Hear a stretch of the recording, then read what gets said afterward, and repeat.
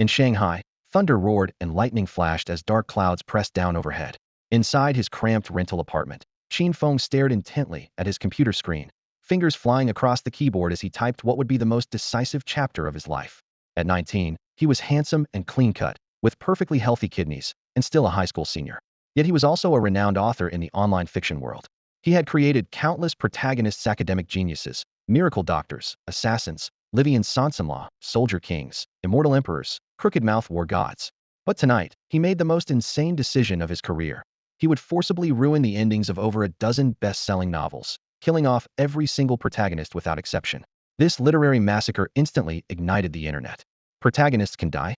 What happened to plot armor? The author's gone rogue. My youth is over. One day when I have a blade in hand, I'll slaughter every hack writer alive. Qin Feng coldly scrolled through the overwhelming torrent of curses, managing only a bitter smile. He had poured his heart and soul into these characters, only to personally destroy them now. The reason was simple. He had just been diagnosed with a terminal illness and had only 2 weeks to live. No matter how powerful his protagonists were, they couldn't defeat fate, and he didn't even have plot armor to protect himself. Only the Grim Reaper's approach. He shut down his computer and sighed deeply. Everything is predetermined by fate. Not a bit is up to us. Tomorrow was the college entrance exam, when countless young people across the nation would embark on life's crossroads, while he hung by a thread with no future to speak of. If only I had protagonist's luck. Qin Feng mocked himself bitterly, raising a bottle and letting the harsh liquor burn down his throat. Suddenly, fierce winds arose and strange phenomena appeared outside his window. Deep within the dark clouds, 2 blood-red moons emerged simultaneously, eerily terrifying. In the next moment, a supernatural wind swept into his room, automatically turning on his computer as the screen flickered with static. Before Qin Feng could react, a bolt of electricity shot from the screen straight into his forehead. A sweet, mechanical voice suddenly echoed in his mind. Host locked on, binding Protagonist Halo System. Detecting host's health at only 1. Life in critical danger, passively triggering automatic system repair mechanism. Repair successful. Host's health restored to 100. Qin Feng sat stunned for a long moment, murmuring softly, "A system? I actually got a system? Isn't this straight out of a novel?" Carefully examining himself, his body was indeed free of pain and disease, healthy as ever. Hearing the system's secretary introduce herself as, "Hello, I'm Xiao Qi," made it even more unbelievable. "Xiao Qi, is my terminal illness really cured?" "That's right, master. You're now at 100 health. You could carry 20 pounds of cabbage up 6 flights of stairs without breaking a sweat. I can also tell jokes and witty stories. Want to hear some? Let's skip the comedy routine and talk about the system functions first." Xiao Qi patiently explained. This is the Protagonist Halo system. You can draw various protagonist halos and use them to achieve any goal, earning 100 million, marrying a rich beauty, reaching the pinnacle of life. Tears welled up in Qin Feng's eyes as emotions surged in his heart. He had created countless protagonists, never imagining that protagonist's luck would finally fall upon him. Calming himself, he quickly asked, "Xiao Qi, can I draw a protagonist halo now? I'm waiting online, it's urgent." "First draw is free. Please make your selection." Hundreds of brilliant halos suddenly materialized in the room, their radiance illuminating the entire space. "Xiao Qi, these are all protagonist halos." "Exactly. Choose any one." Qin Feng's heart raced as he reached out randomly. "Congratulations. You've drawn the academic genius halo." The next second, the protagonist's aura that Qin Feng had drawn automatically flew to the top of his head and merged into his brain in a truly magical way. In a flash, vast oceans of knowledge came rushing in: calculus, quantum mechanics, even the complete design principles of aircraft carriers unfolded frame by frame in the depths of his mind like slides. In just a few moments, he seemed to have experienced countless years of intense study and research. That night, a super genius was born, and this year's top scorer in the college entrance exam seemed to have been reserved by Qin Feng in advance. When the flood of knowledge finally subsided, he was amazed to discover that his thinking speed had increased by at least several hundred times, with inspiration bursting like continuous fireworks in his mind. At this moment, blessed with the genius aura, his intelligence even faintly surpassed that of Einstein. Qin Feng excitedly rushed to the sofa, grabbed his backpack, and dumped all the textbooks and exercise books onto the coffee table. Opening his textbook, he could read 10 lines at a glance, instantly mastering all formulas, theorems, and examples with complete understanding. Then he opened 5 years of college entrance exams, 3 years of mock tests. The result left him stunned. All the difficult problems in the book seemed as simple as 1 + 1 = 2 to him. Holy cow, this genius aura really lives up to its reputation. If I took the college entrance exam tomorrow, I'd definitely get perfect scores in every subject. Haha. Qin Feng was so excited he lost control, tearing up books in celebration and cheering throughout the room. When good fortune strikes, spirits soar. His face glowed with joy, and only one thought filled his mind. From now on, he was the protagonist of this world. After a long while, he finally calmed his emotions and used his mind to call up the aura panel. The information displayed clearly. Genius aura. 1. Photographic memory. 2. Extraordinary learning talent. 3. In terms of intelligence, dominate the nation and crush the globe. Qin Feng gasped and couldn't help but click his tongue. Wow. This genius aura is already incredibly powerful. I imagine the other protagonist auras won't be any less impressive. As soon as this thought arose, he had a sudden inspiration and quickly asked, by the way, Shao Qi, can I draw other types of protagonist auras? The system spirit Shao Qi's voice remained sweet. Sorry, master. Only the first lottery draw is free. Qin Feng's mouth twitched. He felt a bit disappointed at first, then smiled and rubbed his hands together. Shao Qi, I get it, it's all about spending money. Let me top up 648 yuan first, or maybe get an annual VIP membership. Anyway, I'll pay whatever it costs. I want to do a 10 draw. As a web novel author, he had some manuscript fees saved up and deeply understood the truth that spending money makes you stronger.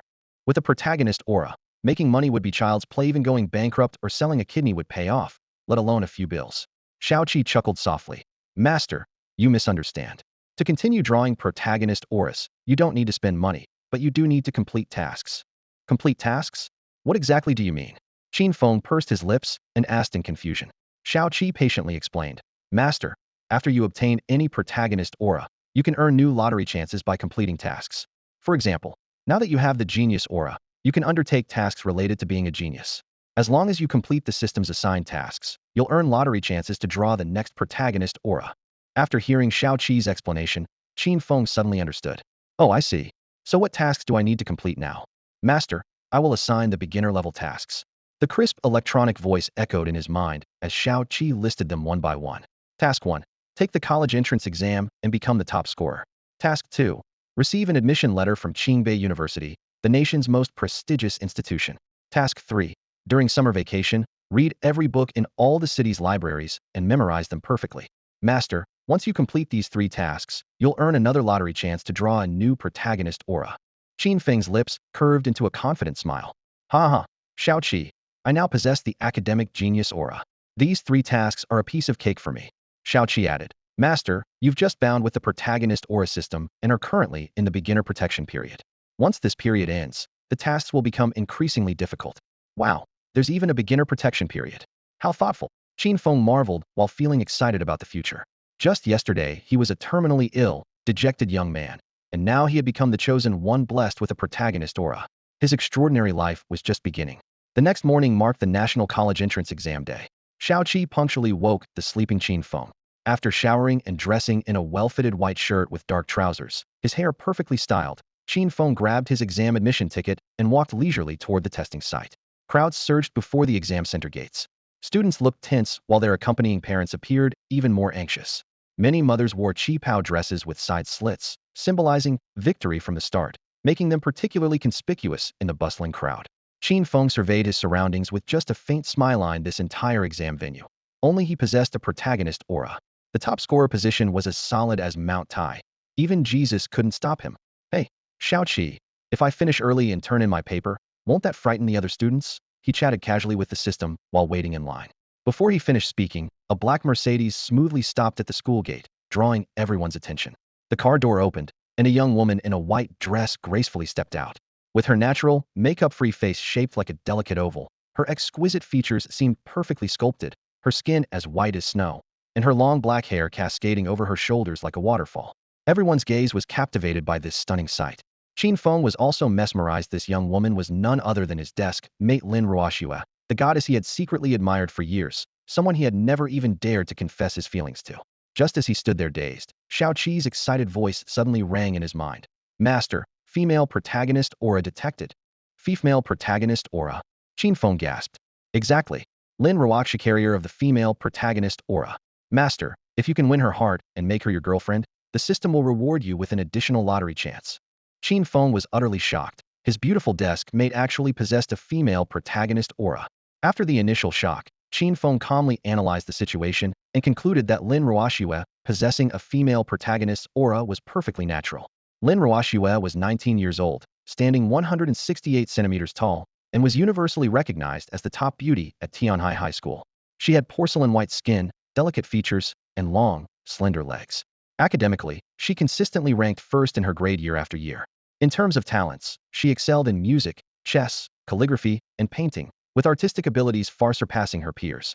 Her family background was equally dazzling. Her father was the president of Lin Bank, and her grandfather was the chairman of a real estate conglomerate ranked among the top 5 nationwide. Even among the elite families of Shanghai City, the Lin family stood out as exceptional. Such a perfect wealthy beauty was practically a female protagonist straight out of a novel, so her possessing a female protagonist's aura came as no surprise. While Qin Feng was still lost in thought, Lin Ruoxue spotted him immediately in the crowd.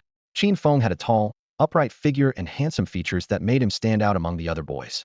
Lin Ruoxue walked over to him with graceful strides, a slight smile playing at the corners of her mouth, her expression radiantly beautiful, her voice as ethereal as a nightingale's. Qin Feng, what a coincidence, I never expected you'd be taking the exam here too. Qin Feng suddenly snapped back to reality. The goddess he had secretly admired for years was right in front of him, making his ears burn with heat as he smiled awkwardly. Oh, Ruoxue, you're taking the exam here too? What a coincidence indeed. From elementary school through high school, the two had attended the same school and been in the same class for over 10 years, even sitting as desk partners the entire time, true childhood sweethearts. Unfortunately, Qin Feng had never dared to confess his feelings, keeping them buried deep in his heart. Just then, Xiao Qi's urgent voice echoed in Qin Feng's mind. Xiao Qi, master, what are you standing around for? This Lin Ruoxue has a female protagonist's aura. If you can win her over, you'll gain tremendous fortune. With her by your side, your own protagonist aura will be strengthened as well. Qin Feng, what? Just by winning over Lin Ruoxue, my protagonist aura can be enhanced? My goddess truly deserves to be a female protagonist aura bearer. I'm totally smitten. Xiao Qi, master, hurry up and confess. Xiao Qi is waiting online and getting anxious. Lin Ruoxue noticed him muttering continuously and frowned slightly. Qin Feng, what are you mumbling about to yourself? Nothing, I wasn't mumbling anything. Ruoxue, actually Ayaba, ABA. Qin Feng's face turned bright red, his voice breaking up intermittently, too nervous to form coherent words. He couldn't shake the feeling that he wasn't worthy of someone as perfect as Lin Ruoxue. Xiao Qi, master, you have a protagonist's aura now. What is there to fear? Just boldly confess. This hit him like a wake-up call. Qin Feng's eyes lit up as he thought to himself. That's right. I have a protagonist's aura now. I'm the main character of this entire world. Ruoxue has a female protagonist's aura, so we're a match made in heaven. After a moment of silence, Qin Feng's gaze became resolute. He gathered his courage, preparing to confess his feelings to Lin Ruoxue directly. Ruoxue, I've been holding something back for a long time. Actually, I like. Before Qin Feng could finish his sentence, it was time for the examinees to enter. The exam hall doors swung open with a whoosh, and the loudspeaker repeatedly announced, "Please enter in an orderly fashion." The crowd outside the school gates instantly erupted into chaos as countless students surged forward like a tidal wave, patches of sunlight dancing across the ground. Qin Feng's carefully mustered courage was abruptly cut short, that word, like stuck in his throat, nearly making him explode on the spot. Lin Ruoxue turned her head and gave him a gentle smile. Qin Feng, whatever you want to say can wait until after the exam. Let's head into the testing room first. Her smile was like summer mint, cool and refreshing, yet it made his heart burn. Qin Feng had no choice but to swallow his confession, nodding as he followed her inside, his heart heavy with disappointment. He truly liked Lin Ruoxue. Just then, a familiar electronic voice chimed in his mind. Master, don't be discouraged. Little Seven believes that pursuing a girl requires patience and gradual progress. Haste makes waste. Let me give you some extra motivation for winning over Lin Ruoxue. Side mission released. Win over Lin Ruoxue and become her boyfriend. Mission reward. Upon completion, you'll receive one additional lottery chance, plus a globally limited edition Lamborghini sports car. The words luxury car struck Qin Feng's mind like lightning, making him stumble and nearly trip at the school entrance. Inside, however, he was overjoyed. Little Seven was being incredibly generous. But even if the system offered him nothing, he would still pursue Lin Ruoxue. He'd had a crush on her for far too long. Now with a Lamborghini thrown in, his motivation was through the roof. The two walked side by side down the tree-lined path. The dappled shadows of early summer sycamores fell across their feet as they walked together. Qin Feng, which university are you planning to apply to? Lin Ruoxue asked casually, though her tone carried obvious anticipation. Qin Feng replied with self-deprecating nonchalance. Sigh. You know my grades. At best, I'll get into some third-rate school, or maybe I'll end up hauling bricks at a construction site. Those bricks in July and August are bound to be scorching hot. Just thinking about it makes me sad. Then he changed his tone, giving Ruoxue a thumbs up. Ruoxue, you're the top student in our entire school. With your abilities, Tsinghua or Peking University is definitely within reach. Let me congratulate you in advance. Lin Ruoxue didn't respond, only smiled softly. A trace of melancholy flickered through her clear eyes. She had no desire to attend Tsinghua or Peking University. Since elementary school, she and Qin Feng had been desk partners, from first grade through senior year, sharing one desk through 12 years of bickering, laughter, and joy. If she went to one of those prestigious universities, she might never again see Qin Feng's lazy, yet ever-present figure beside her. No matter how good her grades were, she wanted to be willful just this once. Wherever Qin Feng went, she would follow. What Lin Ruoxue didn't know was that the Qin Feng before her had already undergone a complete transformation. The academic genius aura granted by the system was enough to secure him this year's top score on the college entrance exam, and he would even become the first person in exam history to achieve perfect scores across all subjects. As they chatted, the two reached the entrance to the academic building and had to part ways, each heading to their respective exam rooms. Settling into the quiet classroom, Qin Feng's mind was frighteningly clear. Even the rustling sounds of other students going through their pencil cases seemed muffled, as if separated by glass.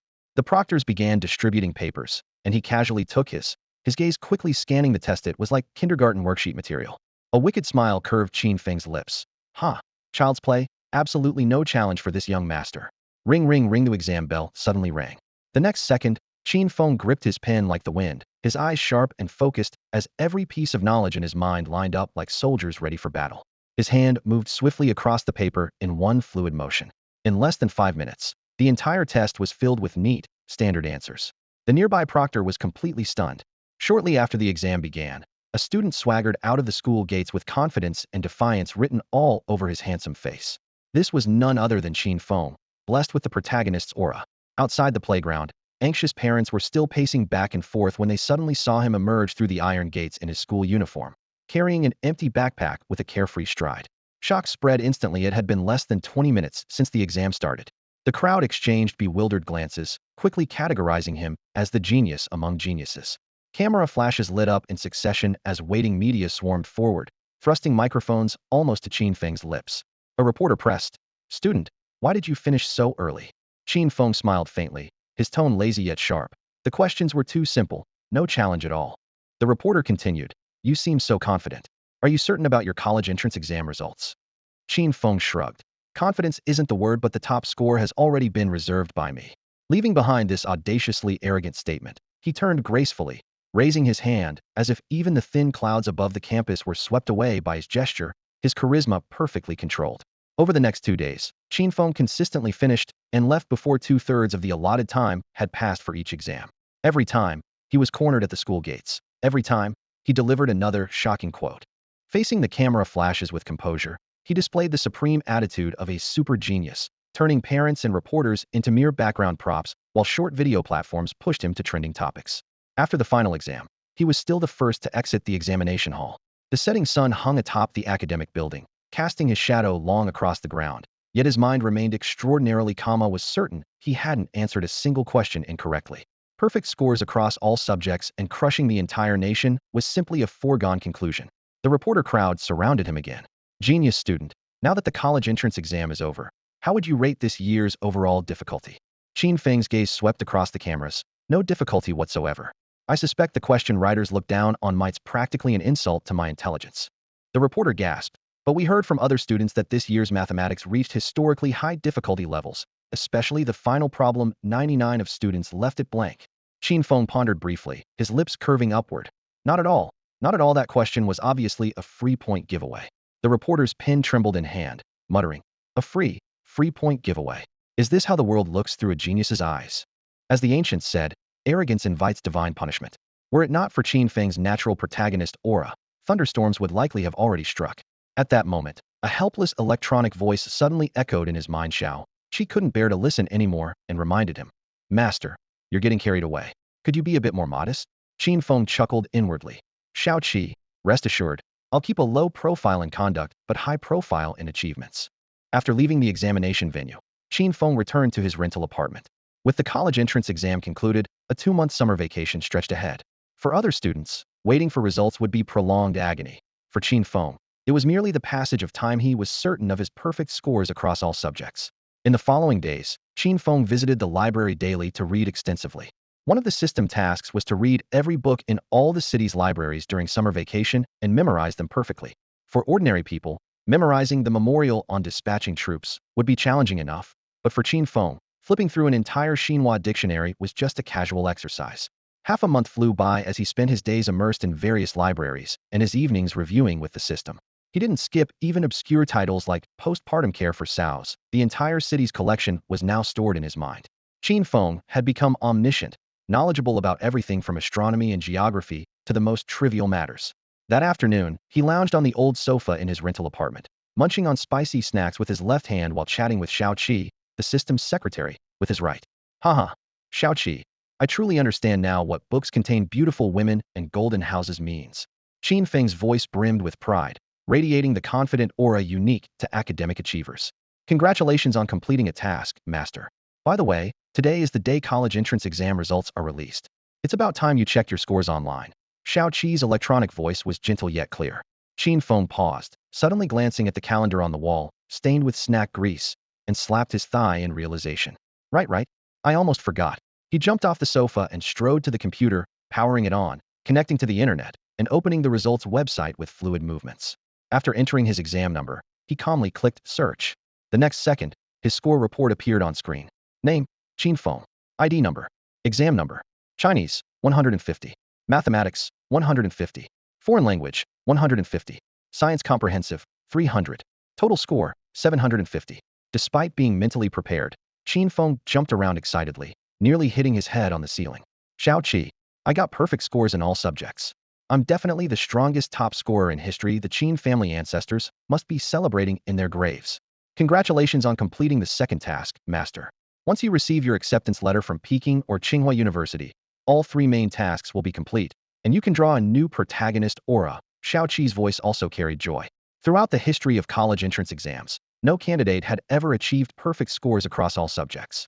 Qin Feng's results broke all records, unprecedented and likely never to be matched. To celebrate, he took a hot shower, changed into a clean t-shirt and jeans, and planned to treat himself to a nice restaurant meal while calling his parents abroad to share the good news. But as soon as he stepped out of his residential complex, dozens of cameras and flashing lights blocked the entrance completely. In the internet age, nothing escapes netizens' attention, especially the nation's strongest college entrance exam top scorer. Reporters thrust their microphones forward. Student Qin, as the first perfect score top scorer in history, how do you feel right now? Academic genius, which prestigious university do you plan to attend? Or will you pursue studies at Harvard? Mr. Qin Feng, could you share your study secrets with us? The camera flashes created a blinding white sea. Qin Feng surveyed the cameras and chose one question to answer. With a slight smile and a clear voice, he said, You ask about my study secrets? I'll tell you in 2 words, talent. After showing off, Qin Feng made his cool exit, leaving the reporters with the majestic silhouette of a legend. From that day forward, Qin Feng, the greatest college entrance exam champion in history, shot straight to the top of Weibo's trending topics, not only claiming the #1 spot, but dominating the charts for days. The internet dubbed him the god of literature reincarnated, and rightfully so had achieved the unprecedented miracle of perfect scores across all subjects, making him rarer than a nationally protected species. Media outlets scrambled to cover his story, and his name was on everyone's lips throughout the streets and alleys. Prestigious universities couldn't sit still either. Admissions offices bombarded the Qin household with calls like machine gun fire, offering massive scholarships and premium benefits. University presidents personally entered the fray, treating him like a once-in-a-century golden opportunity. Meanwhile, those few show-off video clips of his interview outside the exam hall went viral, with view counts skyrocketing and instantly transforming him into an internet celebrity scholar. Overnight, his social media accounts exploded with over 1 million new followers, and his comment sections were flooded daily with pleas of study God, please carry us. Time flew by, and a week passed in the blink of an eye. Class 18, where Qin Feng belonged, was preparing to host a graduation party, and naturally, he received an invitation. On the day of the gathering, he donned a sharply tailored light-colored casual outfit and deliberately styled his hair with gel into a somewhat bold look, giving him a refreshed and spirited appearance. As dusk approached, with the salty sea breeze brushing past, he stepped into the Imperial City Grand Hotel, which sat right along the coastline. The lobby's chandeliers gleamed with golden brilliance as he pulled out his phone to check the class group announcement, quickly locating Class 18's private room. Pushing open the door, he was greeted by a wave of lively chatter, classmates clinking glasses and laughing boisterously, with conversations about youth never ending, flowing freely. A smile tugged at Qin Feng's lips as he savored this long-missed sense of relaxation. Though a faint melancholy stirred in his heart, high school graduation meant everyone would go their separate ways, making daily reunions nearly impossible. Just then, study committee member Lu Liangzhe swayed to the center of the room, clutching a half-empty bottle of red wine, his face flushed and clearly tipsy. He raised his glass and shouted loudly, "Brothers and sisters, almost everyone from Class 18 is here, so let's all take our seats. Those who didn't get into college sit at one table. Those who made the second-tier university cutoff at another, first-tier university candidates at another, and those heading to prestigious universities get their own table." Before he could finish speaking, Qin Feng had somehow appeared beside him, squinting with a smile. "Study committee member, which table does the top scorer sit at?" Lu Liangzhe reflexively turned his head, and upon seeing Qin Feng, his drunkenness instantly sobered by half. His expression changed dramatically before immediately plastering on a fawning smile. "Oh my, if it isn't Champion Qin, you can sit anywhere you like. Heck, you could sit on my face. You're the star of tonight's show." The moment those words left his mouth, every pair of eyes in the private room snapped to Qin Feng. "Everyone look, it's study genius Qin Feng. Holy crap, I'm finally seeing a living, breathing top scorer. Boss Qin, please take me under your wing. I want to ride on your coattails. God Qin, who knew you were hiding such talent all this time? Then BMU absolutely crushed the college entrance exam. Big brother Qin, let's take a photo together. And can you sign something for me? Right here on my chest would be perfect." Screams, applause, and cheers filled the private room as Qin Feng became the center of attention.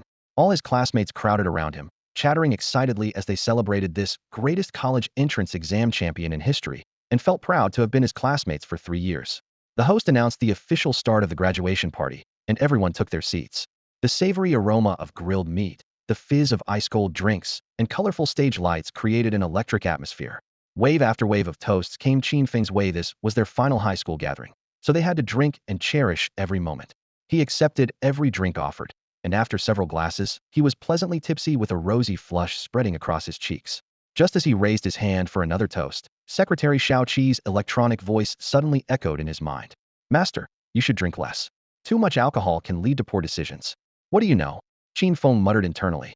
"I'm building up courage. I'm going to confess my feelings soon." With that, he turned his gaze toward Lin Ruoxue in the distance. The girl sat at a nearby table, and even just sitting quietly in profile, her extraordinary beauty made her stand out like a crane among chickens. Long lashes, gem-like eyes, a refined nose, and a sharp jaw. Every feature was practically flawless. Qin Feng gripped his glass tighter, his eyes glued to her perfect profile as the alcohol fueled his growing courage. Logically speaking, Lin Ruoxue, as a wealthy heiress, didn't need to attend an ordinary classmates gathering. Her social circle should have been elite banquets. But she knew Qin Feng would definitely be here, so she came too. However, Qin Feng didn't know this yet. That thin veil between them remained unbroken. Fate seemed to favor creating coincidences. Lin Ruoxue looked up, and their gazes collided midair like lightning striking. At that exact moment, the background music in the room switched to My Deskmate. Will You Remember Tomorrow, the diary you wrote yesterday? As the melody played, memories of their 12 years as deskmates unfolded. 5 years in elementary school, 4 in middle school, 3 in high school. Qin Feng and Lin Ruoxue had always sat side by side. Even though their family backgrounds were now worlds apart, their budding feelings had long taken root and grown. At this moment, Qin Feng with his protagonist's aura and Lin Ruoxue with her female lead's charm seemed like a match made in heaven. Finally, Qin Feng set down his glass and stood up, heading straight for Lin Ruoxue. She gently pushed back her chair and walked toward him, one eager to confess, the other eager to be confessed to, their steps meeting in the center of the room. Once they broke through that thin barrier between them, beautiful love would blossom. Just as Qin Feng was about to reach Lin Ruoxue, a figure suddenly stepped in front of him, blocking his path. Qin Feng stopped abruptly and looked up in surprise. The person before him was a girl who appeared dignified and graceful, with gentle eyes and long hair cascading over her shoulders. While not stunningly beautiful, she possessed the delicate charm of a refined young lady. This girl was none other than Su Xianwan, the class monitor of Class 18. The two had a good relationship in private, but Qin Feng had always treated her like a buddy. He scratched the back of his head. "Monitor, is there something you need?" The alcohol had painted a rosy flush across Su Xianwan's face. She bit her lower lip gently, gazing at Qin Feng with tender eyes, her voice barely above a whisper. "Qin Feng, there's something I've been keeping in my heart for a long time, and I must say it today. We've been classmates for 3 years, we're all friends here. Just speak your mind." Qin Feng laughed awkwardly, sensing something unusual in her demeanor. The previously noisy music and clinking glasses in the private room suddenly fell silent, as if someone had hit the mute button. All their classmates' eyes turned toward the pair.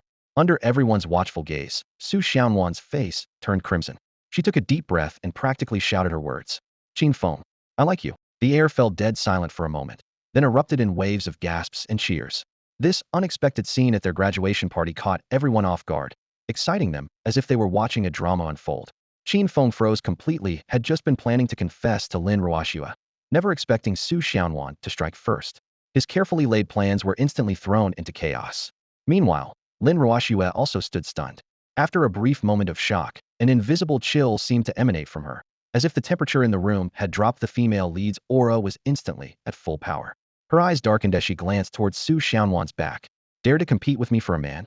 Are you seeking death? However, Lin Ruoxue had always been well-educated, reserved, and gentle. She didn't explode on the spot, merely pressing her lips together and shifting her gaze to Qin Feng, waiting for his choice. Qin Feng felt that burning stare and his heart tightened, as if he'd been caught red-handed doing something shameful. In this awkward moment, jeering voices came from all directions. Qin Feng, the monitor just confessed to you. What are you standing there for? Kiss her. Yeah, we want to see you kiss. Feng bro, a real man just goes for it. Kiss, kiss, kiss. The chanting was rhythmic and deafening. Su Xianwan, caught up in the excitement, blushed to the tips of her ears, but still mustered the courage to step half a pace forward. She closed her eyes slightly, her eyelashes trembling, clearly using her actions to tell Qin Feng she was ready. Qin Feng's mouth twitched. What the hell is going on? How did the monitor suddenly start liking me? This is ridiculous. This is bad. Ruoxue is watching right there. I need to find a way to reject the monitor. When Lin Ruoxue witnessed this scene, she immediately lost her composure. Her breathing became rapid, her brow furrowed into a tight knot, and her heart felt like an overturned chessboard with chaos written all over her face. This was her most direct reaction when jealous. She stared intently at the distance between Qin Feng and Su Xianwan, worried that the next second they might actually kiss. Su Xianwan's sparkling big eyes were devastatingly attractive, and if Qin Feng couldn't resist, Lin Ruoxue didn't dare think further. The situation became even more dramatic than her worries. Suddenly, 7 or 8 girls in the private room stood up simultaneously, their voices overlapping. Qin Feng, I like you too.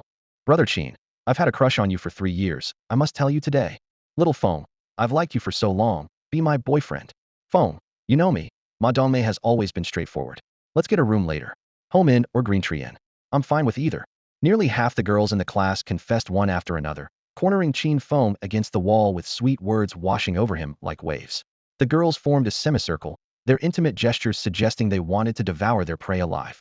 Qin Feng broke into a sweat, completely stunned, feeling like these female classmates were exactly like the spider demons from the Silk Cave, while he was the hapless Tang Sanzang who had wandered in.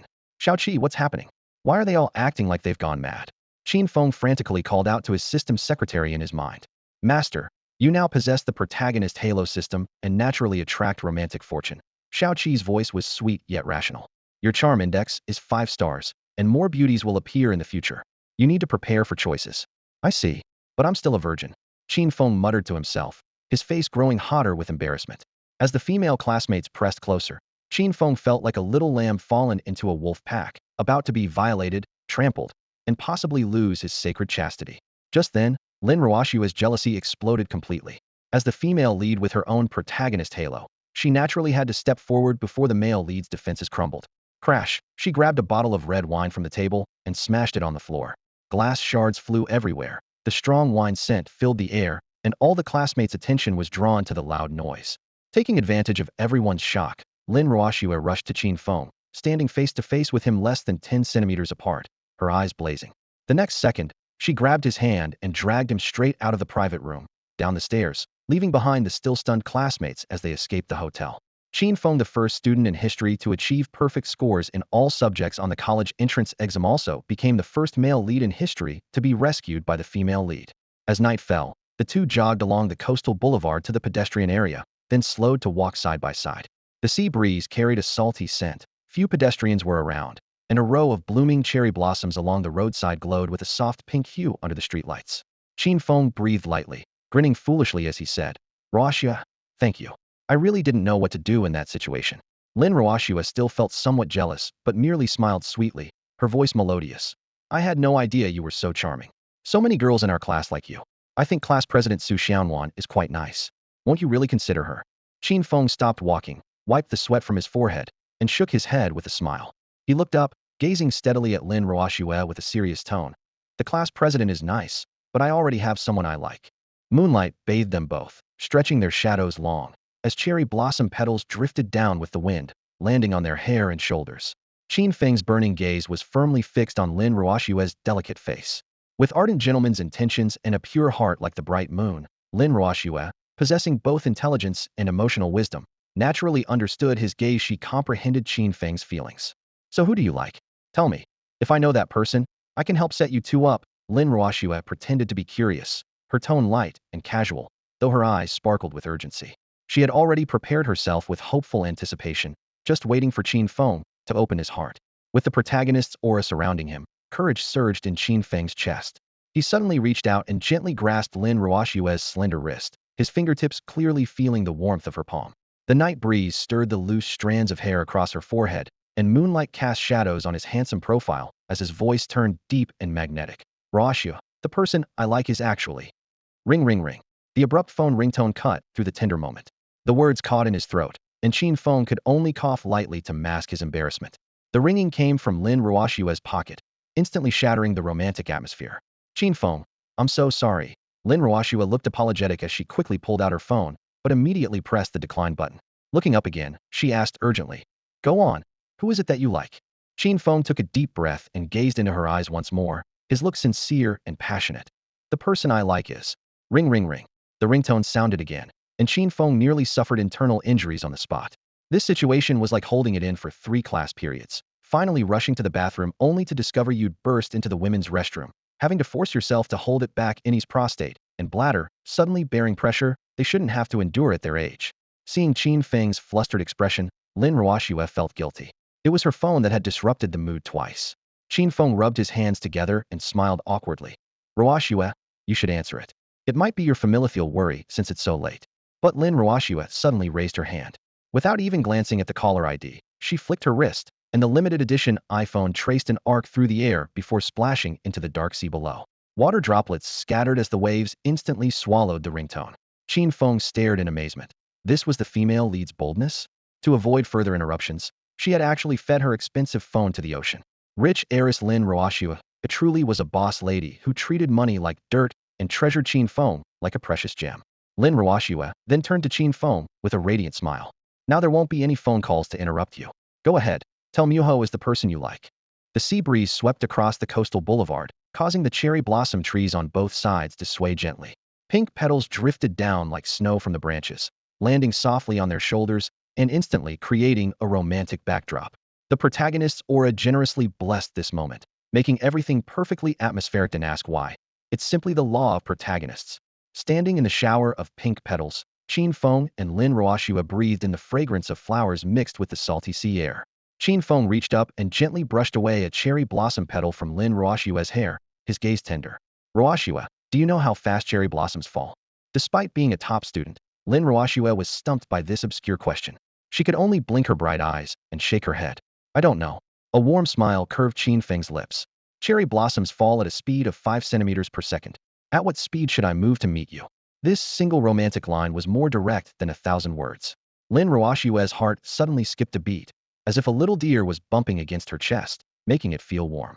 12 years as desk partners, 12 years of secret love, everything ignited in an instant. The gap in their social status had always stood between them. She was a wealthy princess. He was a poor boy. For years, Qin Feng had worried about how to work hard enough to win her heart, but now under the cherry blossom rain, he finally found the courage. Lin Roashue's lips curved slightly, her tone carrying a hint. Qin Feng, I'm standing right in front of you now. No matter how fast the cherry blossoms fall, we've already met.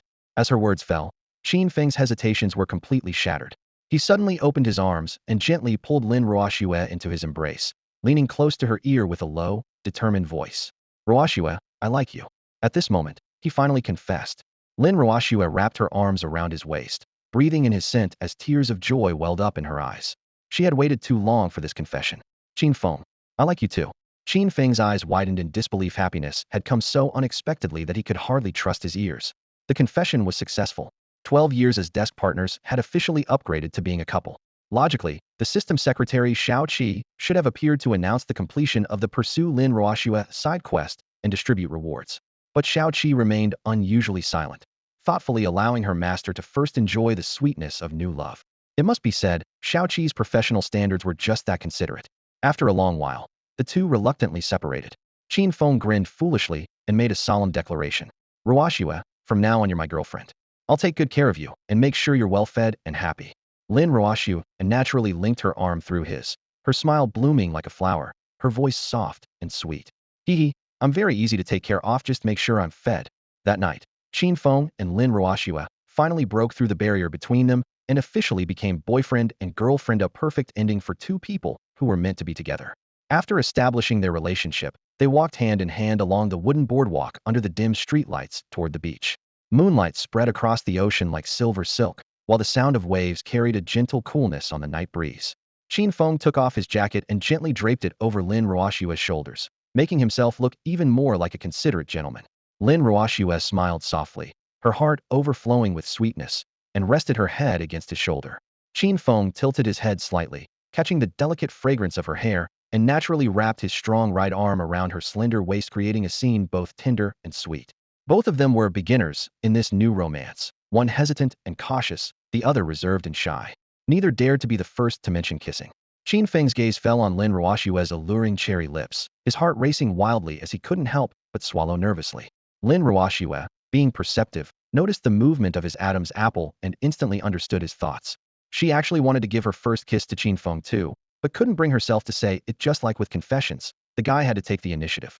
Sweet, shy, bashful, heart-fluttering, Mindrasynthesis was what first love felt like in their student days. Both were experiencing this for the first time, with no prior experience. Qin Feng's mind was spinning. Ruoxue's lips are so tempting. I really want to kiss her. But no, we just became official. Forcing a kiss might backfire. But if I don't kiss her, what kind of man am I? Screw it. I have protagonist luck on my side. Who am I afraid of? I have to kiss her, just go for it. Just as he was gathering courage to lean in, Lin Ruoxue lifted her head, her bright eyes gazing at him, and suddenly asked, Feng, when did you start liking me? The way she called him Feng warmed his entire body, and he answered without hesitation. I've liked you since first grade, from the moment we became desk partners. Lin Ruoxue was both surprised and delighted, pressing further. From first grade until now, that's 12 years. You've liked me for 12 years. Qin Feng nodded solemnly. He was telling the absolute truth. Lin Ruoxue was the type of beauty who had been gorgeous since childhood, and even in elementary school, her looks could outshine every other student in Shanghai. Little Qin Feng had already secretly been attracted to Lin Ruoxue's. Ahem, how inappropriate. Lin Ruoxue cupped her cheek with her hand, pouting slightly with a hint of resentment. Humph, if you've liked me for 12 years, why did you wait until today to confess? Do you know how long I've been waiting?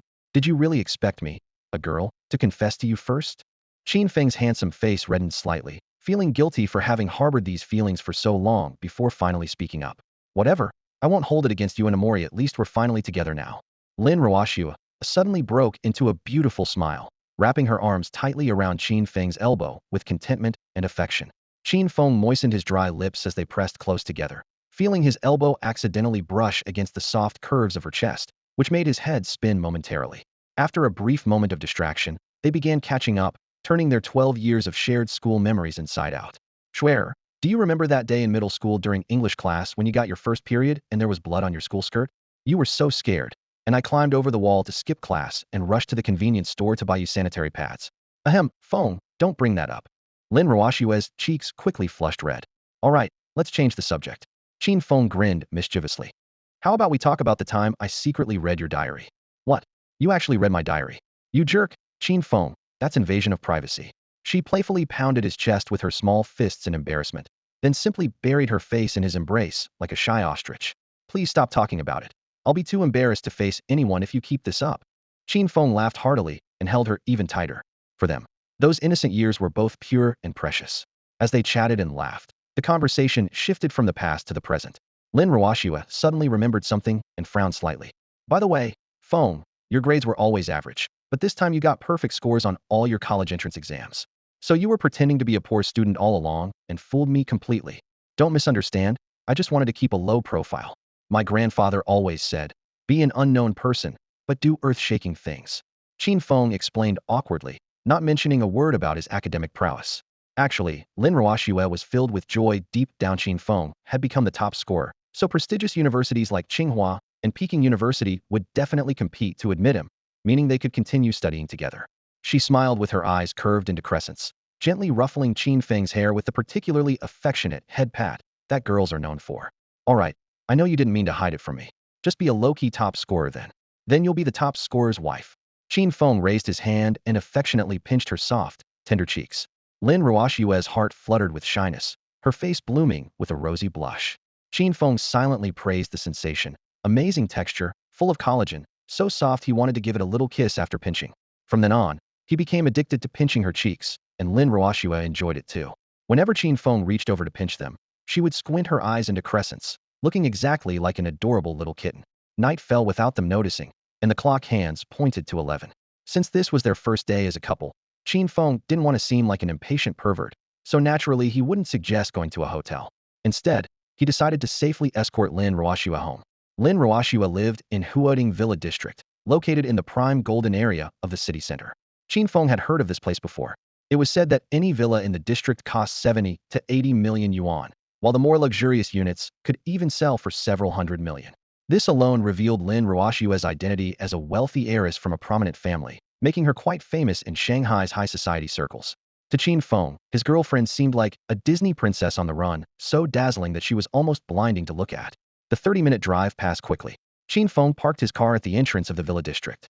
As he got out, he noticed the roads lined with limited edition sports cars and extended Rolls-Royces, causing his brow to furrow involuntarily. Schwenner's grandfather is a real estate mogul, and her father is the president of Lin Bank, while I'm just a penniless top scholar. At this thought, he clenched his fists. In this materialistic society, money was everything. To marry someone like Lin Ruoshue, a true daughter of heaven, he would first need to build his own career to truly match her status. Qin Feng secretly made up his mind. For Schwerer's sake, and for their future children, he needed to earn enough money in advance. Even if Schwerer gave him a whole soccer team of kids someday, he wanted to be able to support them all. Thinking about his Protagonist Halo system, making money seemed effortless, and Qin Feng grew more excited with each thought. He felt a bit giddy. They had just confirmed their relationship tonight, yet here he was already fantasizing about raising children. Even he found it amusing. Schwerer, you should go inside quickly. It's cold out here, and I don't want you to catch a cold. Let's meet again another day. It was getting late, and Qin Feng couldn't bear to let Lin Ruoshue freeze in the night wind, so he gently urged her. However, Lin Ruoshue reluctantly held his hand, looking up at him. Then, remembering that they had the entire 2-month summer vacation ahead of them with plenty of opportunities to date, she smiled sweetly. Feng, be careful on your way home, and make sure to text me or call me when you get there. As she spoke, she adjusted his collar with movements as gentle as a caring little wife. Qin Feng laughed. Schwerer, didn't you throw your phone into the sea? How can I contact you? It's fine. I have over 10 backup phones at home, Lin Ruoshue replied calmly. Qin Feng gasped, truly a wealthy family indeed. The two embraced tightly, exchanged a few sweet words, then reluctantly let go. Schwerer, I'm heading back now. See you another day. Qin Feng waved with a silly grin and turned to leave. Lin Ruoshue bit her lower lip lightly and suddenly called out. Feng, I'm your girlfriend now. Aren't you forgetting something? The obvious hint left Qin Feng stunned for a moment. He turned back to her, smiled as he wrapped his arms around Lin Ruoshue's slender waist, and lowered his head to plant a gentle kiss on her smooth forehead. Lin Ruoshue's cheeks instantly bloomed with 2 pink blushes, and the sweet sensation spread from her forehead all the way to her heart. Schwerer, see you another day. After the kiss, Qin Feng left the villa district. Lin Ruoshue gazed at Qin Feng's retreating figure, her beautiful face clouded with resentment as she muttered under her breath. Feng, you big fool. My hints were so obvious, yet you only kissed my forehead. Would kissing my lips kill you? I gave you the perfect chance, and you blew it. You're such a blockhead. It's infuriating. In truth, she had been ready to give him her first kiss, but this guy had zero romantic experience and completely missed her subtle cues. However, upon reflection, Lin Ruoshue realized that Qin Feng's innocent nature was exactly what made her feel so secure with him. The night breeze swept away her frustration and carried toward Qin Feng on the other end. On his way home, the lazy voice of his system assistant, Xiao Qi, suddenly echoed in his mind. Xiao Qi, Master, you could have kissed Miss Lin's lips directly back there. Qin Feng rubbed his nose and mumbled quietly. After all, Schwerer and I just started dating. Wouldn't going straight for a kiss be too forward? I need to take things step by step. What if she thinks I'm some kind of pervert? Xiao Qi sighed. But Miss Lin's hints were crystal clear. Master, you're naturally blessed with a dense male protagonist, or combine that with your romantic luck, and you're basically a walking Tang Sanzang. Even the real Tang Sanzang would probably call you a master at this. Jokes aside, Qin Feng reflected on Xiao Qi's words and found some truth in them, so he secretly planned. Tomorrow he'd take Schwerer to a movie and dinner, then naturally progress to their first kiss. Thinking of Lin Ruoshua's delicate cherry lips, he couldn't help but fantasize. Fortune favors the bold tomorrow Schwer's taking maternity leave. The self-encouraging thought echoed in his mind. Upon arriving home, he immediately texted Lin Ruoshua to let her know he was safe. Not only did she reply instantly, but she also called him right away. The two lovebirds chatted sweetly across the phone lines from 9:30 p.m. until 2 a.m. Qin Feng. Schwer, it's already 2 a.m. We should get some sleep. Lin Ruoshua replied softly. Okay, I'm getting a bit sleepy too. Qin Feng, you hang up first then. Lin Ruoshua. No, you hang up first. Qin Feng insisted on ladies first, while Lin Ruoshua playfully refused with a coquettish, I won't. They went back and forth, neither willing to press that red disconnect button first. This age-old dilemma of who hangs up first dragged on for another half hour until Qin Feng, whose eyelids were fighting a losing battle against sleep, finally gave in. After ending the call, he looked down at his phone call duration, 3 hours and 21 minutes, longer than a Japanese romance action film. Just as he marveled at this, Xiao Qi's voice chimed in perfectly. Xiao Qi, Master, congratulations on completing the side quest of pursuing Miss Lin. She is now officially your girlfriend. As promised, I'll now distribute your quest rewards. His drowsiness was instantly replaced by excitement as Qin Feng rubbed his hands together eagerly. Right. I almost forgot about the rewards. Xiao Qi, hurry up and give them to me, can't wait. Xiao Qi's voice became solemn. Master, there are 2 rewards. First, 1 chance to draw a protagonist aura. Second, a limited edition Lamborghini sports car. Which reward would you like to receive first? Let's get that Lamborghini out first. I just got my driver's license last month, and now all I need is a sports car. Qin Feng's eyes lit up with excitement as he grinned and gave the command to his AI assistant, Xiao Qi. Xiao Qi. Yes, master. As soon as the words fell, a sleek car key silently dropped into Qin Feng's palm. Xiao Qi. Master, your reward has been delivered downstairs. Please go receive it. Qin Feng threw open the window and saw a gleaming Lamborghini sports car parked on the street below in the night. His first thought was now he'd never have to take the subway on dates with Lin Ruoshua again. Joy nearly overwhelmed him, and he didn't even bother changing into pants and a jacket. Wearing only his boxer shorts, he rushed downstairs like the wind. Under the dim streetlight below, the new member stood quietly. The streamlined body, rugged retro texture, and blade-like logo, every detail stimulated his adrenaline. Damn, this is absolutely incredible. Qin Feng couldn't help but curse with excitement. Not even 20 years old, and already owning a supercar that ordinary people could never afford in a lifetime, this was definitely protagonist privilege. He eagerly opened the car door and settled into the driver's seat. The leather seats were supple and smooth, while the metal and carbon fiber dashboard decorations dazzled his eyes. Qin Feng quickly pulled out his phone to search.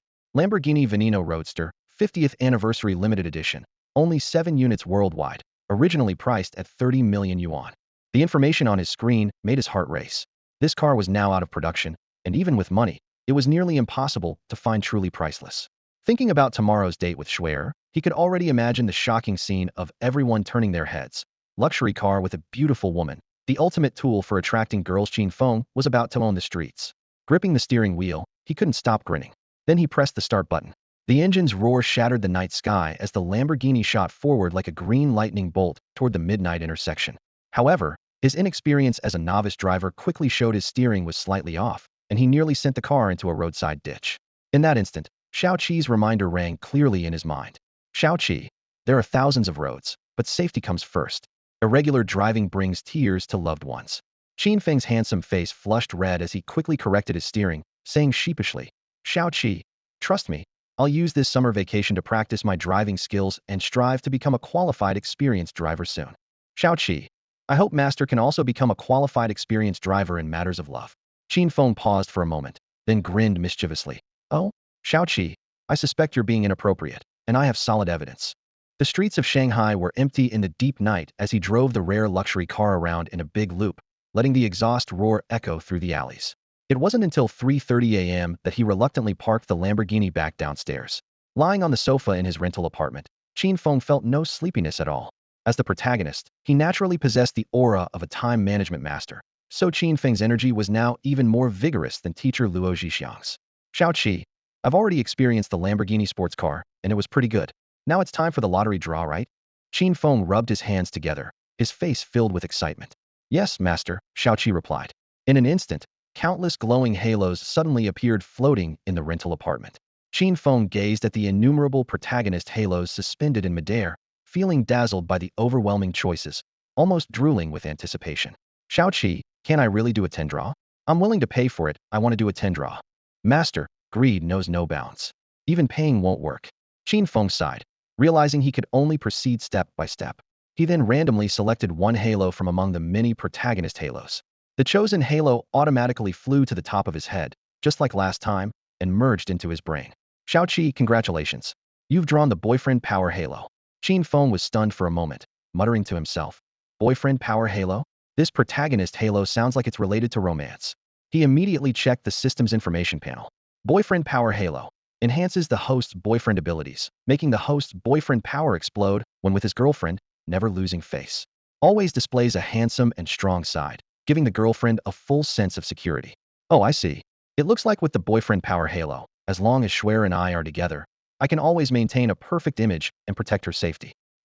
Qin Feng's smile gradually became more unrestrained. In front of the female lead, only by never losing face could he be worthy of the male protagonist's identity.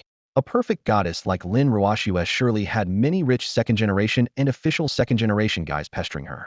Now that Qin Feng had the boyfriend power halo, he could instantly defeat all romantic rivals. Anyone who dared to set their sights on Lin Ruoxue would face one word: death. The next morning, at Huading Villa, Lin Ruoxue woke up, gradually opening her sleepy eyes and twisting her slender waist as she sat up from the Simmons mattress. Recalling every detail of what happened between her and Qin Feng last night, Lin Ruoxue couldn't help but smile foolishly, her cheeks slightly flushed. She was now someone who had a boyfriend. Picking up her phone from the nightstand, Lin Ruoxue discovered that Qin Feng had already sent her a good morning message. Being greeted by her boyfriend first thing in the morning warmed Lin Ruoxue's heart, so she quickly replied, "Feng, good morning heart emoji." After receiving Lin Ruoxue's reply, Qin Feng knew she was awake, so he called her directly. "Hello, Schwer, did you sleep well last night?" Qin Feng's voice was magnetic, like a subwoofer. Lin Ruoxue answered somewhat shyly. After chatting for a few sentences, Qin Feng got to the point. "Schwer, the weather's nice today. Let's go out on a date." Lin Ruoxue's face instantly turned red. While blushing, she was also surprised that Qin Feng had suddenly become so enlightened and proactive. They had just established their romantic relationship yesterday, and today he was already asking her on a date. Perhaps the former Qin Feng was a straight man of steel, but with the boyfriend power halo, he had achieved enlightenment and completely understood how to interact with his girlfriend. "Feng, where should we meet?" Lin Ruoxue didn't hesitate and directly agreed to Qin Feng's date proposal. "At 9 o'clock, I'll pick you up at your community entrance." "I'll hang up now." Qin Feng hung up the phone, changed into a handsome casual outfit, grabbed the Lamborghini keys from the table, and headed downstairs. Lin Ruoxue began to panic. This was her first date ever, so of course she had to dress beautifully. A woman adorns herself for those who appreciate her. So Lin Ruoxue quickly got out of bed, rushed to her wardrobe, and began selecting suitable clothes for the date. At 9 in the morning, a sleek Lamborghini slowly pulled up to the entrance of Huading Villa district. The car's dazzling exterior gleamed brilliantly, and though the deep rumble of its engine had barely faded, curious gazes were already drawn to it. The scissor door lifted upward as Qin Feng stepped out from the driver's seat, impeccably dressed in a sharp suit with a confident, spirited expression. He casually turned off the engine and leaned his tall frame against the car door, quietly waiting for his girlfriend to appear. The residents of Huading Villa district were wealthy and privileged, priding themselves on being well-traveled and worldly. Yet when they laid eyes on this limited edition Lamborghini of only 7 remaining in the world and impossible to purchase even with money, they couldn't help but whisper in amazement. Their eyes filled with envy. Qin Feng merely smiled faintly at these stares. As someone destined to be the center of attention, he had long grown accustomed to being in the spotlight. Before long, a tall, graceful silhouette emerged from the villa district's pathway. Qin Feng's gaze sharpened as he immediately spotted Lin Ruoxue's figure, his heart lighting up instantly. For this date, Lin Ruoxue, who usually went makeup-free, had specially applied lipstick and light makeup, making her delicate features even more refined. She wore a white blouse paired with a short skirt, radiating pure innocence with a touch of liveliness. A gentle breeze swept by, causing her skirt to flutter lightly, and her long, slender legs and delicate ankles looked particularly striking in the morning light. Qin Feng's gaze lingered on those beautiful long legs, a mischievous thought crossing his mind. Touching his girlfriend's legs wasn't against the law, after all. "Feng." Lin Ruoxue spotted him and bounded over like a playful deer. Qin Feng opened his arms wide and pulled her into his embrace, while Lin Ruoxue wrapped her arms around his waist. Though they had only been apart for one night, they held each other tightly, like a young married couple reuniting after a long separation, radiating the sweet essence of absence makes the heart grow fonder. When their embrace ended, Qin Feng gently pinched her soft, fair cheek and smiled. "Schwer, you look absolutely beautiful today, like a goddess." Being praised by her beloved, Lin Roashua blinked shyly yet happily. Really? I'm terrible at makeup. I was worried you'd think I looked worse after putting it on. You're the #1 beauty of Tianhai High School.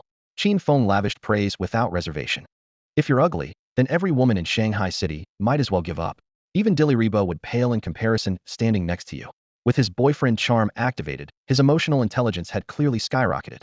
Lin Roashua raised her small fist and playfully tapped his chest, pouting coquettishly. You're such a smooth talker. I never realized this steel-hearted straight man could actually sweet-talk girls. Qin Feng took her hand and shifted the conversation. Schwer, you mentioned last month that you wanted to go to an amusement park to relax after the college entrance exams. Today I'm making that dream come true. I've already bought tickets to Disneyland. Let's head out right now. With that, he led Lin Roashua over to the Lamborghini. When Lin Roashua caught sight of him pulling out the car keys, she gasped in surprise, covering her mouth with her hand. Feng, this car is yours. Qin Feng nodded and smoothly opened the car door, gesturing invitingly toward Lin Roashua. Lin Roashua was utterly stunned. Though she knew little about sports cars, as a wealthy heiress who had seen countless luxury vehicles, she naturally recognized the value of the Lamborghini before her eyes. The dazzling purple paint gleamed like a freshly polished gemstone under the sunlight, so brilliant it could serve as a mirror. But what concerned Lin Roashua more was that based on her understanding of Qin Feng, he was definitely not from a wealthy family. Qin Feng's parents worked abroad year-round as ordinary wage earners, so a multi-million-dollar supercar had absolutely no connection to the Qin family. Noticing her furrowed brow, Qin Feng chuckled softly and explained, I have a distant cousin who runs an oil business in Dubai and loves collecting cars. When he heard I became the top scorer in the college entrance exam, he gave me this car as a reward. The explanation was flawless, and Lin Roashua quickly accepted the Dubai cousin story. Schwer, let me help you with your seatbelt. The leather passenger seat was incredibly snug, though the space wasn't particularly roomy. When Qin Feng leaned in, his face nearly touched Lin Roashua's chest, and his warm breath swept across the sensitive side of her neck. Tiny electric currents instantly shot to her ears, and her delicate face flushed crimson. After the crisp click of the seatbelt fastening, their gazes collided. Qin Feng's dark, bright pupils reflected her trembling eyelashes. Lin Roashua's heartbeat spiraled out of control, her breathing seemed trapped in her throat, and her neck turned as red as rouge. The car filled with the mixed scent of leather and faint rose fragrance as the intimate atmosphere intensified. Qin Feng was no longer yesterday's clueless straight man. His masculine charm was now off the charts. He gently cupped the side of Lin Roashua's face with his warm palm. Schwer, your lipstick seems a bit uneven. Lin Roashua blinked, her voice incredibly soft. Is it? I haven't worn makeup in so long. I'm out of practice. It's okay, I'll help you. Before she could respond, Qin Feng lowered his head and covered those soft cherry lips. The first kiss came without warning. Electric tingles spread from her lips throughout her entire body. Lin Roashua trembled, her eyes slowly closing as she let sweetness envelop her. Though both were inexperienced, they moved together as if driven by instinct. Qin Feng seemed naturally gifted, easily kissing Lin Roashua until her breathing became ragged, her slender fingers unconsciously gripping the seat crevices. After a long moment, their lips parted. Lin Roashua gasped for air, her chest rising and falling dramatically, her eyes shimmering with moisture, the blush on her cheeks lingering. Qin Feng ruffled her hair and flashed a brilliant smile. Schwer, I just helped even out your lipstick. No need to thank me. It's what I should do. Lin Roashua pressed her rosy lips together and whispered shyly in complaint. Feng, when did you become such a smooth talker? You were just pretending to be clueless around me before. And that was my first kiss, so you have to take responsibility for me forever. Qin Feng's lips curved into a mischievous smile as he raised an eyebrow with faint experience. No problem. Without exaggeration, I have 18 centimeters, so I can definitely take full responsibility for you. 18 centimeters? What does that mean?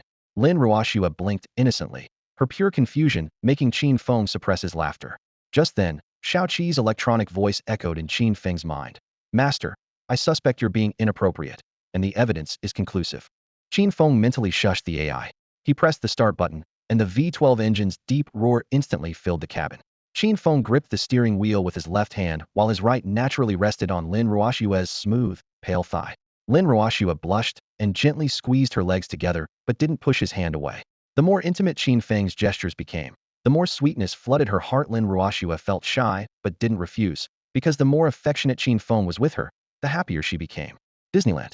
The roller coaster hurtled through twists and plunging drops as Lin Roashua gripped Qin Feng's arm tightly, her screams and cheers torn apart by the howling wind.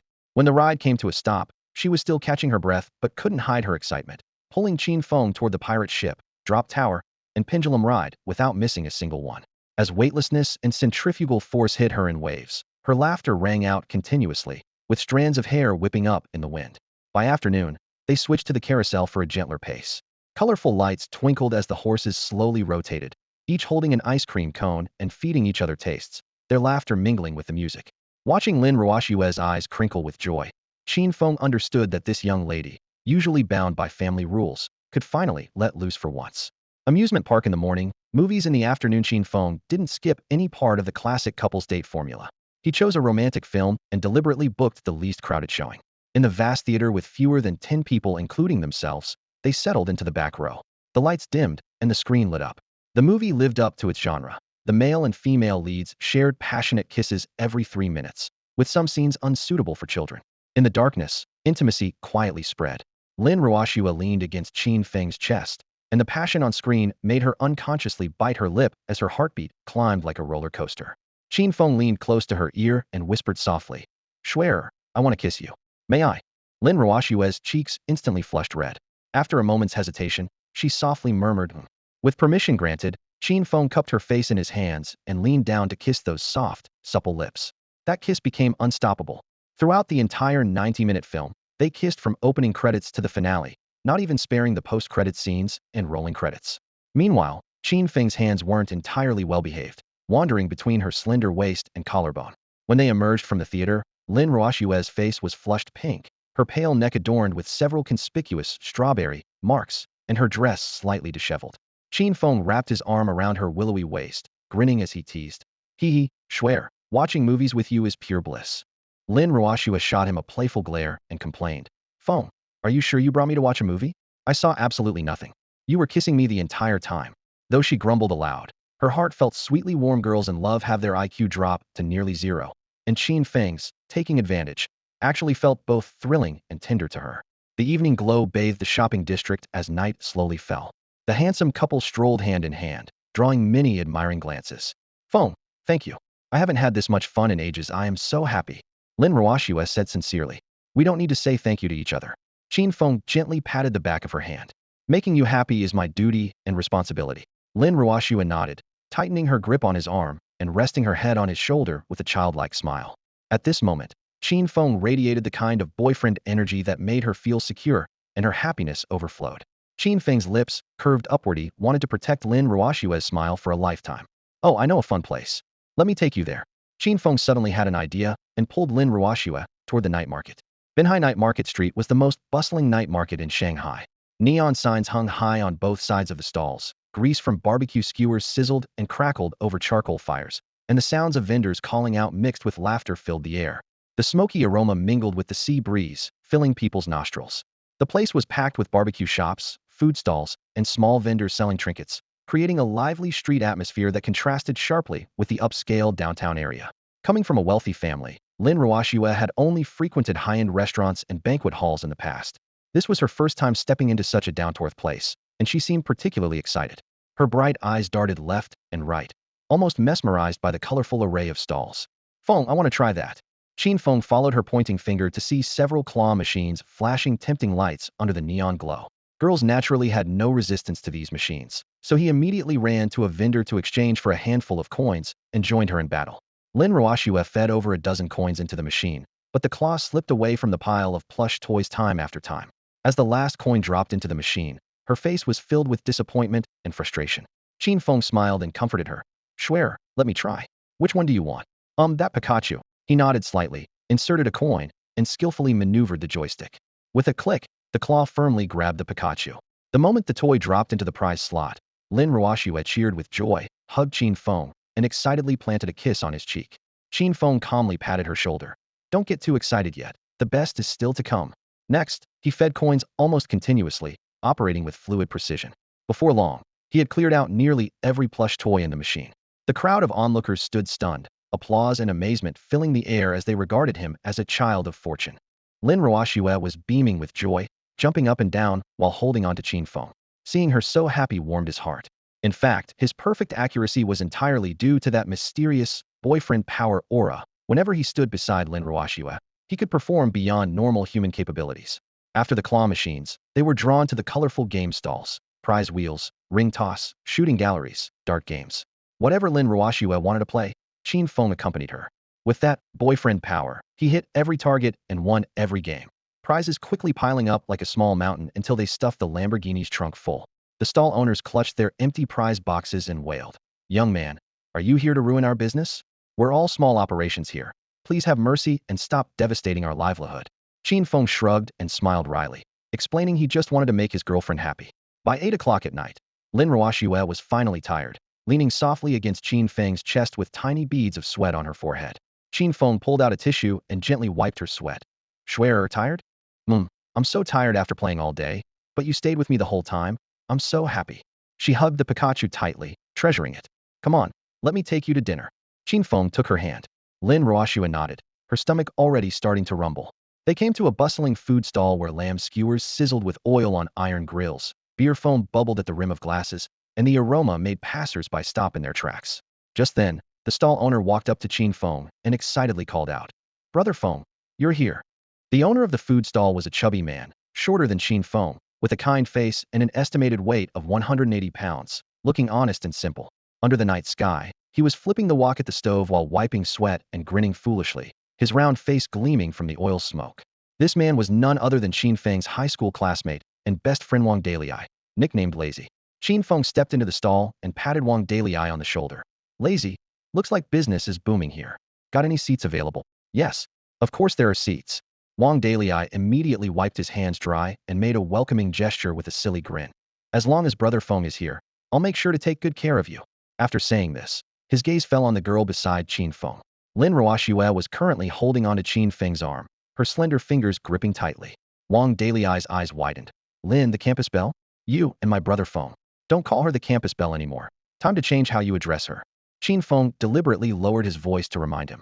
Wang Dalei immediately understood, scratching his head with a silly laugh. "Hee. Hello, sister-in-law." The moment sister-in-law came out, Lin Ruoxue's face flushed red, but she still nodded in response, gracefully accepting the title. All three were from class 38 of Tianhai High School's senior year, familiar with each other beyond measure, and soon they were chatting enthusiastically. After exchanging pleasantries, Wang Dalei led them to the innermost spot of the stall, where the sea breeze could reach. "Brother Feng, sister-in-law, what would you like to eat? Stir-fry? Crawfish? Grilled skewers? Or seafood? Just make whatever you want. We'll eat whatever you prepare. Neither your sister-in-law nor I are picky eaters." Qin Feng put his arm around Lin Ruoxue with a relaxed smile. Lin Ruoxue nodded in agreement. "Whatever your Brother Feng eats, I'll eat. When you marry a rooster, follow the rooster. When you marry a dog, follow the dog." "All right, just wait a moment. I'll get everything ready." Wang Dalei excitedly ran toward the kitchen, shouting orders continuously.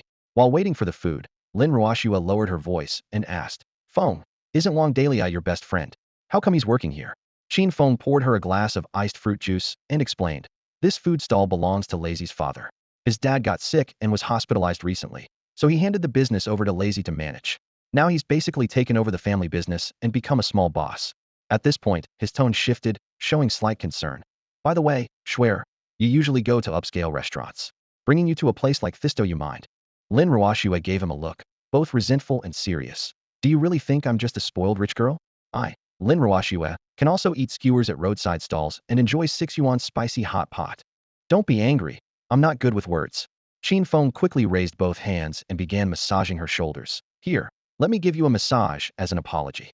Taking the opportunity, he mischievously gave a few extra gentle squeezes. Lin Ruoxue couldn't help but giggle, feeling sweet inside. This guy is actually so submissive in front of me. Looks like he might really be henpecked in the future. Soon, Wang Dalei returned carrying a large tray, filling the table with spicy crawfish, grilled fish, lamb skewers, and sizzling stir-fried dishes. The aroma was overwhelming, with spicy and charcoal scents combining into an irresistible temptation. Lin Ruoxue, tired from the long day, immediately felt her appetite stirring and began eating the lamb skewers without any pretense of being a refined lady. Wang Dalei watched in amazement. Who would have thought that the former untouchable goddess had such a down-to-earth side? Qin Feng grabbed a grilled chicken wing and handed it to Wang Dalei, smiling. "Lazy, sit down and eat with us." Wang Dalei shook his head and turned to Qin Feng with an animated expression. "Feng, I won't eat anymore. You and sister-in-law go ahead. I'll grill you some more oysters and chives to boost your vitality." Smoke swirled and dispersed in the night air as the charcoal crackled. Hearing the mention of boosting vitality, Lin Ruoxue looked up with bright, sparkling eyes, and leaned close to Qin Feng's ear, whispering, "Feng, are you having issues? Do you really need supplements?" Qin Feng's eyes widened as he patted his chest. "Don't worry, Schwer. I just had a physical exam a few days ago, and the doctor said my kidney function is excellent, no supplements needed." Then, lowering his voice, he whispered a few playful, adult remarks that made Lin Ruoshue's cheeks flush red and her ears burn, prompting her to give him a light punch. Soon, Wang Dalei returned with steaming grilled oysters and chives. Though Qin Feng had said he didn't need supplements, once the dishes arrived, he devoured all the oysters and chives himself. He thought to himself, now that I have a girlfriend, a little extra boost can't hurt. It's good for me, and good for her too. An hour later, the plates on the table were nearly empty. Lin Ruoshue rubbed her flat stomach with a slight frown. "Feng, I'm so full. I usually only eat fruit in the evenings, but I ate so much tonight. I feel so guilty. Will I gain weight?" Her tone carried regret, though she couldn't hide her satisfaction. Qin Feng smiled without responding.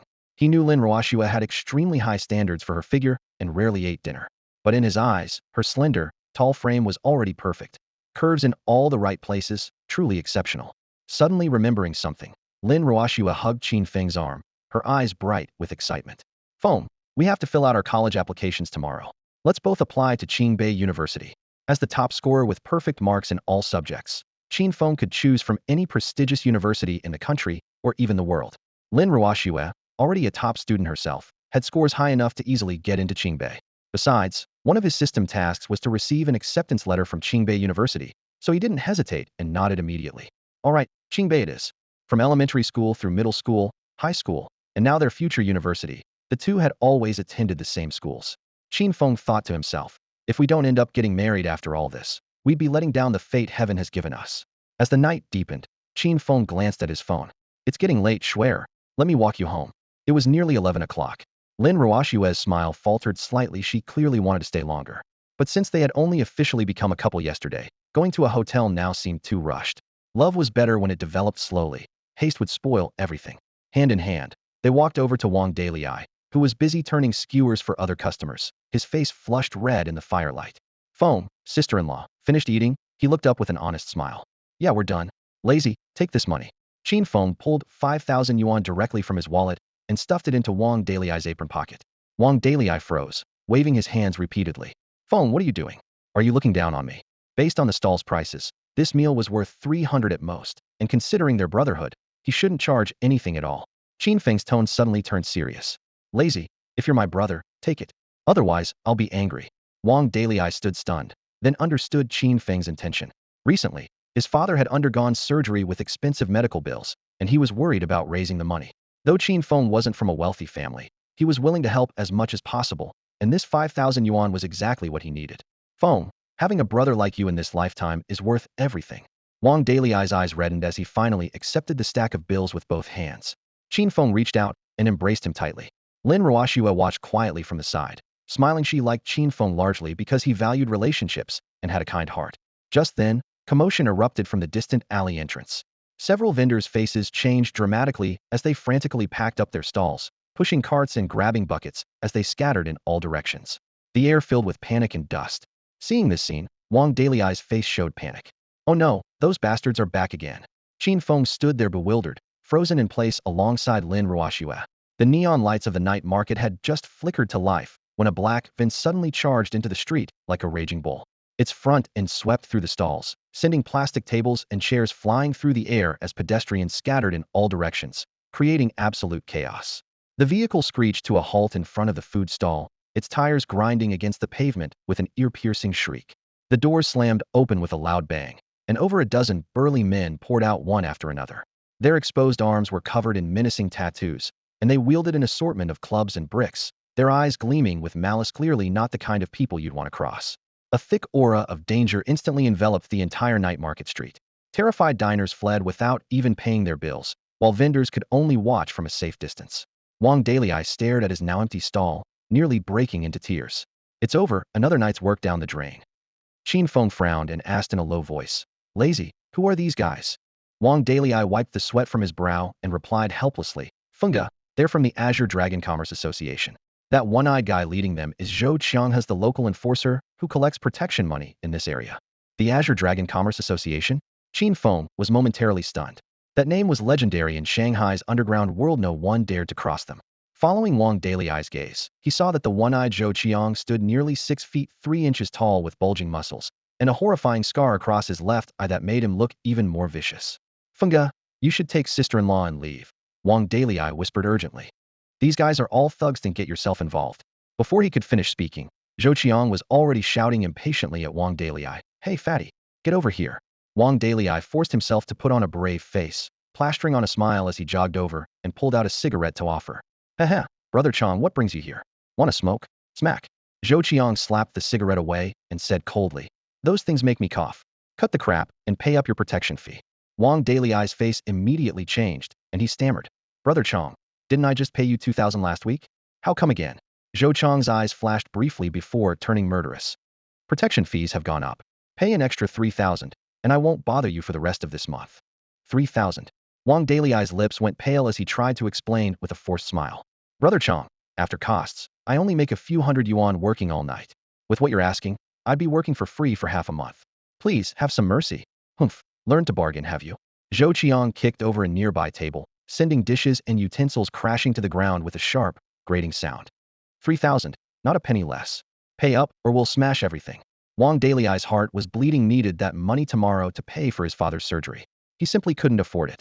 Seeing him hesitate, Zhou Qiang simply reached out and grabbed Wang Dalyi's wallet from his waist, pulling out 5,000 yuan in cash. He announced triumphantly.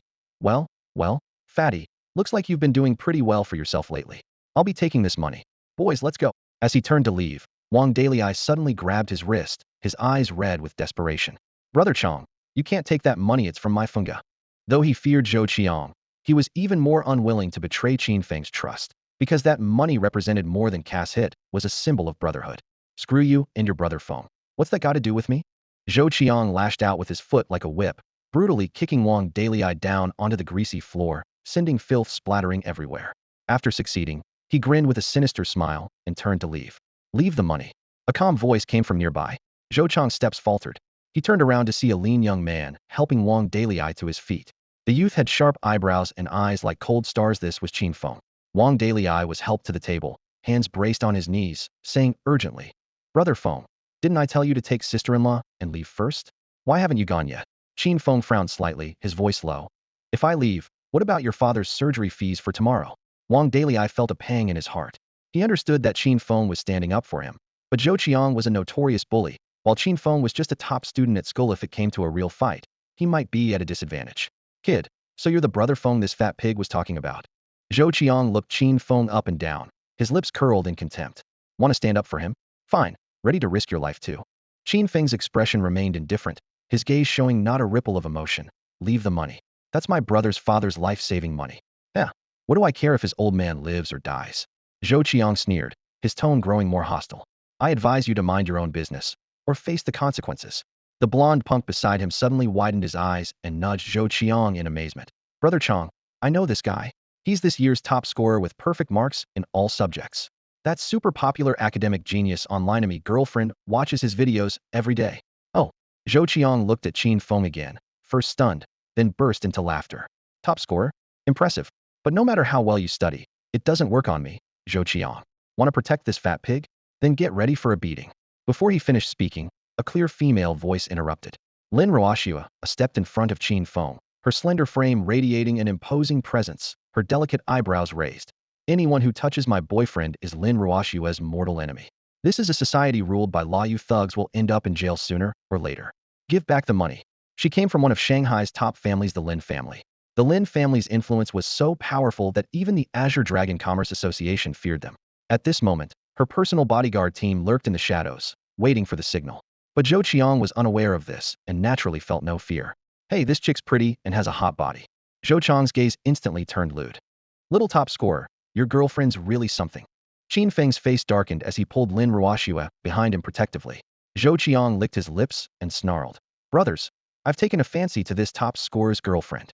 Get her for me, so I can have some fun. As his words fell, the dozen or so thugs behind him rushed forward. Tables and chairs overturned, beer bottles shattered one after another, and the bustling food stall instantly erupted into chaos. At the same time, 100 meters away at a dim alley entrance, a low-key black Mercedes sat quietly. In the back seat, a bodyguard in a suit held a walkie-talkie, lowering his voice. Butler Lee, The young miss and young master are in danger. Should we act? The middle-aged man named Li Nan adjusted his gold-rimmed glasses, his gaze locking onto Qin Feng through the car window, his expression steady as a rock. Don't rush yet. Let's see how the young master handles this. It turned out that just last night, Qin Feng and Lin Ruoxue had confirmed their relationship, and the Lin family was already in an uproar internally. The old master hadn't immediately objected, but instead instructed Li Nan to observe secretly, wanting to see if Qin Feng was qualified to be their Lin family son-in-law.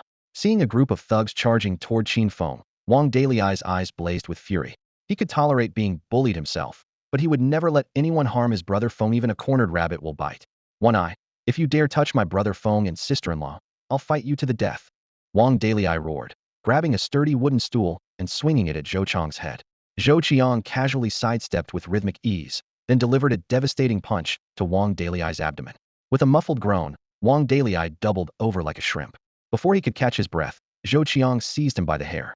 Fat pig, you dare fight me? I'll kill you. Zhou Qiang snarled through gritted teeth, gripping the hair tightly while his other leg kicked viciously at Wang Dalai's stomach. Crash. A figure suddenly flew through the air, falling from over 6 feet high and smashing through a table in an explosion of wooden splinters. The entire room fell silent. Zhou Qiang looked up, his pupils contracting sharply. Qin Feng had just thrown his 200-pound subordinate with a single punch, leaving the man foaming at the mouth and convulsing. How much strength does that take? Even Mike Tyson isn't that ridiculous, the nearby lackeys thought, their hearts racing with fear. His protective instincts fully activated as he stood before Lin Ruoxue. Qin Feng's reflexes, speed, and strength surged dramatically. Zhou Qiang released Wang Dalai, his sinister grin barely masking his unease. Yeah, punk, you've got some skills. Brothers, attack together. Cripple his hands so this top student can never hold a pen again. His men looked ashen but still charged at Qin Feng reluctantly. Qin Feng remained expressionless, calmly unbuttoning his shirt collar and grabbing a beer bottle. SMS high, the bottle exploded against a blonde thug's skull, glass shards flying everywhere. Then, like a tiger among sheep, he moved with devastating efficiency. With just a few punches and kicks, over a dozen thugs collapsed screaming, suffering broken bones and internal injuries that left them unable to rise. Finally, he stopped steadily in front of Zhou Qiang. Zhou Qiang's grin froze into terror. This wasn't some bookish top student, but a ruthless fighter. Damn you, kid, go to hell. Zhou Qiang panicked and threw a wild punch. Qin Feng's eyes flashed coldly as he caught the fist and twisted hard. Crack. Several bones snapped audibly as Zhou Qiang screamed, his entire right arm dislocating instantly. Despite his lean appearance, Qin Feng possessed unnaturally terrifying strength. One eye, you just insulted my girlfriend. Kneel down and apologize. His voice was calm, but carried a bone-chilling killing intent. Zhou Qiang's mind went blank from the pain, and before he could respond, Qin Feng kicked his knee. Thud. Zhou Qiang's knees hit the ground hard, facing Lin Ruoxue directly. Apologize to my girlfriend, or face the consequences. Qin Feng's expression was ice-cold, like an emotionless assassin. Under the dim yellow streetlight, Zhou Qiang clutched his dislocated arm, kneeling and trembling like a leaf as he kowtowed frantically, pleading in a shrill voice. My lady, I was wrong. I spoke out of turn just now, please show mercy. Lin Ruoxue stood with her arms crossed, letting out a cold snort, her gaze sharp as frost. An apology? I don't accept it. I'll tell grandfather about today's incident and have the Lin family personally deal with the Azure Dragon Commerce Association. Qin Feng suddenly grabbed Zhou Qiang by the hair, lifting him until his toes barely touched the ground, his voice bone-chilling. You also hit my brother earlier. Apologize to him. Zhou Qiang didn't dare hesitate for even a second, quickly stuffing his bulging wallet back into Wang Dalai's arms while kowtowing repeatedly. I'm sorry. I'm sorry. Qin Feng released his grip and turned to Wang Dalai. Lei, however he hit you, you hit him back the same way. Brother Feng, cut the nonsense. I'm telling you to hit him. With that command, the pent-up fury in Wang Dalai's chest instantly ignited. He clenched his fists and unleashed a barrage of punches and kicks on Zhou Qianjiang below, returning the humiliation he had suffered earlier. Zhou Qiang was beaten until his face was black and blue, crawling on the ground and whimpering for mercy. Brother Feng, I've returned the money and kowtowed. Please show mercy. The murderous aura around Qin Feng hadn't dissipated as he pointed at the old van nearby. One-eyed dragon, if you dare cause trouble at my brother's food stall again, you'll end up like that. He raised his fist and slammed it into the hood with a dull bang, instantly denting the thick metal and sending white smoke billowing out. Zhou Qiang watched in terror, wetting himself. If that punch had landed on him, his 12 ribs wouldn't have been enough to break. Remember this clearly, get lost. Qin Feng grabbed Zhou Qiang by the collar and hurled him several meters away like a sack of trash. Zhou Qiang hit the ground face first, but ignoring the pain, he scrambled up and dove into the van, fleeing in utter disgrace. Watching the taillights disappear into the distance, Wang Dalei excitedly rubbed his hands together. Brother Feng, you're amazing. I had no idea you knew martial arts. Teach me sometime, will you? Others only knew Qin Feng as the first person in history to achieve perfect scores in all subjects on the college entrance exam, but they didn't know he was also the most formidable fighter among all top scorers. At this moment, Wang Dalei finally stood tall with genuine pride. Meanwhile, in the Mercedes convoy hidden in the darkness, Li Nan and the bodyguard stared through the windshield in stunned silence. The bodyguard whispered in amazement. Butler Li, who would have thought the young master is not only a top scholar, but also such a skilled fighter? Li Nan squinted as he studied Qin Feng's upright silhouette, pondering. This son-in-law runs much deeper than we thought. Did you get the video? Yes, it's recorded. Drive. Let's return and report to the master. Over a dozen Mercedes bearing the Lin family emblem started up one after another, their taillights flowing like fire into the night. With Qin Feng by Lin Ruoshue's side, these bodyguards would likely find themselves unemployed. Afterward, Qin Feng and Lin Ruoshue helped Wang Dalei clean up the ransacked food stall. Since Wang Dalei needed to go to the hospital to care for his father, the three agreed to meet again another day. The night grew deeper. Qin Feng drove the old car, taking Lin Ruoshue to the Huading Villa district. As the car door opened, Lin Ruoshue first gave him a warm embrace. Feng, I had a wonderful time today. As my boyfriend, you make me feel very secure. Qin Feng smiled self-deprecatingly. I'm afraid that little episode earlier spoiled your mood. Not at all. Lin Ruoshue shook her head, her eyes sparkling brightly. Oh, don't forget to fill out your college application tomorrow. Don't worry, I remember. She suddenly tilted her head playfully with a sweet smile. I'm about to go in. Is there anything else you want to do with me? Understanding her hint, Qin Feng pulled her close and lowered his head to kiss her soft lips. The streetlights stretched their shadows long. The kiss lasted a full 5 minutes until Lin Ruoshue was slightly breathless, and only then did he reluctantly let go. Watching Lin Ruoshue's figure disappear into the lights of the villa district, Qin Feng's smile suddenly vanished, his expression turning solemn. Xiaoqi. Xiaoqi here, master. Master, what can I do for you? Please tell me, and Xiaoqi will help you solve any problem. Xiaoqi had already sensed the murderous aura emanating from Qin Feng, so her voice was exceptionally gentle, afraid of provoking his anger. Qin Feng didn't respond, his expression cold and stern as he slipped into the driver's seat of the Lamborghini, flooring the accelerator. The sports car instantly transformed into a gust of wind, racing through the midnight streets. At the stroke of midnight, the Lamborghini slowly came to a stop on the deserted coastline. Qin Feng got out, his brow furrowed, standing alone before the pitch-black sea. The sea breeze was chaotic as he lit a cigarette, but didn't smoke it, simply letting the ember flicker in the wind. In his terrible mood, he had chosen to come to this silent seaside, hoping the tranquility would suppress the restless fire burning within him. 5 minutes later, he extinguished the cigarette and exhaled a heavy breath. Xiaoqi. Master, I'm here. I need a new protagonist aura. Xiaoqi paused for a moment, then said gently, Master, tomorrow is the day to submit college entrance exam preferences. As long as you receive an acceptance letter from Tsinghua or Peking University, all 3 main quests will be completed, and you'll get a lottery chance to draw a new protagonist aura. Qin Feng shook his head, his tone firm. I don't want to draw randomly anymore. Random attributes can't be controlled, and I urgently need to improve my combat power right now. The incident at the night market food stall had made him realize his shortcoming. Although he was a genius student whose intelligence crushed everyone globally, he had no advantage in terms of physical strength. If Lin Ruoshue hadn't been there tonight, his boyfriend power aura wouldn't have activated, and Wang Dalei would definitely have been bullied by those thugs. Lin Ruoshue couldn't be by his side at all times, and if his family, brothers, or he himself encountered danger, the consequences would be unthinkable. To forge iron, one must be strong oneself. Qin Feng desperately wanted to possess real martial power, not only to protect his family, brothers, and friends, but also to protect himself. In ancient times, there were both literary and martial top scholars. Mastering both literature and martial arts was the true path. Looking at all kinds of novels, protagonists were not only brilliant strategists, but also possessed formidable strength. Therefore, he made a strong demand to his system secretary Xiaoqi. He must obtain a protagonist aura that could enhance his combat power. Xiaoqi seemed troubled, saying in a low voice, Master, the system rules state that you can only randomly draw protagonist auras with different attributes, and Xiaoqi thinks. Qin Feng instantly shed all gentleness, interrupting like a domineering CEO, I don't want what you think, I want what I think. This was the first time Qin Feng had spoken to Xiaoqi with such unwavering determination since obtaining the Protagonist Halo system. His spine was straight, his voice brooked no argument, wasn't negotiating with the system, he was giving orders. He was Xiaoqi's true master. At this moment, Qin Feng finally revealed the edge befitting a protagonist. Protagonists were never characters led around by the nose by their systems, but rather the ones who held control. After a moment of silence, Xiao Qi's mechanical yet reverent voice responded, Master, since you've made up your mind, Xiao Qi will do everything possible to fulfill your request. In fact, the system can offer you a custom Halo opportunity. Custom Halo? Qin Feng's eyes lit up instantly, like someone had flipped a switch. Explain clearly, how does this customization work? As the name suggests, Xiao Qi patiently explained, Master need only express your inner desires, and the system will craft a bespoke Protagonist Halo tailored to your needs. Qin Feng was overjoyed, unable to suppress his grin. Xiao Qi, you're holding out on me. Why didn't you mention such an amazing feature earlier? Master, if you truly wish for a custom Halo, you must complete a mission. Deal. Qin Feng clapped his hands decisively.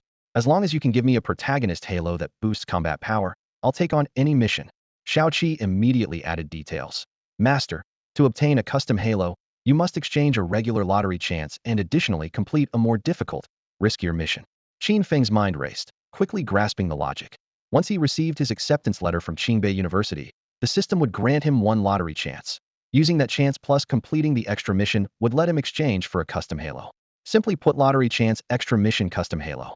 A gleam of wisdom flashed in his eyes. No matter how difficult the extra mission, he was determined to succeed. But first, he needed to secure that Qingbei acceptance letter. The next day, the sun was high overhead, light streaming through the curtain gaps illuminating the scattered items in his rental room. Yet Qin Feng remained fast asleep under his covers. Ring, ring, ring. His phone suddenly blared to life. He groggily fumbled around the bedside, saw Schwerer on the screen, and instantly snapped awake. Hello, Schwerer, good morning. Yeah, I just woke up. Qin Feng grinned foolishly as he propped himself up. On the other end, Lin Ruoxua clearly wasn't in the mood for small talk. What good morning? You lazy pidgets, already 10 a.m. I've already finished filling out my college application. College application? Holy crap. Qin Feng bolted upright, leaping out of bed while juggling his phone and frantically throwing on clothes. He rushed to his computer, preparing to log into the application system. Knock, knock, knock. Suddenly, someone rapped firmly on his door. Huh? I didn't order takeout. Qin Feng frowned. Visitors were rare. Curious, he first hung up on Lin Ruoxua, then walked over and turned the door handle. Standing at his doorway were an elderly man in a black Zhongshan suit and a tall, elegant woman with an air of sophistication. The elderly man before Qin Feng had a square face and appeared to be in his 50s or 60s, radiating an air of righteousness that made him look like a learned professor. The beautiful woman beside the old man was about Qin Feng's age, around 5 feet 7 inches tall, with a slender waist, long legs, and a shapely figure. Her facial features were exquisitely sculpted, and her striking blue eyes revealed her mixed heritage. She wore revealing short shorts that left her straight, long legs completely exposed for all to admire. Qin Feng couldn't help but think to himself, what a waste that those gorgeous legs aren't being put to use pedaling a tricycle.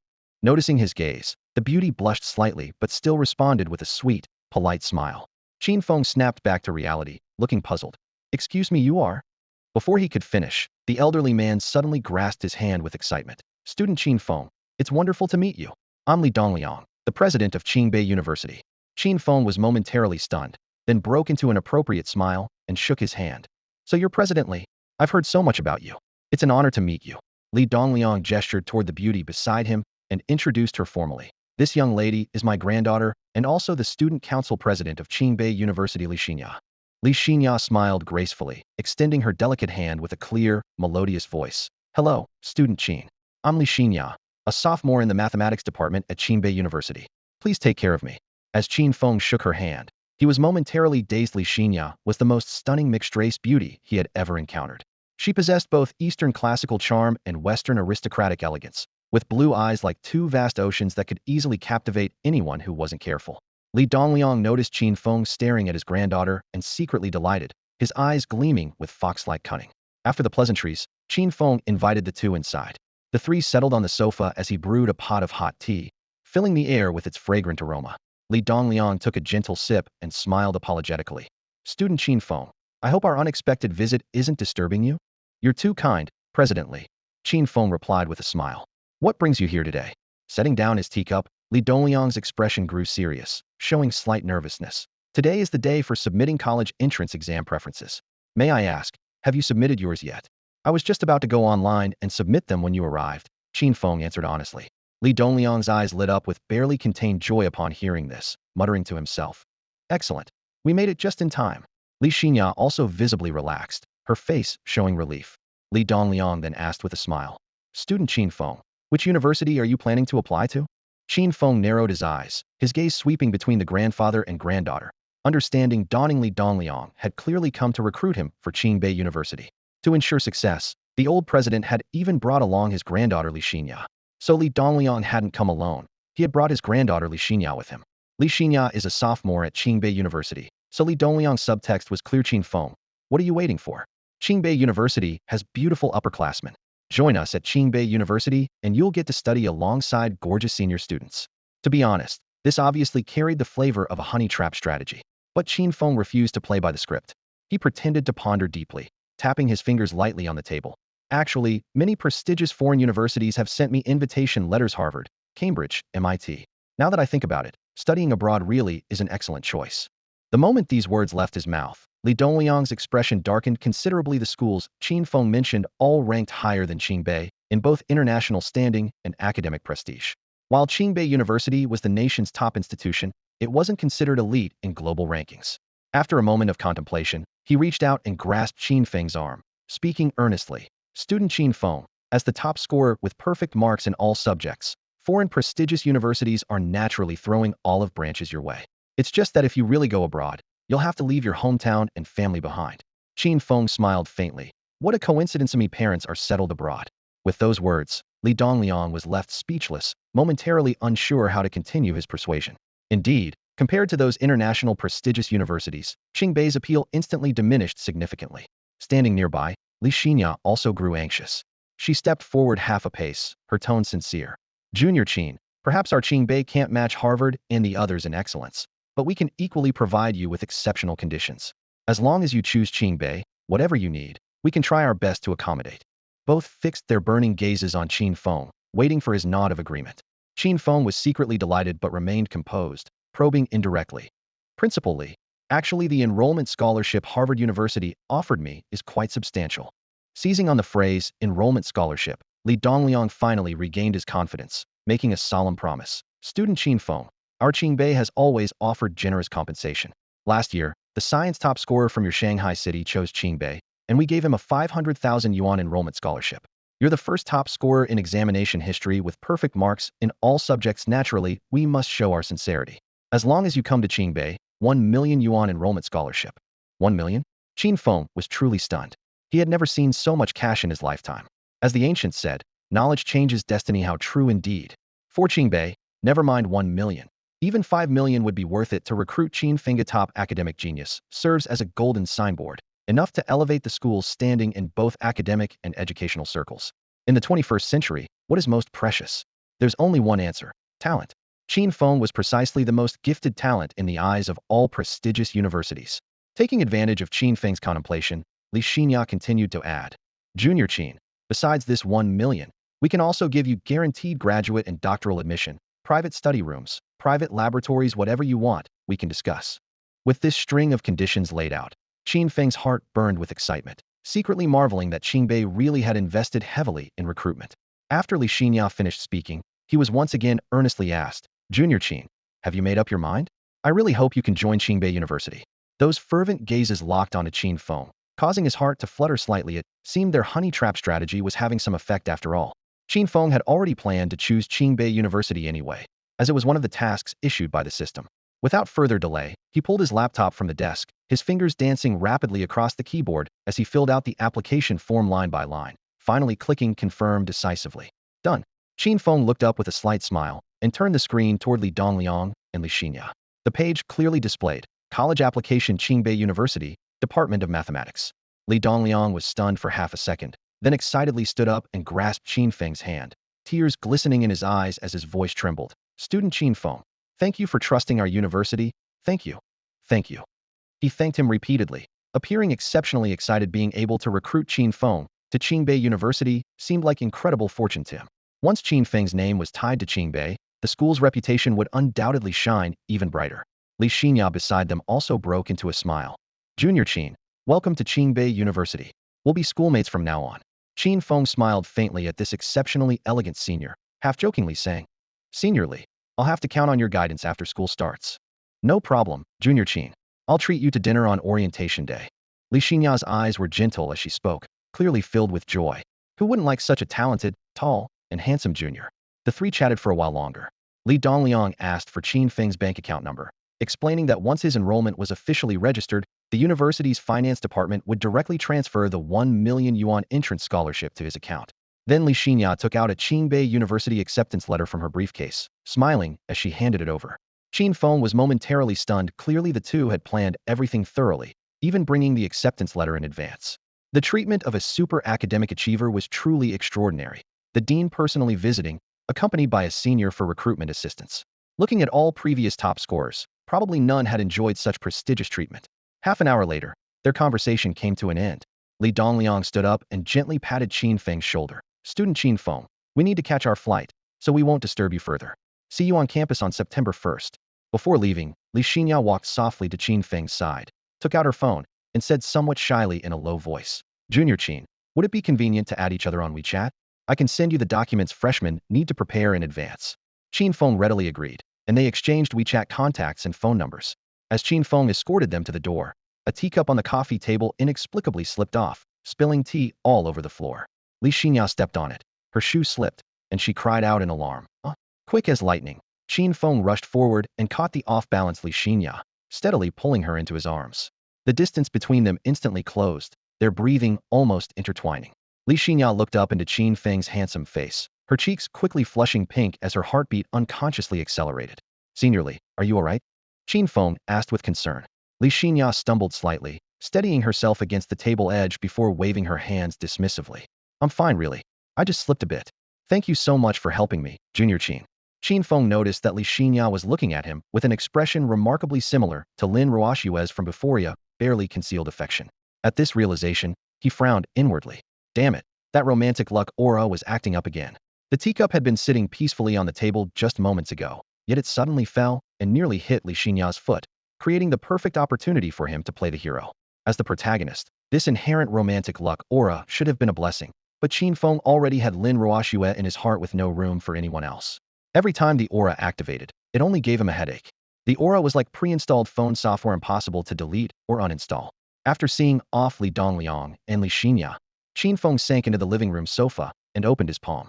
The admission letter from Qingbei University gleamed pristine white under the lamplight. A slight smile played at his lips as mixed emotions stirred in his heart. Master, congratulations on completing all main quests. You have now earned one lottery chance. The system spirit, Shao Qi's voice suddenly echoed in his mind. Qin Feng revealed a mischievous smile. 3 main quests. Quest 1. Take the college entrance exam and become the top scorer. Quest 2. Receive an admission letter from Qingbei University, the nation's most prestigious institution. Quest 3. Read and memorize every single book in all the city's libraries during summer vacation.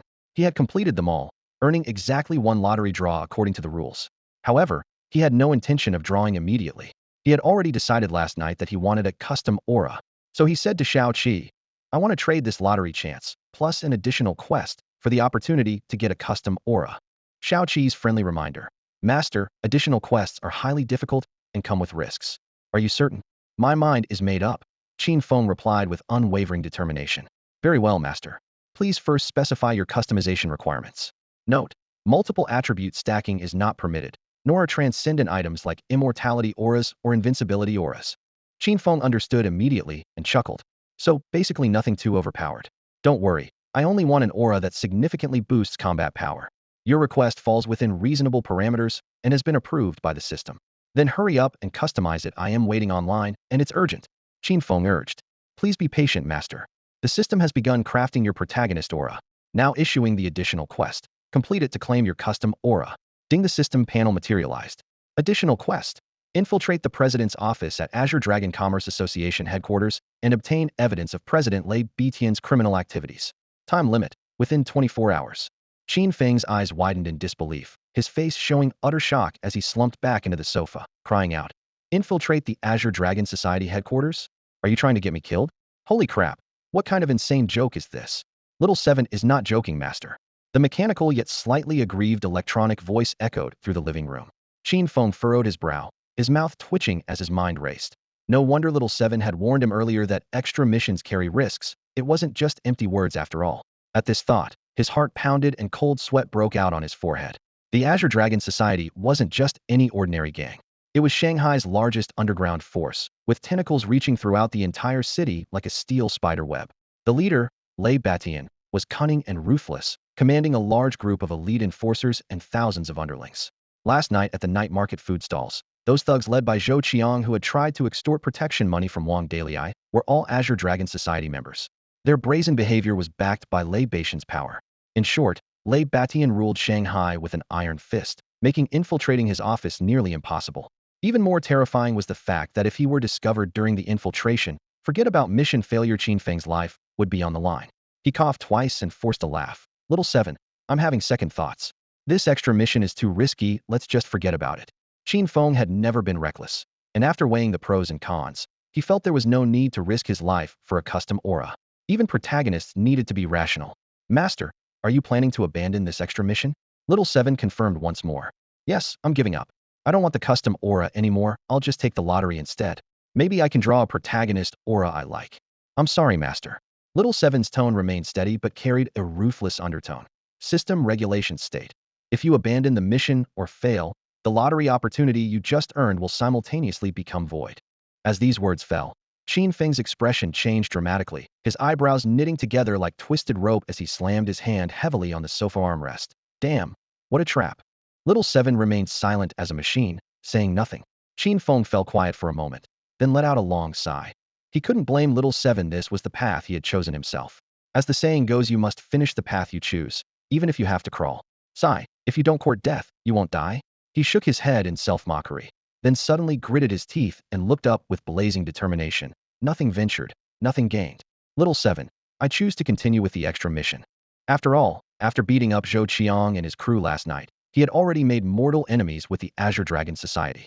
The system issuing this mission now was actually urging him to resolve this threat quickly.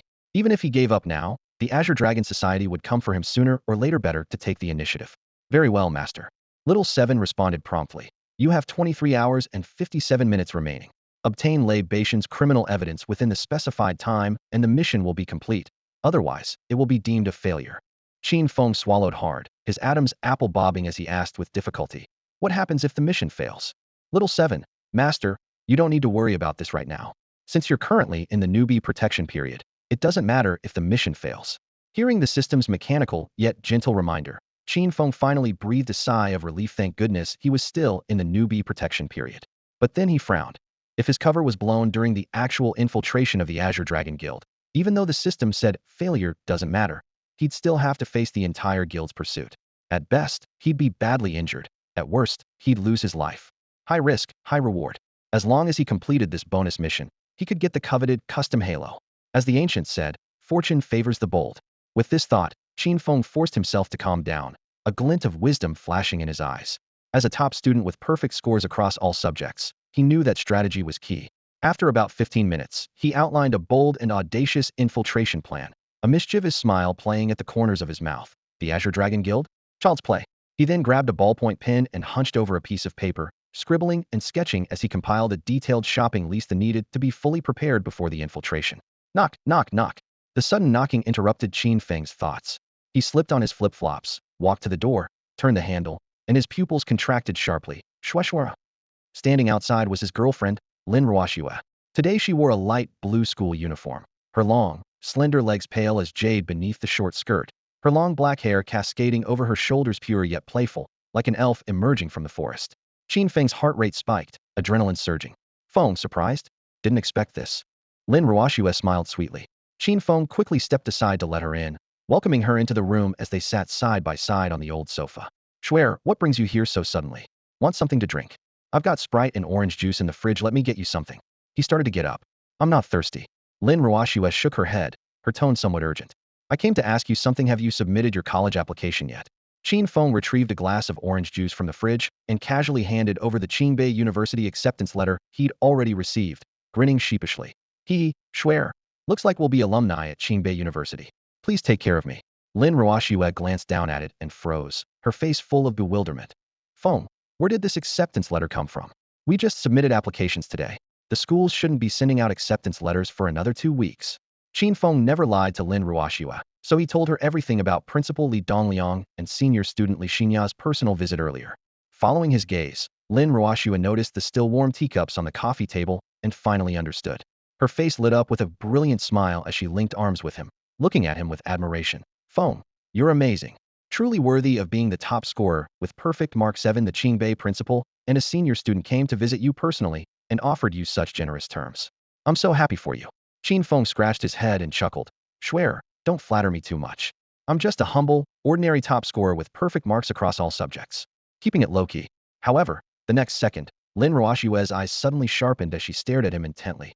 Feng, that senior student named Li Xinyi, is she pretty? Under Lin Ruoxue's intense stare, Qin Feng felt like he had fallen into an ice cellar.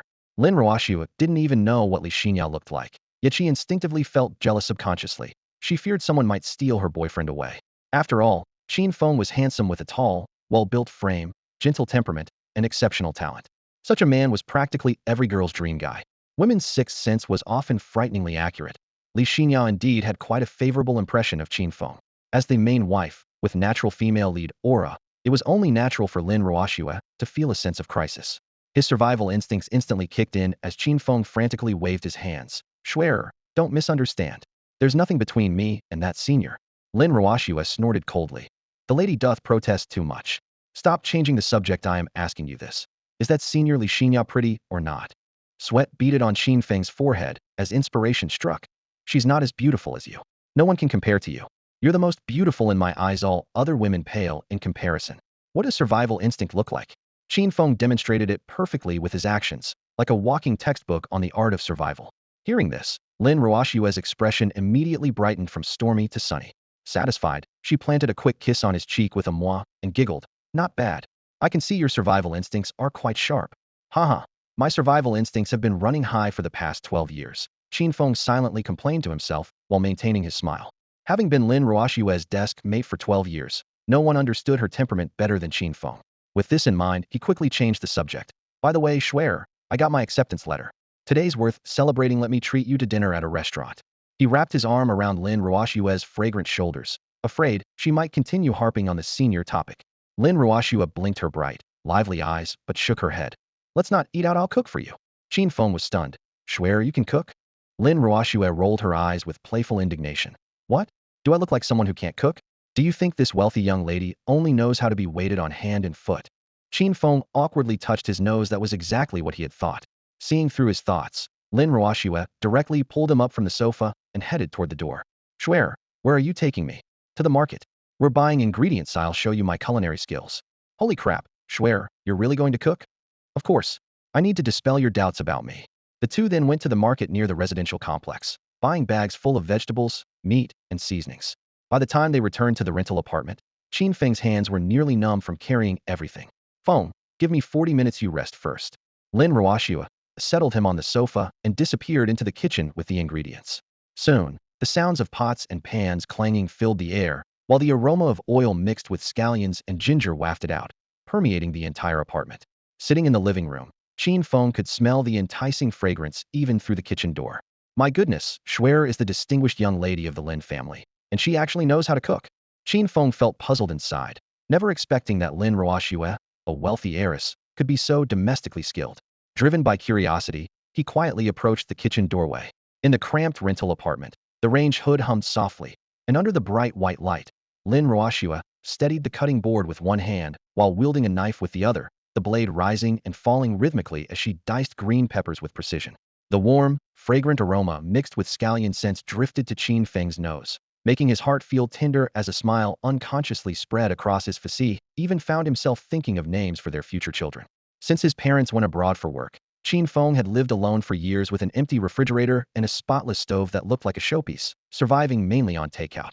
Now, watching his girlfriend who could actually cook bustling around the kitchen, he felt as if he could already see the words "happy life" written before him.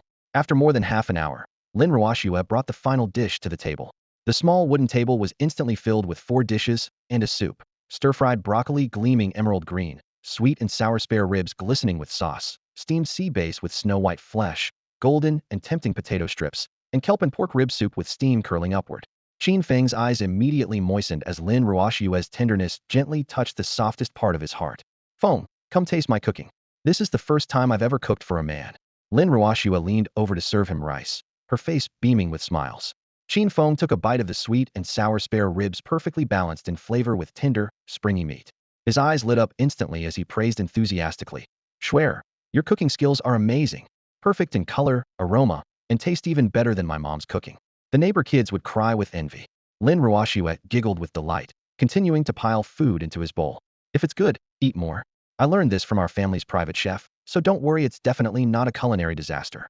Qin Feng, who usually stopped at 2 bowls of rice, managed to eat 4 bowls that day. In no time, he had cleaned the table completely. Lin Ruoxue rested her chin on her hands, wearing an adoring smile as she gazed at the empty plates, satisfaction written all over her face. Qin Feng set down his chopsticks and patted his belly, feeling deeply moved. Swear, your cooking is incredible. We've known each other for 12 years, and only today did I discover you had this talent. Lin Ruoxue smiled charmingly. As long as you like it, I'll cook often. For the rest of my life, these hands will only cook for you. As she spoke, Lin Ruoxue suddenly pointed at him. Oh, you have a grain of rice on the corner of your mouth. Qin Feng pursed his lips, but couldn't seem to get that stubborn grain of rice. Lin Ruoxue's cheeks flushed pink as she suddenly stood and came to his side, leaning down to gently peck at the corner of his mouth. Her soft lips brushed against him, taking away the grain of rice and swallowing it herself. Qin Feng froze in place, his heart racing wildly. The moment Lin Ruoxue pulled away, he could no longer contain himself and gently pushed her down onto the sofa.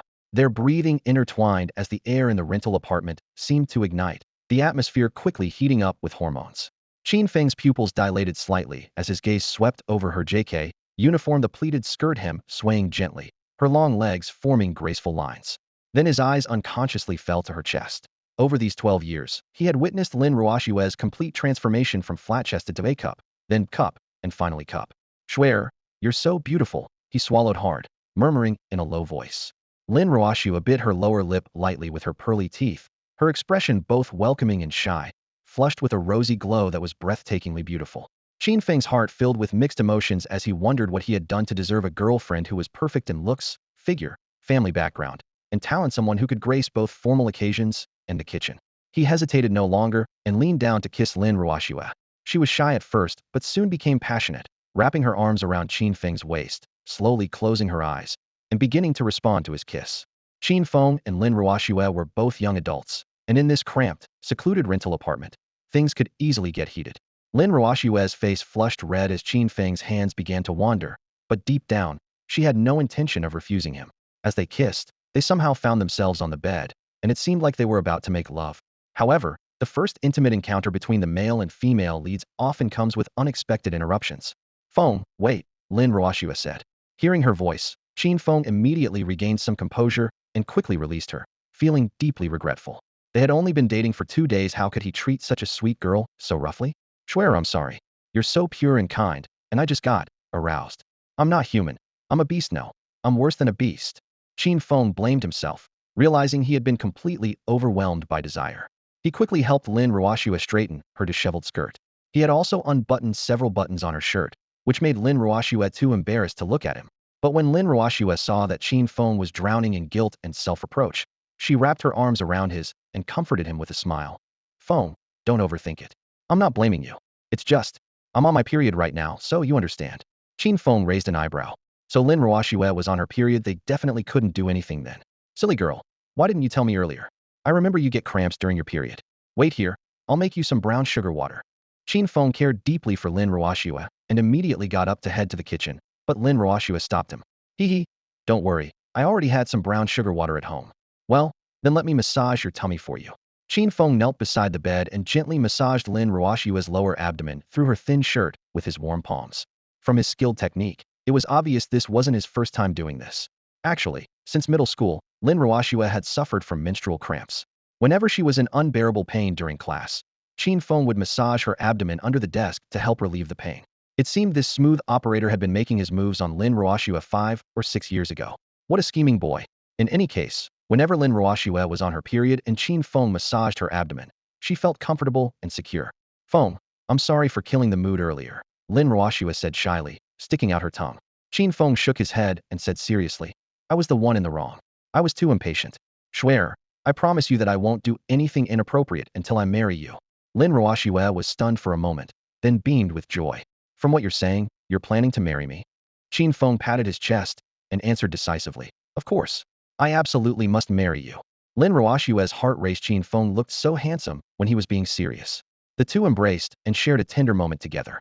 Suddenly, Lin Ruoxue said, oh, by the way, Feng, I came to see you today because I have something else to tell you. What is it? Don't tell me you're pregnant with my child. Qin Feng teased with a mischievous grin. Stop it. When did I ever get pregnant with your child? You're shameless. Lin Ruoxue playfully punched his chest with her small fists, laughing as she scolded him. Then Lin Ruoxue got down to business. Feng, I came here today to tell you that I'm going abroad for a while. By the floor-to-ceiling windows in the living room, Lin Ruoxue perched on the arm of the sofa, gently swinging her slender legs. Her tone was gentle yet firm. My aunt has been recuperating abroad, and I want to visit her during summer vacation. I'll be back in about 2 weeks. Qin Feng felt his heart tighten at her words. Though reluctant to part, 2 weeks wasn't that long. He reached up to brush a strand of hair from her temple and smiled. Then I'll wait for you to come back. Lin Ruoxue's eyes curved into crescents as she suddenly leaned down to whisper in his ear. And don't you dare get involved with any other girls while I'm gone. Qin Feng patted his chest and solemnly swore. Don't worry. I, Qin Feng, am a man of noble character who will remain pure as jade for you. If any girl tries to seduce me, I'd rather die than let them taint my virtue. Lin Ruoxue didn't know whether to laugh or cry, covering his mouth with her pale hand. All right, stop it. You're giving me goosebumps. After their playful banter, Lin Ruoxue nestled into his arms, and they quietly embraced as the clock hands silently swept past half an hour. When her phone alarm rang, she had to get up. Qin Feng accompanied her downstairs and stood at the entrance of his rental apartment, holding her hand and reluctant to let go. As the Mercedes slowly drove away, he watched the taillights disappear around the corner, still wearing a warm smile as he murmured to himself, Schwerer, I'll wait for you to return. I remember Lu Sun once said that brief farewells lead to more beautiful reunions. A serious voice seemed to echo in the air, Lu Sun, I never said that, but it does make sense. Once the car completely disappeared, Qin Feng's smile faded, leaving only calm focus in his eyes. The system's bonus mission was still counting down. He called out, Shaoqi, Master, I'm here. How much time remains for the mission? 19 hours and 26 minutes. Qin Feng's lips curved into a wicked smile. That's enough. I must get that custom halo this time. For his beloved woman, for his brothers and family, his desire for power burned ever more fiercely.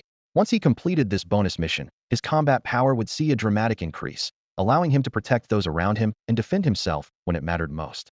That evening, he went to a nearby supermarket, pushing a shopping cart through the aisles: fertilizer, liquor, matches, cigarettes, tape, superglue, a portable hairdryer. He loaded everything into shopping bags without missing a single item. The cashier gave him puzzled looks, but he simply smiled as he paid and left as night fell. At the stroke of midnight, clouds obscured the moon, and silence reigned with only distant dog barks echoing in the darkness. Qin Feng changed into black night gear, his baseball cap pulled low, his backpack bulging. Like a shadow, he silently slipped through the streets and arrived beneath the Azure Dragon Commerce Association's headquarters building. Lights still blazed in the 12-story glass curtain wall, with over 10 security guards patrolling each floor, more than 100 security personnel throughout the building. These were no ordinary guards, retired special forces, former professional boxers, all formidable opponents. Electric batons, rubber bullet guns, surveillance cameras, infrared alarm systems — the place was fully armed, making any frontal assault suicidal. He crouched in the dim landscaping, observing patrol patterns and calculating timing gaps. Finally, he reached his conclusion. Qin Feng couldn't fight them heat-in. He had to use strategy. Lei Baishan's office was located on the top floor of the Azure Dragon building, which was the 12th floor. For Qin Feng to infiltrate the 12th floor, the only viable method was to draw away all the security forces from the entire building. To this end, he had already devised a meticulous plan with the aid of his extraordinary intelligence. Under the cover of deep night, he pulled his baseball cap down to his brow bone and moved with cat-like steps, sliding along the outer wall of the Azure Dragon building toward the underground parking garage entrance. The parking garage was pitch black, with only the faint sound of air flowing through the ventilation system. There were no security patrols here, making it relatively safe. Qin Feng didn't linger, quickly making his way to the deepest section where he crouched between two black sedans. Unzipping his backpack, the scent of alcohol mixed with the soft clinking of glass bottles, 2 bottles of liquor, a box of matches, and a thin nylon rope were all taken out. He first tied both ends of the nylon rope securely to the rearview mirrors of the 2 cars, then pulled hard to ensure it was taut. Next, he hung the 2 bottles of liquor at the center of the rope, positioning them so they dangled in the air with their bottoms adjacent but not touching. Then, he pulled out a cigarette from his pocket, twisted it between his fingers, and removed the filter, leaving only the combustible portion. With a sharp rip of tape, he bound the cigarette and matchbox together, hanging them on the nylon rope in a triangular position relative to the bottles. Finally, he flicked open his lighter and ignited the cigarette with a sharp click. The flame flashed and died, leaving only a faint red glow breathing in the darkness. Qin Feng closed his backpack, looked around to confirm no cameras had captured this scene, and a cold smile curved his lips. The show is about to begin.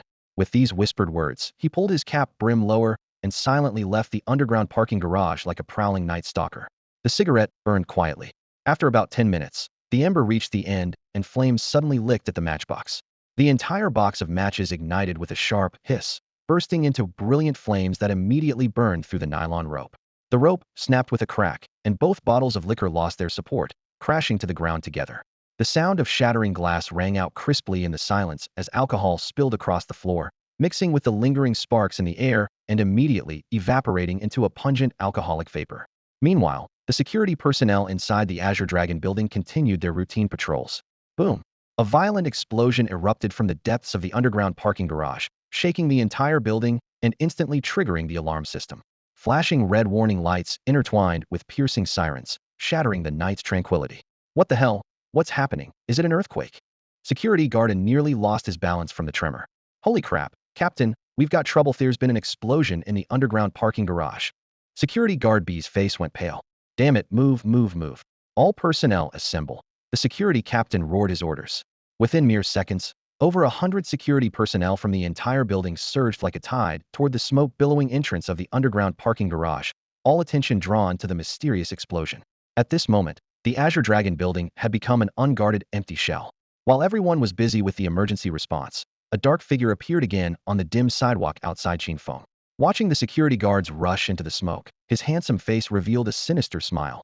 The diversion tactic had succeeded perfectly. 10 minutes earlier, the so-called device he had set up in the parking garage was essentially a simple time bomb.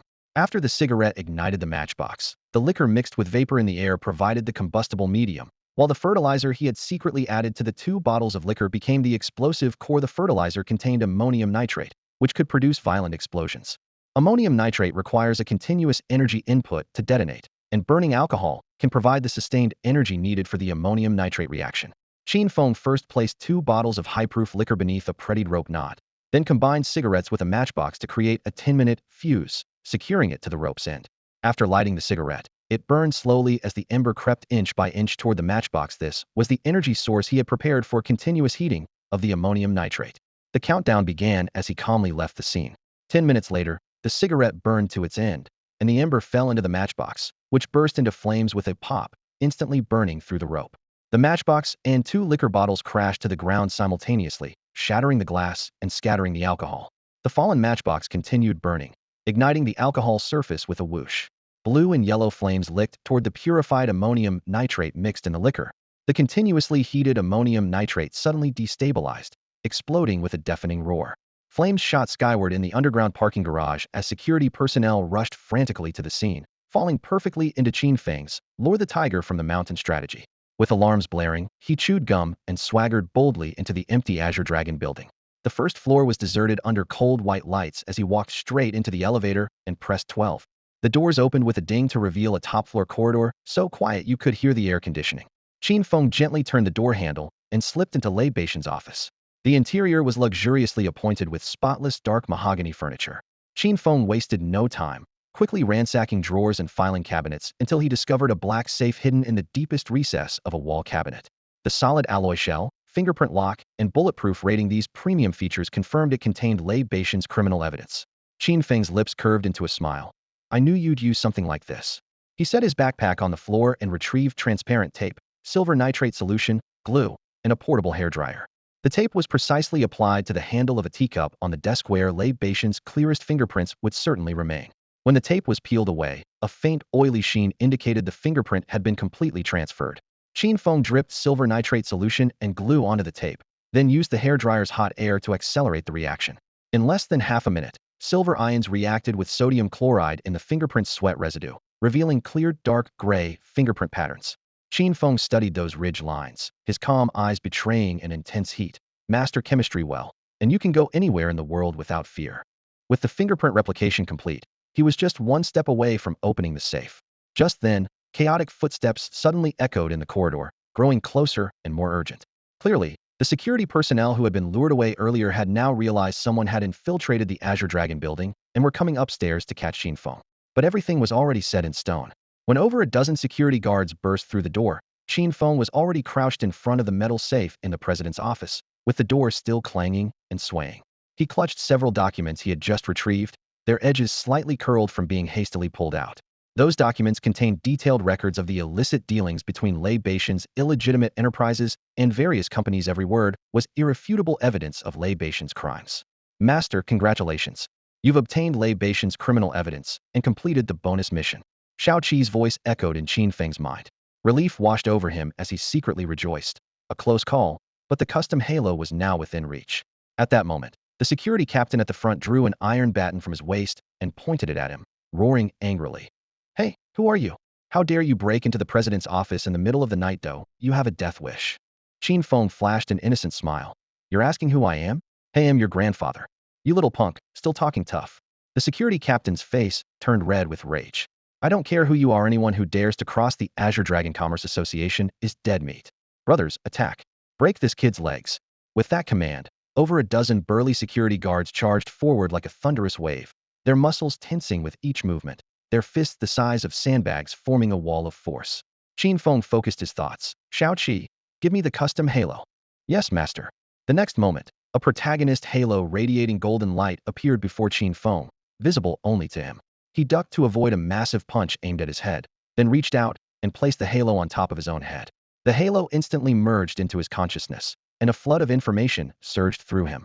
Kung Fu Halo Custom Edition opens the host's Ren and Du meridians, enhances bones, tendons, skin, and flesh, grants unparalleled martial arts talent, allows the host to master all Chinese Kung Fu, become the king of Kung Fu, with explosive combat power. A product of the system guaranteed excellence. Qin Feng praised it wholeheartedly. Tremendous power surged through his body as techniques from Bajikun, Wing Chun, Bagwazang, 18 Hands of Dharma, and all other Chinese martial arts flashed before his eyes. The data clearly indicated 75 types across 46 sections of boxing techniques, and 15 types across 27 sections of weapons. At this moment, Qin Feng had mastered all martial arts completely, his skill level far surpassing that of martial arts grandmaster. She stood alone at the pinnacle, where the heights were lonely indeed. Having just absorbed this vast amount of information, he felt momentarily dazed, then steadied his mind. When he looked up again, over a dozen burly men had surrounded him completely, their punches falling like a torrential downpour. Despite being outnumbered, Qin Feng remained calm, his gaze instantly sharp as a blade. His footwork suddenly became mysterious. Without moving his feet or shifting his body, he could effortlessly retreat several feet across flat ground, easily evading enemy attacks. This was the Shaolin displacement technique. Qin Feng flickered in place, leaving afterimages as he dodged several strikes before a wild smile spread across his lips. Then he suddenly counterattacked. He bent his knees, lowered his stance, and abruptly raised his elbow, unleashing the most devastating move in Bajikun, the heart-piercing elbow. Bang! The thunderous impact echoed through the president's office as Qin Feng's elbow tip slammed viciously into a burly man's chest. Ribs shattered inch by inch under the surging force. The man let out an agonizing scream and flew backward like a broken sack. Landing the first blow, Qin Feng didn't pause. His baji elbow techniques flowed in continuous succession, his powerful elbows clearing the path with unstoppable force. The baji elbow techniques were infinitely varied: forward strikes and backward thrusts, left and right crushing blows, high picks and low covers with darting strikes to the chest, upper and lower coordination with hanging elbow responses, outward deflections and inward pressure with reverse elbow lifts, fierce splits, and hard smashes with embracing elbow strikes. His body moved like a swimming dragon with coiling elbow advances. Mastering baji required precise practice from the beginning. Elbow shadows danced and fierce winds howled as the dozen or so burly men blocking his path, including the security captain, were all knocked to the ground within 30 seconds, bruised and battered, chests caved in, writhing in pain with tears and snot streaming down their faces. Qin Feng shook his arms, joints crackling, breathing heavily with excitement. Holy cow, this martial arts aura is no joke. I'm practically invincible now, huh? The martial arts aura had pushed his combat abilities through the roof, and combined with his previous academic genius aura, his dream of mastering both literature and martial arts was easily achieved. Could have his cake and eat it too. Collecting himself, he stuffed every page of Lei Baishan's criminal evidence into his backpack, shouldered it, and headed for the door. The moment he stepped out of the president's office, Qin Feng saw the corridor packed with a sea of black-clad figures. Each man had a blue dragon tattooed on his neck, the symbol of the Blue Dragon Commerce Association, and every face was fierce and menacing with vicious eyes. The air suddenly tensed, thick with killing intent. Qin Feng flexed his wrists, rolled his neck, and cracked his knuckles again before assuming the signature, Character 2 goat clamping stance of Wing Chun. He smiled slightly, his voice low but clear. Wing Chun, Qin Feng. In ancient times, Ip Man fought 10 men alone. Today, Qin Feng would single-handedly take on the Blue Dragon Association. The black-clad men roared and charged forward en masse. Qin Feng smiled wickedly, his fists spinning like wheels as he unleashed them, instantly entering slaughter mode. The Blue Dragon building had 12 floors total. In less than 15 minutes, Qin Feng had fought his way from the 12th floor down to the first. Every corridor on every floor was littered with black-clad bodies, some foaming at the mouth, others groaning with broken bones. The worst cases suffering concussions. Hundreds of professional fighters, all felled by Qin Feng's iron fists. He casually wiped the blood from his knuckles and stepped out of the Blue Dragon building's main entrance, only to find the doorway already surrounded by even more black-clad men.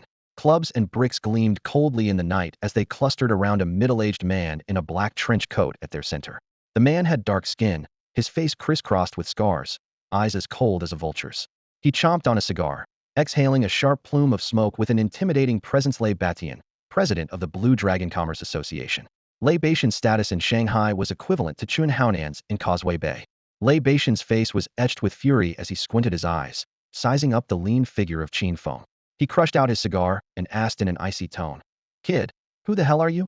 I never change my name or hide my identity. I'm Qin Feng."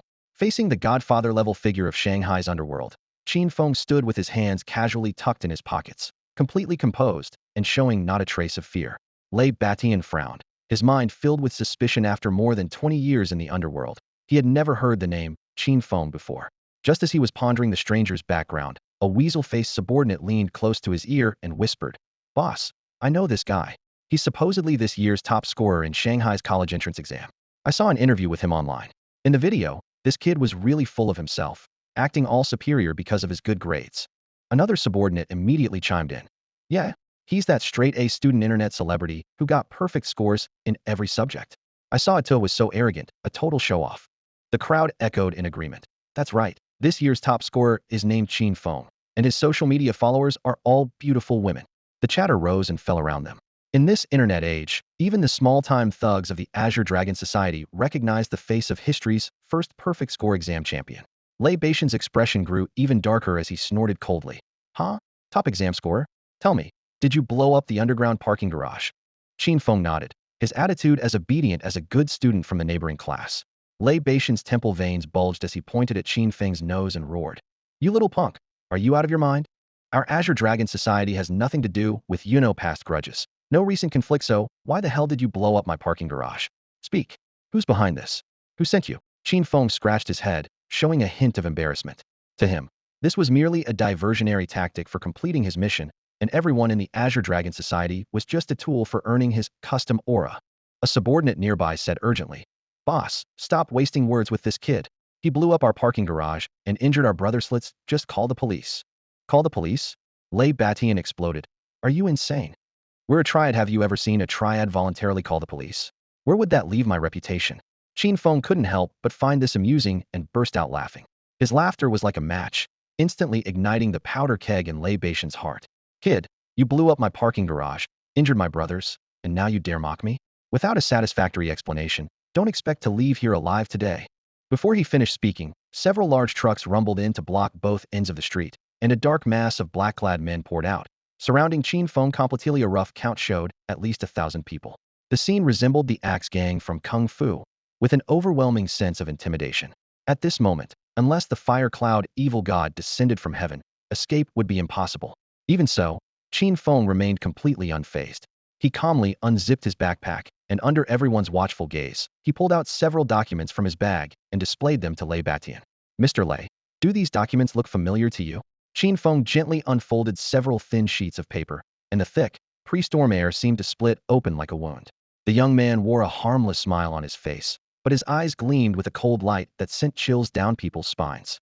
Lei Batian recognized those documents at first glance. His face turned deathly pale, beads of sweat rolled down his forehead in streams, and his voice trembled uncontrollably. "Ew, you opened my safe?" "Not that's impossible." He couldn't believe it. To hide this batch of evidence, he had specially ordered a high-tech safe from abroad worth over 100,000 yuan. The thing only had fingerprint recognition. Theoretically, no one except himself could open it. Just then, a black-clad subordinate stumbled out from the entrance of Qinglong Tower, clutching the heavy safe in his arms. "Boss, we're in trouble. The contents of the safe have been stolen." The safe's lid was wide open, its interior completely empty. Lei Beixian's Adam's apple bobbed as he finally realized all his criminal evidence was now in Qin Feng's hands. What exactly are you? Who's pulling your strings? If you don't tell the truth, I'll finish you off today and throw your corpse into the Huangpu River to feed the fish. Lei Batian bit down viciously on his cigar, ash falling to the ground. Qin Feng picked his nose, his tone as casual as if he were chatting. Me? I'm just a simple, ordinary top scorer on the college entrance exam. Nobody's pulling my strings. I blew up your parking garage just for fun. These words made Lei Batian so furious that steam seemed to rise from his head. His chest tightened with pain, and his eyes became bloodshot. Damn it, everyone attack. Cripple this kid and get those documents back. With his roar echoing, the group of black-clad men behind Lei Batian revealed their murderous intent and surged toward Qin Feng like a tide. The young man stuffed the documents into his backpack, casually swung the strap over his shoulder, and his handsome face broke into a grin showing 2 rows of white teeth as he muttered to himself.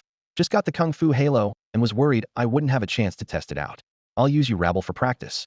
At that same moment, a light drizzle began falling over Shanghai. Raindrops pattering against Qin Feng's school uniform jacket, like keeping time for the bloodbath about to come. Lei Batian remained confident. With thousands of professional fighters in the Qinglong society at his disposal, he didn't believe a student could turn the tables. He laughed heartily while chomping on his cigar. Brothers, go easy on him, just break his limbs. Then we'll feed him to the fish in the Huangpu River, huh? However, his laughter soon froze. Wave after wave of black-clad men charged forward, only to crash against what seemed like a steel wall. Qin Feng's figure darted and weaved through the rain and crowd, his steps light as a swimming fish, but his fists harder than iron. No one could get within arm's reach of him. With the Kung Fu Halo, his mastery of Chinese martial arts had reached perfection. He could simplify any traditional technique at will, and with his internal energy, just a casual punch could send a 200-pound tough guy flying 2 or 3 meters away. Time flew by rapidly. Almost every 30 seconds, another 10 or so black-clad men were knocked unconscious by his strikes. In less than the time it takes to drink a cup of tea, the wide plaza in front of Qinglong Tower was littered with injured bodies lying in all directions, bright red blood diluted by rainwater into winding streams. Pitiful wails echoed throughout the entire street. Lei Batian stood frozen in shock, his entire body trembling as the scene before him delivered an overwhelming visual impact. Under the dim streetlights of the rainy night, over 1,000 professionally trained thugs lay scattered across the waterlogged ground, blood mixing with rainwater while the air reeked of sweat and rust. Among them were retired Special Forces soldiers and former professional boxers, each one a formidable opponent under normal circumstances. Yet in just 15 minutes, they had all been completely defeated by a student not even 20 years old, left without even the strength to stand. The young man was named Qin Feng. Rainwater dripped from his sharp jawline as his youthful face now resembled that of a jade-faced demon. His eyes locked onto his target like cold lightning, radiating a murderous aura that suggested he would kill gods or Buddhas alike if they stood in his way. Lei Beixian's breathing grew rapid, a chill creeping into his heart. Qin Feng's combat prowess had completely shattered his understanding of human limitations. He couldn't help but wonder, how could such a monster exist in this world? This wasn't simply Lei Batian being easily impressed. Qin Feng was genuinely terrifyingly skilled. The Ani against 1,000 spectacle he had just witnessed was more outrageous than any kung fu master in movies. Jet Li would weep at the sight, Jackie Chan would shed tears, and Donnie Yen would probably resort to drowning his sorrows in late-night drinking. Blessed with martial prowess, Qin Feng had mastered countless fighting styles, achieving perfection in every technique. With just a few punches and kicks, he embodied the phrase, invincible against 10,000 enemies, making the rabble of the Azure Dragon Society utterly insignificant in his eyes. Qin Feng walked unhurriedly through the puddles, splashing droplets as he approached Lei Batian. Panicking, Lei Batian quickly pulled out his phone, hoping to summon all the brothers from every branch of the Azure Dragon Society. In a flash, Qin Feng's figure flickered and appeared before him in the blink of an eye. With a casual grip and a sharp crack, the phone was crushed into scrap metal. Lei Beixian's face turned ashen, his legs shaking as he stumbled backward, a stark contrast to his earlier arrogance and swagger. Qin Feng smiled coldly, his tone lazy yet chilling. Lei Batian, don't waste your energy. Even if you called every elite fighter from the Azure Dragon Society, they'd just be delivering themselves to me. It would be completely meaningless. Lei Beixian's lips trembled, unable to form a complete sentence. At this moment, Qin Feng's arrogance was well-founded unless an international assassin or ancient martial arts master came to challenge him. He simply couldn't feel any threat. In his eyes, the Azure Dragon Society was no different from the muddy water beneath his feet. Cornered and desperate, Lei Batian gritted his teeth, a vicious glint flashing in his eyes. Fine, Qin Feng, you've got guts, but you're dead today. Before he finished speaking, he drew a black pistol from inside his coat, the cold barrel aimed directly at Qin Feng's chest. For an underworld boss who lived by the blade, carrying a gun was his final trump card. However, in Qin Feng's eyes, the gun-drawing motion was as slow as footage in slow motion. He lifted his leg and kicked, bang, sending the pistol flying in an arc before it splashed into the darkness. Immediately after, Qin Feng's two fingers moved like wind, striking toward Lei Batian's abdomen with lightning speed. Whoosh, his finger technique cut through the air. Lei Batian felt an electric current of numbness surge through his entire body. His knees buckled, and he collapsed into the water with a splash. Rainwater pelted his face, yet he lacked even the strength to lift his hand to wipe it away, his pupils unfocused and filled with terror and confusion. What did you do to me? Lei Batian was drenched in cold sweat, feeling excruciating pain in his abdomen as if needles were piercing through him. The ground was ice cold, yet he couldn't move even an inch, only able to watch helplessly as Qin Feng leaned down to look at him, a sinister smile curling at the corners of his mouth. I just used the Wudong internal pressure point technique to seal your Qi-Hai acupoint.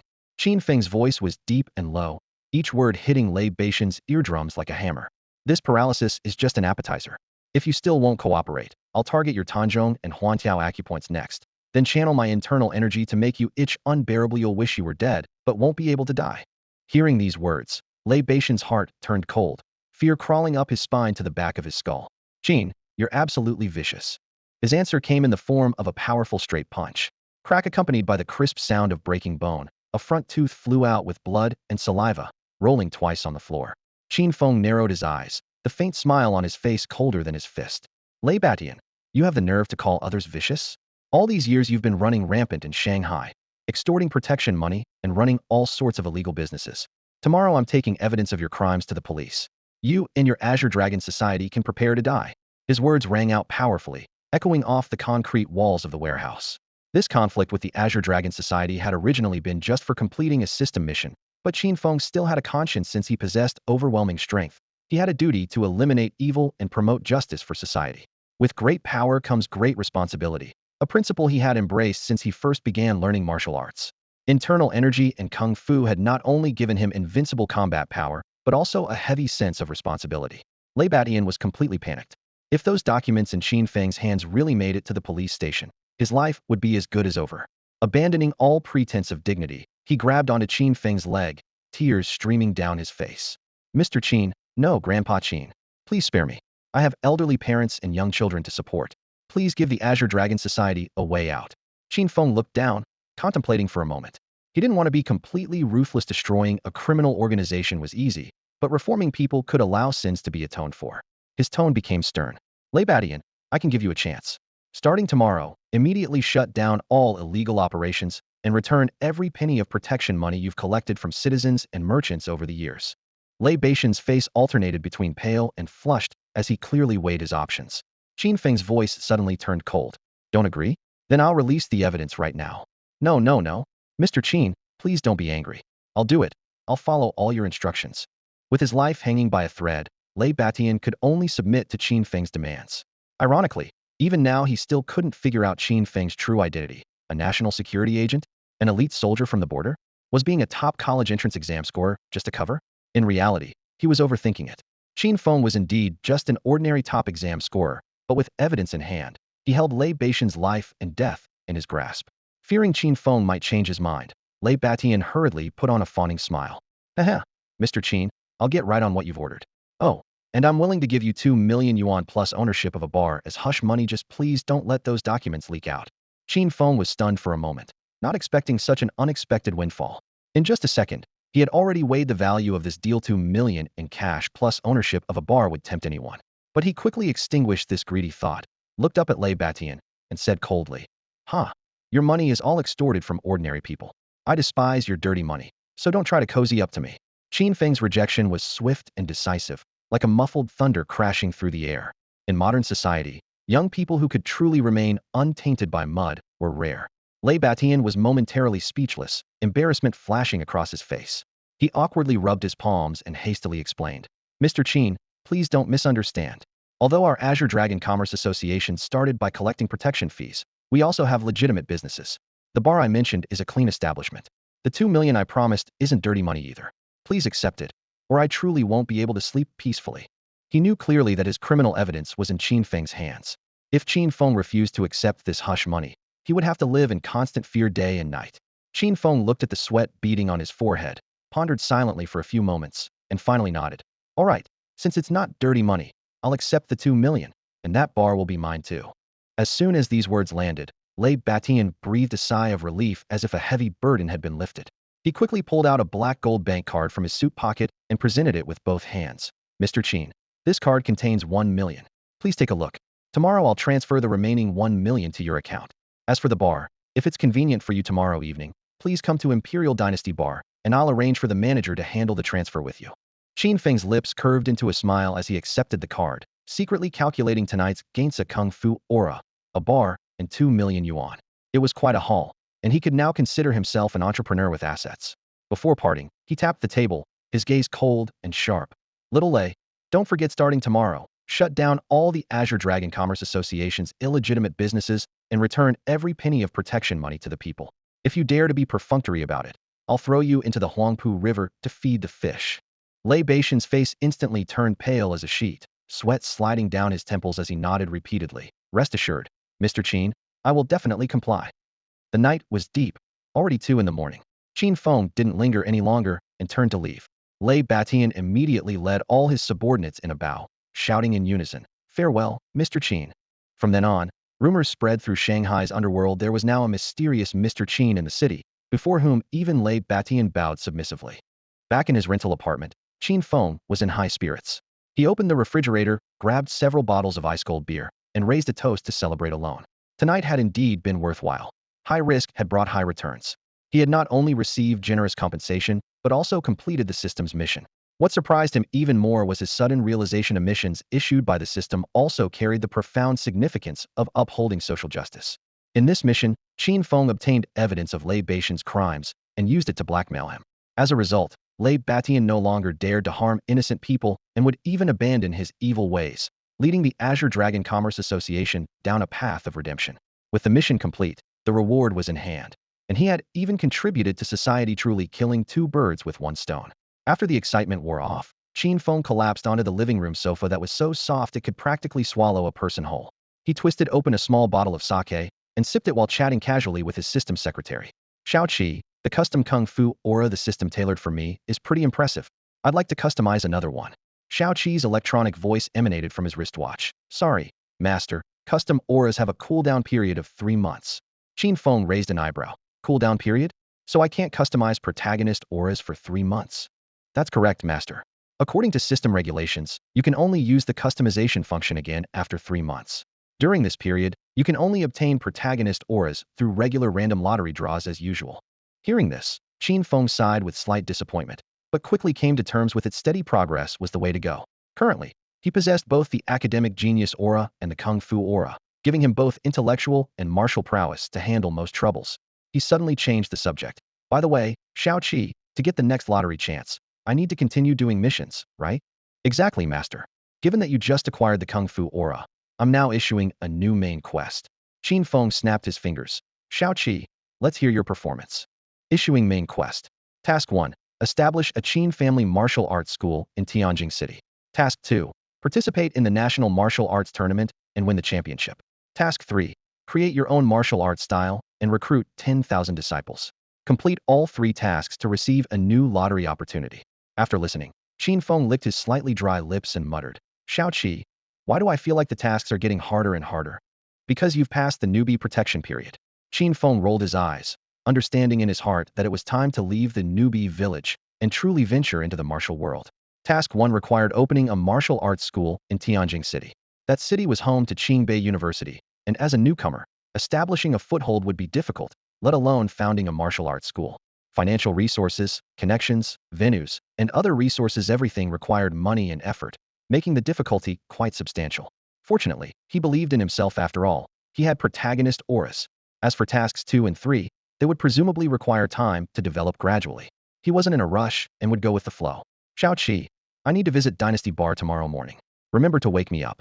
After a night of excitement, Qin Feng yawned and shuffled toward the bedroom. Yes, master. But just as he pushed himself up from the sofa, a sudden wave of soreness hit him. His legs went weak, and he collapsed heavily back into his seat. Damn, my whole body is so sore and achy. Qin Feng's face contorted as if his bones had been disassembled and reassembled. Xiao Qi explained. Master, you just acquired the Kung Fu aura, and your physical condition hasn't caught up yet. After intense combat, there will be aftereffects, indicating that you need to begin physical training as soon as possible. Qin Feng immediately understood. His body hadn't fully adapted to the Kung Fu aura yet, so he needed to strengthen his training. All right, Xiao Qi, I'll listen to you on this matter. Then Xiao Qi will create a physical training plan for you, Master. The next morning, Qin Feng was still fast asleep in bed, looking completely blissful. In his dream, he was intimately entwined with Lin Ruoxua, lost in passion so intense he almost forgot he was dreaming when suddenly, Xiao Qi's crisp electronic voice pierced through his mind. Master, time to get up. Qin Feng's eyes snapped open as he bolted upright, looking around in confusion. Glancing down at his crotch, his face instantly turned crimson. Damn, he'd had a wet dream. Recalling the steamy scenes from moments before, he quickly shook his head to dispel any lingering lustful thoughts, letting out a bitter laugh. At 19, he was at the peak of his virility. Wet dreams were simply beyond his control. Qin Feng grabbed his phone and saw it was only 7 o'clock sharp, prompting him to complain. Xiao Qi, it's only 7. Did you really have to wake me up? Couldn't you let me sleep a bit longer? Wet dreams are exhausting. I am dead tired right now. Xiao Qi remained unmoved, her tone still mechanical yet respectful. Master, according to your instructions, I've created a physical training regimen for you. From now on, you'll be doing morning exercises. Physical training regimen. Qin Feng slapped his forehead as last night's agreement came flooding back. Having just acquired the Kung Fu aura, he wanted to fully develop his physical potential, making exercise essential. He decided to stop being lazy and, using his core strength, executed a smooth carp jump to land on the floor. After warming up according to Xiao Qi's checklist, he began his formal training. 1,000 push-ups, 2,000 sit-ups, 3,000 pull-ups, plus a 5-kilometer outdoor weighted cross-country run. This intensity rivaled special forces held training that ordinary people simply couldn't endure. However, Qin Feng possessed the Kung Fu aura, giving him nearly limitless potential. Only by pushing his body beyond its limits could he truly unleash his power. An hour later, he returned to his rental apartment drenched in sweat and headed straight to the bathroom to let hot water wash over his aching muscles. After showering and drying off, he examined himself in the mirror. His pectoral muscles were pronounced, his abs looked chiseled, with defined lines that combined explosive power with aesthetic beauty. He looked like a completely different person from the night before. Qin Feng grinned narcissistically. Hee, if Schwenner saw these muscles of mine, she'd definitely drool and might even pin me down. His smile grew increasingly wild, nearly mesmerizing himself. 9 o'clock in the morning. The Lamborghini sped to downtown and stopped beneath a gleaming sign reading Imperial Dynasty. This was the establishment Lei Batian had promised to give Qin Feng the night before. Imperial Dynasty Bar. Lei Batian had also promised him 2 million yuan as hush money, already paying 1 million upfront, with the remaining million likely to arrive today.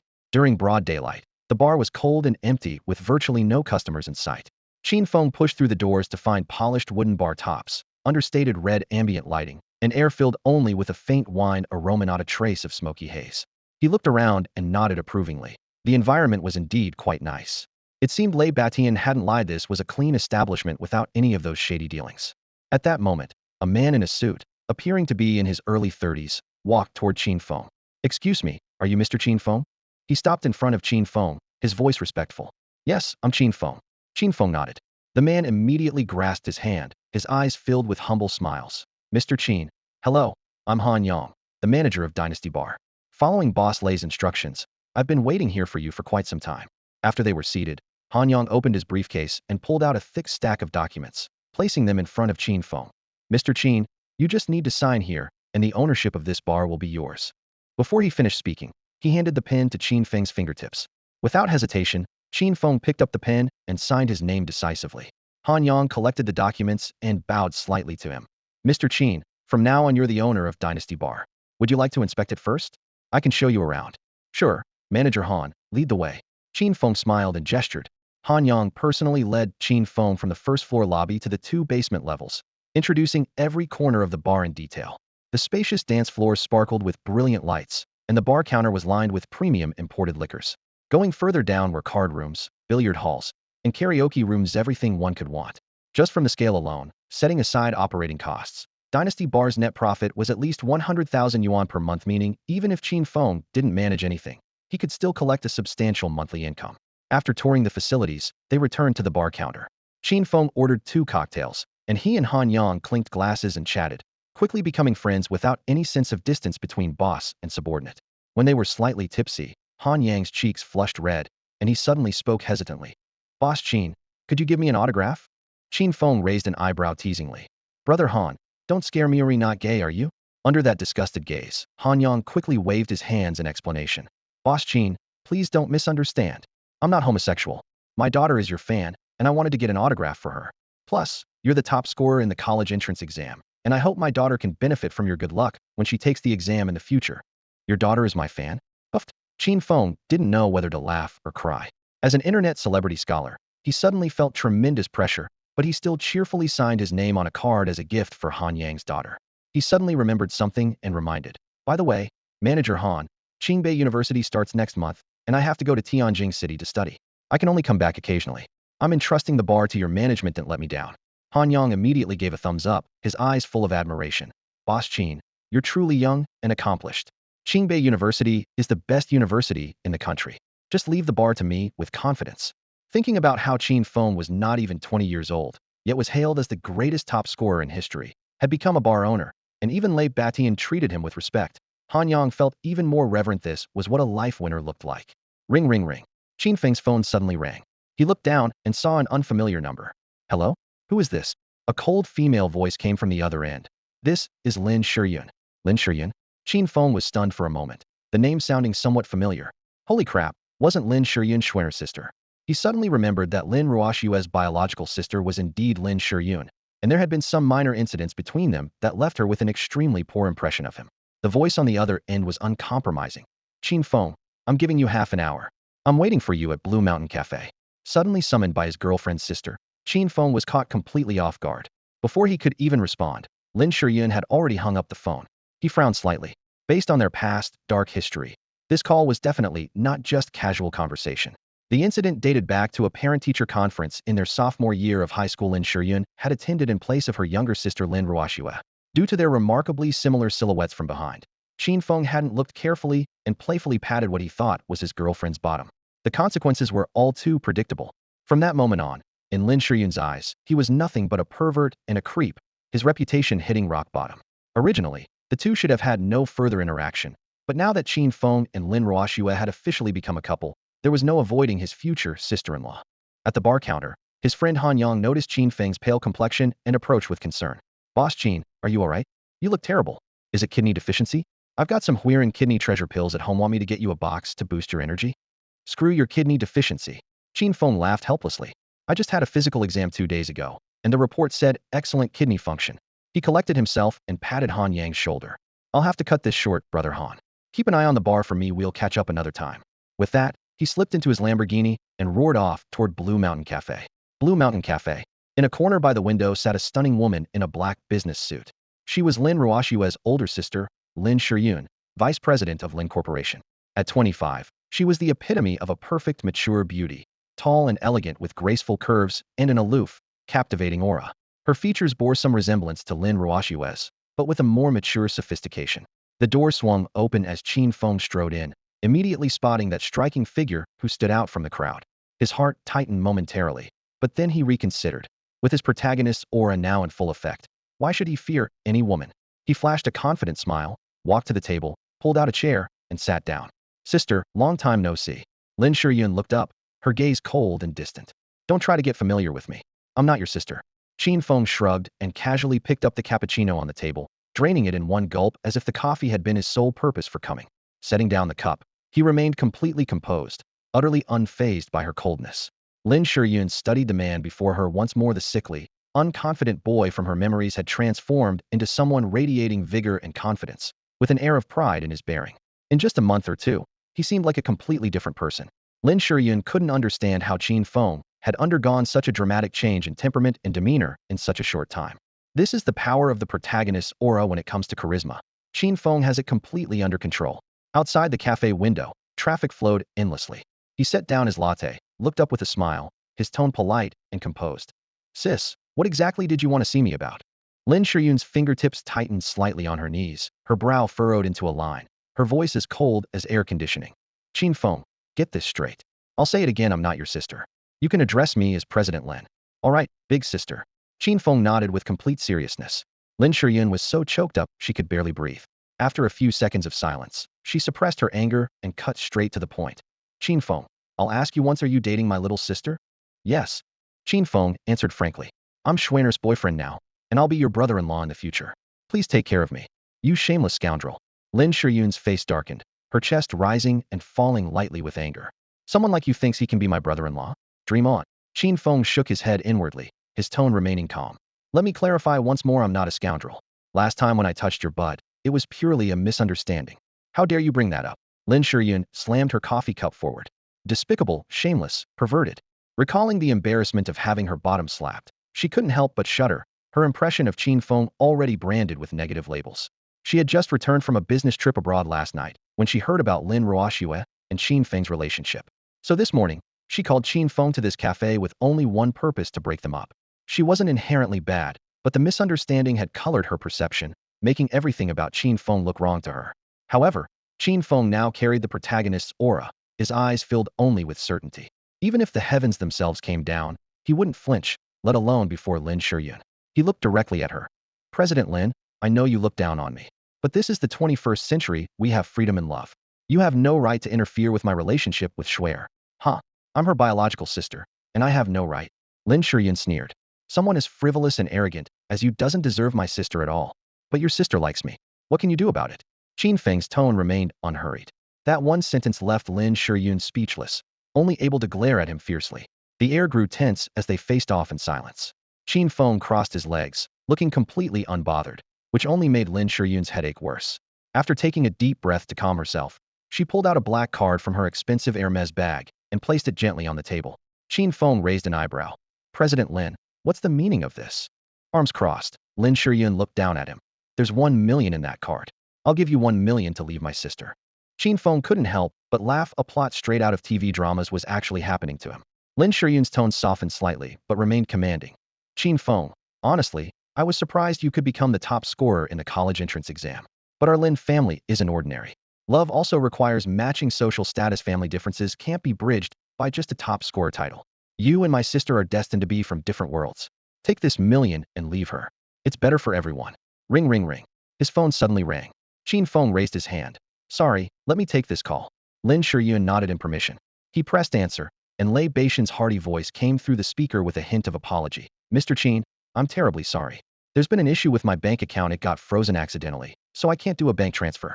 Would it be okay if I send the remaining 1 million balance directly to your Alipay account? Qin Feng replied with a simple, okay, and hung up the phone. He put down his phone, looked up at Lin Shiyun sitting across from him, and flashed a polite, yet composed smile. President Lin, sorry about that. I was just discussing business with a client, and they'll be transferring the payment shortly. Now, where were we? Lin Shiyun paused with her coffee cup, her eyes filled with disdain. In her view, Qin Feng was just a poor student, and his mention of a client was obviously bragging. She repeated impatiently, Qin Feng, as I was saying, I'll give you 1 million yuan if you leave my sister. Before she could finish, his phone chimed with a pleasant notification. Ding, Alipay deposit received. 1 million yuan. The cafe fell so quiet you could hear the faint clink of spoons against cups. Lin Shiyun froze in place, shock and bewilderment washing over her face, while Qin Feng's lips slowly curved into a smile, as if he were enjoying a perfectly timed plot twist. 1 second she was offering him 1 million to leave Lin Ruoxue. The next second the system announced a 1 million yuan deposit. Qin Feng leisurely picked up the bank card from the table and pushed it back into Lin Shiyun's hands, his tone relaxed yet resolute. President Lin, I, Qin Feng, never lack money, and I certainly don't need your million. Even if the sky falls down, I won't leave your sister. To put it simply, I am keeping your sister, and not even Jesus can stop me. He glanced at his watch. I have other clients to meet. Every minute you waste costs me hundreds of thousands. If you want to see me in the future, please schedule an appointment with my secretary. I'm really very busy. With that, he stood up, his gaze sweeping over Lin Shiyun's long legs wrapped in black stockings, half joking and half teasing. President Lin, those black stockings look nice. I should get a pair for Schwer sometime. After dropping that line, Qin Feng turned and walked away with swagger, leaving behind an imposing silhouette. Lin Shiyun stood stunned for a moment, then flew into a rage, grabbing her purse and chasing after him out of Blue Mountain Cafe. As she pushed open the door, the evening breeze carried the aroma of coffee, and she caught sight of Qin Feng sliding into the driver's seat of a Lamborghini. It was a globally limited edition model. The headlights flashed, the engine roared, and he sped away. Lin Shiyun's jaw nearly hit the ground. When did this guy acquire such wealth? He wasn't supposed to be a rich kid. She muttered to herself.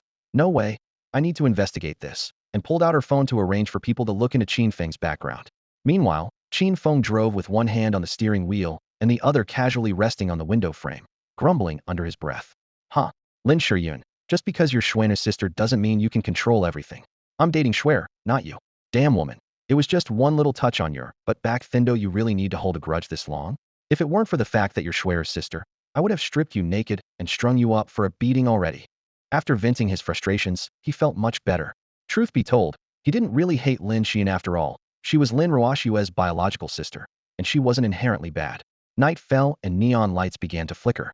The Lamborghini pulled up in front of a night market food stall, and the savory aroma of grilled skewers immediately filled the air.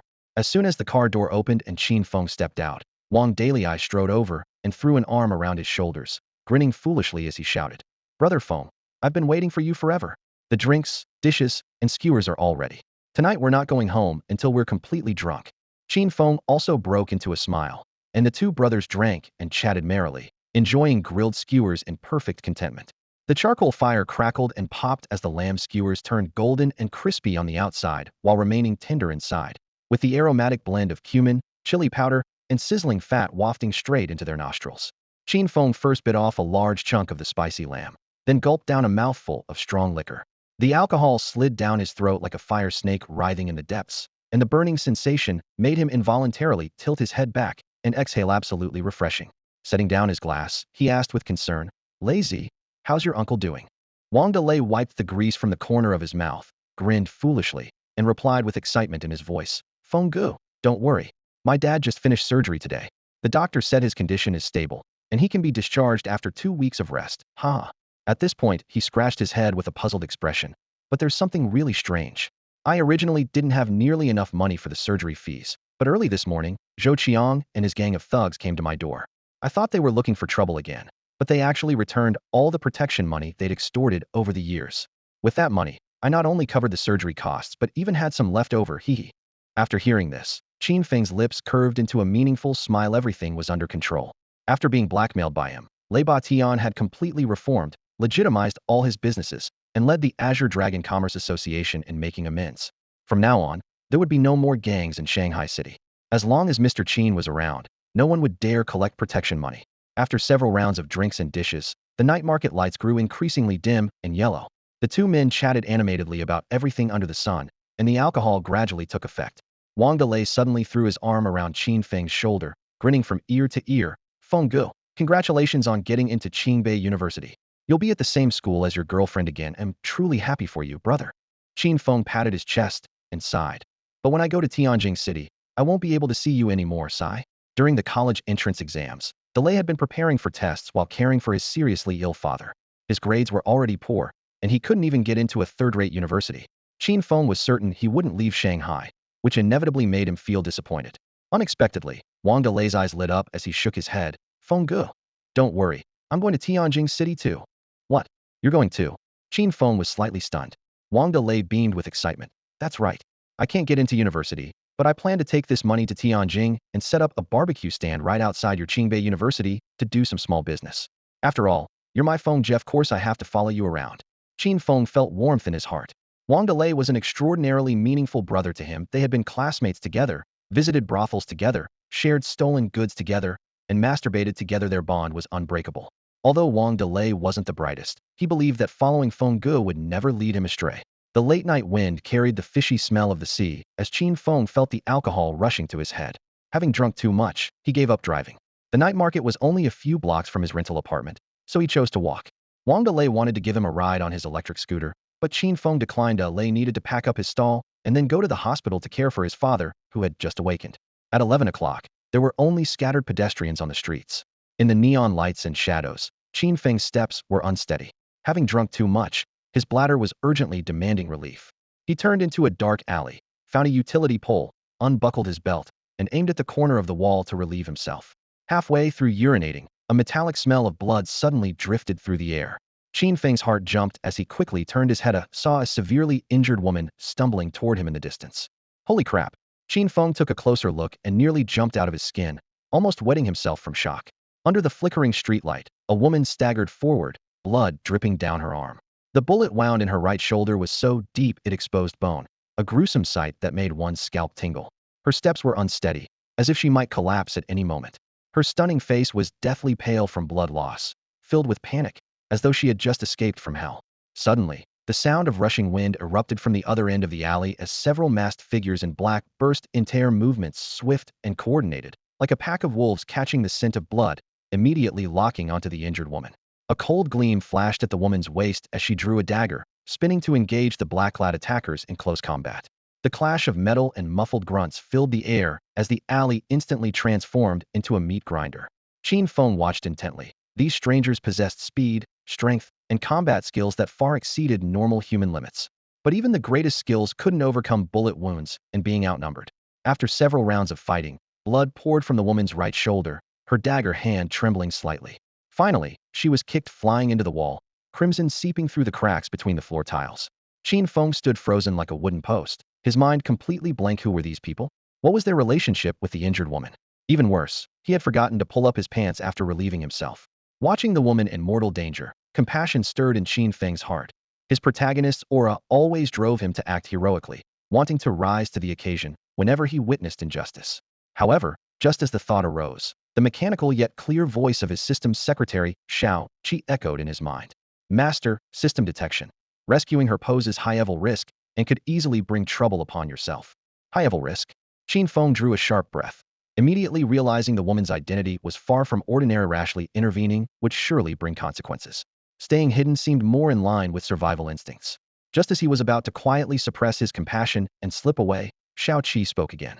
Master, if you insist on rescuing her, it will trigger a side quest with generous rewards.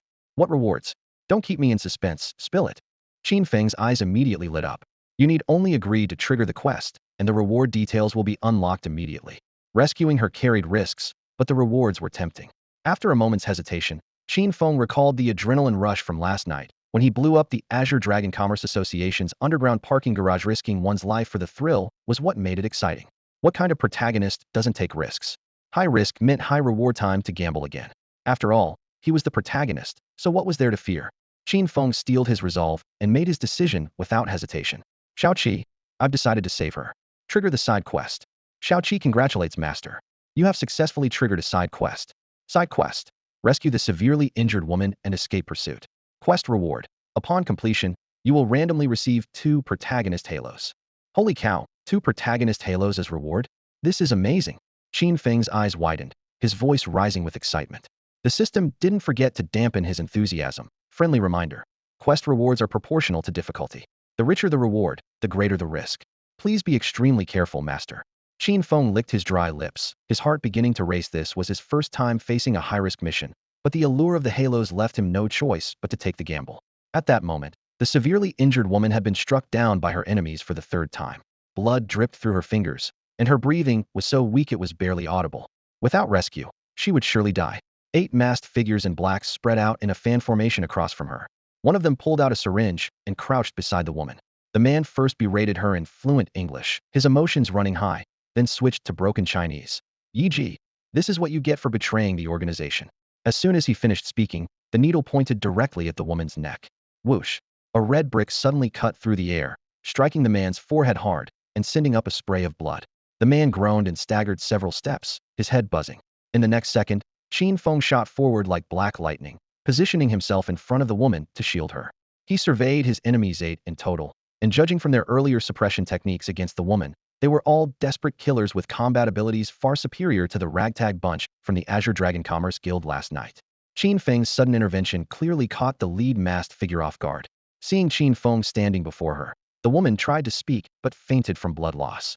Qin Feng raised his voice and took the initiative. This is a society ruled by law. You perverted men, stalking a beautiful woman in the middle of the night. What are your intentions? Your humanity is twisted, your morals corrupted. The masked figures exchanged glances. This person must be Yi Ji's accomplice, so they might as well eliminate him too. The leader had no patience for more talk and suddenly lunged forward, his dagger tracing a sinister arc as it aimed for Qin Feng's vital points. Qin Feng's eyes suddenly turned sharp. These people struck with killing intent from the start, professional assassins, without doubt. But he didn't retreat either.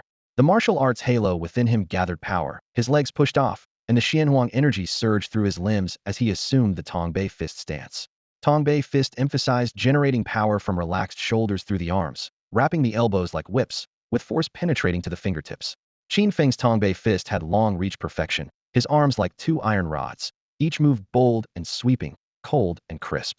The leader was caught completely off guard, suddenly meeting a sweeping strike. He felt as if his opponent's arms were made of iron, the shock making his blade go numb. Qin Feng seized the opening and threw a punch toward the man's chest bang, followed by a clear crack as ribs shattered audibly. The leader was sent flying several meters, landing and coughing up blood violently. The remaining 7 masked figures' killing intent surged as they attacked from all directions simultaneously, their blade light forming a net that surrounded Qin Feng. Though trapped in this dangerous situation, Qin Feng remained completely calm, his mind rapidly accessing all the techniques and mental methods of Chinese martial arts. After all, in ancient times, Kung Fu was the art of killing. Facing the coordinated assault, Qin Feng's eyes suddenly sharpened with deadly focus. His footwork became fluid and agile, relying solely on his serpentine, unpredictable movements to weave effortlessly between his enemies, maintaining an unassailable position. Cold wind howled through the narrow alley as several masked figures in black formed a crescent formation, their daggers reflecting an eerie, chilling gleam. Despite their flashing blades dancing through the air, they couldn't even graze the hem of Qin Feng's clothing. Within just a few exchanges, their breathing became as labored as broken bellows, sweat beading and rolling down their foreheads, their faces betraying shock and fury. This kind of movement technique was beyond anything they had ever witnessed. This was the mysterious and unfathomable power of Chinese martial arts. These professional assassins, who prided themselves on their combat experience, now found themselves forced into retreat. The truth was undeniable. Even the most refined killing techniques might prove inadequate when faced with martial arts traditions spanning millennia. The situation shifted in an instant. In the blink of an eye, Qin Feng had seized control of the rhythm. His punches struck like iron hammers against mountain gates. His kicks swept through the air like mighty pines breaking through wind. Every move was clean and decisive, without a single wasted motion. His internal energy circulated and surged within his body, having reached a transcendent state, radiating the imposing presence of a martial arts grandmaster. When brave warriors meet on a narrow path, victory belongs to the boldest, and life or death is decided in a split second. A slight smile curved Qin Feng's lips as his killing intent suddenly intensified. Internal power erupted from his dantian like a raging torrent, merging external and internal force into one, causing his punches to accelerate dramatically. Bang, bang, bang. Each devastating blow landed precisely on his enemy's vital points, the 36 celestial spirits of Taoist tradition, with deadly pressure points determined by the sacred number 36. This long-lost Wudong martial art was obscure and difficult to comprehend, with only Qin Feng in the world understanding its true essence. After several muffled impacts, the black-clad figures collapsed one by one, blood spurting violently. Their chests heaved violently, internal organs displaced, meridians completely severed. Even if they survived, they would be crippled for life. In stark contrast, Qin Feng remained completely unharmed, not even a hair out of place, with only his slightly rapid breathing betraying any exertion. On the surface, he appeared to be nothing more than an ordinary top student. In reality, he was a martial arts king with explosive combat power. True Chinese martial arts had never been mere flashy showmanship. Their very purpose was to kill and destroy the enemy's will. In the brief moment of calm, as Qin Feng relaxed slightly, a sudden chill ran down his spine. He spun around quickly to discover that the masked leader he had just defeated had somehow approached like a ghost, his short blade gleaming coldly as it aimed straight for Qin Feng's heart, his eyes filled with venomous determination. Just as Qin Feng prepared to disarm his opponent barehanded, an unexpected change occurred. The woman, who had been unconscious moments before, had somehow risen to her feet.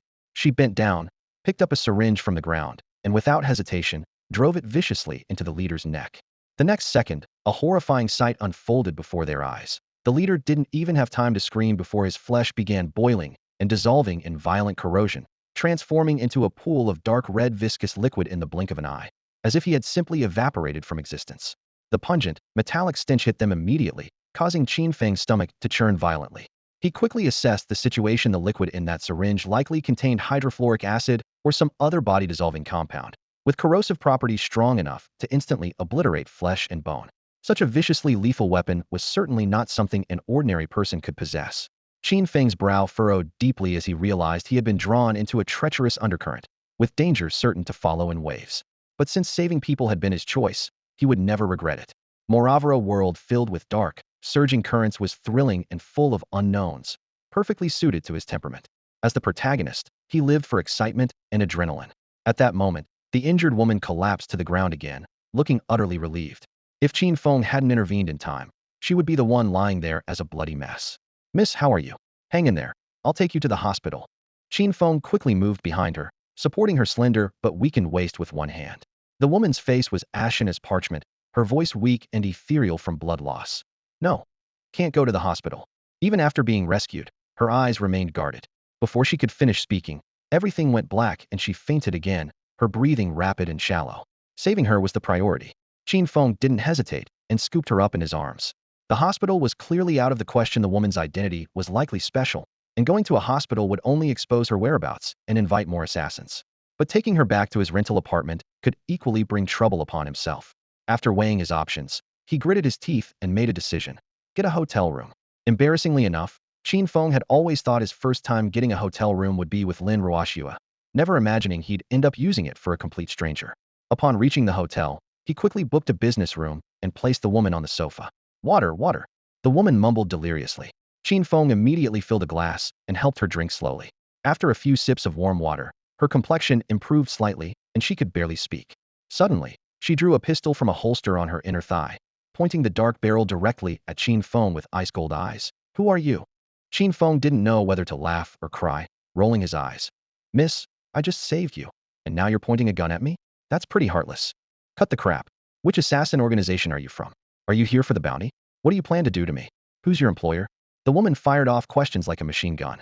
Qin Feng couldn't keep up with her pace at all. Speak up, or I'll blow your head off. Lady, stop acting. I already checked your gun has no bullets. Qin Feng spread his hands with the calm composure of someone who had nothing to fear. Indeed, she had run out of ammunition during her escape. The woman reluctantly lowered her weapon. Without Qin Feng, she would already be dead.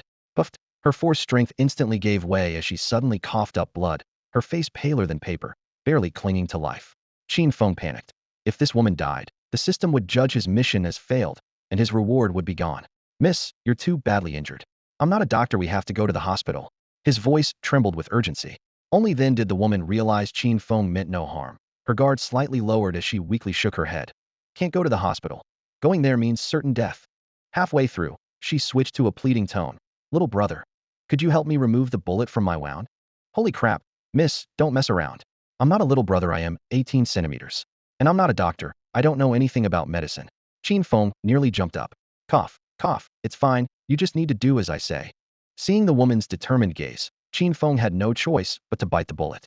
He rushed out of the hotel room and sprinted downstairs to the pharmacy, grabbing iodine, bandages, alcohol, tweezers, hemostats, and a complete set of first aid supplies before dumping them at the checkout counter. After paying, he practically leaped and bounded back upstairs. Bursting through the door, he found the woman on the sofa with an ashen face, cold sweat beading on her forehead, and breathing so shallow it seemed like she might flatline at any moment. Without hesitation, Qin Feng quickly knelt beside her. Hearing the commotion, the woman struggled to open her eyes, her lips moving weakly. Little brother, you. Don't call me little brother, I am an adult. Qin Feng snapped irritably, though he still reached out to check her pulse. The woman was too weak for small talk and could only give fragmented instructions. Alcohol, disinfect first, then the hemostats. Qin Feng followed her directions step by step, first pouring alcohol over the bullet wound near her shoulder blade. Blood immediately washed out in a shocking splash of red. Next, he used the hemostats to clamp the tissue and stop the bleeding, then took a deep breath and inserted the tweezers into the wound. Due to his inexperience, his hands trembled uncontrollably, and the tweezers struck bones several times, causing the woman to scream in agony, sounds that pierced through the hotel's thin walls. With each mistake, Qin Feng's heart felt like it would burst from his chest, but he didn't dare stop.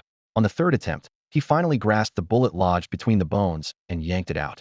Dark red blood splattered across his shirt, hot as boiling water. Qin Feng immediately dropped the bloodied bullet, disinfected the wound again, applied medicine, and skillfully wrapped bandages around and around. Once the bandaging was complete, some color returned to the woman's lips, and her breathing gradually stabilized. Qin Feng wiped the sweat from his forehead and collapsed against the sofa back like a deflated balloon, letting out a long sigh. His was his first time playing surgeon, and he'd nearly scared himself to death. Blood loss soon sent the woman into unconsciousness. Just then, the familiar system secretary voice suddenly chimed. Xiao Qi, congratulations, master, side mission completed. System determination, woman's life saved, successfully escaped pursuit. Qin Feng raised an eyebrow, his mood instantly shifting from tension to joy as he smugly rolled his neck. Xiao Qi, quit stalling. I risked my neck saving someone just for the reward handed over. Xiao Qi, yes, master. According to system regulations, you may randomly receive 2 Protagonist Halos. As soon as the words finished, 2 golden halos materialized before Qin Feng's eyes, brilliant and dazzling. High risk, high reward, no complaints here, haha. Qin Feng laughed heartily and reached up to place the halos on his head. The halos instantly merged into his brain as 2 massive and extraordinary forces flooded his body simultaneously, with new information rushing in like a tidal wave. The next second, an attribute panel appeared in his mind. 1. Hacker Halo grants master-level hacking abilities. 2. Veteran Driver Halo bestows driving skills that surpass even the legendary racers of Mount Akina. A satisfied smile curved Qin Feng's lips. The Hacker Halo meant he could easily crack systems, infiltrate major websites, and even remotely control devices to eliminate enemies from afar. While the Veteran Driver Halo had an ambiguous name, it would allow him to speed his way out of dangerous situations. This would enable Qin Feng to escape death in critical moments. Besides, exceptional driving skills are standard equipment for any novel protagonist. All in all, Qin Feng was convinced that taking on this high-risk side mission would be absolutely worth it. After the brief excitement subsided, he calmed himself down and turned his attention to the unconscious woman beside him. His brow furrowing, figuring out what to do with this mysterious woman had become his biggest problem. After hesitating for a moment, he decided to wait until she woke up before making any decisions. The woman was covered in blood, her hair disheveled, and her clothes soaked through with blood and stuck to her wounds. Without immediate treatment, infection was highly likely. Qin Feng dragged over the emergency medical kit, muttering to himself, better get her cleaned up first. He began by cutting away the blood-soaked fabric, then dampened a towel with warm water and carefully wiped away the grime and dried blood, his movements both cautious and swift. Up close, he could see the woman had delicate features with a cold beauty that radiated nobility, and a small mole at the corner of her eye added an alluring accent to her appearance. Her skin was fair and her curves graceful, with long, well-defined legs that were enough to make anyone's pulse quicken. Qin Feng was, after all, a hot-blooded young man in his 20s, and his eyes nearly lingered on her body. He cursed himself silently. Damn it, I have a girlfriend's top thinking nonsense. Lin Ruoshue's sweet smile flashed through his mind, and he shook his head vigorously to refocus his thoughts. While cleaning her upper body, he discovered a skull tattoo on her chest, the exact same symbol that had been on the sleeves of those masked figures in black from the night before. Same organization, he wondered suspiciously, but didn't dwell on it, prioritizing the woman's life above all else. After finishing, he gently carried her to the bed, covered her with a blanket, and placed a spare dagger beside the bed as a precaution. The next evening, the woman finally stirred awake. Wrapped naked in the cotton blanket, she was initially confused, then winced as she aggravated her wounds, hissing in pain. Through her fragmented memories emerged the image of a young man who looked like Peng Yuyan. He had saved her. Just then, the guest room door opened, and Qin Feng walked in carrying shopping bags filled with daily necessities and some medicine. Seeing she was awake, he grinned. Hey there, beautiful. You slept for a whole day and night, finally awake. The woman noticed she wasn't wearing any clothes and immediately jumped to the wrong conclusion. In a flash, she wrapped herself in a bathrobe and moved like a ghost to appear before Qin Feng, a gleaming dagger somehow already pressed against his throat. You bastard, what did you do to me last night? Her pretty face was murderous, though her voice trembled slightly from pain. Qin Feng raised an eyebrow and sneered. Huh, is this how you treat your savior? You were so weak last night that even if I wanted to do something to you, I wouldn't have had the energy. His explanation seemed reasonable, and she lowered the dagger slightly.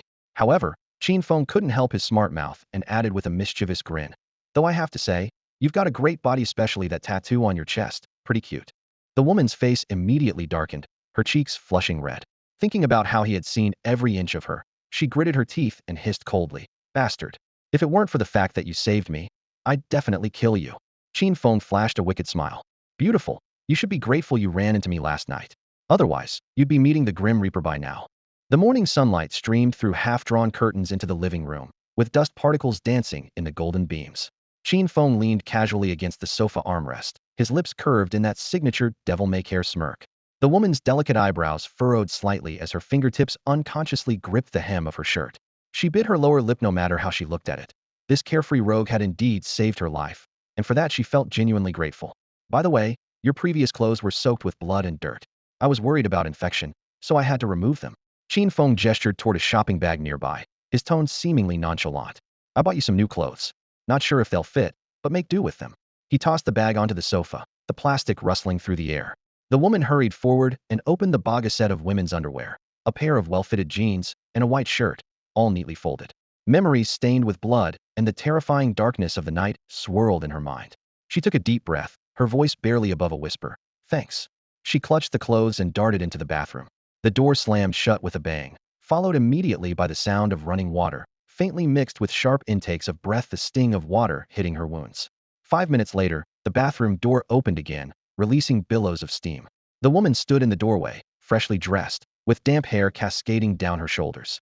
But her gaze was sharp as a loaded bullet, fixed intently on Qin Feng lounging on the sofa. Qin Feng shivered, crossing his arms and feigning casualness as he joked. Ahem, don't look at me like that. You're giving me goosebumps.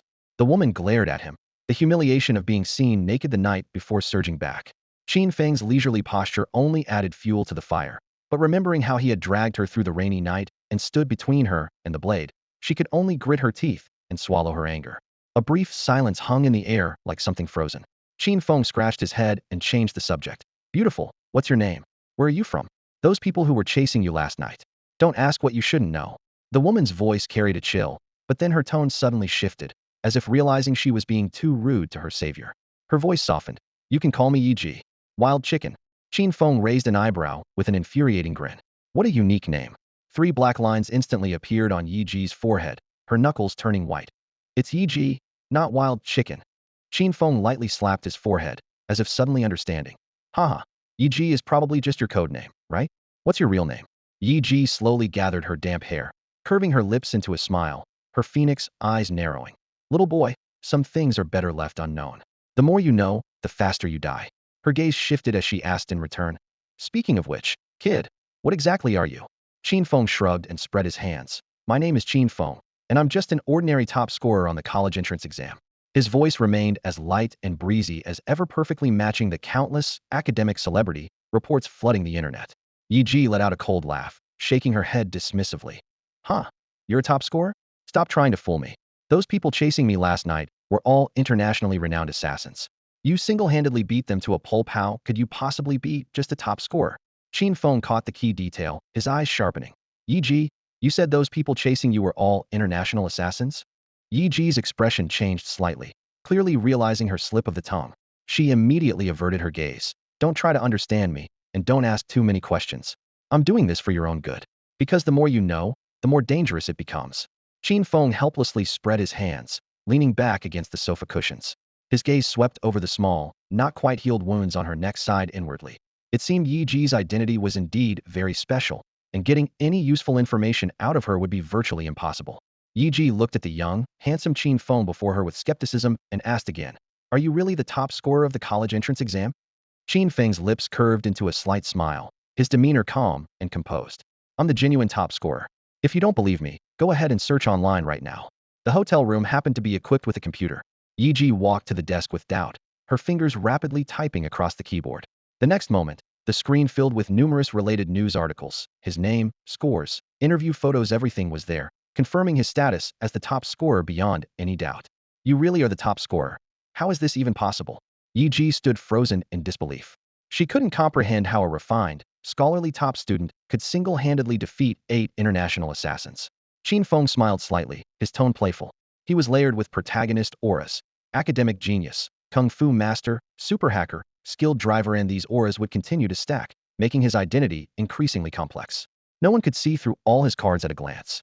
Yi bit her lips silently, thinking to herself that this guy was definitely not simple and must be hiding countless secrets. When a woman becomes interested in a man's secrets, it might just be the beginning of her downfall. After a moment of contemplation, she asked curiously, Qin Feng, why did you save me? Qin Feng's heart skipped a beat. The real reason was the system task reward, which he obviously couldn't reveal, so he casually made up an excuse. I was passing by and saw you being surrounded by masked men. I felt compassion and decided to help. Yi stared into his eyes, found no flaws in his story, and was too lazy to investigate further. She had more pressing matters to attend to and began efficiently packing her belongings. After finishing, she walked up to Qin Feng and bowed formally. You saved me yesterday, and I want to thank you properly. Just saying thank you is far from enough. Yi, will give you a generous reward. But right now I have urgent business to handle. My accounts are frozen, and I lost my phone during my escape. Let me borrow your phone. Without much thought, Qin Feng unlocked his phone and handed it over. As Yi took it, she caught a glimpse of the wallpaper and paused slightly. Is this your girlfriend? Qin Feng's face reddened slightly as he nodded. The wallpaper showed a photo of Lin Ruoxue. Yi smiled. She's quite pretty. She quickly entered a phone number and instructed, Call this number in a month. If I'm still alive, I'll definitely repay you generously." Before Qin Feng could ask more questions, Yi Ji had already turned and rushed toward the window. "Qin Feng, farewell." With those words, she leaped out into the air, and this was the 6th floor. Qin Feng's heart pounded as he rushed to the window, but the night was empty, and Yi Ji had already vanished without a trace. Impressive lightness skills. To be able to leap across rooftops with such serious injuries, this woman is truly something else. He muttered with a frown, becoming increasingly curious about Yi Ji's true identity. As he prepared to check out, he suddenly noticed something reflecting light under the desk. Qin Feng crouched down and picked it up. It was a USB drive, completely black with a skull pattern on the surface that was identical to the tattoo on Yi Ji's chest.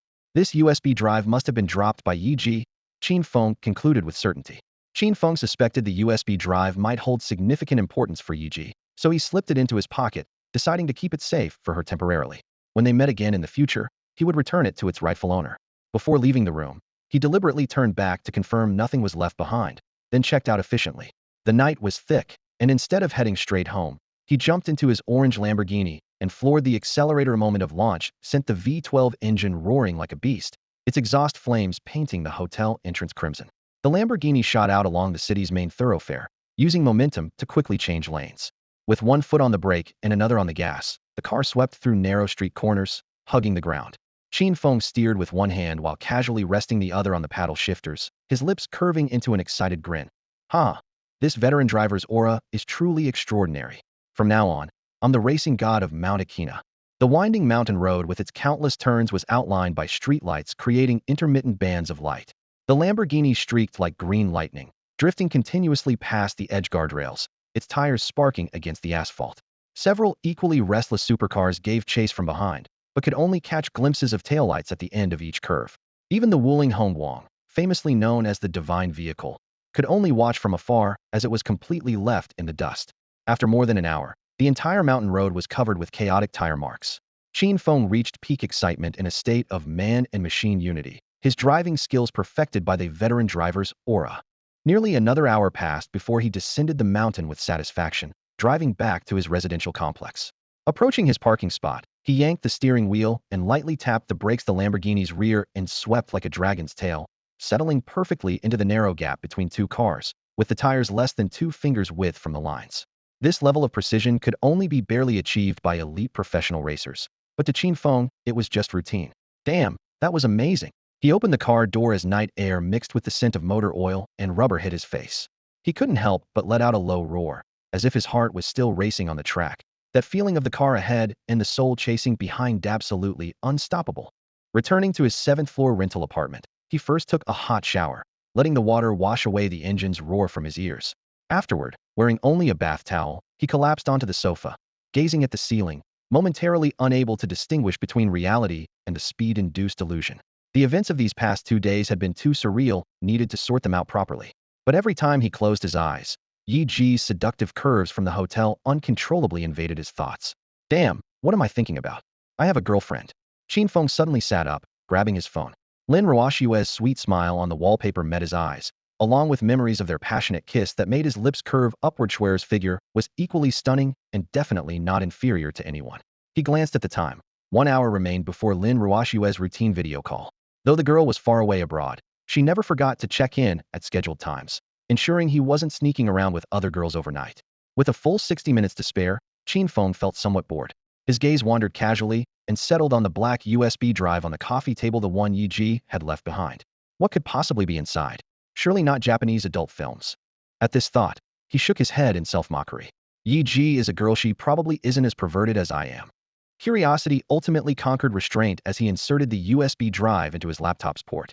The indicator light flashed, a folder popped up, but inside there were no adult videos, only rows of documents named with random characters, all double encrypted with permission locks on their icons.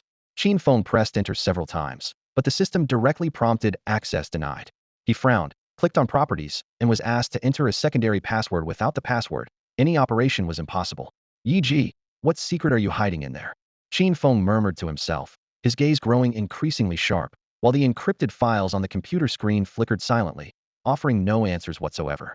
But for Qin Feng, this was nothing to worry about, because he now possessed the hacker aura, making breaking encrypted files as easy as taking candy from a baby. He raised his hands and rapidly typed on the keyboard, his 10 fingers dancing across the keys as layer after layer of firewalls on the screen crumbled like they'd been sliced by a sharp blade. Several progress bars shot to 100 in an instant, and the encrypted files were unlocked immediately. Qin Feng let out a soft breath and clicked open the folder. As he browsed through the contents, his pupils gradually dilated, his brow furrowed deeply, and he nearly jumped out of his chair. It was as if he had pushed open the door to an entirely new world, his worldview completely shattered. The files had only one theme: the Temple of Death. The Temple of Death, an assassin organization whose very name sent chills down one's spine, was powerful enough to cast its shadow over the entire Western underground world. The files detailed the organization's hierarchical structure, financial flows, assassination lists, and even the coordinates of secret bases around the globe. Qin Feng continued scrolling and suddenly spotted a familiar name in the core members section. E.g., she wasn't just a member of the Temple of Death, she held a high position, one of the 8 ace operatives under Hades. Hades was the code name for the Temple of Death's leader. Besides member information, the files also contained mission execution logs, dark transaction records, and other top-secret intelligence. Judging by the sheer volume of information, this tiny USB drive was practically the heart of the Temple of Death. Qin Feng stroked his chin, recalling the recent scene where Yi Ji had been cornered by international assassins, and suddenly understood. Yi Ji had likely defected from the Temple of Death and stolen this core intelligence, which explained why the organization was hunting her so relentlessly. This made the USB drive's importance crystal clear. If Yi Ji discovered the device was in his possession, she would definitely come looking for it again.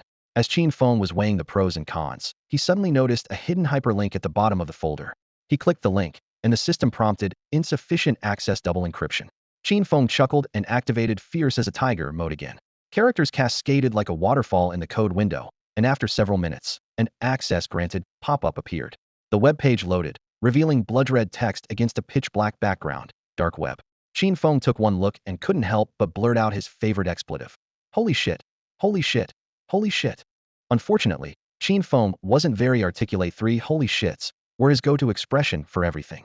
The dark web was the underground marketplace for global assassin organizations. Any organization could post bounties, hire killers, and issue wanted notices. Here, essentially a bloody version of a job market. Qin Feng clicked on the wanted list, and Yi Ji's name was prominently displayed in the first row. Temple of Death bounty, $5 million US. Converted to Chinese yuan, that was over 30 million. Qin Feng gasped. Though he found it reasonable the intelligence Yi Ji possessed could severely damage the Temple of Death. As he pondered this, the page suddenly auto-refreshed, and the bounty jumped from 5 million to 8 million. Qin Feng blinked and smiled bitterly, rising faster than pork prices. The skyrocketing amount undoubtedly announced that Yi Ji's threat level to the Temple of Death was rapidly escalating. The higher the bounty, the more global assassins would flock to it. Qin Feng scrolled down and saw hacker IDs and assassin code names accepting the mission. Rapidly multiplying international experts were swarming in like bees. Thinking about how he had saved Yi Ji and was now holding this USB drive packed with Temple of Death secrets, Qin Feng rubbed his temples and sighed softly. Sigh. I feel like I've been dragged into this chaotic conflict too. As more assassins targeted Yi Ji, they might very well follow the trail to anyone and anything connected to her, so Qin Feng might also get caught in the crossfire. Qin Feng scratched his messy hair, feeling utterly helpless, and muttered to himself, "Damn it, I should never have saved that woman. Now I'm in deep trouble." The whole situation was ridiculously simply had rescued Yi Ji, only to get dragged into the dark undercurrents of the Western underground world. Before the mission, the system had coldly warned of high risk, and now Qin Feng finally understood completely. Saving someone wasn't the hard part. The real trouble was dealing with the consequences that followed. For that massive $8 million bounty, elite assassins from around the world were swarming in, all targeting Yi Ji. As they say, when the city gate catches fire, the fish in the moat suffer too. Qin Feng knew he could become collateral damage at any moment. If he were alone, he might have just laughed it off, but his parents, girlfriend, and brothers were all back in China, and he absolutely couldn't let his loved ones fall into danger. After a brief moment of contemplation, inspiration suddenly struck, and a wicked smile curved his lips. Heh, this young master has protagonist luck on his side, so I'm not scared. Keyboard, come to me. Without me, the keyboard warrior, the path of keyboards would be eternal darkness. With this confident declaration, Qin Feng's hands fell onto the keyboard, unleashing his master-level hacking talents. He first effortlessly shattered the website's firewall, then penetrated through multiple layers of security encryption. In just 30 seconds, he planted a powerful virus into the dark web servers. The next second, servers crashed collectively, and all data scrambled into gibberish. Even more mockingly, Anyone trying to log into the website at that moment would have their screens automatically play an adult film from Japan. The assassin's communication channels instantly turned into a chaotic battlefield. With just a few keystrokes, Qin Feng had the big shots of the assassin world dancing to his tune. Networks and computers, once he set his sights on them, they were all at his mercy. Sitting at home, he had changed the landscape of the internet world. Without exaggeration, any major international tech company's backend servers were like his own backyard. If he wanted, he could even infiltrate the U.S. Air Force's defense command systems at any time, turn their nuclear deployment secrets inside out, and escape without a trace. The philosopher Archimedes once said, "Give me a lever long enough and a fulcrum on which to place it, and I shall move the world." And keyboard warrior Qin Feng would say, "Give me a computer, and I can blow up the entire digital world." News of his destruction of the dark web spread quickly, and the Western underground world erupted instantly. Countless assassins and hackers launched carpet searches, but couldn't even find a trace of Qin Feng's internet connection. Several internationally renowned super hackers attempted to track him down, only to end up frustrated before blank screens. No one knew who he was, so they could only respectfully call him the anonymous hacker. A new generation of hacking godfather had emerged from nowhere. Ha ha ha, this is so damn thrilling. Who knew being a hacker could feel this amazing? A fervent smile spread across Qin Feng's face as he discovered he could not only crack the Wi-Fi password at the American president's residence, but also infiltrate the International Space Agency's power systems. The power of the hacker aura is truly immeasurable. After closing his laptop, he shook his slightly overheated head and muttered to himself. When used properly, this power could achieve unimaginable effects. But once out of control, it would backfire like a double-edged sword. Last week, he had paralyzed the dark web, throwing the Western underground world into complete chaos. The Death Temple and other assassin organizations were too busy protecting themselves to continue hunting Yi Jian away. Qin Feng had indirectly helped her. But why had Yi Ji betrayed the Death Temple? What exactly were the core secrets she had stolen? Could she be an international spy playing a double-agent game? At this thought, Qin Feng stopped his speculation. Next month he would be heading to Qingbei University with his girlfriend Lin Ruoxue, so it was better to stay out of assassin world conflicts to avoid bringing trouble upon himself. He tucked Yi Ji's dropped USB drive into his inner pocket, ensuring it was completely secure. With the past few weeks being peaceful, he threw all his energy into physical training. In the gym, he practiced weighted squats, burpees, and freestyle boxing until he was drenched in sweat. His muscle definition became increasingly clear, his explosive power steadily improved, laying the foundation for further developing his kung fu aura. 2 weeks later, dusk, Shanghai Pudong Airport. The plane landed and passengers filed out. In the crowd, Lin Ruoxue's appearance immediately stunned everyone present. Wearing sunglasses, her white floral blouse accentuated her slender waist, while her black pleated skirt showed off her long, straight legs. Pulling her suitcase, she moved as if walking on a runway, every gesture radiating youthful vitality. Exiting the terminal, she immediately spotted Qin Feng leaning against a Lamborghini. "Feng," Lin Ruoxue waved and called out loudly. Qin Feng looked up, and after half a month apart, the longing in his heart instantly surged.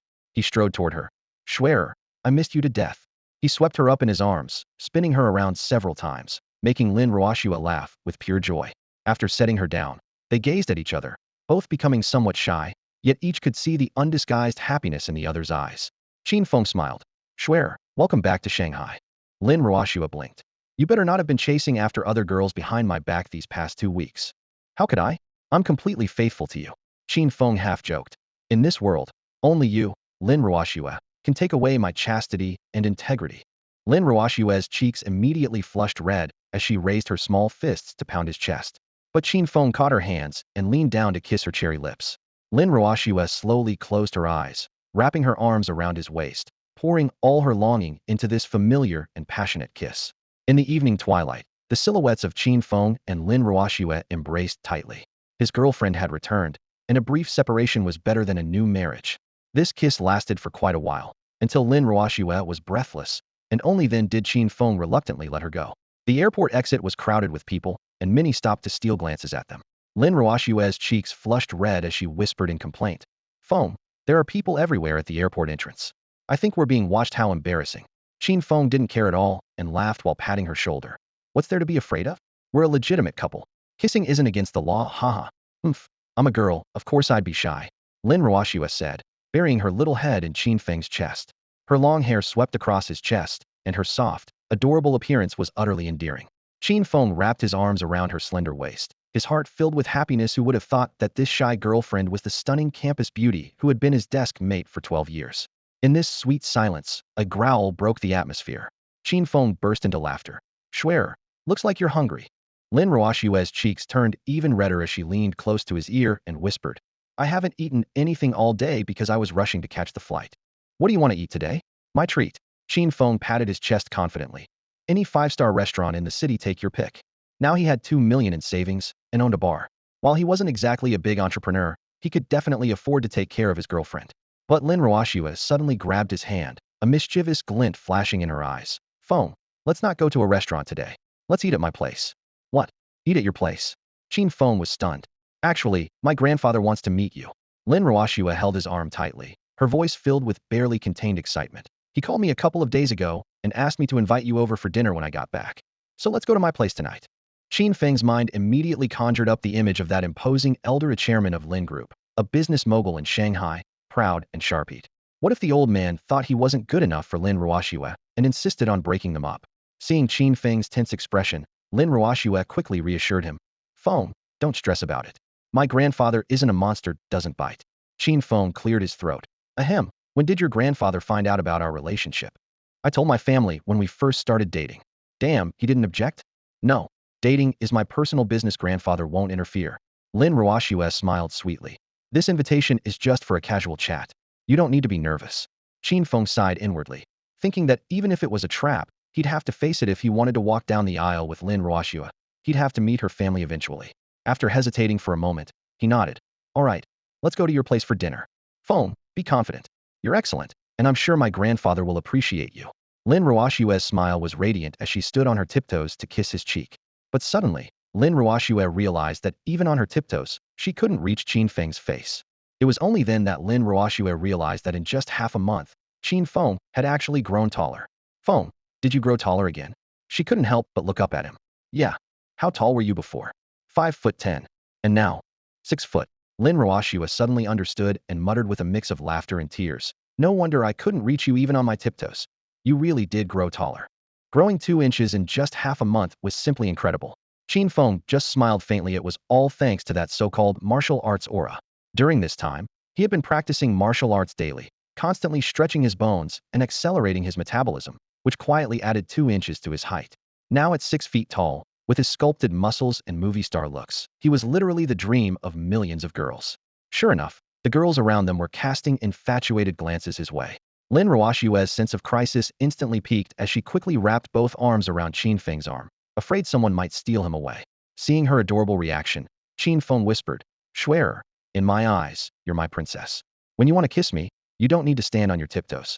Just give me a look, and I'll lean down and bring my face to your lips, waiting for your favor. Such smooth talk and overwhelming boyfriend energy. Lin Ruoshua's cheeks immediately flushed pink. After speaking, Qin Feng bent down and brought his face close. Lin Ruoshua, shy and bashful, gave him a quick peck like a dragonfly touching water. The onlookers were caught off guard by this display of affection, with someone groaning, showing off your love in public, how heartless. I'm dying from all this sweetness. Half an hour later, a bright orange Lamborghini roared into the Huoding Villa district in the city center.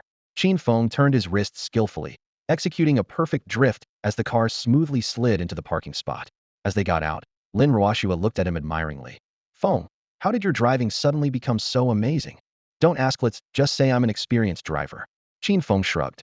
With his veteran driver aura, his driving instincts were practically innate. Lin Ruoshua gazed at him, thinking, Qin Feng is a treasure of a guy with countless surprises. I absolutely cannot let other girls steal him away. She took Qin Feng's hand and walked nervously yet expectantly into a luxurious European-style villa.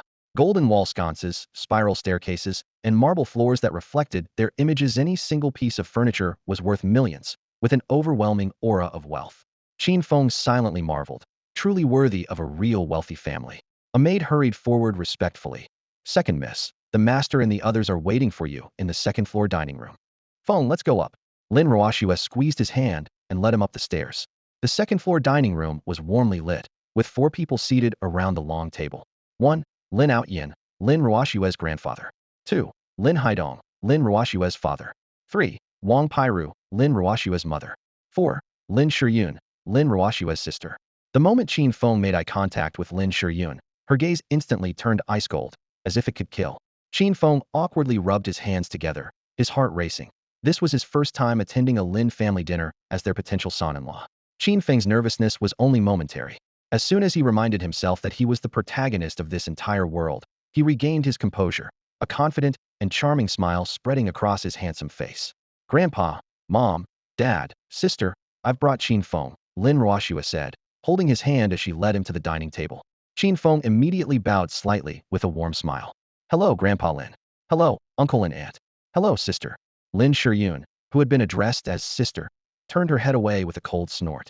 The embarrassing memory of Qin Feng groping her bottom years ago flashed through her mind, and her expression instantly turned icy.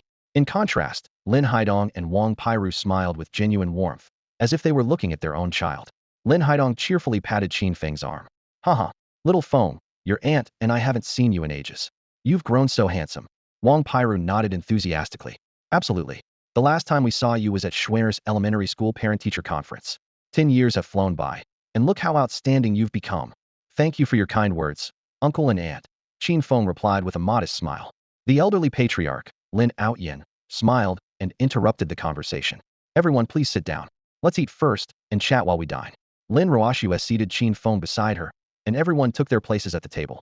As Qin Feng picked up his chopsticks, he couldn't help but think to himself, good heavens, even the bowls and chopsticks are made of ivory and jade. This Lin family is incredibly wealthy. The aroma of the dishes filled the air, but the conversation remained firmly focused on Qin Feng. Facing the elders, he maintained his humble demeanor. You're all too kind. I'm just an ordinary top scorer in the college entrance exam. So what if you're the top scorer? What's so impressive about that? Lin Shiyun sneered. The young talents pursuing my sister could form a line from one end of the Huangpu River to the other. You're nowhere near good enough for my sister. Sister. Lin Ruoxue quickly grabbed her sleeve, signaling her to stop disparaging Qin Feng. Qin Feng is my boyfriend. Don't talk about him like that. Lin Shiyun gently stroked her sister's head, her tone seemingly tender but laced with barbs. Silly girl, I'm not stopping you from dating, but shouldn't there be some compatibility in social status? He's really not worthy of you. Damn it, I'm the male lead, aren't I? Qin Feng felt anger rising in his chest. If it weren't for the fact that she was Lin Ruoxue's sister, he would have already taught this woman a lesson. Lin Outyin patted Qin Feng's shoulder with a kind smile. Little Feng, Yunner speaks without thinking. Don't take it to heart. Qin Feng nodded with a forced smile, not bothering to argue with Lin Shiyun. But then Lin Outyin's tone shifted. By the way, little Feng, are you dating Schwer with marriage in mind? Or is this just casual? Qin Feng was momentarily stunned, then answered earnestly. Grandpa Lin, I believe that any relationship not aimed at marriage is just playing around. So, I will definitely marry Schwer. Lin Ruoxue's face flushed bright red, and she gazed at Qin Feng with loving eyes, her heart completely captivated by his tenderness. Lin Shiyun glared fiercely at Qin Feng, cursing silently. You shameless rogue, you want to marry my sister? A toad dreaming of eating swan meat, what delusion. At this moment, Lin Haidong and Wang Pairu were both delighted, looking at Qin Feng with the kind of affectionate gaze reserved for a son-in-law. The couple had always been open-minded in their view. As long as their daughter was happy, it didn't matter if Qin Feng came from humble beginnings, since the Lin family was never short of money anyway. In the softly lit living room, Lin Outyin held a small glass of baijiu and looked up with a meaningful smile. Xiao Feng, since you want to marry my granddaughter, let's put our cards on the table. Qin Feng nodded graciously. Grandfather Lin, please speak freely. Lin Outyin took a sip of his drink, the glass making a crisp sound as it touched the table. First, I don't rigidly adhere to the idea of matching social status. But Schwer is my most precious treasure. You say you want to marry her, why should I believe you can make her happy? Without giving Qin Feng a chance to respond, he continued. I've looked into your background. Your parents work abroad as ordinary wage earners. Apart from being the top scorer in the college entrance exam, you own a bar. In your circle, that might be considered a modest achievement. But our Lin family is one of the top 3 conglomerates in Shanghai. Schwer has been pampered since childhood. Do you think she's suitable for you? Or rather, do you truly have the ability to make her happy? Qin Feng's heart sank as he realized this was about the pressure of their social gap. From the other side of the sofa, Lin Shiyun snorted coldly and seized the opportunity to twist the knife. Qin Feng, my grandfather has made it very clear you and my sister aren't compatible. It's better to part on good terms. The air suddenly grew tense. Qin Feng steadied himself, suddenly grasping Lin Ruoxue's hand and looking firmly at Lin Outyin. Grandfather Lin, I have the ability to make Schwer happy. Lin Outyin smiled without speaking, then after a moment of contemplation, tapped the table lightly. Here's what we'll do, Xiao Feng. If you insist on being with Schwer, I won't oppose it. But you need to prove to me that you have that capability before I can feel at ease in trusting my precious granddaughter to you. Qin Feng pressed. How do I prove it? Lin Outyin raised 2 fingers and leisurely wiped the rim of his glass. Young people should have dreams. Let's set a small goal within 1 year. Earn 100 million yuan first. Puffed. Qin Feng, who was drinking salt soda, immediately sprayed it all over Lin Shiyun's face. Lin Shiyun flew into a rage but was firmly held back by Wang Pairu, preventing her from lunging at him. Damn, a small goal? 100 million? This old geezer must be crazy. I'm not Wang Xizong's father. Where am I supposed to get 100 million? Qin Feng cursed internally, feeling like 10,000 alpacas were stampeding through his mind. Seeing Qin Feng's troubled expression, Lin Outyin shook his head with a smile. 100 million isn't much. When I married Schwetter's grandmother, I paid 300 million as a bride price. Finally, Lin Ruoxua couldn't bear it anymore and shot to her feet, her almond-shaped eyes blazing with anger. Grandfather, you're being unreasonable. Qin Feng is still a student. 100 million in 1 year? You're asking the impossible. Lin Outyin didn't argue back, merely swirling his drink gently. He wasn't truly trying to make things difficult for Qin Feng, but rather testing whether the young man had the courage and determination. Qin Feng took a deep breath, his mind racing. 100 million was an astronomical sum, but he felt confident that with his multiple protagonist halos, making money was just a matter of time. Just then, a familiar electronic female voice suddenly echoed in his mind system's secretary, Xiao Qi had arrived. Xiao Qi. Master, would you like to trigger a side quest? Qin Feng's heart jolted as he responded mentally. A side quest? Tell me about it. Xiao Qi. Side quest 1. Promise Lin Outyin that you'll earn 1 billion yuan within a year. Upon activation, immediately receive a protagonist halo. Side quest 2. Directly refuse Lin Outyin, elope with Lin Ruoxua, and wander the world together. Upon activation, maximize hostility with the Lin family. Master, please make your choice.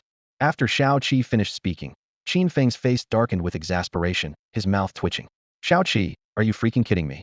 Faced with the option, elope with Schwer and maximize hatred from the Lin family, he felt the system was clearly forcing him towards self-destruction. Xiao Qi's tone remained as calm as ever. Master, you can also choose not to trigger any side quests. Qin Feng quickly weighed his options. Side quest 2 was absolutely out of the question. Wasn't an idiot. But side quest 1 wasn't easy either. Lin Outyin originally only required him to earn 100 million in a year, while quest 1 demanded he promise on the spot to earn 1 billion in a year, instantly multiplying the pressure tenfold. However, Xiao Qi immediately added, once you trigger side quest 1, the protagonist's aura will be granted immediately. Those 4 words, protagonist's aura, burned like fire in Qin Feng's heart. As the main character, he needed to have courage. He steeled himself. With all these auras surrounding me, what's 1 billion? After a brief hesitation, he made his decision. Xiao Qi, I choose to trigger side quest 1. Very well, master. As the words fell, Qin Feng suddenly raised his head, his gaze locking directly onto Lin Outyin. In that instant, the sharpness and confidence in his eyes made Lin Outyin narrow his eyes slightly, exactly the expression he wanted to see. Xiao Feng, how's your consideration going? Lin Outyin asked with a smile. Qin Feng's lips curved upward, his tone composed. Grandpa Lin, I've made my decision. I accept your terms. Lin Shiyun crossed her arms and sneered. Qin Feng, you're really bold with your boasting. You think you can earn 100 million in a year? Even daydreaming should have limits. Qin Feng smiled back, his expression calm. Sister, you misunderstood. I think 100 million lacks challenge. Besides, in my eyes, Schwer's happiness is worth far more than 100 million. He stood up, cleared his throat gently, and faced Lin Outyin with a solemn declaration. Grandpa Lin, to prove I can give Schwer happiness, I, Qin Feng, promise within 1 year, I'll earn 1 billion. As his words landed, the living room seemed frozen in time. Lin Outyin was stunned on the spot. Originally, he had only mentioned 100 million, yet this young man voluntarily raised the bar to 1 billion. Such an outrageous proposal. I never heard anything like it in my lifetime. The couple Lin Haidong and Wang Pairu gaped. Was their son-in-law's brain damaged? Lin Shiyun was completely dumbfounded. Either he'd been kicked by a donkey or his brain was waterlogged. How else could he say such things? Lin Ruoxua anxiously tugged at Qin Feng's sleeve, quietly pleading with him to stop talking nonsense. After several seconds of silence, Lin Outyin suddenly burst into hearty laughter, his palm striking the armrest forcefully. Ha! Truly worthy of a young man. What courage! He composed himself and confirmed seriously. Xiao Feng, are you serious? Yes, completely serious. Qin Feng's gaze was unwavering. Good lad, I like people with your kind of courage. Lin Outyin slammed his hand on the table and declared loudly, Xiao Feng, I'll give you 1 year. If you can earn 1 billion within that time, I'll allow Schwer to get engaged to you. Qin Feng immediately stood up and clasped his hands respectfully. Thank you, Grandfather Lin. Lin Outyin waved his hand with a slight smile. Don't thank me just yet. If you can't earn that billion within a year, you must leave Schwer. Do you dare accept this challenge? This was clearly a test. Upon hearing this, Lin Ruoxue's face went pale, and she was about to speak when Qin Feng raised his hand to stop her. Don't worry, Shuer. I will definitely succeed. This is my promise to grandfather. The girl was torn between laughter and tears. 1 billion was no small amount. Lin Shiyun, who had been standing nearby with her arms crossed, rose with a mocking raised eyebrow. Qin Feng, I think you're addicted to bragging. You're still crammed in that shabby rental apartment without even a decent place to live, yet you dream of earning 1 billion. Qin Feng's eyes gleamed as he spoke with conviction. Fortune changes hands every 30 years. Don't look down on a young man's poverty. Excellent. Lin Outyin burst into hearty laughter and raised his glass. Xiaofeng, I have faith in you. Come drink with me, we won't stop until we're thoroughly drunk. The dinner lasted from evening until 10 o'clock at night. For Lin Outyin, whether Qin Feng could actually earn 1 billion wasn't the point. Cared more about the young man's courage and character. Tonight's performance had completely convinced him to entrust his granddaughter to Qin Feng. When the gathering ended, Qin Feng was too intoxicated to drive. Lin Outyin specifically assigned Lin Shiyun to take him home. Despite her dislike for Qin Feng, Lin Shiyun didn't dare disobey the old master. Moreover, Lin Ruoxue insisted on coming along, so she had no choice but to drive her Mercedes and take them both to Qin Feng's residence. Under the night sky, the Mercedes smoothly pulled away from the Lin family mansion. The interior lighting was soft, and the leather seats in the back were cool to the touch. Lin Shiyun secretly observed through the rearview mirror. Lin Ruoxue clung tightly to Qin Feng's arm, whispering complaints. Feng, were you acting impulsively earlier? How could you make such a promise to grandfather? Qin Feng gently pinched her soft cheek and smiled casually. 1 billion? That's nothing. Lin Shiyun seized the opportunity to snort coldly. Stop fooling my sister. You? Huh.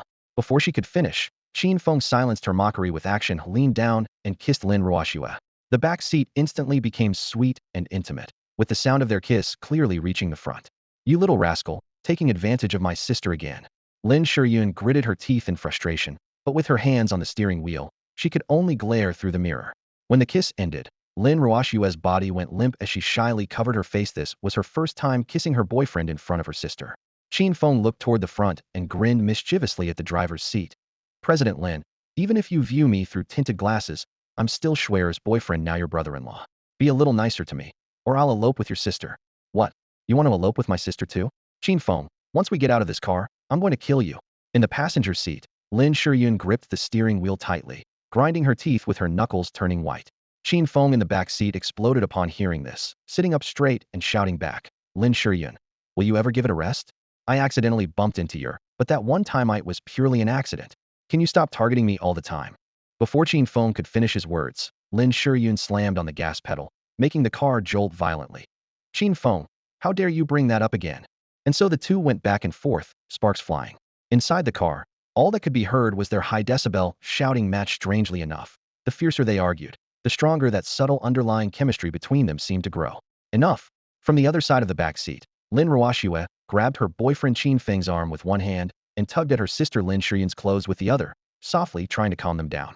Can you two please stop fighting? I'm exhausted trying to pacify both of you. Lin Shiyun let out a cold snort, and Qin Feng turned his head toward the window. The car fell silent instantly, leaving only the low rumble of the engine. In the quiet, a mechanical female voice suddenly echoed in Qin Feng's consciousness. Xiao Qi, congratulations, master. You successfully triggered side quest 1 during the dinner at the Lin family's house. Qin Feng blinked, adjusted his mindset, and responded with his thoughts. Xiao Qi, didn't you say before that triggering side quest 1 would immediately grant me a Protagonist Halo? Hurry up and give it to me, I am waiting online, and it's urgent. Xiao Qi, yes, master. As soon as the words fell, a golden halo appeared out of thin air in front of Qin Feng. Recently, he'd been acquiring Protagonist Halos at an extremely high frequency. In just half a month, he would be leaving Shanghai to report to Qingbei University in Tianjin. For the system, Shanghai was merely the newbie village. Before Qin Feng left the newbie village, it would provide him with as many opportunities to equip halos as possible. Once he'd accumulated enough halos, Qin Feng believed he would be able to dominate the world after leaving the newbie village. Thinking of this, he smirked, reached up to pluck the halo, and placed it securely on his head. Lin Ruoxue couldn't see the halo and only saw her boyfriend making inexplicable hand gestures, so she tilted her head curiously. Feng, what are you doing? Qin Feng sat up straight and pressed his index finger to his lips. Shu, I'm cultivating immortality. Cultivating immortality? Lin Ruoxue rolled her eyes at him, huffed, and simply leaned into his embrace to play on her phone. The next moment, the new halo completely merged into Qin Feng's brain. A massive flow of information rushed in, and the halo's attributes became crystal clear. Domineering CEO Halo provides the host with powerful business acumen and entrepreneurial talent. Guaranteed profits in business ventures, instant fame when founding companies, keen eye for talent, ability to recruit business elites, build a private business empire, and easily dominate the global business world. TSK. This Halo is basically a money-making Halo. Qin Feng was secretly pleased. With it, earning $1 billion would be as easy as pie, and becoming the world's richest man was just around the corner. Haha. Under the influence of the domineering CEO Halo, various startup plans lined up in his mind, making him eager to immediately register a company and recruit talent. Suppressing this impulse, he pretended nothing had happened and chatted casually with Lin Ruoxue. The car window swept past Shanghai's nightscape, with neon lights flickering. Qin Feng casually glanced toward the driver's seat. Lin Shiyun was concentrating on the road, her profile sharp and defined under the lights. The next second, the system displayed character information. Lin Shiyun, Vice President of Lin Group. Leadership skills, 5 stars. Management abilities, 5 stars. Network index, 5 stars. Credibility index, 5 stars. Overall assessment, elite level talent. Holy crap, I can actually see through Lin Shiyun's data? Qin Feng's eyes widened in shock as he instinctively rubbed the corners of his eyes, then focused his gaze once more on Lin Shiyun, who was gripping the steering wheel. Within his field of vision, a clear string of data floated through his mind's strengths, weaknesses, comprehensive value, all laid bare without exception. Well, I'll be damned, he thought excitedly, the corners of his mouth involuntarily curving upward as he nearly burst out laughing on the spot. Is this an additional skill that comes with the domineering CEO aura? Direct business value scanning. I am like a modern-day talent scout. The ancient saying goes, swift horses are common, but those who can recognize them are rare. Now, the role of talent scout had fallen to him. Qin Feng calculated silently. With this ability, he could identify elite talent at a glance, recruit them for his own use, and building a business empire would be just around the corner. He then looked down at Lin Ruoxue, who was nestled in his arms. Since Ruoxue was still a student, the system provided no business data feedback, which didn't surprise him at all. Turning his attention back to Lin Shiyun, Qin Feng muttered to himself, this woman has a terrible temper, but her business acumen is undeniably impressive, definitely elite level. If I start a company in the future, I'll poach her to be my vice president and work her to the bone. At this thought, his smile gradually became mischievous, clearly already plotting his talent acquisition strategy. At this moment, Lin Shiyun was completely oblivious to Qin Feng's scheming thoughts. 20 minutes later, the black Mercedes came to a smooth stop downstairs from Qin Feng's residential complex. As the car doors opened, all three stepped out. Qin Feng, get over here. I'm going to kill you. Lin Shiyun's foot had barely touched the ground before she charged toward Qin Feng in a fury. However, Lin Ruoxue immediately stepped in front of her boyfriend, spreading her arms protectively. Sister, stop making a scene. Are you really going to beat up my boyfriend right in front of me? She feigned anger, her voice cold as ice chips. No matter how fiery Lin Shiyun's temperament was, she was utterly devoted to her younger sister. Seeing that Ruoxue was genuinely about to lose her temper, she reluctantly backed down. All right, Schwerer, don't be angry. Your sister won't settle scores with him, okay? Only then did Lin Ruoxue break into a smile. That's more like it. From now on, Qin Feng is family. He's your brother-in-law, so you two need to get along well. Lin Shiyun snorted coldly, thinking to herself, Qin Feng, even if you're my sister's boyfriend now, if you can't earn 10 billion in a year, you'll have to get lost according to our agreement. I'll tolerate you for 1 year, that's settled. She didn't believe for a second that Qin Feng could earn 10 billion in a year. She was convinced he couldn't even touch 10 million. Qin Feng had already anticipated these thoughts. He remained nonchalant, simply waiting to slap Lin Shiyun in the face with his actual achievements. The night breeze was cool as Qin Feng gently patted Ruoxue's shoulder. Schwerer, it's getting cold. You and your sister should head back. Drive safely. Feng, let's video chat once I get home. Lin Ruoxue nodded, and the couple embraced and whispered sweet nothings, their affection evident. After exchanging a few caring words, they kissed right there on the street. Lin Shiyun stood to the side, forced to witness this public display of affection, her expression complex. Seeing how well her sister and Qin Feng got along, she began to waver. Setting aside her prejudices, they really did make a good match. But just as this thought arose, her face darkened while kissing her sister. Qin Feng's hands had quietly moved to rest on her sister's bottom. Qin Feng, get your perverted hands off her and stop touching my sister. Lin Shiyun roared. Qin Feng deliberately raised an eyebrow. Schwerer is my girlfriend. What's wrong with touching her? Is it illegal? The two engaged in a war of words, sparks flying. Seeing this, Lin Ruoxue could only smile bitterly and rub her forehead. Lin Ruoxue smiled bitterly as she rubbed her temples, feeling mentally exhausted and having no energy left to deal with the conflict between her boyfriend and her sister. Time flew by like a fleeting moment, and in the blink of an eye, half a month had passed. The morning sunlight filtered through the curtain gaps, falling across Qin Feng's face. He rolled over and sat up, reaching for his phone on the nightstand. Seeing the date on the screen, he couldn't help but mutter under his breath, "Damn, only 2 days left before school starts. My vacation balance is running low and desperately needs a recharge." Despite his complaints, Qin Feng's eyes sparkled with barely concealed excitement. He was finally leaving this starter village of Shanghai to head to Tianjin, the most prosperous city in the country. At this moment, he felt like he was wrapped in layers of protagonist aura like Russian nesting dolls, his power ready to unleash. It was time to leave the starter village and begin his conquest of the world. Taking over the globe was just the first step, followed by the solar system, the galaxy, and eventually all parallel worlds. After washing up and hanging his towel back on the bathroom door, his phone rang. Qin Feng answered, his voice low and gentle. "Schwer, calling me so early? Do you miss me? Want to go on a date?" On the other end, Lin Ruoxue responded with a sweet laugh. "Phone, just reminding you that school starts in 2 days. I know, I just checked the calendar." Qin Feng leaned against the sink, a smile playing at his lips. "By the way, I've already booked 2 plane tickets. We'll fly to Tianjin together. Once we're there, we'll truly be college classmates." Lin Ruoxue's heart bloomed with joy. For years of university life with her childhood sweetheart at the same school and in the same class, nothing could be more blissful. After all, they had been desk partners for 12 whole years, already dependent on each other and inseparable. Thinking about how they would both study at Qingbei University, her smile grew even sweeter. The two then chatted casually.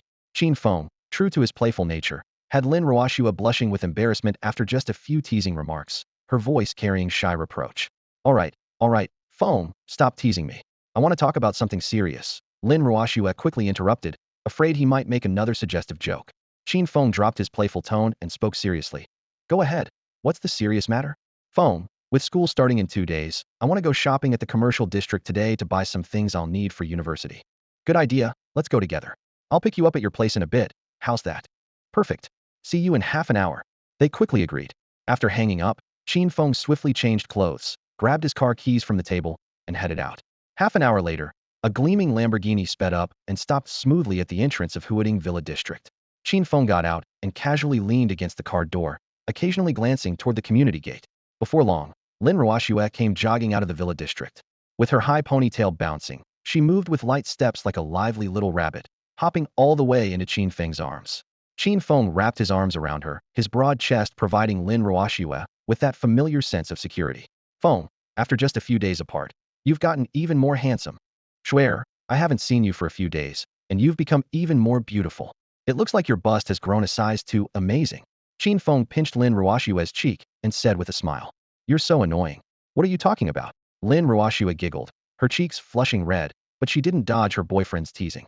To catch Qin Feng's eye, she had specially worn a pink-fitted mini dress today, showing off her slender waist and long, graceful legs.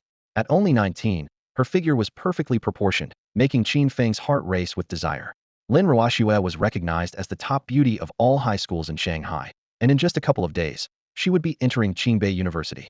Qin Feng imagined the scene. Lin Ruoxue would surely become the center of attention on campus, surrounded and adored like a star.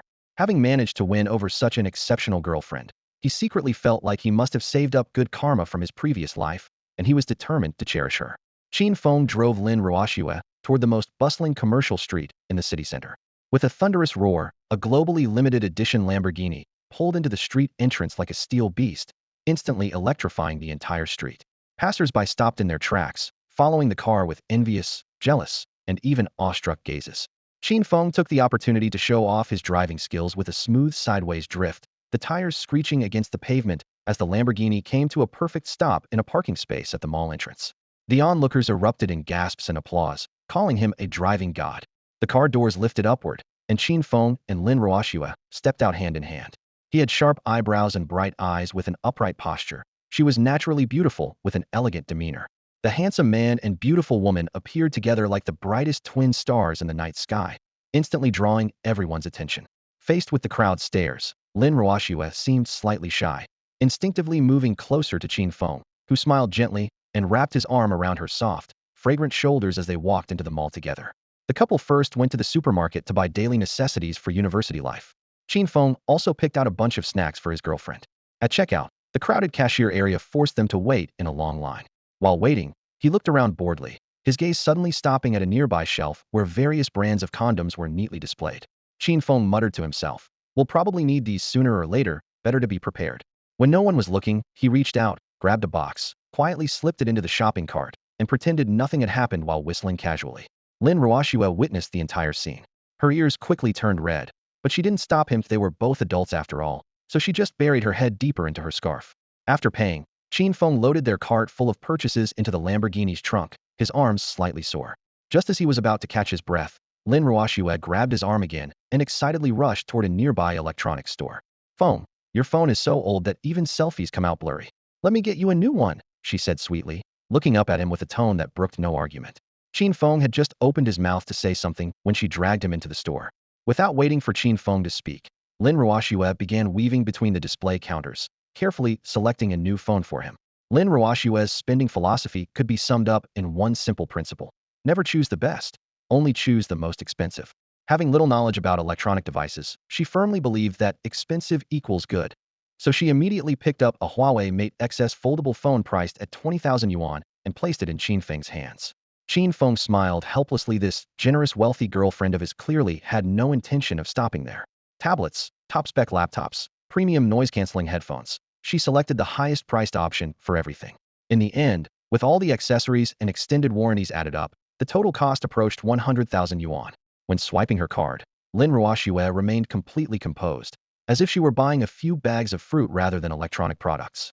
Qin Feng felt uneasy watching this and whispered a reminder.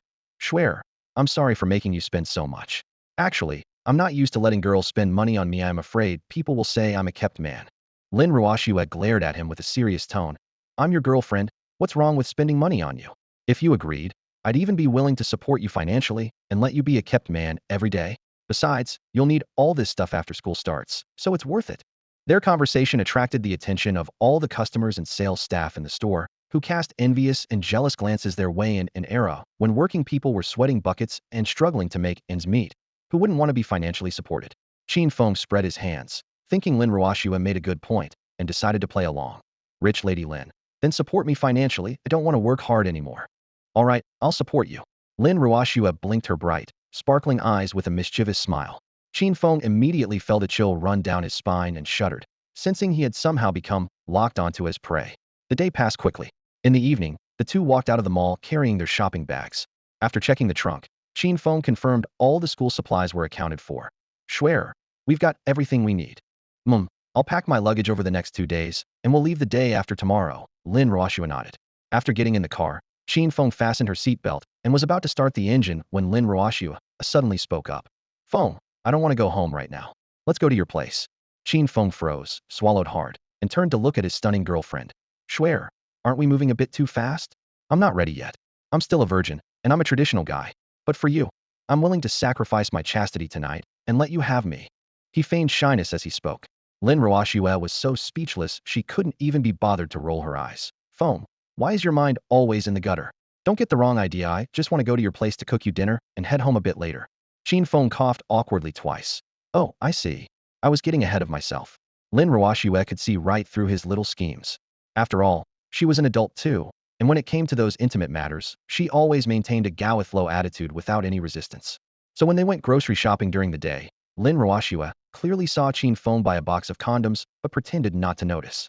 At 7 in the evening, the lights in the rental apartment had just come on. In the living room, Qin Feng pulled the freshly wiped dining table to the center and carefully set out 2 sets of bowls and chopsticks, the utensils clinking softly.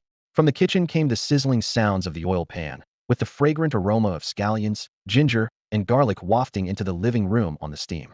Schwetter's cooking is absolutely amazing. It's making my mouth water. Qin Feng rubbed his stomach with a smile.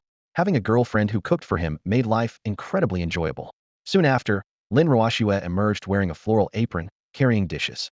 The small wooden table was instantly filled with 4 dishes and a soup. Sweet and sour pork gleaming amber, garlic broccoli vibrant and appetizing, steamed sea bass still steaming hot, kung pao chicken fragrant and spicy, and finally a bowl of kelp and pork rib soup.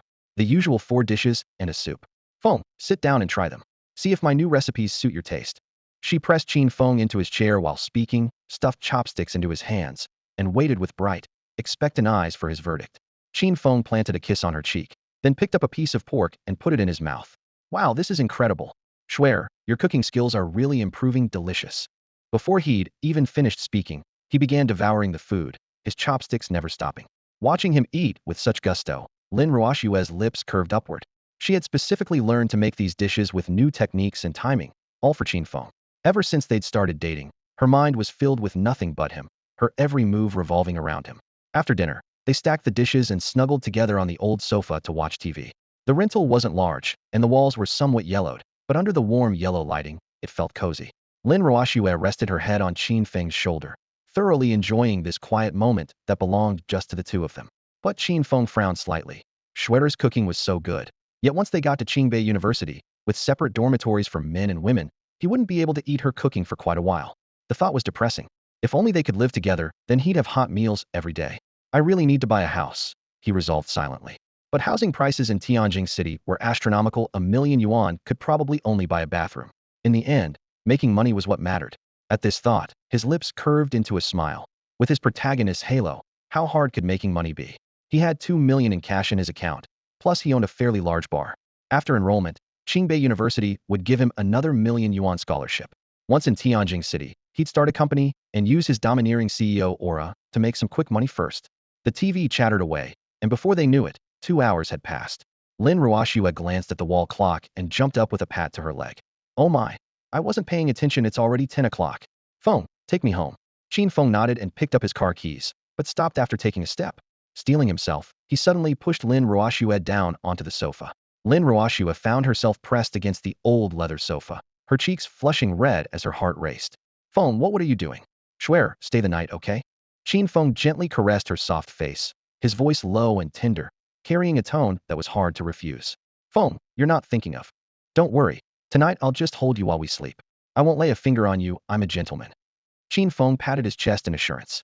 Lin Ruoshue bit her lower lip lightly, the image of that box of condoms from earlier flashing through her mind as she thought to herself. Humph, men's words are nothing but lies. He already bought condoms and still wants to fool me. Just then, Lin Ruoshue's phone suddenly rang. The living room was bathed in soft light, and the phone vibrated distinctly on the coffee table. Lin Ruoshue picked up her phone to see Sister Lin Shiyun flashing on the screen. It was already late into the night, and the 10 o'clock display hit both their hearts like a small hammer. Her sister was probably worried that she hadn't come home yet. Qin Feng's fingers, which had been wrapped around Lin Ruoshue, loosened slightly, and visible disappointment crossed his face. He didn't say anything, but his emotions were written all over his expression. Lin Ruoshue, being perceptive, felt a pang in her chest seeing her boyfriend like this, afraid of disappointing his heartfelt intentions. The ringtone continued persistently. Qin Feng took a deep breath and forced a smile. Schwer, it's already 10 p.m. Your sister must be worried about your safety. Answer the phone first to let her know you're okay, and then I'll drive you home. Lin Ruoshue held her phone in silence for several seconds, her gaze shifting between the phone and Qin Feng. Finally, she tightened her grip and, as if making a firm decision, pressed the answer button. Hello, silly girl, it's past 10 o'clock now. Where are you? Grandpa and Mom and Dad are all worried sick about you. On the other end, Lin Shiyun's voice was so urgent it seemed ready to burst through the receiver. Lin Ruoshue took a deep breath to keep her tone steady. Sister, don't worry. I'm at my girlfriend's place. Qin Feng's pupils trembled slightly as he looked at her in confusion. Why was she lying? Lin Shiyun didn't notice anything unusual and breathed a sigh of relief before adding. Oh, so you're with your girlfriend. Send me the address later, and I'll come pick you up. Sister, don't bother, you don't need to come. Lin Ruoshue quickly changed the subject. Huh? Why not? Lin Shiyun's confusion came through the phone. Because it's too late, and I'd worry about your safety driving here. So I'll just stay at my girlfriend's place tonight. Tell Grandpa and Mom and Dad, and I'll come home tomorrow. That's it, bye. Lin Ruoshue said it all in one breath, barely giving her sister a chance to ask more questions before decisively hanging up. This was her first time lying to her family, and her fingertips were cold with nervousness. On the other side, Lin Shiyun held the phone with its dial tone, looking bewildered. Why did her sister suddenly decide to spend the night at her girlfriend's place? But thinking it over, she figured it was safe there too, so she didn't investigate further. After hanging up, Lin Ruoshue simply held down the power button, ensuring no calls could disturb them. She turned and leaned into Qin Feng's embrace as her phone screen went completely dark. Qin Feng gently ruffled her hair, still full of questions. Schwer, you've got me completely confused. Why did you lie to your sister about staying at your girlfriend's place? Lin Ruoshue bit her lower lip, raised her delicate eyebrows, and spoke with a mix of reproach and shyness. You big dummy. I've been hinting so obviously, and you still don't get it? Qin Feng was stunned for half a second, then suddenly understood Lin Ruoshue wanted to stay overnight at his place, which was why she lied. Realizing this, warmth spread through his chest, and he immediately wrapped his arms tightly around Lin Ruoshue. Swear, you're so good to me. Don't worry, I'll take full responsibility for you. And my bedroom bed is huggy no matter how much we toss and turn, it won't collapse. At this point, he cleared his throat and paused. Ahem, don't misunderstand me. I can sleep with you tonight. But it's strictly just sleeping, you can't get handsy with me. Swear, we're both adults now. Some things are bound to happen sooner or later, No, I can't. I'm on my period. Don't lie to me. Your cycle is from the 10th to the 17th every month. And today is the 29th. So there's no way you're on your period. Lin Roashue was stunned and remained silent for a while before saying with a bitter smile. Qin Feng, you're really something. We've only been dating for a short time, and you've already memorized my menstrual cycle. That's terrifyingly thoughtful. Qin Feng pushed Lin Roashue down onto the sofa with a mischievous grin. Actually, I memorized your cycle back in middle school. Lin Roashue's face flushed red as she glanced at Qin Feng resentfully and laughed. You pervert, Feng. It seems you've had your eye on me for a long time. I thought you were just an innocent little boy back then. You really can't judge a book by its cover. Qin Feng stopped talking and directly picked up Lin Roashue, carrying her toward the bedroom. After placing Lin Roashue on the bed, Qin Feng began undressing. Lin Roashue was extremely shy and could only close her eyes, not daring to look directly at Qin Feng. Her long eyelashes kept fluttering, showing she was quite nervous. Actually, Qin Feng was nervous too. This was his first time as well, and he had no practical experience. To avoid embarrassment, he turned off the bedroom lights first. Once the lights were off, the bedroom was plunged into darkness. In the darkness, Qin Feng became bolder and pounced onto the bed like a wild beast. Lin Roashue showed token resistance, but basically didn't fight back. Knock, knock, knock. Unfortunately, at the crucial moment, urgent knocking came from outside. Damn it. What's going on? Someone's interrupting my moment. Qin Feng was furious and initially wanted to ignore it, but the persistent knocking outside had already ruined the beautiful, romantic atmosphere. Lin Roashue was already shy, and now hearing the commotion outside, she naturally became flustered. Qin Feng sighed. It seemed like today wasn't the day he'd become a real man. Feng, whoever's knocking outside might have something urgent. Maybe you should go check, Lin Roashue said softly, her face blushing. Qin Feng had no choice but to help Lin Roashue put her dress back on, then jumped off the bed and walked with determined strides, anger written all over his face. Damn it! Whoever's knocking and daring to interrupt my business, I'm going to kill them. Qin Feng grabbed a frying pan from the kitchen, walked to the door, and yanked it open, ready to beat up whoever was knocking. But the moment he opened the door, a girl threw herself into Qin Feng's arms. Qin Feng was completely dumbfounded, frozen in place, and the frying pan in his hand dropped to the floor. What the hell? Who are you? Breaking into someone's home in the middle of the night and molesting an innocent man, that's a serious crime. Qin Feng shouted angrily, quickly pushing the girl in his arms away. After all, his official girlfriend was at home, and he didn't want any misunderstandings. Brother, what are you talking about? When did I molest you? The girl Qin Feng had pushed away pouted with a resentful expression. Qin Feng rubbed his eyes and carefully examined the girl in front of him. She was about 16 years old, around 5 feet 3 inches tall, with a porcelain doll face and twin ponytails, looking like the perfect loli. Interestingly, this girl's features bore some resemblance to Qin Feng's, especially her eyes, which were almost identical to his. Qin Feng's eyes widened in surprise. Qin Luoli? Qin Luoli smiled sweetly, grabbed Qin Feng's hand, and said coquettishly, Brother, you're so mean. We haven't seen each other for so long, and you're calling me by my full name. Can't you call me Luo Luo like you used to? Standing before Qin Feng was an adorable young girl who happened to be his cousin, Qin Luoli. Qin Luoli's father was Qin Feng's uncle, making her his blood-related cousin. However, many years ago, Qin Luoli's parents had died in a car accident. Since then, she had been cared for by Qin Feng's family, and he treated her like his own little sister. Her parents had been doing business overseas before their death, leaving her a property abroad and some savings that ensured her material well-being. Over the years, Qin Luoli had been studying abroad, and since Qin Feng's parents also worked overseas, they would look after her from time to time. She regarded Qin Feng's parents as her second parents. Now that Qin Luoli had suddenly returned to the country and appeared directly in front of Qin Feng, he felt surprised and bewildered. After being stunned for a few seconds, Qin Feng quickly pulled Qin Luoli into the house. Brother, it's been so long. I want a hug. As soon as they entered, Qin Luoli clung to Qin Feng, insisting on a loving embrace. Having faced many hardships and lost her parents at an early age, Qin Luoli lacked a sense of security, and only Qin Feng's family could provide her with the care she needed. In Qin Luoli's eyes, Qin Feng wasn't just a cousin, but more like a real brother. Since he hadn't seen his cousin for a long time, Qin Feng's face lit up with joy as he hugged Qin Luoli.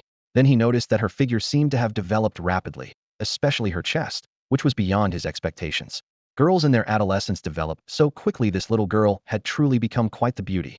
Qin Feng silently marveled to himself, not expecting that his cousin had grown into such an attractive young woman. Feng, who is this? Just then, Lin Ruoxue walked out of the bedroom and immediately saw Qin Feng embracing a strange girl. Seeing signs of jealousy in Lin Ruoxue's expression, Qin Feng quickly explained, Schwerer, don't misunderstand. This is my cousin, Qin Loli, we're blood relatives. Your sister? Lin Ruoxue felt very surprised. She had known Qin Feng for so long, but had never heard him mention having a cousin. However, after carefully observing Qin Luoli's features, Lin Ruoxue quickly discovered that she and Qin Feng did indeed share some resemblance, especially their eyes, which were almost identical. The sibling relationship was confirmed. Brother, this beautiful sister is so pretty. Who is she?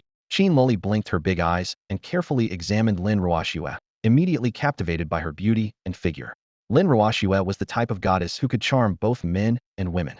The three of them then sat down, and Qin Feng introduced Lin Ruoxue and Qin Luoli to each other. Upon learning that Lin Ruoxue was Qin Feng's girlfriend, Qin Luoli was overjoyed and exclaimed excitedly, Oh my goodness, brother, you actually found a girlfriend, and such a beautiful one too. You're really bringing honor to our Qin family. You've made something of yourself. You're the youngest in our Qin family, yet you keep talking about our Qin family. You're such a little smarty. Qin Feng gently poked Qin Luoli's forehead with his finger and said with a laugh. Immediately after, Qin Luoli wrapped her arms around Lin Ruoxue's arm and began chattering away, calling her sister-in-law repeatedly, which made Lin Ruoxue beam with happiness and develop a great fondness for Qin Luoli. In less than 15 minutes, Lin Ruoxue and Qin Luoli had formed an incredibly close friendship, closer than best friends, even making plans to go shopping together in the future. The living room was bathed in soft light, steam rising from the tea table as the two girls chatted more and more enthusiastically, their laughter filling the air. Watching their perfect chemistry and exchanged glances, Qin Feng finally couldn't help but speak up. Luo, tell your brother first, how did you suddenly come back to China? You didn't even give us a heads up so I could pick you up at the airport. Qin Luoli playfully blinked her eyes and giggled sweetly. Brother, I'm back in China to stay for good this time. Stay for good? Aren't you supposed to be studying abroad? Did you drop out? Do mom and dad know? Qin Feng fired off a series of questions, his voice full of concern. Qin Luoli was only 16 now, and by all accounts should be attending high school abroad. Her sudden move back to China certainly raised suspicions of dropping out, but she linked her arm through Qin Feng's and proudly announced with her chin raised, Brother, I got accepted to Qingbei University. We're going to be schoolmates. Qin Feng instinctively rolled his eyes. Stop bragging. You're only 16 and don't even qualify for the college entrance exam. What university would accept you? You don't believe me? Then I'll show you proof. Qin Luoli said as she crouched down by her suitcase, opened a compartment, and pulled out a gold-embossed letter. Qin Feng and Lin Ruoxue leaned in to look, seeing Qingbei University printed clearly at the top of the letter, with an official seal and registration number that looked identical to theirs. Both of them were stunned speechless. Lin Ruoxue exclaimed in amazement, Feng, this really is an acceptance letter from Qingbei University. The format is exactly the same as ours. Qin Feng couldn't close his mouth for a long time. Luo, what's going on here? Qin Luoli ran her hand through her chestnut-colored hair and proudly explained the whole story. Although she hadn't taken the college entrance exam, she had been spotted by Professor Jiang from Qingbei's music department at an international youth music competition due to her musical talents. He personally sent her an email offering exceptional admission. This adorable little prodigy certainly had reason to be confident. Qin Feng had long known about her outstanding musical talent. She worked part-time as a singer, released EPs, and had accumulated a large fan base on European and American platforms. Being recruited by a prestigious university was logical, yet still surprisingly delightful. Luo, being able to attend university at just 16, I'm truly in awe of you. You're amazing. Qin Feng gave her a thumbs up. Brother, don't say that. You're the amazing one. You were the top scorer on the college entrance exam. In my eyes, you're my idol. Could you give me an autograph? No. You're more amazing than me. Brother, you're still the most amazing. The siblings entered mutual praise mode, which lasted a full 15 minutes. Qin Feng praised his sister's exceptional talent, while Qin Luoli praised her brother's academic prowess. Lin Ruoxue watched from the side in amazement, thinking to herself, this pair of siblings are truly masters of mutual admiration.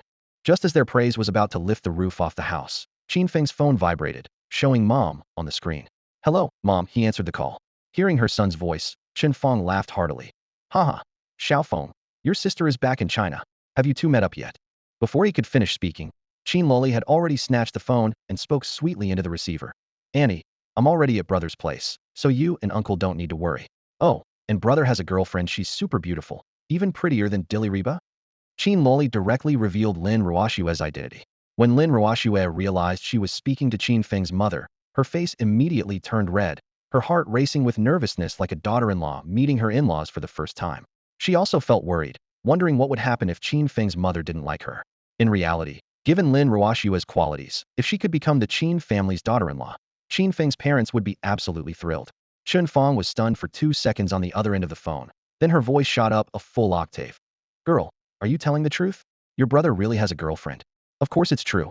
Sister-in-law is so beautiful, with a great figure, big chest, and hips you can tell she'll bear sons.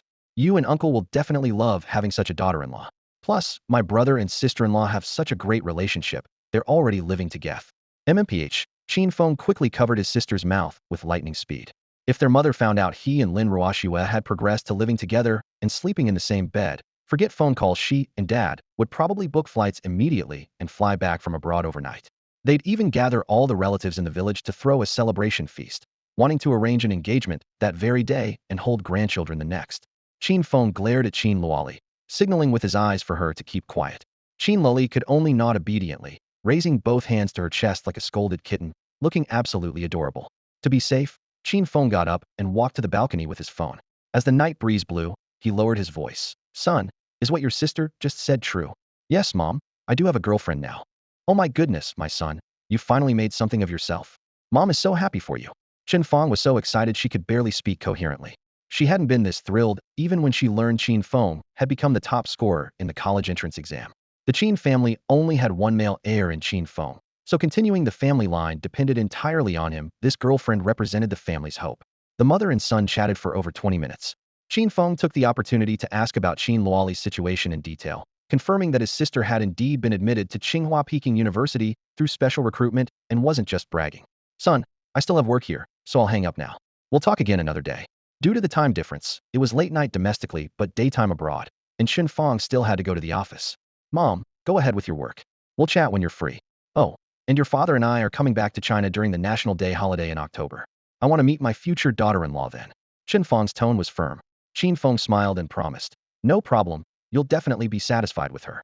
Before hanging up, Qin Feng added, Xiao Feng, don't think Mom is being naggy. Your sister lost her parents early, and your father is her legal guardian. After she starts university, you must take good care of her and not let her suffer or be bullied, or Mom won't forgive you. Qin Feng understood Qin Feng's heartfelt concern completely. Now he was essentially Qin Luoli's legal guardian, and taking care of his sister was an inescapable responsibility. Mom, don't worry. I promise Luoluo will be perfectly safe with me, Qin Feng assured Qin Feng. After chatting for a few more minutes, Qin Feng hung up the phone.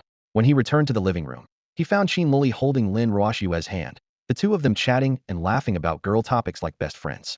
There was no room for Qin Feng to join the conversation. Seeing that Qin Feng had finished his call, Lin Ruoshua asked anxiously, Feng, now that your mother knows about me, do you think she'll dislike me? Qin Feng walked over, gently caressed Lin Ruoshua's face, and smiled. Don't be silly. My mom is over the moon.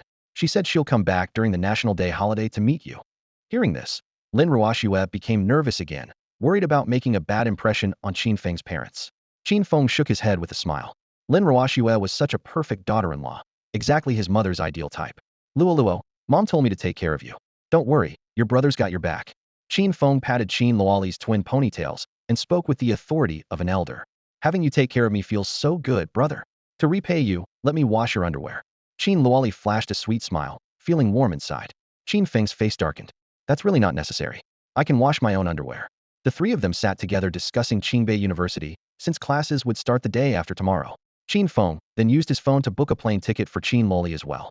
At 9 o'clock the morning after next, all three of them would fly to Tianjin City together. After chatting for 2 hours, both Qin Luoli and Lin Ruoshua started yawning, clearly getting sleepy. Brother, I'm so tired. I'll sleep on the sofa, and you and sister-in-law can take the bedroom, said Qin Luoli, who was always considerate and thinking of her brother and his girlfriend. Suddenly, Qin Luoli spotted a small box on the sofa. It was a box of Durex condoms, and it was already opened. This completely misled Qin Luoli into thinking that Qin Feng and Lin Ruoshua had already been intimate. Qin Luoli picked up the condom box, handed it to Qin Feng, and said with a grin, Brother, sister-in-law, take it easy when you're rolling in the sheets tonight. But don't worry, even if I hear some inappropriate sounds, I'll pretend I didn't hear anything. Lin Ruoshua and Qin Feng exchanged glances, both seeing helplessness and wry smiles on each other's faces. This girl Qin Luoli was wise beyond her years, and sometimes quite exasperating. Regardless, Qin Feng definitely couldn't let his sister sleep on the sofa, so he decided to let Lin Ruoshua and Qin Loli share the bedroom while he slept on the sofa. Unfortunately, Qin Feng missed his chance to transform from a virgin into a man that night. What a huge regret, and who knew when the next opportunity would come. Late at night, as Qin Feng lay on the sofa preparing to sleep, his phone chimed with a bank notification. When he checked his phone, Qin Feng was stunned. Qin Feng had transferred 200,000 yuan to his bank account. Shortly after, Qin Feng received a long text message from Qin Feng, filled with a mother's love for her son. First of all, as the mother of the top scorer in the college entrance exam, I feel very proud. Smiling emoji son. In the blink of an eye, you've grown up, and you'll be starting university in a couple of days. Please forgive your father and me for being too busy with work to return home, and personally, see you off to university. We both feel very guilty about this. University will definitely require money, and Tianjin City has high living costs, so expenses will surely be significant. That's why I've transferred 200,000 yuan to cover you and your sister's living expenses and tuition for 4 years of university. Also, since you're in a relationship now, don't be too stingy with your girlfriend. Don't hesitate to spend money on her. Treat her well, and call me if you need more money. You don't need to worry about your father and me. We're doing well abroad. Finally, I want to tell you, Xiaofeng, you'll always be the best in your mother's eyes. Heart emoji. After reading the lengthy message, Qin Feng's eyes moistened with emotion. Men don't cry easily, but only because they haven't reached their breaking point. Even protagonists shed tears. Qin Feng set down his phone, rubbed his swollen, reddened eyes, and lay quietly on the living room sofa, staring up at the pitch-black ceiling. 200,000 yuan was pocket change to Qin Feng now, but for his parents, it represented years of hard-earned savings, their entire life's accumulation, and their heartfelt concern for him. A mother's love runs as deep as the ocean. A father's love stands as firm as a mountain. This profound affection stirred countless emotions in his heart. Qin Feng silently vowed to himself he would definitely build a successful career, make his parents proud, provide them with the best living conditions, sleep with Lin Ruoxue, and give the old couple a chubby grandson as soon as possible. As the ancients said, when heaven is about to bestow the protagonist's aura upon someone, it must first torment their mind, exhaust their body, starve their flesh, and deplete their resources. With the new semester approaching, Qin Feng's journey to Tianjin City would be his moment to shine brilliantly, shock the entire world, and blind everyone with his dazzling protagonist's aura. September, once the dreaded first day of school that strikes fear into every student's heart, arrived as scheduled. Tianjin City blazed under a scorching sun in a cloudless sky. In the airport terminal, a trio consisting of one man and two women immediately became the center of attention upon their appearance. Dressed in casual wear, Qin Feng stood tall and dignified, perfectly embodying the saying, "A gentleman is like jade, unmatched in all the world." To his right stood his official girlfriend, Lin Ruoxue. With her stunning beauty and elegant, cool demeanor, every gesture radiated the distinctive nobility of a wealthy family's heiress. To his left was his cousin, Qin Luoli. This perfect loli with twin tails and white knee-high socks was a magnet for every otaku's gaze wherever she went. What otaku under heaven wouldn't want to use a loli's twin tails as reins? Gripping those reins and galloping through the deep night, wouldn't that be heavenly? The three pulled their luggage out of the airport as waves of heat hit them. Qin Feng looked up at the cloudless sky, his mood soaring, and grinned widely. Finally left the newbie village of Shanghai City. From now on, I don't plan to keep a low-profile life with cheat codes. Needs no explanation. With his cocky smile at full display, he radiated arrogant confidence. Soon, he would make his mark on the map of Tianjin, stirring up storms and changing the tide. Simply because of his arrival, Tianjin City, a nation's most prosperous metropolis, was about to be turned upside down. Brother, sister-in-law, I checked the map, and the airport is over 10 kilometers from Qingbei University. How are we getting there? Qin Luoli sat cross-legged on her heavy suitcase, looking up at them expectantly. Qin Feng's Lamborghini was still back in Shanghai City, waiting to be transported over by a professional driver in a few days, so they indeed had no car at the moment. Don't worry, I'll handle this. Lin Ruoxue took out her phone and dialed a number. In less than 15 minutes, over 10 million yuan Mercedes commercial vehicles pulled up one after another at the airport entrance. All the doors opened simultaneously, and a group of figures in suits stepped out in perfect formation, lining up in front of Lin Ruoxue. After arranging themselves into a sharp black line, they shouted in unison, "Welcome, second miss, to Tianjin City." Such grandeur, such spectacle, such prestige. Qin Feng and Qin Loli were left completely stunned, their jaws nearly dropping to the ground. "Swear, who are these people?" Qin Feng asked curiously. Lin Ruoxue smiled gently and replied with calm composure, "Our Lin Group has several properties and branch offices here in Tianjin City. These people are all employees from our Tianjin branch." After hearing this, Qin Feng immediately gasped in shock, cursing inwardly, "Holy shit, that's insanely wealthy." The Lin Group's branches were spread across major cities. He grabbed Lin Ruoxue's hand with the solemnity of a marriage proposal. Swear. Just keep me as your sugar baby. I really don't want to work hard anymore. Qin Luoli also got excited and clung to Lin Ruoshua's arm, exclaiming enthusiastically, Sister-in-law, you're the richest tycoon I've ever met. Please keep me too. I can warm your bed. And if you have any special needs, I suppose I could manage that too. Lin Ruoshua shrugged helplessly. This pair of Qin siblings were truly one-of fake and oddballs. The three then got into the vehicles. More than 10 deep black Mercedes business cars from Lin Group formed a convoy and slowly departed.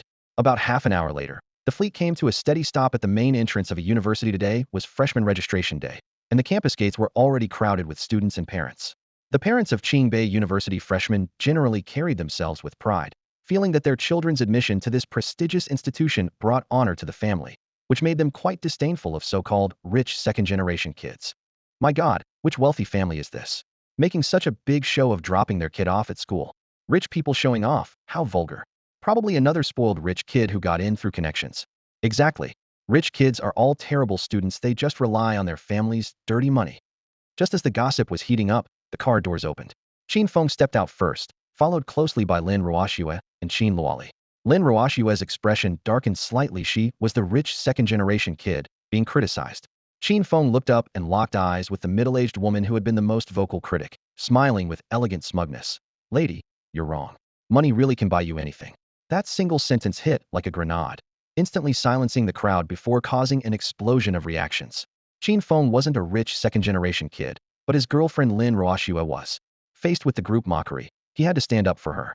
There were too many people in society who resented the wealthy, and his statement immediately made him a target as parents attacked from all sides. I knew he got in through backdoor connections. This kind of person doesn't deserve to be at Qingbei. Amid the chaos, Qin Feng simply stood his ground, his spine straight as a steel rod. Suddenly, someone in the crowd widened their eyes. Holy crap, this guy looks familiar. It's Qin Feng. Oh my God, it's Qin Feng, the top scorer who got perfect marks in every subject. My goodness, a living legend. The freshmen, almost all connected to social media, instantly erupted in tsunami-like cheers and rushed forward seeking autographs. Lin Group employees immediately transformed into bodyguards, forming a human wall to protect Qin Feng. The parents' mocking laughter came to an abrupt halt, their faces flushing red with embarrassment, wishing the ground would open up and swallow them. Qin Feng's lips curved into a smirk as he spoke with cold clarity. Resenting the rich isn't scary, however's incompetent gets embarrassed. In my eyes, your children are no different from illiterates. Furious for his beloved's sake, he had just roasted all the parents from the get-go. His presence was explosive. This was what a true protagonist looked like. Perhaps Qin Feng's words were somewhat arrogant, but he certainly had the credentials and confidence to back up that arrogance. Perfect scores across all subjects in the college entrance examination, unprecedented in history. The halo of the greatest top scorer in history shielded him like armor. Looking across the entire internet, even the most vicious trolls and keyboard warriors couldn't find an angle to attack him, and could only shrug their shoulders and move on to their next victim. On campus, most students worshipped him as an idol, though a few still secretly regarded him as their imaginary rival out of jealousy. But in Qin Feng's eyes, even the most outstanding prodigies were nothing more than illiterates. At this moment, he glanced around at those faces harboring hidden hostility and smiled faintly. I just love how you can't stand me, but can't do anything about it. With Lin Ruoshua and Qin Luoli by his side, he stepped through the gates of Qingbei University. The imposing presence of the nation's top institution hit them immediately. The shimmering artificial lake, the sleek silver experimental buildings with their futuristic design, the scholarly atmosphere of the library, and the magnificent teaching buildings, all arranged in perfect harmony. Qin Luoli looked around curiously, her eyes sparkling with excitement. Brother, sister-in-law, Qingbei University is so huge. I can't even see where it ends. Qin Feng reached out to ruffle his sister's silky long hair, smiling indulgently. Luo, you're only 16 and already stepping foot on Qingbei's campus. When I was 16, I was still flirting with your sister-in-law in high school classrooms. I truly admire you. Brother, in my heart you're the amazing one. You're way cooler than me. No, you're the cool one. Seeing the siblings about to fall into another round of mutual flattery, Lin Ruoshua quickly intervened. Stop it. Let's go register at the academic office first. If we're late, we'll have to wait in another long line. The three of them quickened their pace toward the heart of the campus.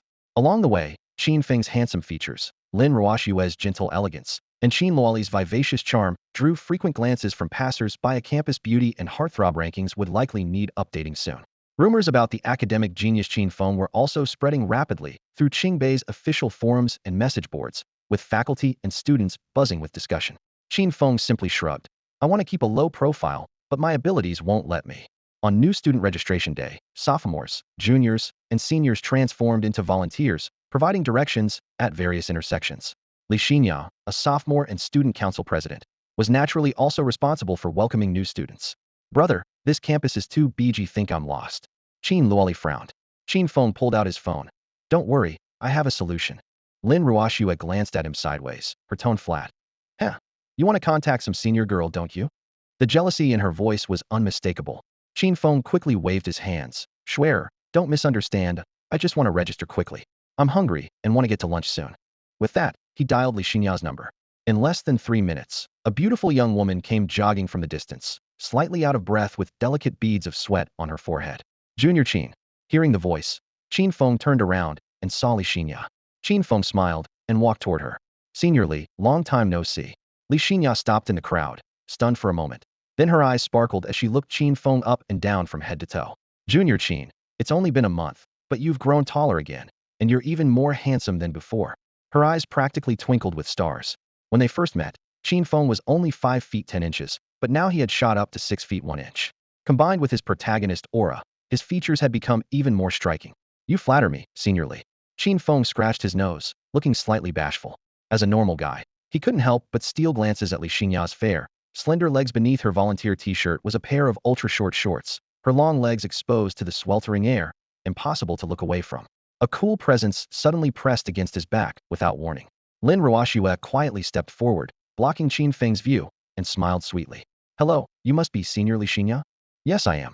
Li Xinya snapped back to reality, looking at this stunningly beautiful, tall girl before her, and an inexplicable sense of loss washed over her. May I ask who you are? I'm Lin Ruoxue, a freshman, and also Qin Feng's girlfriend. Lin Ruoxue spoke casually, yet tightened her grip on Qin Feng's hand. Girlfriend. Li Xinya froze, something seeming to crack in her heart. When they parted last time, she had already developed feelings for Qin Feng and planned to get closer to him after school started. Now reality had thrown cold water on her hopes. Compared to Lin Ruoxue, she suddenly felt inferior. Lin Ruoxue was also secretly sizing up Li Xinya Mixedra's features, deep blue eyes, plus those impossibly long legs that would make any man's heart race. Her sense of crisis instantly peaked, so she intertwined their fingers and held Qin Feng's hand firmly. Qin Lily blinked nearby like a little fox watching a show, her mischievous smile taking in all the undercurrents between the two women. After brief pleasantries, Qin Feng introduced the three to each other, and the atmosphere quickly warmed up. Learning that Qin Feng already had a girlfriend, Li Xinya showed no signs of clinging and instead switched to dutiful senior mode, leading them toward the academic building. Along the way, she introduced campus landmarks, the food street students loved most, and romantic dating spots, adding interesting anecdotes at each location. Within 5 minutes, Lin Ruoxue, Qin Luoli, and Li Xinya were chatting enthusiastically, even exchanging girls-only intimate topics, leaving Qin Feng on the sidelines. Tsk tisk, women's hearts are deeper than the ocean. He chuckled and shook his head in self-deprecating wonder. Under Li Xinya's guidance, they successfully reached the academic affairs office, submitted their documents, and completed student registration. Just as the procedures finished, Qin Feng's phone vibrated with a crisp message notification: his 1 million yuan enrollment scholarship had arrived. Combined with his previous savings, he now had nearly 4 million yuan in cash. Thinking of the main and side quests the system had issued, he made a mental note. Enjoy university life while completing tasks and continue stacking his protagonist aura. At this moment, Qin Feng's photos were spreading like wildfire through various chat groups at Tsinghua and Peking University, his popularity as the highest-scoring student in history rivaling that of a major celebrity. The higher one's popularity, the more enemies they attract. It's the same principle as a tall tree catching the wind. The moment Qin Feng completed his enrollment procedures and his name appeared in Qingbei University's student registration system, many self-proclaimed academic elites instinctively felt their status being threatened. Consider this. Over 30 provinces nationwide produce more than 30 top scorers each year, and most of them flock to this academic sanctuary Qingbei University. In this campus, the saying, academic achievers are as common as dogs, and top scorers walk everywhere, is hardly an exaggeration. But when Qin Feng, the greatest top scorer in history, stepped through the campus gates, those once arrogant super scholars instantly dimmed. Compared to him, whether in test scores or legendary achievements, they all paled in comparison. The natural aura of superiority surrounding Qin Feng made jealousy and hostility pierce through like barely concealed needles from all directions. Your registration is complete. From now on, you're all part of Qingbei University. As your senior, I warmly welcome you. The moment the paperwork was finished, Li Xinya flashed her signature brilliant smile. Her azure eyes sparkled like clear seawater under the sunlight, carrying an exotic charm. Qin Loli seized the opportunity to whisper in Lin Ruoshue's ear, "Sister-in-law, anyone with eyes can see that Senior Li has feelings for my brother. You'd better watch out." "Luo, don't worry." Lin Ruoshue remained composed, her female protagonist aura giving her the steady confidence of an empress. "I trust your brother won't do anything to betray me. By the way, let me show you to the dormitories now. After you drop off your luggage, I'll treat you all to dinner." Li Xinya gestured warmly. Following her grandfather's instructions, she had to take perfect care of Qin Feng's family of 3. The group walked through tree-lined paths and soon reached the student dormitory area. As the nation's top university, Qingbei's accommodation standards were equally outstanding. 2 magnificent apartment buildings stood side by side, known as the Qingbei Twin Towers. The left building housed male students, the right housed females. Downstairs was a spacious and bright cafeteria, with the academic buildings just a short walk away, a perfect triangle of convenience for living and studying. "Junior Qin, you should head to the male dormitory first. I'll accompany Ruoshue and Luo to the female dormitory and help them make their beds," Li Xinya said gently. "Senior Li, how could I trouble you like that?" Qin Feng waved his hand modestly, though his lips curved with a hint of mischief. "How about I come to the female dormitory too? After all, Luo is my sister, and I'm her legal guardian. I should help arrange her bedding." "You want to go to the female dormitory?" Li Xinya was stunned, her blue eyes widening in disbelief. Qin Feng patted Qin Luoli's twin ponytails and said seriously, "Don't misunderstand, I'm not a pervert. I'm just going in as a family member to help." Li Xinya nodded after hearing this, thinking it seemed reasonable enough. However, everyone present except Qin Feng understood that he simply wanted an excuse to openly enter the female dormitory for a look. Clearly, he was just a perverted old lecher. Yet Qin Feng maintained the facade of a gentleman, carrying his suitcase and boldly following Lin Ruoshue and Qin Loli into the female dormitory. Thus, Qin Feng became the first man in Qingbei University's history to openly and legitimately walk into the female dormitory. As soon as Qin Feng stepped into the girls' dormitory, he was greeted by a delightful fragrance filling the entire hallway. The window at the end of the corridor caught the warm afternoon sun of early autumn, and the air was infused with the sweet scent of laundry detergent mixed with body wash. The upperclassmen coming and going wore light clothing, their fair legs gleaming under the lights as their laughter echoed through the narrow passageway. Yet none deliberately avoided Qin Feng's gaze. He relied on his identity as Qin Loli's guardian, naturally avoiding being mistaken for some rogue intruding into forbidden territory. During freshman orientation, it was perfectly normal for parents to help organize dormitory rooms. Qin Feng took a deep breath, the milky fragrance mixed with faint perfume entering his nostrils, and he couldn't help but smile. Lin Ruoshue was enrolled in the business administration department, while Qin Loli was in the music department. Due to their different majors, they couldn't share the same dormitory room. Coincidentally, however, both rooms were on the 6th floor. Qin Feng and Student Council President Li Xinya split up, first accompanying Lin Ruoshue, then visiting Qin Luoli's side. In no time, they had both upper bunks organized perfectly, with bedding folded neatly and squarely. After finishing with the girls' dormitory, the 4 headed downstairs together. The boys' dormitory building looked old from the outside, but the interior had been recently renovated. Qin Feng was assigned to room 802, and he took the elevator straight to the 8th floor. Pushing open the door, his roommates hadn't arrived yet, so he quickly made his bed, hung up his clothes, and locked his computer in the cabinet. Once everything was settled, he immediately returned to the 1st floor to rejoin the 3 girls. Li Xinya glanced at her watch. "It's already 11 o'clock. Qin, Junior, lunch is on me." "Senior Li, you've already helped us so much. We should be the ones treating you," Qin Feng said with a smile, waving his hand. "Don't refuse. These are my grandfather's exact words. He insisted I take good care of you all." Li Xinya's tone was half joking, but her expression was serious. Qin Feng had no choice but to nod. "Then I'll respectfully accept your kindness." The 4 chatted as they walked from the academic area through the tree-lined avenue toward the school gate. At that moment, in the shadows behind the flower beds, a figure quietly emerged. It was Yi Ji, the female assassin Qin Feng had rescued a month ago. After that escape, she had promised to contact Qin Feng after 1 month to pay him for saving her life. Yi Ji crouched behind the bushes, only her calm eyes visible, her attention focused entirely on the young man in the distance. "Finally found you. The USB drive is indeed on you." She narrowed her eyes, then noticed the 3 beautiful girls accompanying Qin Feng, her lips curving into a smile. Just started university and already surrounded by admirers, not bad at all. At that moment, the lost USB drive lay safely in Qin Feng's shirt pocket. The connection between them remained unresolved, and Qin Feng would inevitably be drawn into the dark currents of the assassin's world. When the group reached the school gate, Li Xinya's phone suddenly rang. The caller ID showed Student Council Vice President Lin Han. "Hello, Xinya. The voice on the other end was gentle and restrained. The student council officers are having lunch together. Everyone's here except you, our president. The restaurant is already booked. Please come over quickly. Li Xinya glanced at the impossibly handsome Qin Feng beside her, and in a moment of impulse, followed her heart. Lin Han, I have something else to handle here, so I won't be joining the lunch. You all go ahead and eat. Without further explanation, she hung up. She put away her phone and smiled, gesturing for everyone to continue, and the four left the campus. The commercial street on the east side of the school had just recently opened. Li Xinya chose an elegantly decorated local cuisine restaurant. As they entered, she smiled and introduced. This place serves authentic Beijing local dishes. Order whatever you'd like. Little did they know, the student council's lunch was also booked at this very restaurant. In the main dining hall, Lin Han and other officers had just taken their seats when he looked up to see Li Xinya and Qin Feng walking in side by side, followed by Lin Ruoxue and Qin Luoli. The intimate and natural way the two were chatting was unmistakable. Lin Han froze suddenly, his hand holding the chopsticks suspended in midair. After a long moment, he finally set them down, his expression gradually darkening. Although Lin Han spotted Li Xinya immediately, she didn't notice that Lin Han and the student council members were also dining at the same restaurant. It was the peak lunch hour, and the restaurant buzzed with conversation, nearly every seat occupied. Fortunately, Li Xinya had made a reservation in advance, and the server led her directly to a window-side booth. Sunlight streamed through the floor-to-ceiling windows, bathing the entire table in a warm, golden glow.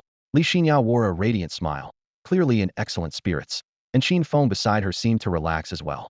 After settling in, she picked up 3 menus and distributed them to Qin Feng and the others, her voice cheerful. Order whatever you like.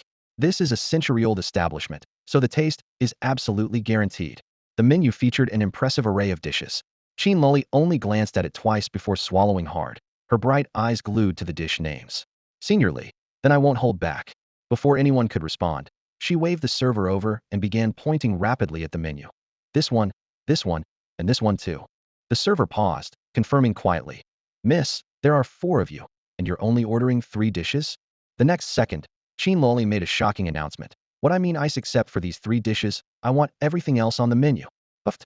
Lin Ruoxue couldn't help herself and nearly spat her tea onto the tablecloth, coughing while trying to maintain her ladylike composure. Luo, wasting food is shameful. Stop being ridiculous. Qin Feng rolled his eyes and gently tapped Qin Luoli's forehead. Qin Luoli pouted pitifully and snuggled into Lin Ruoxue's arms, pretending to sob. Sister-in-law, your husband hit me. Woo. Oomph, you little troublemaker. Now you're tattling. Qin Feng rolled up his sleeves, pretending to discipline her further. Their playful banter pushed the atmosphere to new heights. Li Xinya covered her mouth and laughed sweetly, waving her hands to mediate. All right. Let's order as Luo suggested. We can take leftovers home, so nothing will go to waste. Qin Feng awkwardly pinched the bridge of his nose and explained helplessly. Seniorly, my younger sister is still young and mischievous. Please excuse her behavior. Not at all. Li Xinya shook her head, her eyes filled with admiration. Most people are just starting high school at 16, but your sister was accepted into Qingbei University's music program at 16 through special admission. She's absolutely exceptional. Seniorly, thank you for the compliment. Luo loves you. Qin Luoli made heart shapes with her hands, blinking cutely with maximum charm. Qin Feng shook his head secretly. This little clever girl could always win people over with her adorable tactics. Sure enough, Li Xinya was completely charmed, looking at Qin Luoli with the tenderness of an older sister. In just a few minutes, this lowly cousin had successfully achieved universal appeal. During the wait before the food arrived, the 4 chatted enthusiastically. Their similar ages sparked lively conversations, and the atmosphere grew increasingly intimate.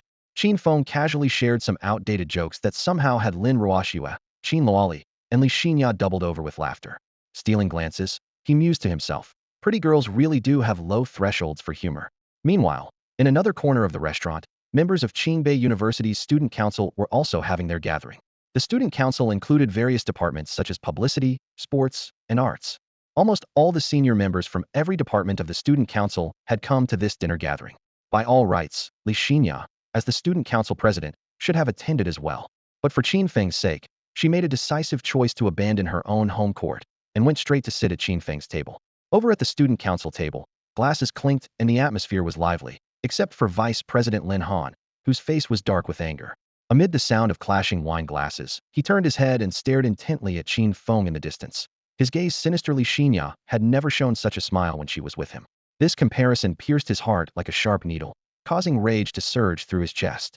At Qin Feng's table, the waiters quickly filled the surface with several steaming hot dishes. Li Xinya smiled brightly and was the first to pick up her chopsticks. Ruoxue, try our signature dish here and see how it tastes. Thank you, Senior Li. Lin Ruoxue nodded politely. Luo Luo, you look like a meat lover. Try this shredded pork and sweet bean sauce, it should suit your taste. Thanks, Senior. Moi. Qin Luoli responded playfully. Finally, Li Xinyao placed a chopstick full of tender diced chicken into Qin Feng's bowl, saying gently, Junior Qin, you should eat too. Qin Feng broke out in a cold sweat and quickly waved his hands. Ahem, thank you, Senior. I can serve myself. His girlfriend Lin Ruoxue laughed at this sight and teasingly nudged his arm. Silly, when Senior serves you food, it means she thinks highly of you. Hurry up and eat. Yes, ma'am. With official authorization, Qin Feng dove into his meal. Seeing the harmonious atmosphere, Li Xinya continued to serve food to all three of them. On the other side, Lin Han finally couldn't contain his emotions and suddenly stood up, startling everyone at his table. Lu Jiangdong, the head of the publicity department, instantly turned into a bootlicker, standing up as well and asking with concern, Brother Han, what's wrong? You don't look well. Lin Han waved coldly. Nothing. You all continue playing and eating. I'm going to the restroom. But instead of heading to the restroom, he crossed the hall and went straight to Qin Feng's table. Xinya, is this the urgent matter you mentioned on the phone? Lin Han's tone was ice cold. Li Xinya looked up, clearly startled. Lin Han, what are you doing here? Lin Han pointed toward another corner of the restaurant. The student council table was clearly visible. Xinya, you're the student council president, yet you abandoned everyone to come eat alone with underclassmen. What kind of behavior is this? His voice was laced with anger and jealousy, every word aimed at Qin Feng. At that moment, Qin Feng suddenly heard the system secretary's notification sound in his mind. Shao Qi, Master, the system has detected a villain's aura. Qin Feng looked up, his gaze casually sweeping toward Lin Han. The man was dressed in a neat suit, and the sinister look behind his gold-rimmed glasses couldn't be hid. Dina, classic refined villain. Hee Shao Qi, that's it? That's it. That's it. A slight smile curved Qin Feng's lips as inexplicable excitement stirred in his heart. He had just left the newbie village and already encountered a villain. Wasn't this villain just here to deliver himself as cannon fodder and experience points? Li Xinya felt somewhat embarrassed, as Lin Han's words did make sense.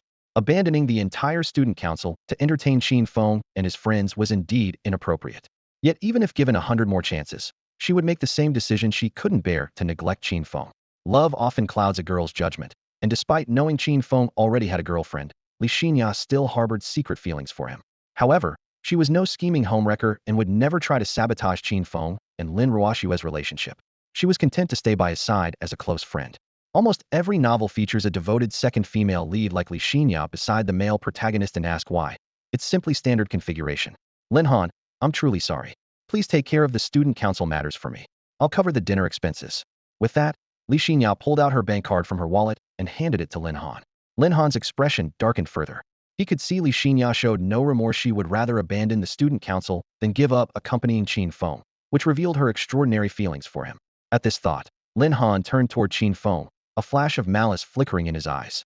Though he quickly concealed it, Qin Feng still keenly caught that hostility. This antagonist probably likes Li Xinya. Seeing me dining with her has made him jealous. Qin Feng chuckled inwardly, instantly seeing through Lin Han's petty thoughts. So you're Qin Feng? Lin Han spoke with a forced smile. Yes, I am. Qin Feng remained composed. Junior Qin's reputation precedes him. A perfect score college entrance exam champion is truly rare. However, dining with 3 beautiful women on just the first day of school, you should be mindful of your conduct. Lin Han's tone was sarcastic and pointed, directly targeting Qin Feng. The atmosphere instantly grew tense. Li Xinya quickly stood up to mediate. Lin Han, let me introduce everyone. These are our underclassmen. She explained the identities of Qin Feng, Lin Ruoxue, and Wang Jing one by one. After the introductions, Lin Han was visibly stunned, his gaze lingering particularly on Lin Ruoxue. The girl's aristocratic aura was exceptionally striking, and he couldn't help asking, Junior Lin, is your grandfather the distinguished Mr. Lin Outyin? Lin Ruoxue nodded slightly. Lin Han's pupils contracted. The Lin group of Shanghai was thunderously famous, and he naturally knew of idiot Lin Ruoxue was actually that heiress. Learning she was Qin Feng's girlfriend, Lin Han's hostility toward Qin Feng slightly diminished, though he didn't completely relax. After all, Li Xinya clearly harbored romantic feelings for Qin Feng. Oh, I nearly forgot to introduce myself. Lin Han displayed a refined and elegant smile. I'm Lin Han, a junior and vice president of Qingbei University's student council. Feel free to come to me if you need anything in the future. After hearing this, Lin Ruoxue couldn't help but furrow her delicate brows slightly. Lin Han's family background was equally formidable. Lin Han came from the Lin family of Tianjing City, while she was from the Lin family of Shanghai City. These two prominent families, sharing the same surname, already had competitive relationships in the business world. Then, Lin Han shamelessly sat down right next to Qin Feng, squeezing in beside him. He waved at the waiter to bring another set of utensils, acting all chummy, as if he absolutely had to fit in with everyone. This made the others frown in annoyance. Qin Feng smiled on the surface, but internally he was cursing Lin Han left and right with such poor character. How could he even deserve the villain's halo? It was absolutely ridiculous. The next second, the system secretary's voice exploded in Qin Feng's mind. Shao Qi reminder. Would you like to trigger the side quest to start suppressing the villain? Obviously, Qin Feng didn't hesitate. Absolutely suppress him. Make this hypocrite crawl. As the protagonist, he'd be failing his role if he didn't grind the villain into the ground. Besides, Qin Feng was originally a web novel author and knew villain patterns all too well. If he didn't strike first, Lin Han would definitely push his luck. Li Xinyao liked him. While Lin Han secretly loved Li Xinye's future plot would almost certainly involve Lin Han getting jealous, causing more trouble, and using any means necessary to destroy Qin Feng. Rather than wait for trouble, better to take the initiative and block the villain's retreat by walking his path first. After Qin Feng confirmed, Shao Qi immediately issued the side quest. 1. Seize Lin Han's position as Student Council Vice President. 2. Defeat Lin Han in next month's math competition and claim the championship. 3. Bring down the Lin family enterprise in Tianjing City. Each completed task would randomly reward one Protagonist Halo. Qin Feng's lips curved into a cunning smile. This difficulty level? Piece of cake. Shao Qi added. Lin Han's villain level is quite low. Master can consider this a warm-up. Perfect for me. Qin Feng showed an evil grin, deciding to use Lin Han for practice to master his villain-crushing techniques. Looking up, Qin Feng noticed 3 red health bars floating above Lin Han's head, corresponding to the 3 tasks completing each one would eliminate 1 bar. Once all were cleared, Lin Han would lose his villain halo and become an ordinary passerby, no longer a threat to Qin Feng. At this thought, Qin Feng's eyes flashed with predatory interest. The hunt had begun, and he would show no mercy. Junior Qin, what are you daydreaming about? The food won't taste good if it gets cold. Li Xinya thoughtfully served hot dishes into Qin Feng's bowl, her gaze gentle. Lin Ruoxue remained calm and composed beside them, having complete trust in Qin Feng and appreciating Li Xinya's character. So naturally, she felt no jealousy. Lin Han, however, was being ignored so thoroughly that his anger kept rising, his chest feeling like it was pressed down by a huge stone. With nowhere to vent his fury, Lin Han could only glare at Qin Feng, secretly plotting what opportunity he could find to mock him and finally release his frustration. Qin Feng stole a glance at Lin Han, reading his micro-expressions to sense that Lin Han was looking for an opportunity to confront him. The restaurant's lighting was soft, with silhouettes moving past the glass windows, yet Qin Feng focused all his attention on his senior's breathing, gaze, and barely perceptible tension. He knew the psychology of antagonists all too well, having written countless villains. He understood clearly that when a low-tier antagonist like Lin Han decided to go head-to-head with him, the outcome would be nothing short of devastating. Junior Qin, I heard that this year's math exam for science students in Shanghai was extremely difficult, yet you still managed to score a perfect 150. Your mathematical abilities must be quite impressive. Lin Han spoke first, holding his water glass with feigned casualness, obviously trying to steer the conversation toward his area of expertise. Qin Feng took a sip of his juice to moisten his throat and replied coolly, difficult? Really? This year's paper was incredibly boring. Every single question was basically free points. I even suspect the test makers were insulting my intelligence. Hiss, Lin Han sucked in a sharp breath, cursing internally. This guy's act is way too natural. Yet Qin Feng's effortless arrogance didn't repel anyone. Instead, Li Xinya beside him looked at him with admiration. Qin Feng had mastered the art of showing off to perfection. Calling him the king of swagger wouldn't be an overstatement. Lin Han laughed heartily with a hint of pride. Back when I took the college entrance exam, I also scored 150 in math. Junior Qin, it seems we have something in common. We should exchange ideas about mathematics in the future. Like you, I'm also a math major. What a coincidence. Qin Feng's lips curved slightly as he radiated an overwhelming aura of superiority. Senior Lin, I think you've misunderstood. We don't actually have anything in common. Huh? Lin Han froze, raising an eyebrow with confusion written across his face. Qin Feng continued smiling, his tone calm, yet cutting. Senior Lin, you scored 150 because that's the limit of your ability. I scored 150 because that's the maximum possible score. With that devastating line, who could compete? Qin Feng's superiority reached new heights while Lin Han was left speechless, his face flushing red, veins bulging on the hand gripping his water glass, unable to squeeze out a single rebuttal. No one around thought Qin Feng was bragging after all. He was the strongest college entrance exam top scorer in history, bar none.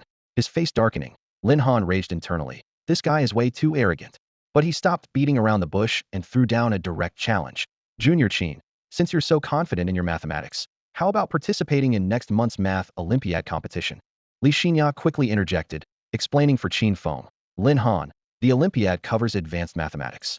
Qin Feng is a freshman who hasn't even touched calculus. He's not ready for that competition. Lin Han frowned, clearly annoyed that Li Xinya was protecting Qin Feng once again. However, Qin Feng smiled like a cunning fox, knew that participating in the math Olympiad was actually one of his side quests. Since Lin Han was practically delivering himself on a silver platter, Qin Feng was more than happy to oblige. Sure thing, Senior Lin. Qin Feng gently set down his juice glass. I'll register for the math Olympiad when the time comes. As soon as he finished speaking, Lin Han burst into hearty laughter. Haha, Junior Qin really has guts. I have high hopes for you. You guys continue eating, see you around. Shortly after Lin Han bid farewell to Qin Feng and the others, he led the student council members out of the restaurant. As soon as he left, Li Xinya put down her chopsticks and looked at Qin Feng with a slight frown. Junior Qin, are you really going to participate in the math competition? Of course, I'm a math major after all. Qin Feng's lips curved upward, confident and composed. Li Xinya lowered her voice and earnestly advised, but you're only a freshman, and the competition covers advanced mathematics. Usually, the participants are juniors and seniors who have studied advanced math for 2 or 3 years. It wouldn't be fair for you to compete against them now. Her string of concerns ultimately stemmed from her fear that he might face disappointment. Qin Feng shook his head gently, his smile unwavering. Senior Li, don't worry. I know what I'm doing. Qin Luoli, who had just finished gnawing on a lamb leg and was wiping her glistening lips, suddenly chimed in. Senior Li, will that Lin Han also be participating? That's right, Li Xinya nodded affirmatively. He was last year's math competition champion, and he'll most likely register again this year. Upon hearing this, Lin Ruoxua winked at Qin Feng, her lips curving into a beautiful arc. Looks like this year's championship will change hands. Feng, let's celebrate in advance. Cheers. Thanks, Schwer. Cheers. Qin Feng raised his glass cheerfully.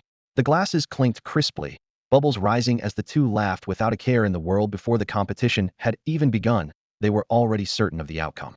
Their perfect trust in each other made Li Xinya secretly envious, leaving her to bury her head in her food, while sighing inwardly about being force-fed another round of dog food. Half an hour later, their plates were empty.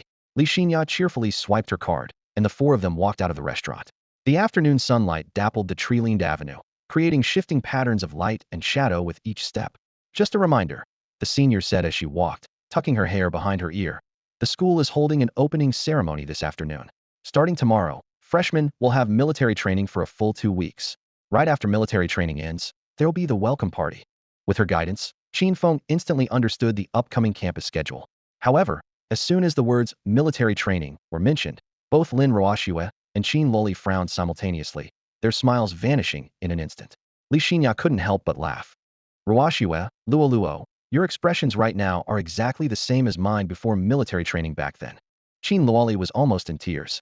Senior Li, will military training make us tan? Don't worry, just apply several layers of sunscreen and you'll be fine. Li Xinya patted her head with a confident tone. Lin Ruoxua held her forehead and sighed deeply. Ugh, military training is torture. Even if it doesn't kill you, you'll lose a layer of skin. Before she finished speaking, Qin Feng cupped her face with both hands, his voice gentle yet serious. Schwer, even if you get tanned, I'll still love you just the same. With that, he leaned down and planted a soft kiss on her cheek. Lin Ruoxua's ears instantly turned red as she lowered her head almost to her chest. Li Xinya and Qin Loli were once again force-fed dog food, one covering her mouth to stifle her laughter, the other staring wide-eyed. The taste of dog food remained the same familiar recipe. At 3 o'clock in the afternoon, Qingbei University's auditorium was packed to capacity, with 10,000 freshmen gathered together. The circular seating rose high above, with overhead lights illuminating the stage as bright as day. Principal Li Dongliang stepped into the center and, after a brief opening speech, announced in a booming voice, "Students, next we invite freshman representative Qin Feng to take the stage and address us." Thunderous applause instantly created waves of sound. Under countless gazes, Qin Feng walked up to the podium, his tall figure appearing even more upright under the spotlight. Gripping the microphone, he delivered the freshman pledge with clear and steady intonation. The few-minute speech was both youthfully energetic and firmly goal-oriented. As his final words, "create brilliance together," landed, the entire venue erupted in applause once more, with the female section erupting in wave after wave of screams. In just one day, his name dominated the campus forum, and with his outstanding looks and abilities, his popularity soared, practically earning him priority dating rights for all 4 years of university. This gave Lin Ruoxua quite a headache, as she had become the enemy of all the girls on campus. Watching her boyfriend's confident and handsome demeanor on the podium, and listening to the girls around her expressing their admiration and affection for him, Lin Ruoxue could only let out a soft sigh. Qin Luoli sat right beside her. This mischievous girl caught the hint of worry in Lin Ruoxue's eyes and immediately leaned over, whispering teasingly in her ear. Sister-in-law, my brother's popularity is off the charts. I've already heard several girls saying they want to pursue him. You'd better watch out, who knows when some scheming woman might pop up. Lin Ruoxue smiled bitterly, her gaze still fixed on that tall, upright figure on stage. Loluo, your brother is so outstanding that any normal girl would fall for him. I can only accept that.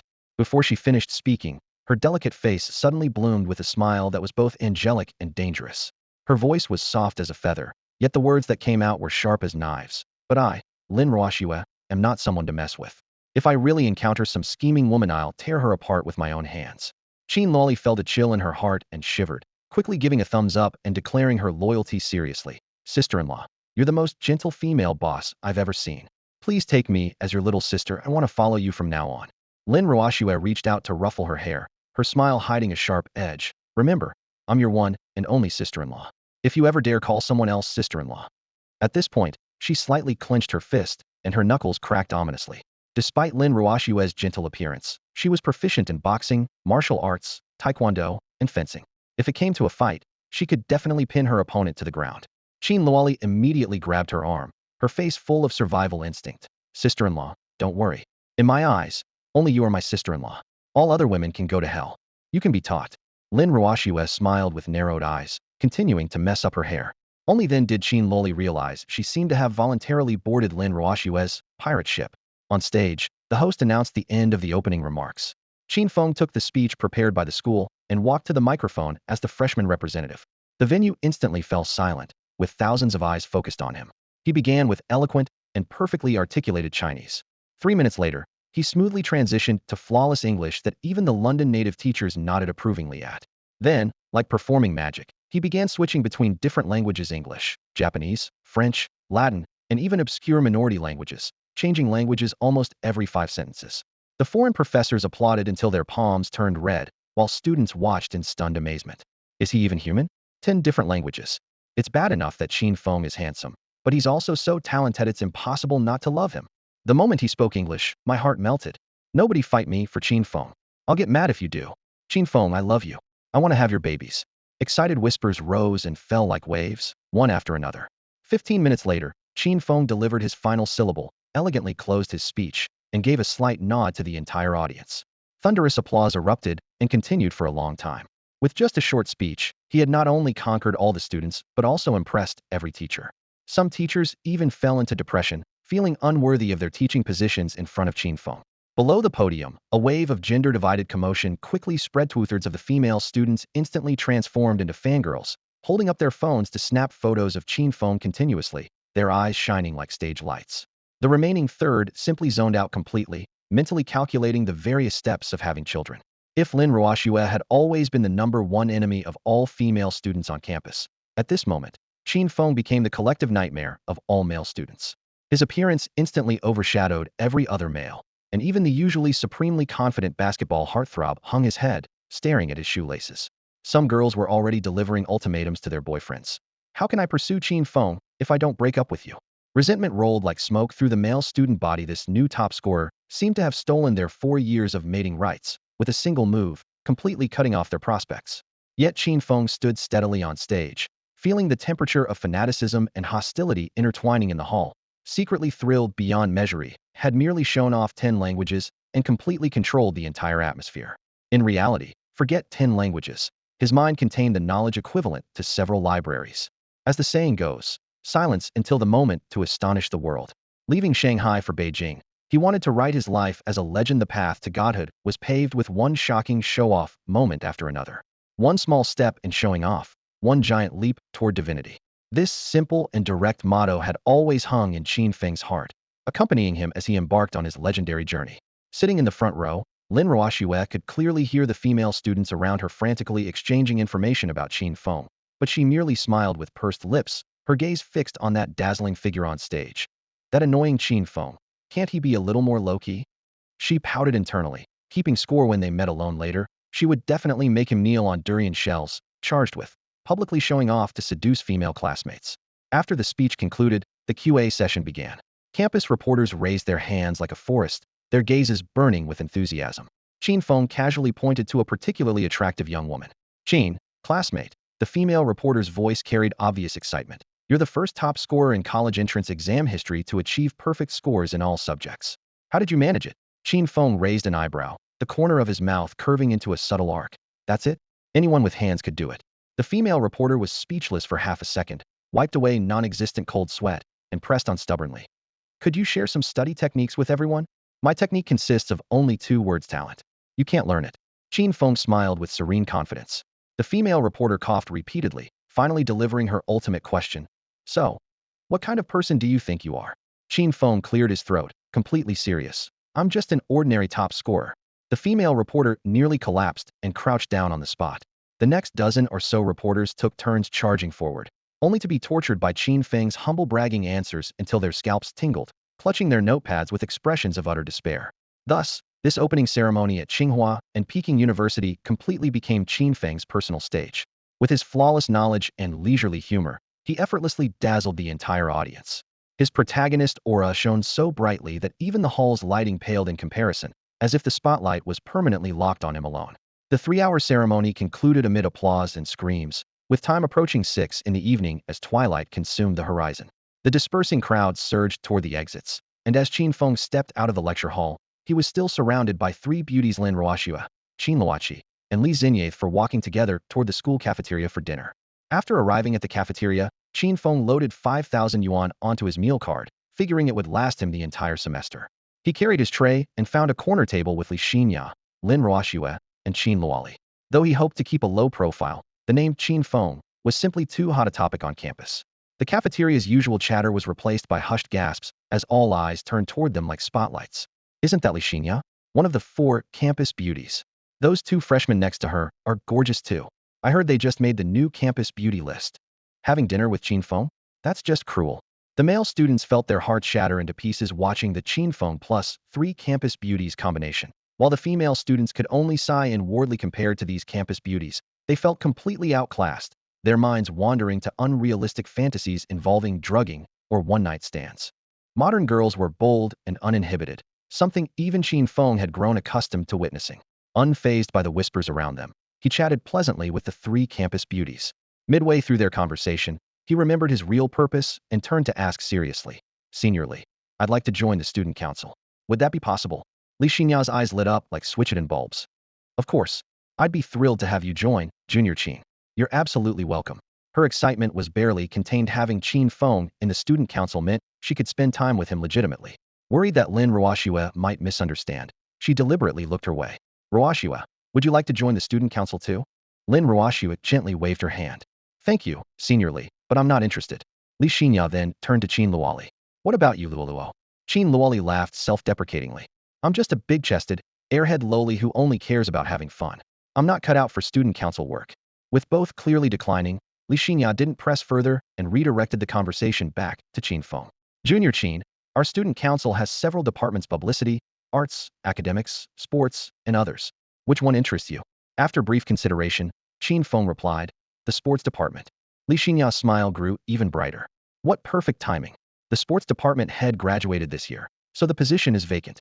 "Junior Qin, how about you take over as department head directly?" "No problem." Qin Feng agreed readily. On the surface, he seemed only mildly interested in the student council, but in reality, a system-side quest required him to steal the antagonist Lin Han's position as student council vice president. To complete this mission, he first needed to infiltrate from within, and the sports department head position was perfect for this purpose. As student council president, Li Xinye had the authority to make the appointment directly. Sports department head Qin Feng was now officially online. Next, Li Xinye pulled Qin Feng into the student council group chat and casually gave him the title of director of the sports department. The group had several hundred members, and as soon as the new member appeared, messages exploded like fireworks. "Welcome, God Feng," and "Amazing, Junior," flooded the screen so densely that the phone display was barely readable. The intensity of the response showed just how terrifyingly popular Qin Feng was at Qinbei University. However, beneath the celebration, undercurrents were stirring. By convention, first-year students joining the student council had to start from the bottom, yet Qin Feng had been directly parachuted into a director position. Many people immediately felt psychologically unbalanced, with jealousy and resentment lurking behind their emoji responses. But with Li Xinya's name backing this decision, everyone had to swallow their dissatisfaction. After dinner, Li Xinya bid farewell to the group. Her family lived near the school, so she would return home for the night. Qin Luoli, being perceptive, deliberately clutched her stomach claiming discomfort and slipped back to the girls' dormitory first, leaving Qin Feng and Lin Ruoxue alone together. Under the night sky, Qingbei campus was so quiet that only insect chirping remained, with streetlights casting soft yellow halos around the sports field. Qin Feng held Lin Ruoxue's hand as they strolled leisurely along the rubber track. Schwer, our university life has officially begun. Like a wandering poet, he suddenly became sentimental. This is our 13th year of going to school together. Thinking back then, your chest hadn't even developed yet. This playful remark made Lin Ruoxue both embarrassed and annoyed, yet she snuggled even closer, wearing a sweet smile, clearly enjoying this intimate time together. Suddenly, Lin Ruoxue remembered something and stopped, pulling 2 pink sanitary pads from her pocket. Qin Feng was stunned on the spot. Schwer, what are you doing with those? Your period isn't due yet, is it? Lin Ruoxue smiled meaningfully. Feng, these 2 sanitary pads are specially prepared for you. Uft. Qin Feng nearly burst out laughing. I'm a man. What would I need those for? Lin Ruoxue covered her mouth and giggled, patiently explaining. Military training starts tomorrow. I heard from Senior Li that university military training is particularly strict, and standing at attention is the most torturous part. Put the sanitary pads in your shoes as Incelesti can relieve foot pain. Wow, there's such a trick. Qin Feng marveled apparently. This had long been a universal hack among female students during military training. Lin Ruoxue stuffed the 2 sanitary pads into his pants pocket, winking. Whether they work or not, you'll find out tomorrow. All right, I'll give it a try. Qin Feng cheerfully accepted them. The 2 continued walking deeper along the path, eventually slipping into the secluded grove behind the sports stadium. In the darkness, tree shadows swayed and insect sounds rose and fell. With no one passing by, Qin Feng's mind inevitably wandered, and under cover of night, he thoroughly took advantage of Lin Ruoxue. About an hour later, Qin Feng finally escorted the blushing Lin Ruoxue to the entrance of the girls' dormitory. What exactly happened during that hour could be easily guessed from Lin Ruoxue's current flush and gentle panting. Under the warm yellow lights downstairs, the 2 embraced tightly again, being affectionate for quite a while before reluctantly parting. Qin Feng wanted to follow her upstairs, but the dormitory supervisor's icy stare felt like 2 sharp knives, so he had to give up. It's getting late, time to head back. He turned around, hands in his pockets, humming a tune as he swaggered toward the boys' dormitory. Whoosh! A cold, murderous intent suddenly enveloped his back. Qin Feng's pupils contracted sharply. His body instinctively twisted as he used his movement technique to dodge the cold gleam. Looking closely, a gleaming throwing knife had embedded itself with a thud into a nearby tree trunk, with a note attached to its handle. Qin Feng's expression grew increasingly grave as he quickly removed the paper note from the throwing knife and unfolded it. Qin Feng, XX Hotel Room XXX, be there or be square. Just a few words, yet they carried an unmistakable hint of seduction. Qin Feng frowned. What the hell? A hotel invitation? Is this some kind of honey trap? The handwriting was delicate and elegant, clearly from a woman's hand. Though unsigned, it clearly bore his name and chose a location that would inevitably lead to wild speculation. A hotel. After a moment's consideration, a sharp glint flashed in Qin Feng's eyes as he roughly guessed the sender's identity. He pocketed both the note and the throwing knife, then slipped out of Qingbei University under cover of darkness. At 10:30 at night, Tianjin City sparkled with neon lights. Office workers were still grinding through overtime in their buildings, while the wealthy were just beginning their nightlife. Following the note's instructions, Qin Feng arrived at an upscale hotel in the city center and took the elevator straight to the 7th floor. The narrow corridor was dimly lit with yellow lighting as he moved with silent steps, finally stopping before a door at the corridor's end. This should be the room, he thought to himself, his vigilance at maximum alert. His knuckles rapped against the door knock over 10 times, but there was no response from within. Qin Feng tentatively pushed the door, and it swung open at his touch. Unlocked. This struck him as even more suspicious. Every muscle in his body tensed, ready to strike at any moment as he quietly slipped into the room. The room was dimly lit and appeared empty, just as Qin Feng was about to investigate further. Whoosh! A sharp sound cut through the air as a dark shadow lunged from behind. Qin Feng's combat instincts exploded into action. He bent low and rolled forward, executing a front flip to dodge the blade-like attack, then sprang back to his feet with a carp-like motion. Turning around, he saw a tall, slender woman dressed in black night clothes and wearing a mask, approaching with fierce leg techniques. Her moves were ruthless, especially those long legs of hers, fast and precise. Even a master of agile movement like Qin Feng nearly got kicked in the groin several times. Damn it, going straight for the family jewels? That's dirty fighting. Qin Feng spat, shaking both arms as his internal energy flowed. The martial arts aura instantly enhanced him as he deployed the phantom steps, his form becoming ghostly while his 8 extremes fist struck with thunderous force. In just over 10 moves, the mysterious woman was cornered against the wall with nowhere to retreat. Qin Feng's lips curved into a wicked smile as he shifted his fist technique into a claw strike, his dragon claw hand aiming directly for her chest. "Stop! I surrender!" the woman suddenly called out, quickly removing her mask. Qin Feng immediately pulled back his strike, gazing at that coldly beautiful face with a triumphant raised eyebrow. "Yi, I knew it was you. Long time no see." It was indeed the assassin Yi, who had crossed paths with Qin Feng a month ago. She tossed her mask aside, her pale cheeks slightly flushed as she glared at him reproachfully. "You little rascal, you already have a girlfriend, yet you still dare use such perverted techniques." The dragon claw hand. Qin Feng shrugged. "Tsk, you were the one using dirty moves to kick at my crotch first. Fun is fun and games are games, but don't mess around with future generations. I'm the only heir in 18 generations of the Qin family, and it's all up to me to carry on the family line." Qin Feng sighed casually, rolling his eyes at Yi sitting across from him. This was only their second meeting, yet they felt as comfortable as old friends. Their conversation jumped from topic to topic in a relaxed atmosphere. Yi reclined against the sofa, the soft leather slightly indenting under her weight, her long, elegant legs gracefully crossed. Her gaze swept over Qin Feng from head to toe, a hint of amusement in her eyes. "Qin Feng, your skills are indeed impressive. No wonder you were able to cripple 8 international elite assassins back then and rescue me when I was severely injured." Qin Feng chuckled softly, thinking to himself that he had guessed correctly that sharp elbow strike she had delivered earlier was her way of testing his martial arts prowess. "Yi, don't flatter me to death.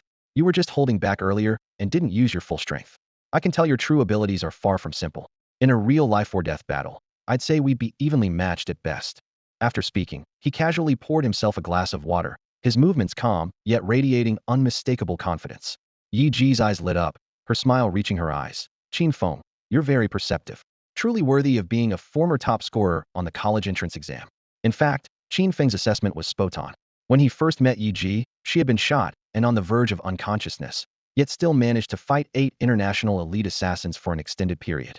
A month had passed, her injuries had healed, and now she was back at her peak. In terms of killing techniques and combat experience, this woman who was renowned on the international assassin rankings was far beyond what the young Qin Feng could easily suppress.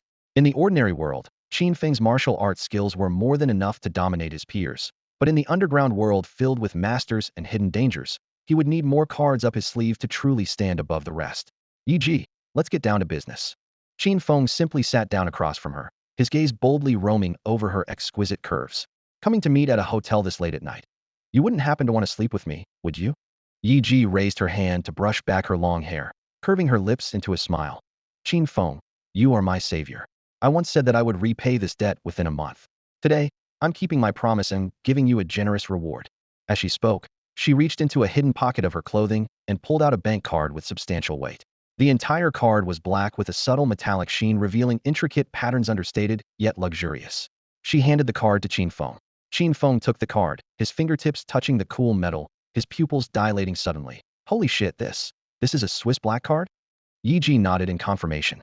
"Damn, it really is a Swiss black card." Qin Feng nearly jumped up, his excitement making his voice tremble. The minimum requirement to obtain one was an account balance of no less than 10 million US dollars, and the card itself symbolized the ultimate status of the wealthy elite, meaning that even at the basic level, there had to be at least 10 million US dollars in the account. However, Yi's next words made Qin Feng's breathing stop instantly. "There are 20 million US dollars in the card. Consider it my payment to you." She smiled sweetly, her eyes bright as moonlight. "Fuck, 20 million US dollars. Qin Feng dramatically clutched his chest, unable to help but shout. "Yi, please be my sugar mommy. I don't want to work hard anymore." Yi's beautiful eyes flashed as she flicked his forehead lightly. "Get lost. I'm only 25 years old. How dare you call me that? Do you have a death wish?" 20 million US dollars, equivalent to about 1.3 billion yuan. Overnight, Qin Feng had transformed from a millionaire into a billionaire tycoon. "Boss Yi, even though I saved your life, I'm not after your money. So this $20 million, I really can't bring myself to accept it. Please don't think less of me. I, Qin Feng, am not some greedy scoundrel." As Qin Feng spoke these righteous words, he quietly slipped the gleaming Swiss black card into his pants pocket with cat-like stealth, his expression remaining stern and virtuous. Yi shot him a sideways glance, her lips curling slightly with undisguised contempt. Clearly, in her eyes, This man's noble words were completely contradicted by his honest actions. Huh. You men are all the same, saying one thing while doing another, she mocked coldly. Haha. I really didn't expect you to be so generous, $20 million right off the bat. Qin Feng showed no shame whatsoever, even patting his now bulging pocket. E.g., I've decided we're friends now. I'll treat you to dinner sometime. Oh, by the way, my mom's calling me home for dinner. Gotta run. Before he'd even finished speaking, he was already turning to leave, secretly thrilled. With $20 million in hand, he could not only start a major company, but open several martial arts schools, as well both his main quest and side quests could advance by leaps and bounds. Stop right there. Yi Ji shot up like a black shadow, appearing in front of him with teleportation-like speed. Qin Feng couldn't break in time and nearly crashed into her. He scratched his head, playing dumb. Miss Yi Ji, is there something else you need? Yi Ji's face was cold as frost as she stared at his chest, her voice sharp as an ice blade. Qin Feng, that $20 million represents all the commission I've earned over 5 years in the Western underground world. I think my sincerity is clear enough, don't you? Qin Feng maintained his cheeky grin. Miss Yi Ji, I've received your sincerity loud and clear, and I'm very moved. We're brothers now. I'll treat you to some entertainment next time. Ugh, can't you tell what gender I am? I don't need that kind of entertainment. Yi Ji's fury blazed as she pulled a revolver from her jacket, pointing the dark barrel straight at Qin Feng's heart. Qin Feng jumped in shock. Damn, crazy woman. You're actually serious. Cut the chatter and give me what I want. What thing? Don't play dumb, give me the USB drive. What she wanted was the very USB drive Qin Feng had found at the hotel. Yi Ji's willingness to pay 20 million wasn't just about repaying a debt, it was about retrieving that device containing the core secrets of the Temple of Death, something more precious than life itself. Seeing Yi Ji's gun raised, Qin Feng had no choice but to surrender, though he still tried to buy time. Yi Ji, just calm down. But Yi Ji wasn't having it. Keeping the gun trained on him with one hand, she began searching his body with the other. Qin Feng endured the search helplessly, not daring to move. Suddenly, Yi Ji pulled 2 sanitary pads from his jacket pocket and froze like she'd been turned to stone. She looked up at him with an expression that clearly said, I knew you were a pervert. Qin Feng wanted to cry as he frantically explained. Yi Ji, don't get the wrong idea. I'm not a pervert. Those sanitary pads are for shoe insoles. Using sanitary pads as shoe insoles? You think I'm an idiot? You sick freak. Yi Ji wanted nothing more than to put a bullet in his head. With no way to clear his name, Qin Feng quickly changed the subject. All right, stop searching. You want the USB drive? Fine, I'll give it to you. Always cautious, he had hidden the USB drive so well that Yi Ji would never find it. Now he reached into his crotch area, lifted a layer of his underwear, and pulled out a USB drive that carried a faint, unmistakable scent. This was a USB drive with character. Yi Ji's eyes flickered as she recognized the important item she had lost, finally breathing a sigh of relief. You little devil, my USB drive really was with you all along. Now it can finally return to its rightful owner. Hold on. Qin Feng suddenly called for a halt, then burst into laughter and said, Yi Ji, I can give you the USB drive, but I want to know your name. Don't you already know it? Yi Ji raised an eyebrow while keeping her gun steady. Yi Ji is just your assassin codename. I'd rather hear your real name. Qin Feng spoke unhurriedly, seemingly unconcerned by the dark barrel pointed at him. Yi Ji's gaze lingered on his face for a moment before she finally lowered her guard. She felt this man was trustworthy, and she desperately needed the USB drive back. My name is Ji Qingwe. Ji Qingwe. Qin Feng repeated softly, showing genuine admiration. That's a beautiful name. Here's your USB drive. With that, he casually tossed the drive over. Yi Ji caught it swiftly, her shoulders relaxing slightly. Just then, she suddenly raised her voice. By the way, did you secretly look at what's on the USB drive? The gun barrel locked onto Qin Feng again. Qin Feng shrugged, denying it without changing expression. I didn't look. Then he couldn't resist teasing. What? Is it adult videos or something? Yi Ji calculated in her mind. The USB files were double encrypted and required dark web passwords. There was no way Qin Feng could have cracked them. So she lowered her gun slightly. But she had no idea that with his hacker abilities, Qin Feng had already broken through all the encryption and even planted a virus in the dark web, paralyzing that hidden world for 7 whole days. Looking at Ji Qingwe, Qin Feng felt she was still hiding something. Beyond her identity as an international assassin, she must have deeper secrets. Ji Qingwe tucked the USB drive close to her body and stepped closer, wearing an enigmatic smile. Qin Feng, regardless of everything, I need to thank you. Until we meet again. With those words, she leaned forward, her fingertips brushing across Qin Feng's chest, then planted a kiss on his cheek before leaping out the window, her figure instantly melting into the night. Qin Feng touched his kissed cheek, his heart racing like a cat was scratching it. I can't believe that stunning mature woman Ji Qingwe actually flirted with me. The next second, guilt washed over him. Schwerer, I'm sorry, I've been defiled. My body is no longer pure. He whispered with mock anguish, though his face showed the typical expression of someone who got lucky and was pretending otherwise. With the incident concluded, Qin Feng checked out and took a taxi to Qingbei University. Outside the car window, neon lights flickered, but his mind was filled with Ji Qingyue's graceful figure and alluring curves.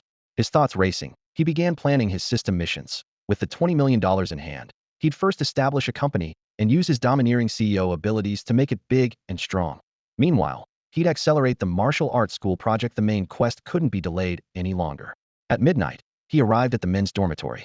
Pushing open the door, he found the room brightly lit with three shirtless guys gathered around a small table playing cards.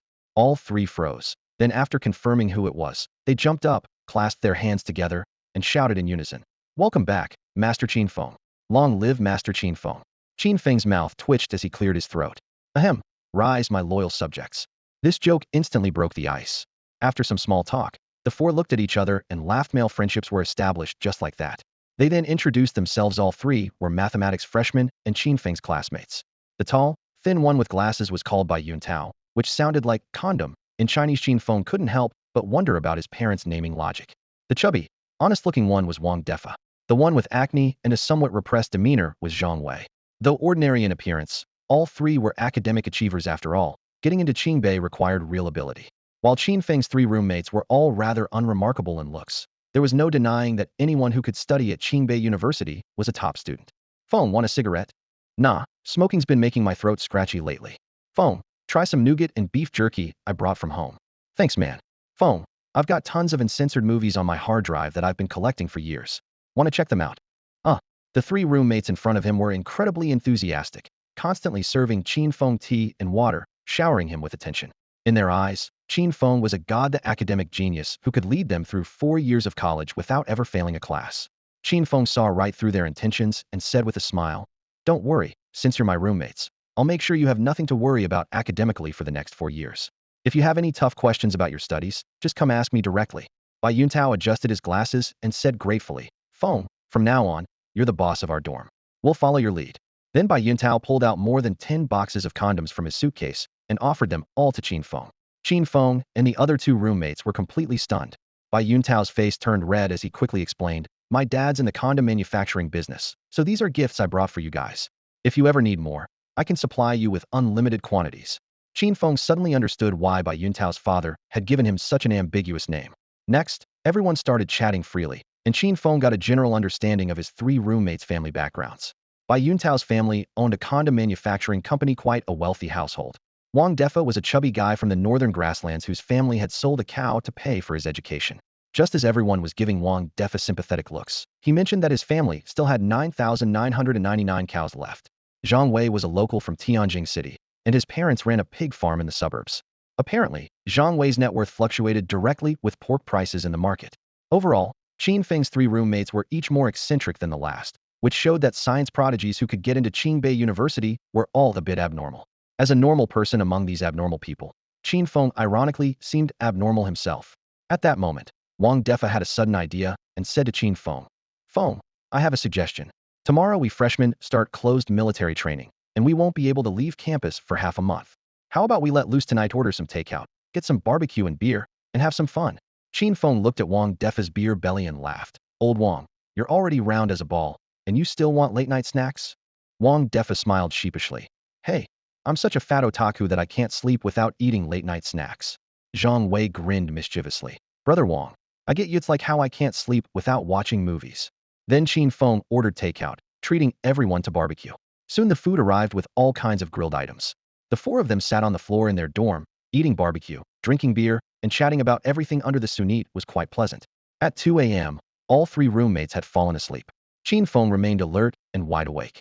With nothing else to do and his roommates sleeping, Qin Feng took out his laptop and opened the dark web, a website used by international assassins. The dark web had now fully recovered, but Qin Feng could crash the entire site again whenever he pleased. The blue glow from his screen reflected in his calm eyes as he browsed through pages, raising an eyebrow. In just 1 month, the bounty on Night Princess had skyrocketed from $5 million to $15 million, tripling in value. Qin Feng clicked his tongue in amazement. That woman's background was definitely more complex than just being a rogue assassin from the Death Temple. During his brief encounter with Ji Qingyue, he had clearly detected traces of special forces training in her movements. Why would a cold-blooded killer possess the combat skills and tactical expertise of regular military? Obviously, she had hidden quite a lot from him. Although Qin Feng had no intention of getting deeply involved in assassin world conflicts, his interest in Ji Qingwei herself was growing by the day. Meanwhile, his own name had become legendary on the dark web. That silent destruction of the dark web servers had shaken the entire Western underground world, and the title Anonymous Hacker now spread throughout forums and chat rooms, earning him reverence as the new generation's hacker godfather. Major assassin organizations posted high-paying recruitment offers on the site, competing to bring this mysterious master into their ranks. Qin Feng glanced at the countless seeking hacker for big money messages and smirked slightly. With 130 million yuan in his hands, he certainly wasn't short on cash and naturally had no interest in working for these organizations. After some consideration, he divided his funds into 3 portions. 1. 100 million yuan to invest in founding a major gaming company, fulfilling his childhood dream. 2. 10 million to establish Qin's Martial Arts Academy in Tianjin City, preserving martial arts traditions. 3. The remaining funds for daily expenses. With his plan finalized, he closed his laptop, stretched lazily, and went straight to sleep. The next day, 9 a.m., the scorching sun blazed down on Qingbei University's field, where the entire lawn was packed with first-year students. Camouflage uniforms mixed with youthful sweat made everyone look spirited and energetic. On the main platform, Principal Li Dongliang's speech rang out powerfully, finally declaring, "The 15-day military training officially begins." Following the command, military instructors filed in while freshmen from various schools arranged themselves into formations by class. The mathematics department had a large enrollment, with nearly 200 students in formation. Qin Feng stood shoulder to shoulder with his 3 roommates. Soon, a burly instructor with shoulders like an iron tower jogged to the front of the formation, stood firmly, and announced in a booming voice, "Hello everyone. I'm the instructor assigned to lead your mathematics department, Tan Long. You can call me Instructor Tan." Applause erupted sporadically. Qin Feng lazily raised his hand. Having little enthusiasm for military training after all, his real capabilities were more formidable than most instructors. At the command, standing at attention officially began. Under the blazing sun with heat waves rolling across the lawn, many freshmen were soon drenched in sweat. Qin Feng remained perfectly still, like a towering pine tree, shoulders straight and eyes forward. Instructor Tan patrolled the formation, his gaze drawn to Qin Feng. He walked over, patted his shoulder, and called out loudly, "Everyone look! This student is your role model. This is what perfect military posture looks like." Instantly, nearly 200 people turned to look at Qin Feng. Further away under the shade of trees, upperclassmen from sophomore to senior year gathered in crowds, some taking photos with their phones, others whispering excitedly. Junior Qin's physique is incredibly looks like a real soldier. Even standing at attention, he's so handsome. I'm in love. Can someone get me his WeChat? I'll pay for it. Being able to do military training alongside the handsome Qin Feng is such a blessing. Qin Feng felt speechless. Just from standing at attention, he had the senior girls swooning. This kind of romantic luck was absolutely ridiculous. As the protagonist, he seemed naturally blessed with an irresistible charm for attracting beautiful women. Having all the senior girls on campus watching just one person, what kind of spectacle was this? After standing at attention for half an hour, Tan Long blew his whistle and announced, "Students, you've done well. Now you can take a 10-minute break." As soon as the whistle sounded, the entire mathematics department formation collapsed like marionettes with severed strings. Students dragged their aching, numb legs toward the shade of trees beside the field, panting heavily. The group was mostly male, with just a few scattered female students. The half-hour of sun exposure had left the girls' foreheads beaded with sweat, their fair cheeks flushed a light pink as they plopped down on the grass with groans of complaint. Women naturally had less endurance, and many had been pampered since childhood, making them particularly helpless against the harsh demands of military training. Li Xinya had once told Qin Feng that every year during freshman military training, some girls would break down crying on the spot, unable to handle the intensity. Qin Feng leaned his back against the rough bark of a large tree, watching everyone's disheveled state with an amused shake of his head.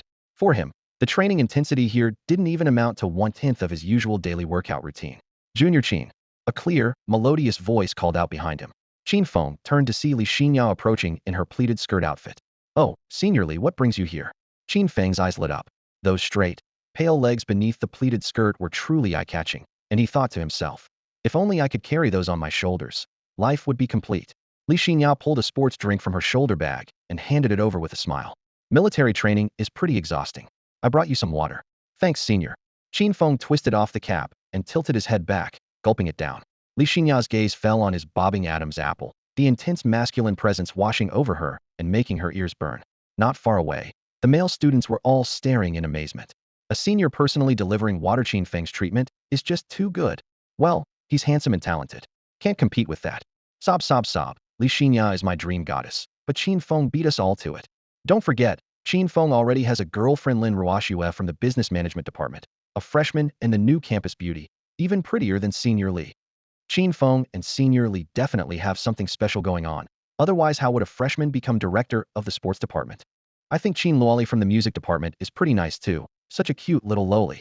I heard Qin Luoli is Qin Feng's younger sister, so don't get any ideas, guys. The chatter continued endlessly whenever Qin Feng appeared. The topics never stopped flowing. Li Xinya handed Qin Feng a pack of tissues. Wipe off your sweat. I still need to deliver water to Ruoxue and Luoluo. Bye-bye. She hugged the remaining bottles and hurried toward the formation where Lin Ruoxue and Qin Luoli were stationed. Although there was nothing romantic between her and Qin Feng, rumors had already spread around campus about Qin Feng two-timing and dating two campus beauties simultaneously. Qin Feng couldn't be bothered to explain. His conscience was clear, and besides, Lin Ruoxue and Li Xinya had become close friends, neither taking the gossip to heart. Break time is over. Everyone assemble. Right at the 10-minute mark, Tianlong blew his whistle again, calling back all the mathematics department students. Next, Tianlong began pushing the students' physical limits, making them run laps around the field under the scorching sun, claiming it was to build their physical conditioning. Many of the female students simply couldn't handle the physical demands, losing steam after just 1 or 2 laps. Tianlong's face remained stern and cold as he bellowed at the top of his lungs. Anyone who fails to meet the running requirements will face punishment. Hearing this, the male students immediately gave it everything they had, running like the wind and barely making it across the finish line.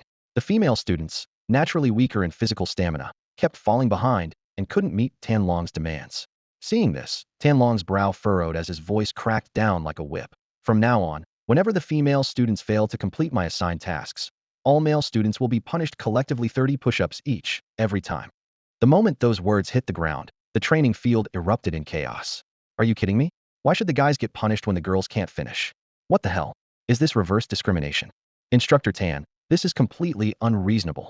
Faced with the protests, Tianlong simply raised his hand to silence the commotion. Mind your military discipline. Following orders is the most basic rule. You are one team and must work together. The phrase "the instructor's word is final" hung over everyone's heads, forcing them to swallow their complaints. For the next hour, Tianlong led the 200-plus mathematics department students through high knees, frog jumps, and shuttle runs, with the female students' energy steadily depleting. Every time they failed to cross the finish line, the male students were pulled out for push-ups. All male students, punishment time. 30 push-ups, begin. Qin Feng had excellent physical fitness, so push-ups were a breeze for him. However, the other male students were drenched in sweat and trembling after completing the exercise. Most students who made it into Qingbei were academic achievers with athletics as their weak point. Yet Tianlong showed no consideration for individual abilities and forced everyone through high-intensity training. Sure enough, the female students fell short again, and the male students faced another round of punishment. After several cycles, male students were sprawled across the field, gasping for breath. The female students felt guilty, thinking, "We're holding everyone back." But with their limited physical capacity, there was nothing they could do. Female students failed to meet standards, male students get punished. 30 push-ups begin. Tianlong barked orders again, but most male students could barely lift their arms. Qin Feng's roommate Wang Defa was in particularly bad shape. Already a chubby guy with poor fitness, the high-intensity torture left his face flushed red, showing clear signs of dehydration and heat exhaustion. Tianlong walked over to him and coldly counted. Improper form. Add 10 more. Wang Defa was nearly in tears. Instructor Tan, I really have no strength left. I think I'm getting heat stroke. So what if you get heat stroke? Soldiers must have a soldier's mindset. When we were in the army, no matter how tough or exhausting it got, we had to complete our missions. You're all just spoiled. Instructor, I really can't do any more. No strength? Go stand at attention under the sun for half an hour. Wang Defa was on the verge of tears, but had no choice but to stumble to the sideline under the blazing sun. The male students were furious, but no one dared speak up, fearing collective punishment. Just then, Qin Feng stepped forward, walked up to Tianlong, and said calmly, "Reporting, Instructor Tan, I believe there are problems with your training methods." Tianlong raised an eyebrow. In his 10 years as a military training instructor at Qingbei, this was the first time a student had dared to directly challenge his authority. At the critical moment, Qin Feng stepped forward, drawing the intense gazes of all his classmates who hoped he could stand up for them. On the parade ground, the merciless sun blazed down, turning the gray concrete floor scorching hot like iron. As a prominent figure at Tsinghua Peking University, Qin Feng knew he had a responsibility to defend his fellow students. He first bent down to help up Wang Defa, who was on the verge of heat stroke. Sweat dripped from Wang Defa's chin, his face flushed red as if about to burst into flames, and his breathing had become labored. After moving him to the shade, Qin Feng turned and strode to the front of the formation, addressing Instructor Tan Long in a clear, resonant voice. Instructor Tan, the purpose of military training for university students is to strengthen our bodies and build mental resilience. Your current training methods are causing excessive physical strain and may leave psychological scars. This kind of formalism goes against the core principles of military training. Qin Feng's words struck like thunder, hitting the heart of the issue. The students behind him nodded repeatedly, murmuring their approval. Tan Long's expression darkened as he demanded sternly, "Student Qin Feng, are you challenging my authority?" Qin Feng shook his head with a slight smile, standing his ground. "Instructor Tan, we who made it into Tsinghua Peking are the future pillars of our nation.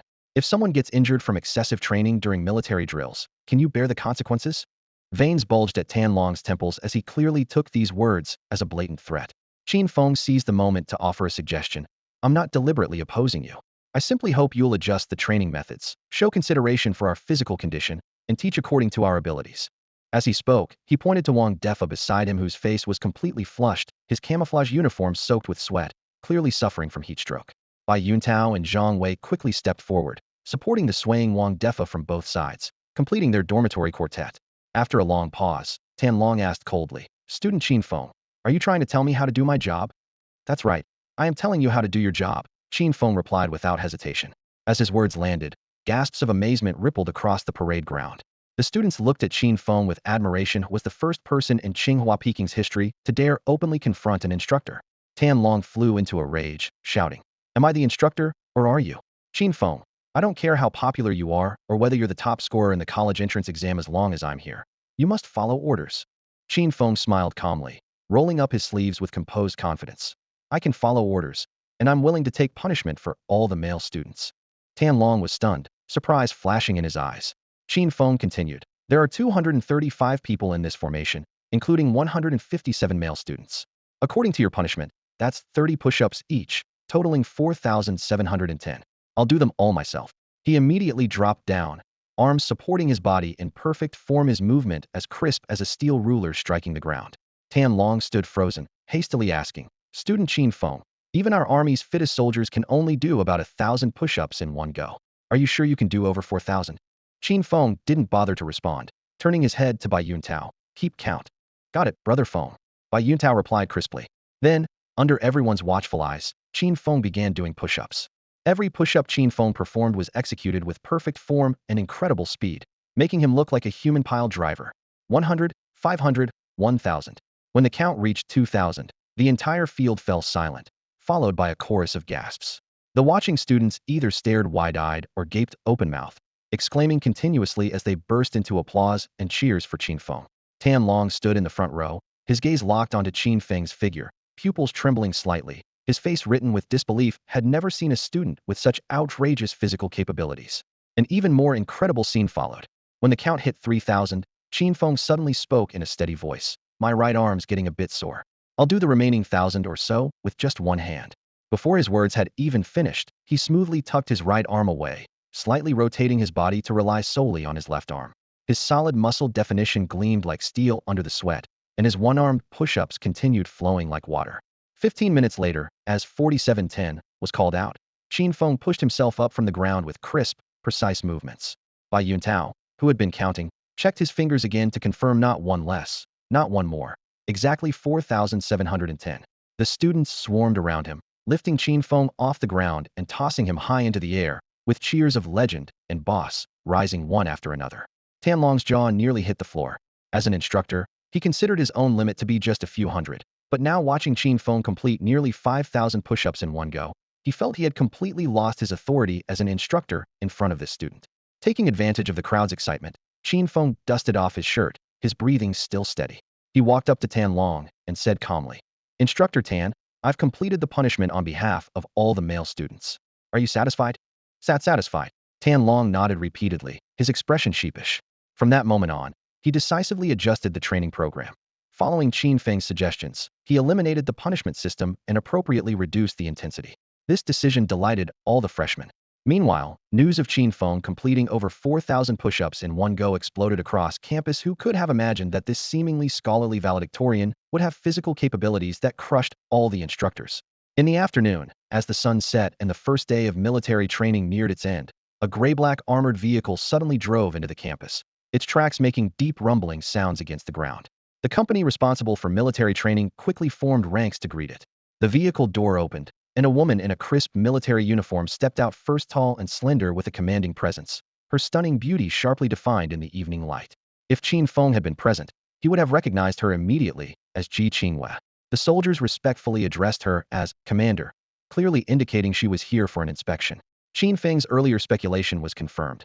The assassin identity was just a cover, and this woman had an even more mysterious background. Standing beside the armored vehicle, Ji Qingwei smiled slightly, thinking to herself, Qin Feng, we're about to meet again. At 6 in the evening, the whistle blew, officially ending the first day of military training. The freshmen rushed toward the cafeteria like wild horses breaking free. Qin Feng met up with Lin Ruoxue and Qin Luoqi, and the three also planned to go fill their stomachs. Student Qin Feng, please wait. Tanlong's voice called from behind. The current Tanlong wore a broad smile and approached cautiously. Instructor Tan, what's the matter? If it's convenient, please come to the conference room in the gymnasium now. Our commander wants to see you. Qin Feng frowned slightly, somewhat puzzled. He told Lin Ruoxue and Qin Luoqi to go eat first, while he followed Tan Long through the corridors to the second floor of the gymnasium. Pushing open the door, he found soft lighting inside. In the room, a woman in military uniform stood with her back to the entrance, quietly facing the wall. Just as Qin Feng was wondering, she suddenly turned around with a smile in her eyes. Student Qin Feng, we meet again. Qin Feng's pupils dilated as he pointed at her, exclaiming in shock, Ji Qingwei? Qin Feng couldn't believe his eyes, yet the beautiful woman in military uniform standing before him was indeed Ji Qingwei herself. On the training ground, the early autumn sunlight fell perfectly on Ji Qingwei's upright military posture. The dark green uniform outlined her curvaceous figure, while her shoulder insignia and chest decorations gleamed with cold metallic light.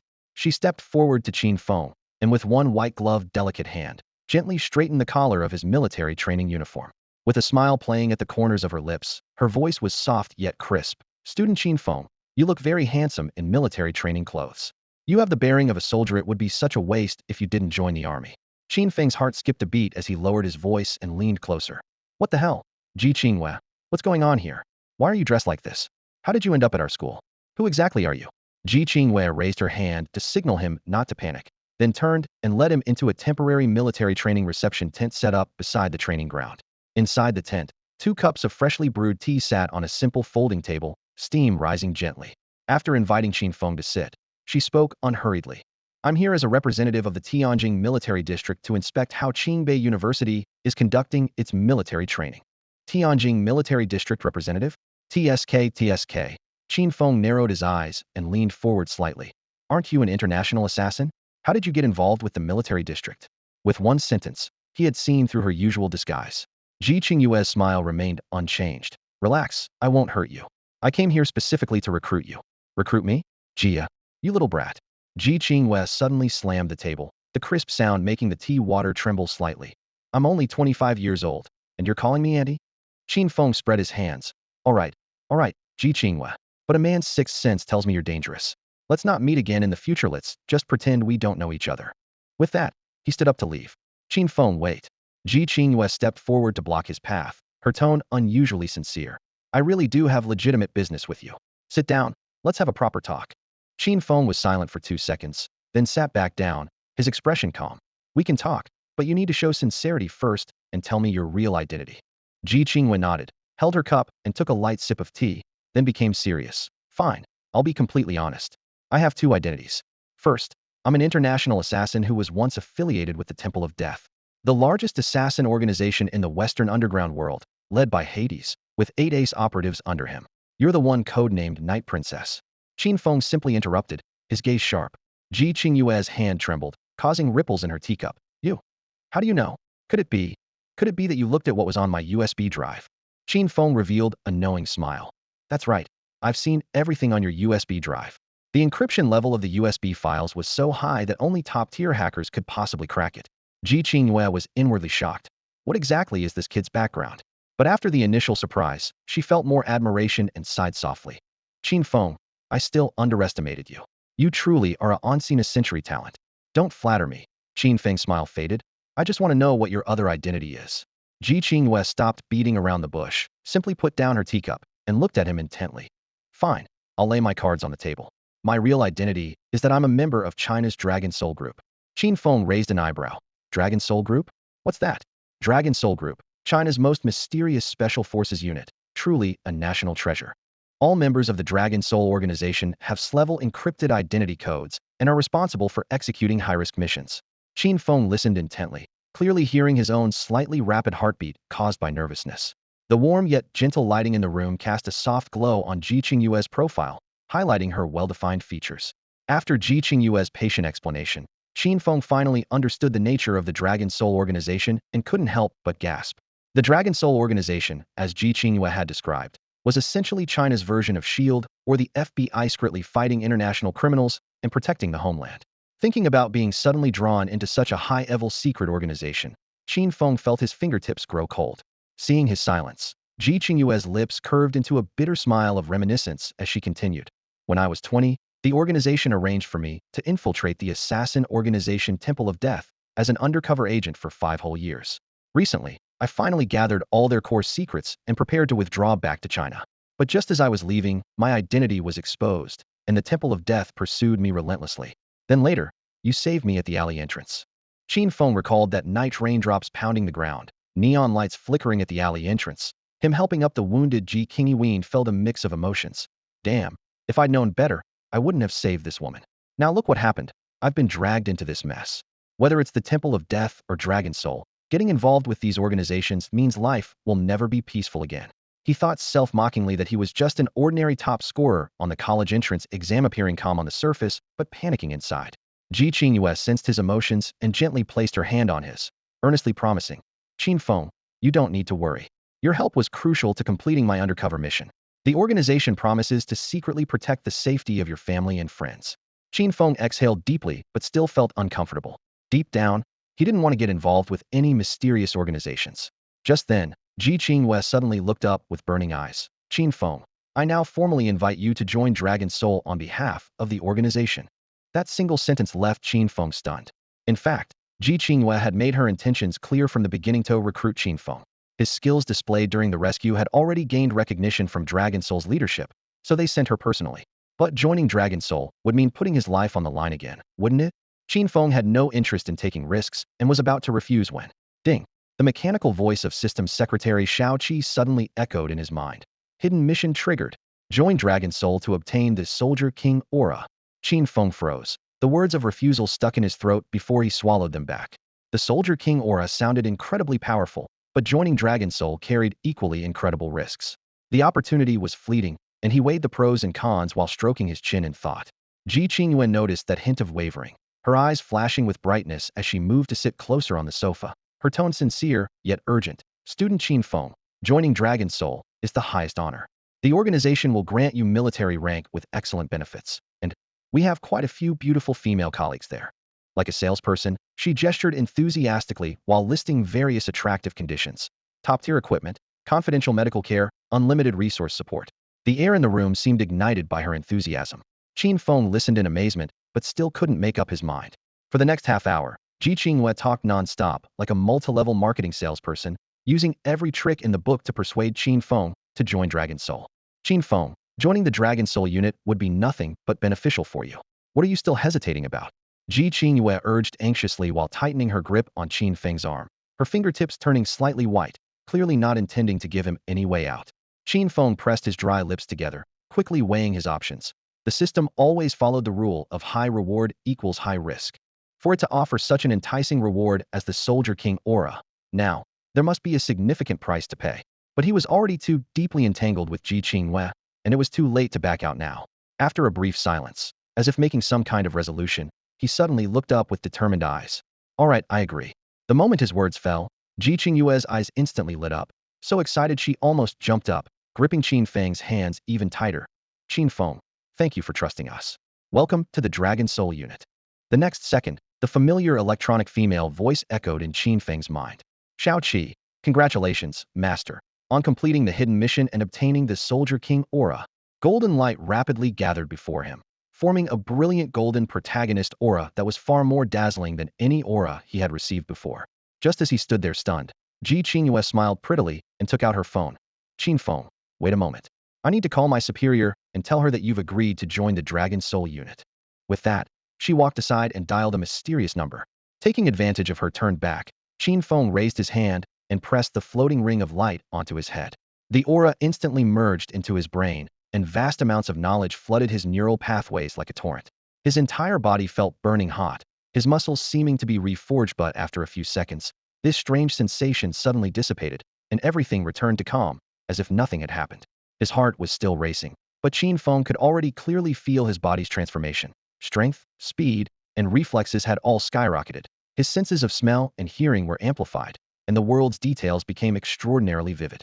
Shao Qi, I want to check the specific information about the Soldier King aura. Yes, Master. The data panel immediately appeared. Soldier King aura provides the host with a Soldier King template, designation, King of Soldier Kings. Comprehensive massive enhancement of speed, strength, and reflexes. New skill slots. Firearm skills, SS level. Throwing knife skills, SS level. Assassination skills, SS level. Stealth skills, SS level. Piloting skills, proficient in fighter jets, submarines, warships, aircraft carriers, and various other military vehicles. Qin Feng stared at the panel, his expression almost dazed. Holy crap, this protagonist aura is absolutely insane. Now probably no special forces soldier in the world could match me. I could single-handedly take on an entire Navy SEAL team like it's child's play. The Soldier King aura combined with his existing martial arts aura multiplied his personal combat power several times over. After reviewing the entire attribute panel, he noticed more than a dozen heaven-defying skills, and amid his shock, he couldn't help but remember his days writing Urban Soldier King novel. She never imagined that one day he would truly possess the power of a Soldier King in the real world. Ji Qingyue finished her call and walked back to him, her beautiful face wearing a gentle smile. Qin Feng, my superior has already processed your enrollment procedures. So your true identity now is a new member of the Dragon Soul organization, and also a glorious warrior of China. Across from Qin Feng, Ji Qingyue's voice was firm and low. Qin Feng nodded slightly, then raised the most practical concern. What about my daily life? I still need to attend school, and my girlfriend and sister are also at the university. Ji Qingyue patted his shoulder, her tone gentle yet unquestionable. Don't worry about that. I've already discussed this with my superior. You're still young and have a special status, so you don't need to stay with the organization at all times. You can focus on your studies at Tsinghua Peking University as usual, but whenever there are missions or special training, you must come with me to the base. She paused, her gaze resolute. Your parents, sister, and girlfriend will all be under the strict protection of the Dragon Soul organization, and your personal files have been encrypted at level. There won't be any exposure. With this series of assurances, the weight on Qin Feng's chest finally lifted. He could see the Dragon Soul organization's sincerity, yet still frowned. Senior Shao Ji, I'd like to ask. Uffed. Ji Qingyue was caught off guard and spat out her salt soda, quickly wiping the corner of her mouth. Don't call me Senior Shao Ji. We're all colleagues now, no hierarchy. Just call me Qingyue. Qin Feng seriously counted on his fingers. You're 25 this year, and I'm only 19, so should I call you Sister Qingyue? Such a straight guy. Ji Qingyue rubbed her forehead helplessly. Fine, call me whatever you want, just stop mentioning a woman's age. Qin Feng immediately switched expressions and asked seriously. Sister Qingyue, I'm curious, why did you choose me? What do I have that the Dragon Soul organization values? The air fell briefly silent. Ji Qingyue's smile faded as she spoke solemnly. Qin Feng, I'll be honest with you, the Dragon Soul organization selection standards are extremely high. Even an entire military district might not produce one qualified candidate. But you're different. At 19 years old, you can crack double encrypted USB drives, do thousands of push-ups in one go, and defeat 8 international gold medal assassins. She narrowed her eyes, as if trying to see through his thoughts. So I'd like to ask you instead, who exactly are you? What have you experienced? Qin Feng's expression remained calm, his breathing steady, as if the words calm and composed were written across his face. No one could glimpse even half of his protagonist's aura. After a moment of standoff, Ji Qingyue suddenly smiled. Everyone has secrets. Since you don't want to say, I won't force you. In any case, from now on you're a member of the Dragon Soul organization. If you have any questions in the future, feel free to come to me. Qin Feng nodded and shook hands with her firmly, officially becoming colleagues. Ji Qingyue added, stay at school for now. When the time is right, I'll take you to the Dragon Soul organization's secret base. Our superior is very interested in you. Who exactly is this superior? You keep mentioning them. Qin Feng's eyes lit up with interest. She's a beauty. Ji Qingyue smiled mysteriously, revealing nothing more. Qin Feng grew increasingly curious, feeling that joining the Dragon Soul organization might actually be quite interesting. After chatting with Ji Qingwei for quite some time, Qin Feng gained a general understanding of the Dragon Soul organization. Following a brief silence, inspiration struck Qin Feng like lightning once his Soldier King aura fully manifested. He would seize control of the Dragon Soul organization and become China's premier Soldier King. He had already thought of the perfect title for himself, Dragon King. Two simple, yet powerful words that perfectly matched his natural swagger. At this thought, the corners of his mouth curved upward slightly, his handsome face taking on that signature, crooked smile War God. Express Iona half-smile that carried an air of unpredictable danger. Ring ring ring. The sudden ringtone cut through the air. The caller ID displayed Lin Ruoxue, and as soon as his girlfriend's name appeared, Ji Qingwei teased with a smile. Let me guess he's your special someone calling? Qin Feng answered the phone, but before he could hear Lin Ruoxue's voice, Qin Luoli snatched the device away. Bro, where are you? Sister-in-law and I have been waiting in the cafeteria for half an hour. The food's gone completely cold, and I'm practically starving to death. Even my chest has deflated. Luo, I'm dealing with something important. Give the phone to your sister-in-law. Qin Feng responded quickly. Lin Ruoxue took the phone, her voice gentle. Feng, if you're busy, Luo and I can pack some food for you and bring it over. No need, Schwer. I'll be at the cafeteria within 3 minutes. Wait for me. Qin Feng's tone was resolute. After hanging up, he turned to Ji Qingwei with an apologetic smile. Sister Qingwei, I need to go be with my girlfriend. Let's continue this conversation another time. With that, he turned to leave. He didn't want to keep Lin Ruoxue and Qin Luoli waiting any longer. Qin Feng, wait. Ji Qingwei called out again. Qin Feng stopped in his tracks, showing slight irritation. Big sister, could you please say everything at once? My girlfriend has been waiting. Ji Qingwei pulled a sleek black phone from her pocket and handed it to him. Use this phone exclusively for contacting me from now on. Though it looked ordinary, the device was military-grade shockproof, waterproof, encrypted, and extremely expensive. Regular soldiers couldn't even touch such equipment. As Qin Feng accepted it and was about to express his thanks, Ji Qingwei added, once your gun permit comes through, I'll come find you again. Focus on your military training for now. Gun permit? Holy shit, that means I'll get to handle real guns. Qin Feng's eyes blazed with excitement, his joy unmistakable.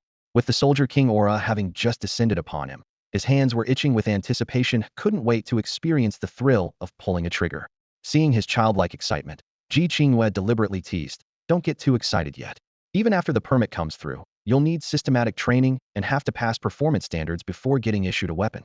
Qin Feng flashed a confident, roguish grin with his current Soldier King template and SS-level firearms skills. Qualifying for weapon authorization would be child's play. With their pleasantries concluded, the two formally parted ways. Qin Feng burst out of the gymnasium conference room and sprinted along the campus path toward the cafeteria. By now, the cafeteria had passed its peak dining hours, with only a few scattered diners remaining. Pushing through the doors, he swept his gaze across the space and locked onto a corner. Qin Feng immediately spotted Lin Ruoxue and Qin Luoli sitting in a corner of the cafeteria. At that moment, Qin Luoli was leaning against Lin Ruoxue's shoulder, pouting pitifully as she complained, Sister-in-law, my brother is so unreliable. We've been waiting for him for a whole half hour, and I'm starving to death. If this keeps up, my cup is going to shrink down to a cup. Luo, you have AD? Lin Ruoxue glanced at her chest, her tone full of doubt. Qin Luoli's pretty face flushed red as she stuck out her tongue. Okay, fine. It's actually just AC. Lin Ruoxue chuckled and gently tapped her forehead. You're only 16 and still growing. Who knows, you might go from AC to AD soon enough. Just then, a familiar voice suddenly interrupted. Are you discussing ABCD? Sounds like you're doing multiple choice questions. Qin Feng had silently sat down beside them, startling both girls. As soon as Qin Luoli saw her brother, she immediately pouted and complained. Brother, why are you only coming now? The food has gone completely cold, and I'm dying of hunger. Qin Feng glanced down at the meal tray. The rice had hardened into clumps, and the soup was giving off cold steam. His heart ached slightly, remembering his promise to their mother to take good care of his sister. Lin Ruoxue, being considerate and well-mannered, softly offered. It's okay, I'll go get a fresh serving from the counter. Schwerer, forget it. Qin Feng shook his head.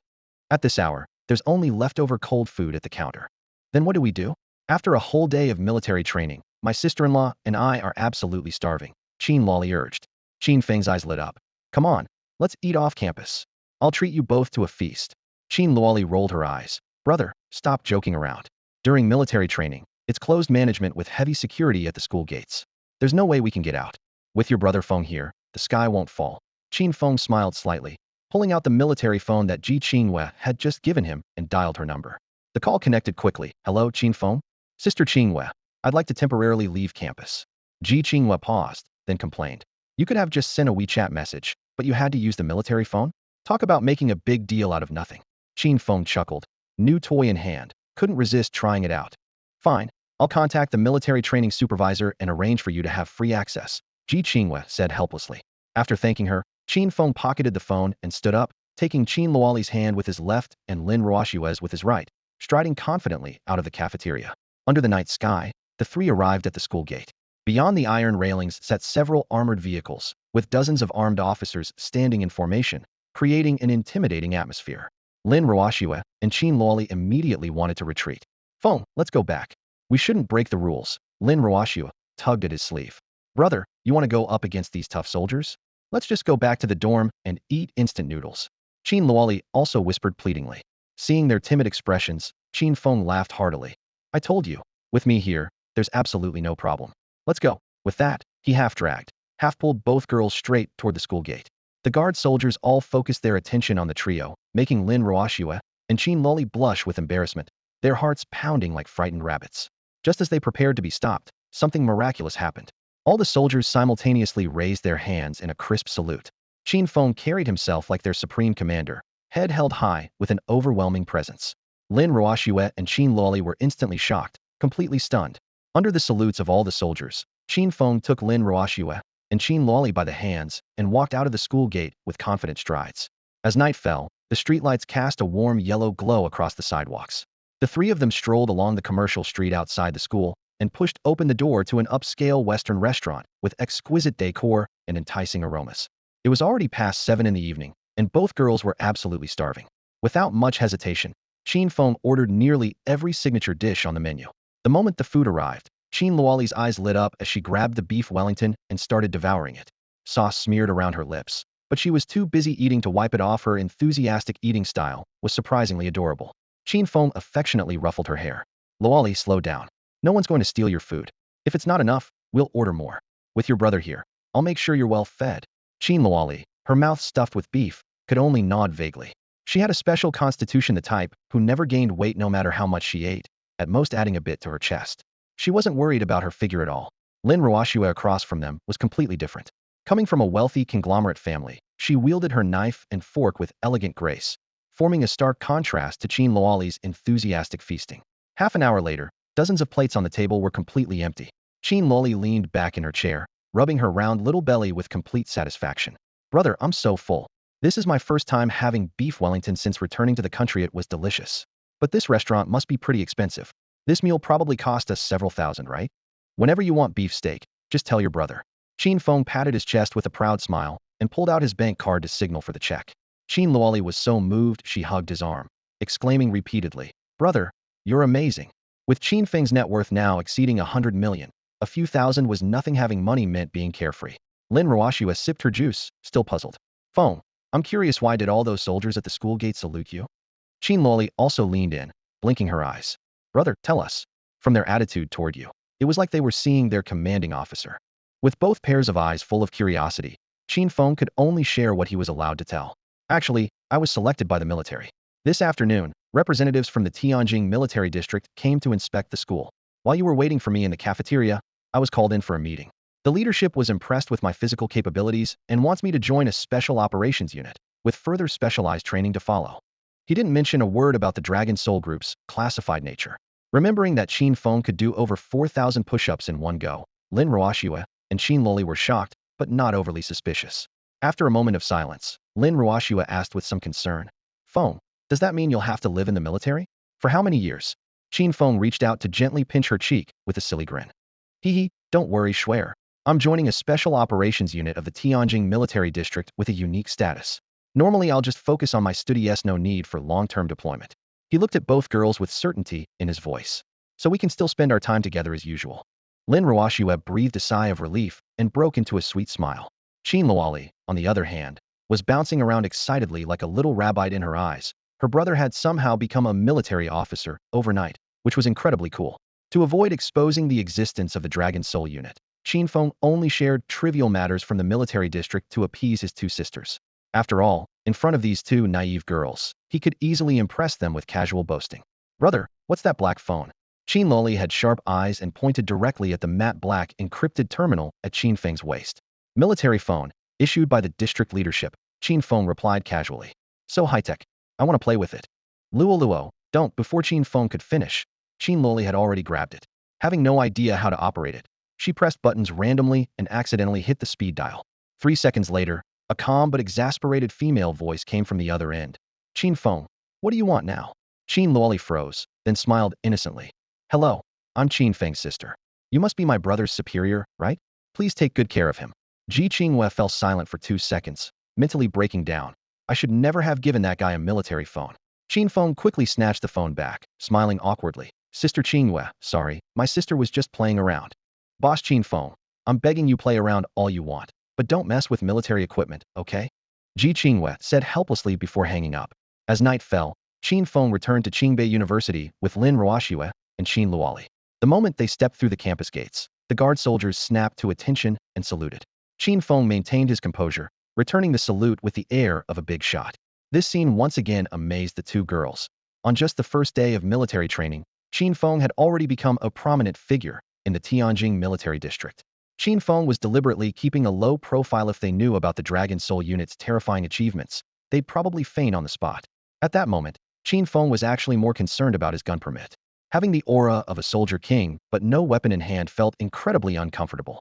Once the Dragon Soul unit's gun permit arrived, he could legitimately handle firearms. The next morning, the military training bugle echoed across campus. Freshman students changed into camouflage uniforms and assembled on the field. After the flag-raising ceremony, instructors led their formations to begin training. Qin Feng found military training tedious. The instructor's military boxing wasn't even as good as his own. Military boxing was essentially a fusion of various Chinese martial arts, and with his innate kung fu abilities, every move he made was as precise as an instructional video. Instructor Tan Long became increasingly insecure and completely broke down after Qin Feng corrected his mistakes on the spot. Student Qin Feng, I'm not qualified to teach you. You should be the instructor. Qin Feng decided to show off even more, demonstrating the essence of military boxing to the instructors on the spot. Dozens of instructors from across the school lined up to listen to his explanations like students. Just like that, he became the first ever instructor of instructors. Being invincible was truly lonely. Feeling that staying any longer would be a waste of time, Qin Feng said his goodbyes and gained free access to enter and leave campus. Walking out the gates, he decided to handle some real business. The system's main quest had been delayed too long, and the urgent priority now was to establish a Qin family martial arts school as soon as possible. Stepping out of Qingbei University campus, Qin Feng immediately spotted the Lamborghini parked at the school entrance. Sunlight gleamed across its sleek body, the metallic reflection catching everyone's attention in the crowd. Standing beside the car was a well-dressed middle-aged man in a sharp suit. Han Yang, the manager of Imperial Dynasty Bar. Previously, Qin Feng had blown up the parking garage at the Azure Dragon Society's headquarters in Shanghai and completely subdued their leader, Lei Batian. Afterward, Lei Batian had gifted Imperial Dynasty Bar to Qin Feng, making him the actual owner and Han Yang his subordinate. Qin Feng had only contacted Han Yang last night, asking him to drive the Lamborghini overnight from Shanghai to Tianjin. The efficiency was truly remarkable. Boss Qin, I've been waiting for you. Han Yang respectfully handed over the car keys. Qin Feng took the keys with a slight smile. Brother Han, driving from Shanghai to Tianjin must have taken you at least 7 or 8 hours through the night. Thank you for your hard work. It's my duty to serve you. Han Yang replied with a booming voice, his expression filled with reverence. When I have time, I'll open several Imperial Dynasty Bar branches here in Tianjin, and I'll need you to manage them, Qin Feng casually promised. No problem, Boss Qin. The admiration in Han Yang's eyes was almost overflowing. Qin Feng wasn't even 20 years old, yet he was planning to establish multiple branches in the expensive real estate market of Tianjin. Truly a young achiever. The domineering CEO aura quietly activated. Qin Feng assessed Han Yang. Management ability 4 stars, loyalty 5 stars, interpersonal skills 5 stars. Excellent. Worthy of important responsibilities. Thinking about his future Qin business empire, he felt secretly pleased. This ability was incredibly convenient, could identify talent at a glance. He then got into the Lamborghini's driver's seat. The engine roared to life, and following the GPS directions, he headed straight for Tianjin's most famous Shengwu Street. Han Yang took transportation back to Shanghai to continue managing Imperial Dynasty Bar. About half an hour later, the Lamborghini pulled up smoothly at the entrance of Shengwu Street. Qin Feng got out of the car and was greeted by the sight of over a dozen massive signs displaying various martial arts schools' names lining both sides of the street. The atmosphere was imposing, and the air seemed to be filled with the sounds of sweat and shouting. Looks like I've come to the right place. Hee. Qin Feng grinned with excitement. Shenwu Street gathered all of Tianjing's martial arts enthusiasts and was known as Martial Arts School Street. Legal awareness was weak here, and martial prowess was more respected. The entire area was divided into South Street and North Street, with martial arts schools everywhere. Southern boxing, northern kicking, western combat sports, almost every style could be found here. If you wanted to learn martial arts, this was definitely the place. Qin Feng first walked into North Street, where the entrances of martial arts schools were crowded with people handing out flyers. A group immediately surrounded him, waving colorful pamphlets everywhere. Only 998 yuan, Wing Chun guaranteed. Fight 10 opponents like Ip Man. Qin Feng looked at them with disdain and strode through the crowd. He wasn't here to learn martial arts. He was here to establish a martial arts school. As Qin Feng strolled through the entire North Street, he noticed many foreign friends learning Chinese martial arts: blonde-haired, blue-eyed girls, and dark-skinned men. It's well known that foreigners are absolutely fascinated by Chinese kung fu. With a lollipop in his mouth, Qin Feng casually wandered around the street corner when he suddenly spotted a commotion ahead. Two groups of people were facing off tensely at the entrance of a martial arts school. He squeezed through the crowd, and the first thing that caught his eye was a hanging plaque: Kai's Martial Arts School. Thinking of the reputation of Kai family boxing, Qin Feng bit his candy and muttered to himself, "So this is a place run by the inheritors of Kai family boxing." On the martial arts school side, several instructors and students glared angrily. On the other side, about 10 men in uniforms blocked the entrance, with developer logos embroidered on their sleeves. Master Kai Chung was stood at the threshold, his practice clothes soaked with sweat and clinging to his back, his expression like frostbitten cabbage, helpless and bewildered. After just a few exchanges, Qin Feng understood the situation. These uniformed men belonged to the developer team for the Shengwu Street area. Kai's martial arts school hadn't paid rent for 3 months, so the developer decided to forcibly clear them out. The leader was a sharp-faced, monkey-like man named Li Hui, a representative of the developer team. He walked up to Kai Chonghua, spread his hands, and said with feigned helplessness, "Master Kai, you've been behind on rent for 3 months. We can't just turn a blind eye anymore. Either pay up the rent or pack up and leave." Kai Chonghua's face turned ashen, but he still tried to maintain his dignity as an elder. His students formed a semicircle around him, staring hopefully, clearly not wanting the martial arts school to disband. But Kai Chonghua dropped his shoulders and sighed deeply. Alas, Kai's martial arts school has reached the end of its days. Students, pack your things. With those words, everyone's hearts sank. People say, a penny can defeat a hero, and here was a living example. The martial arts school's income was meager, unable to even come up with 3 months' rent, let alone plan for the future. Qin Feng shook his head silently, but didn't speak up. Seeing that the martial arts school side had lost their fighting spirit, Li Hui was about to deliver his final ultimatum with glee. Just then, Qin Feng crunched the last bit of his candy, spat out the lollipop stick, and said casually, "I'll cover this martial arts school's rent." The crowd fell silent instantly. Kai Chonghua was stunned. He didn't recognize this young man at all. Li Hui glanced at Qin Feng, noticed his ordinary clothes, and sneered, "Young man, who are you? Do you know how much Master Kai owes us? A year and a half of rent plus late fees and penalties of full 500,000. 500,000? That's it." Qin Feng's lips curved slightly. With his left hand in his pocket, he pulled out a black bank card with his right hand. It gleamed with understated brilliance in the sunlight. "I'm not planning to rent, I'm planning to buy this property outright." Li Hui was about to mock him for bragging, but when his eyes caught the logo on that card, he froze like he'd been nailed in place. A Swiss black card. Though he was just a lackey for the developer team, he'd seen enough of the world to know what this card represented: a minimum account balance of 10 million US dollars. His attitude did a complete 180-degree turn. Li Hui put on a fawning smile, bowing so obsequiously he nearly bent like a shrimp. "Sir, what should I call you?" "My surname is Qin." Qin Feng replied casually. "Mr. Qin, are you really planning to buy this property?" Li Hui's voice trembled. "Yes." "Then, let me calculate a price for you, with the best discount possible." "Shut your mouth." Qin Feng looked up, his voice cold as a blade. "I'll give you a number: 5 million. This property is mine." Li Hui nearly dropped to his knees on the spot, nodding and bowing frantically. "Mr. Qin, you're so generous. I won't say another word, I'll go prepare the transfer contract for you right away." When Qin Feng opened with 5 million, Li Hui naturally didn't dare to slight him. He quickly prepared the contract and walked over to Qin Feng with a card reader in his arms, then handed the contract to him. "Master Qin, here's the contract for your review."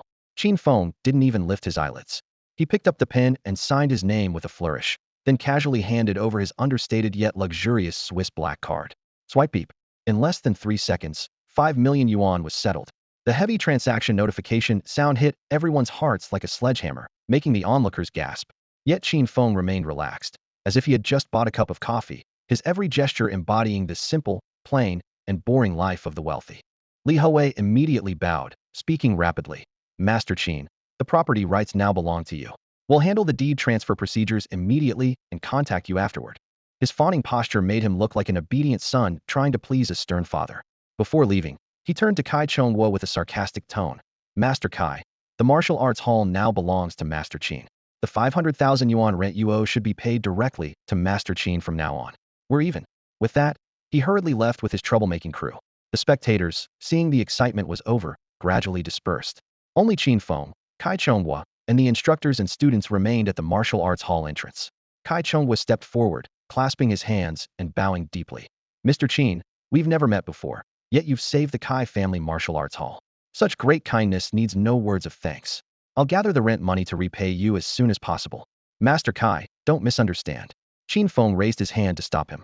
I'm not here to save anyone. I paid money, so this martial arts hall changes its surname to Qin. What? Change to Qin? Kai Chongwa's eyes nearly popped out. Nonsense. His eldest disciple Pan Dong stepped forward aggressively, full of hostility. My master is the 8th-generation heir of Kai family boxing. Why should it change to your surname? Qin Feng studied this burly man, speaking calmly. Because the property is mine.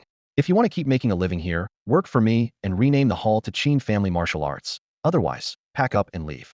Your choice. At the mention of money, Pan Dong was speechless. Without Qin Feng, they would probably all be going their separate ways by now. All eyes turned to Hall Master Kai Chongwa. After a brief silence, Kai Chongwa made his decision. Mr. Qin, this is a serious matter. Let's go inside to discuss it. Qin Feng nodded with a smile, and everyone followed him into the martial arts hall. Inside the main hall, the mahogany floors were polished to a shine, complete with punching bags, wooden training dummies, and strength equipment. Black and white photos of past generations of Kai family boxing masters hung on the walls. The rich martial arts atmosphere hit them immediately, leaving Qin Feng quite satisfied. Disciple, pour tea for Mr. Qin, Kai Chongwa instructed. Though reluctant, Pan Dong dutifully brought hot tea and presented it with both hands. Qin Feng took a light sip, his expression calm, as if he were a sage sitting above the clouds. Master Kai, I'm curious. Xingwu Street is clearly prosperous, so why is your martial arts hall's business so poor? They had fallen so low that they couldn't even afford rent and venue fees. Kai Chongwa's face flushed with embarrassment as he held his teacup and sighed deeply. Mr. Qin, you don't understand the situation. Our martial arts school was doing quite well in previous years, but these past 2 years, a Hunyuan Xingyi Taiji school suddenly appeared on South Street. The master, Ma Baohua, claims to be a Taiji expert with countless online followers. He's stolen almost all the students from several martial arts schools on North Street. Now our place is deserted, and we can't even scrape together the rent. Hunyuan Xingyi Taiji School? Ma Baohua. Qin Feng was slightly stunned as images of the internet celebrity Ma Baohua's exaggerated videos flashed through his mind. Fake-looking push hands demonstrations and staged martial arts performances, all just gimmicks. He shook his head inwardly, a typical fraud who made money through internet traffic, somehow managing to fool quite a few people. Just then, the mechanical female voice of his system's secretary, Xiao Qi, suddenly rang out. Master, hidden mission triggered. Mission objective, defeat Ma Baohua, master of Hunyuan Xingyi Taiji School, expose fraud and protect rights, crush these evil practices. Mission reward, random protagonist aura. A gleam flashed in Qin Feng's eyes as he rejoiced inwardly. Another hidden mission. All right, Xiao Qi, I accept. I love exposing frauds and revealing scammers' true faces. The light of justice shines upon the earth. Ahem. Stop singing, you're off-key. Qin Feng chuckled, collecting his thoughts and secretly deciding to use this opportunity to tear off Ma Baohua's mask.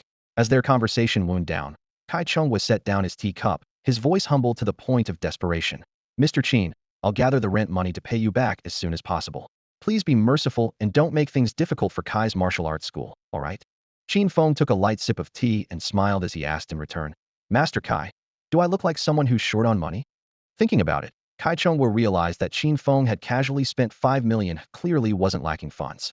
He couldn't help but ask, then why did you buy this property? Simple. I want to open a Qin's martial arts school. Qin Feng's tone was calm. Kai Chongwa frowned. Mr. Qin, opening a martial arts school requires master-level kung fu skills and the ability to teach disciples. But you look like a student. Exactly, just an ordinary top scorer on the college entrance exam. Qin Feng smiled modestly. This answer left Kai Chongwa even more confused. Pan Dong nearby cast a disdainful glance. Mr. Qin, shouldn't a college student focus on studying instead of meddling with martial arts schools? To open a school, you'd need at least the same level of skill as my master.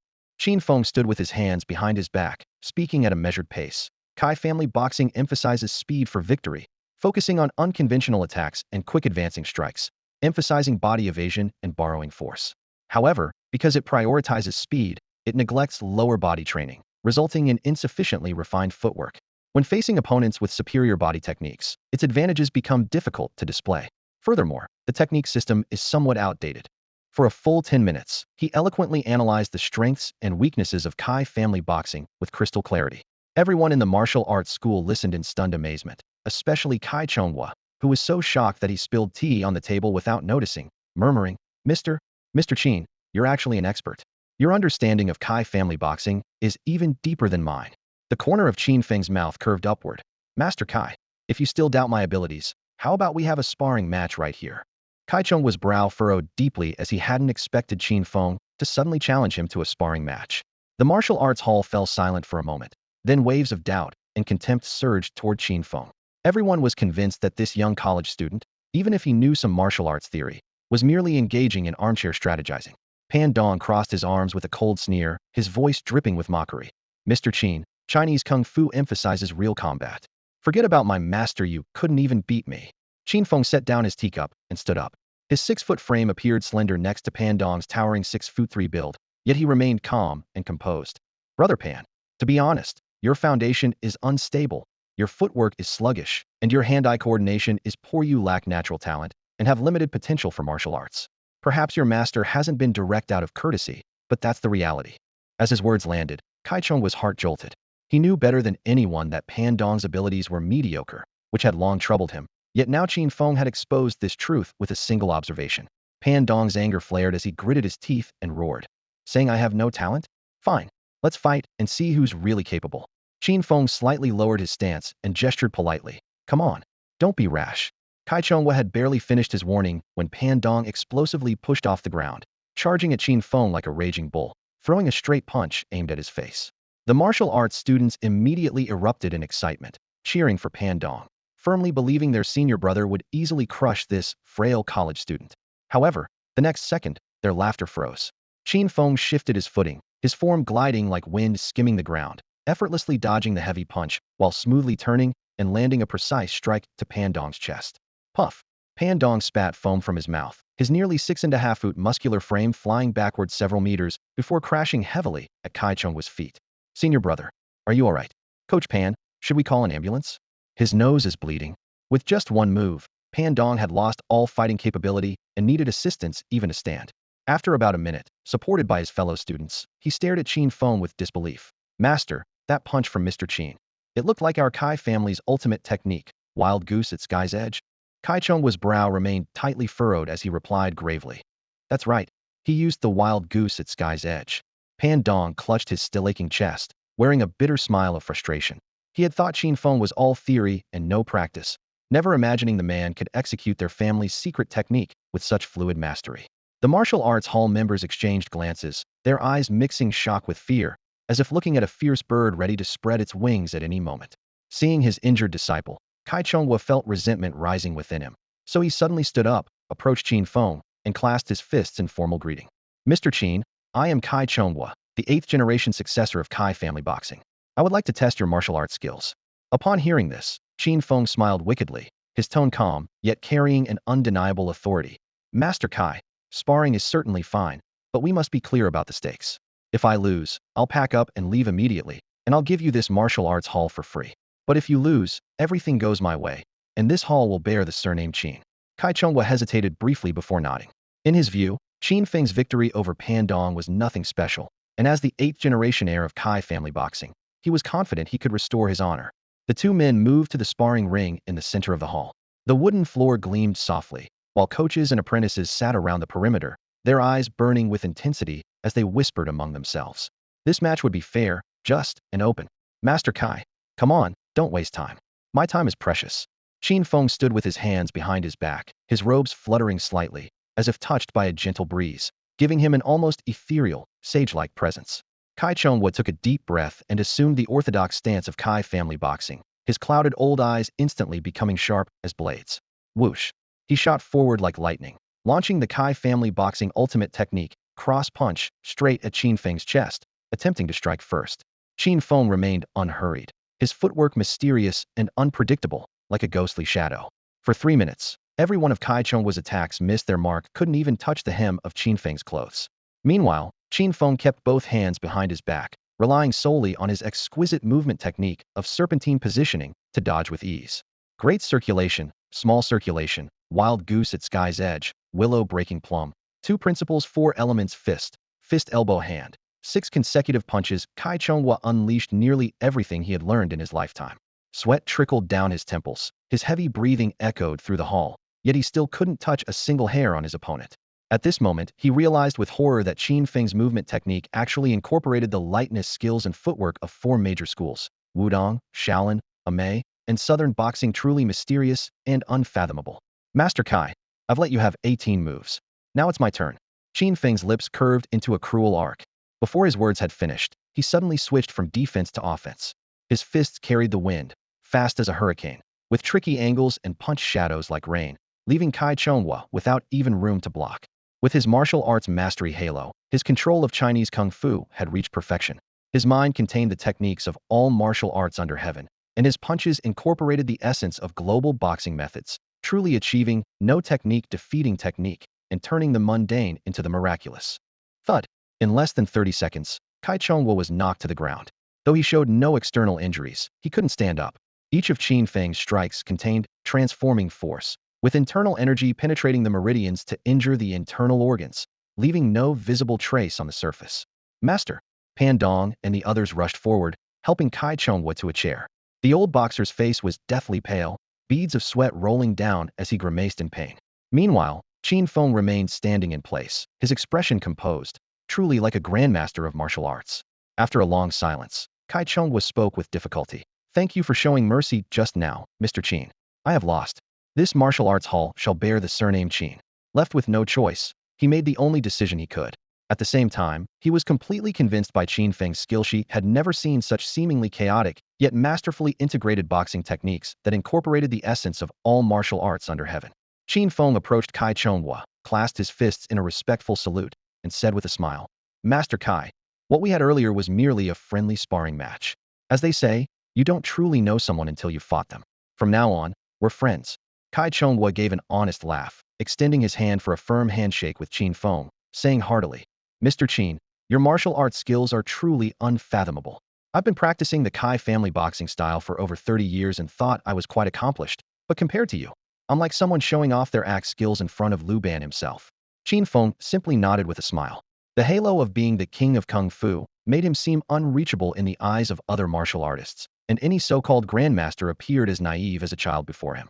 Seeing Qin Feng's silence, Kai Chongwa's curiosity grew stronger, and he couldn't help but ask, Mr. Qin, when I sparred with you just now, I felt that your boxing technique encompasses all major schools yet transcends all conventional forms, creating its own unique style. May I ask the name of this martial art? Who was your master? The question hit the mark, and the watching disciples all perked up their ears. There was no trace of this mysterious martial art style anywhere in the market. Qin Feng was momentarily stunned, then suddenly remembered the main quest issued by the system, create your own exclusive martial arts school. This was the perfect opportunity. He cleared his throat and spoke with an air of profound mystery. I have no master or school. Everything comes from my natural talent and self-enlightenment. This boxing style is my own creation. I call it Qin Wu Dao. Qin Wu Dao. Everyone in the martial arts hall exchanged glances, then were struck by this fresh name, their eyes filled with awe and admiration. Qin Feng thought of Bruce Lee's Jeet Kune Do and felt secretly pleased. Qin Wu Dao represented both inheritance and innovation. On Xingwu Street, martial prowess reigned supreme. Whoever had the strongest fists had the right to speak. Though not yet 20, Qin Feng had conquered the entire Kai's martial arts hall through sheer skill. He patted Kai Chongwa on the shoulder. Master Kai, follow me from now on, and I'll make sure everyone has food on their table. Kai Chongwa nodded without hesitation. A wise man adapts to circumstances, and he believed Qin Feng would eventually dominate the martial arts world. Then I'll trouble you to change the martial arts hall signboard first. From now on, it'll be called Qin's Martial Arts Hall, Qin Feng said with a smile. Absolutely. Mr. Qin, from now on, all these brothers will follow your orders. Qin Feng winked and joked. Do you know why business has always been poor? The homophone of Kai's Martial Arts Hall sounds like Rookie Martial Arts Hall. Ahem. Mr. Qin is absolutely right, Kai Chongwa said with a mixture of tears and laughter, having no choice but to agree. Throughout the morning, everyone worked together with one heart. The old signboard was taken down, The new plaque reading, Qin's Martial Arts Hall, was hung high above the entrance, and all transfer procedures were completed accordingly. Qin Feng thus became a legitimate martial arts hall master in Tianjin City, officially establishing his own martial arts school. Just then, the system secretary's voice echoed in his mind. Congratulations, Master, on successfully establishing Qin's martial arts hall and creating a new martial arts school Qin Wu Dao. The corners of Qin Feng's mouth couldn't help but curve upward. The main quest was progressing quite rapidly indeed. By the way, Xiao Qi, how much of the main quest is left? Master, you still need to win the championship at the National Martial Arts Competition and recruit 10,000 disciples. Once completed, you'll have cleared the game. The electronic voice came from the AI brain Xiao Qi. Qin Feng nodded. The task itself wasn't difficult, but it would take time. The martial arts competition was scheduled for late September, and it was only early September now, leaving more than 20 days. Recruiting disciples wouldn't be hard, but to get 10,000 people, he'd first need to make the Qin family martial arts school famous. As he was weighing his options, his military phone suddenly vibrated, its ringtone particularly jarring in the empty martial arts hall. After answering, Ji Qingyue's lazy yet commanding voice came through. Student Qin Feng, where are you? Instead of attending military training properly, where have you run off to now? I just opened a martial arts school, Qin Feng answered honestly. I'm speechless. Why did you suddenly open a martial arts school? The voice on the other end sounded quite surprised. Qin Feng grinned like a brothel madam soliciting customers. Sister Qingyue, how about joining the Qin family martial arts school? Given our friendship, I won't charge tuition and will teach you the dragon claw hand for free. How about it? Heh, I'm not interested in learning your perverted techniques, Ji Qingyue scoffed. Then her tone became serious. Send me your address. I need to see you about something. What do you need to see me about? You brat, your gun permit has been issued. If you want the license, hurry up and give me the address. Qin Feng's hand trembled, nearly dropping his phone as joy surged through him. Sister Qingyue, my gun permit came through so quickly? Is this real? Keep babbling, and I'll tear up the permit. No. The address is 102 Lane 17, Shengwu Street, Qin Family Martial Arts School. Less than 15 minutes after the call ended, an armored vehicle from the Tianjin Military District rumbled into Shengwu Street and stopped heavily in front of the Qin Family Martial Arts School. The door opened, and under everyone's watchful eyes, Qin Feng boarded the vehicle. The tracks crushed the ground as it departed, leaving behind a cloud of dust. At the entrance, Pan Dong's eyes nearly popped out. Master, what exactly is Mr. Qin's background?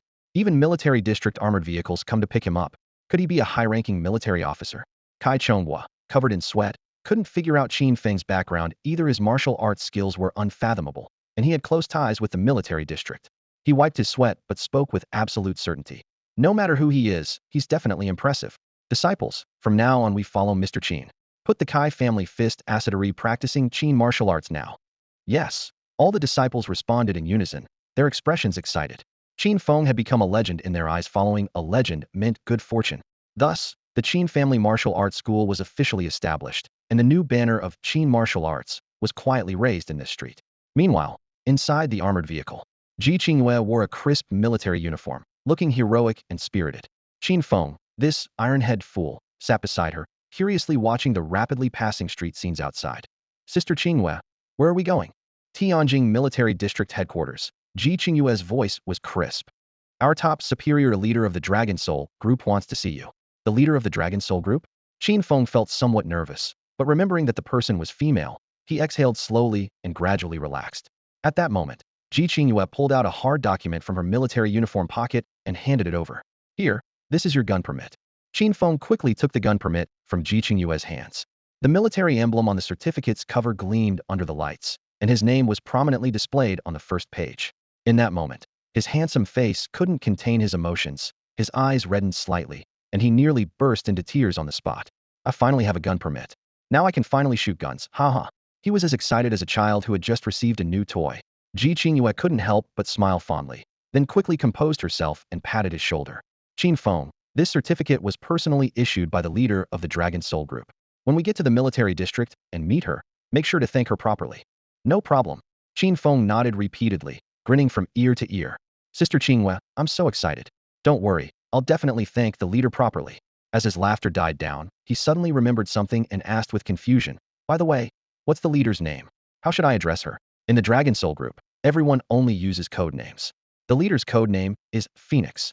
Oh, I understand. Qin Feng nodded, then asked again, what about you? What's your code name? Same as when I was undercover at the Death God Temple Night Princess. Ji Qingyue answered straightforwardly. Qin Feng pondered for a moment, scratching the back of his head. Since I'm now part of the Dragon Soul group, what codename should I have? His question stumped Ji Qingwei. The girl was silent for 2 seconds before shaking her head. I don't have the authority to give you a codename. You'll have to wait for the leader to decide. With that topic concluded, the vehicle fell quiet for a moment. The armored car sped out of the city district toward Wulong Mountain on the outskirts of Tianjing. In the distance, the dark green mountain stood majestically, with the gates of Tianjing Military District at its base. The vehicle swayed as it entered the compound, and the cold, stern military atmosphere hit them immediately. This was Qin Feng's first time entering a military district, and he instinctively tensed his shoulders. However, his Soldier King aura wasn't just for show, quickly adapted to the oppressive atmosphere. The vehicle wound around the mountain's base before finally stopping steadily in front of a closed military base. Ji Qingwei got out first, her voice filled with pride. This is the Dragon Soul Group's secret base. Qin Feng looked up to see a hemispherical building like a giant steel dome, with blue cold light emanating from between the metal panels, giving off a strong futuristic technological vibe. Sister Qingwei, this is my first time at a military district. Everything's so fascinating. By the way, now that I have a gun permit, when will I get my weapon? Ji Qingwei rolled her eyes at him. You brat, this is a military facility, stop fooling around. Remember, everyone in the Dragon Soul group is your senior. When you meet the leader and other members, be respectful. Do you hear me? Yes, ma'am. Qin Feng stood at attention, nodding repeatedly with such obedient behavior that Ji Qingwei felt secretly satisfied. After finishing her instructions, she led him to the entrance for iris recognition. The scan passed, and the heavy door slid open. Qin Feng followed closely behind her as they entered the base. The moment they stepped inside, he was greeted by tiered control stations, flickering holographic screens, and tactical robots moving between them like a real-life version of the Avengers headquarters from the movies. Qin Feng looked around in wonder, overwhelmed by the sights, feeling like he had discovered a whole new world. Stop gawking around and hurry up, follow me to meet the leader. Ji Qingwei grabbed Qin Feng's arm and quickened her pace through the narrow corridor. The dim wall lamps stretched their shadows long, and their soft footsteps echoed in the empty hallway. Reaching the end, they stopped before a dark gray office door. Ji Qingwei shed her earlier casual demeanor, straightening her shoulders and lifting her chin, instantly transforming into a sharp, authoritative military bearing. Seeing this, Qin Feng quickly adjusted his collar and straightened his back. Remember, once we go in to meet the leader, you must be respectful, she whispered. Qin Feng nodded solemnly. Ji Qingwei raised her hand and knocked. In less than 3 seconds, a cold, brief word came from within. Enter. The door was pushed open, and Qin Feng followed Ji Qingwei into the room. The office was extremely modest in its furnishings. Light-colored walls, clean military green carpet on the floor, and a cherry wood desk positioned in the center. Behind the desk sat a female officer with an outstanding presence. She wore a crisply pressed military uniform, with medals on her chest reflecting subtle light, and shoulder insignia indicating her high rank. Qin Feng froze in place, almost forgetting to breathe. The female officer before him was beautiful, yet not seductive, handsome, yet not masculine. Her neat ear-length hair was crisp and clean, the black strands making her porcelain-white skin appear even more luminous, and her almond-shaped eyes were sharply defined yet gentle. Her handsomeness was so striking that for a moment, he forgot her gender. He unconsciously swallowed, realizing his impropriety, and quickly recited classical texts in his mind to maintain his composure. Leader, Qin Feng has been brought as requested. Ji Qingwei stood at attention and saluted. The female officer looked up, her gaze locking onto Qin Feng like lightning. Qin Feng immediately shed his casual expression, his face becoming resolute and his spine straight. The subtle, sharp aura emanating from him made the female officer raise her eyebrows slightly. This bearing was remarkably similar to that of China's former top soldier king, perhaps even surpassing it. Qin Feng, nice to meet you. No need to be nervous. She suddenly smiled, her voice clear and gentle, forming a stark contrast to her earlier stern image. I am both your superior and your senior. Moving forward, I will use the best resources to train you. Ji Qingwei was stunned.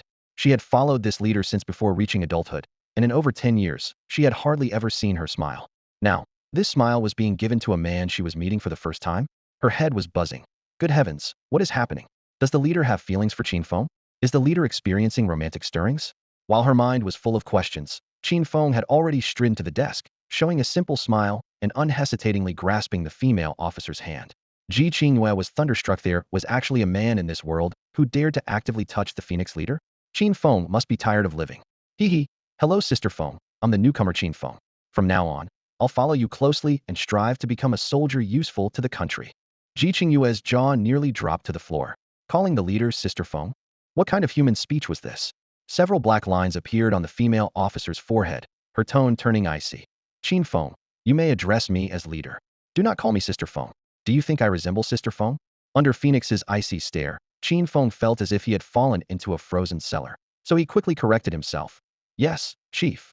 Phoenix nodded with satisfaction, pulled open her desk drawer, and retrieved a thumb-sized metal badge. The badge gleamed with a cold luster under the light, featuring a soaring golden dragon at its center, the emblem of the Dragon Soul Group.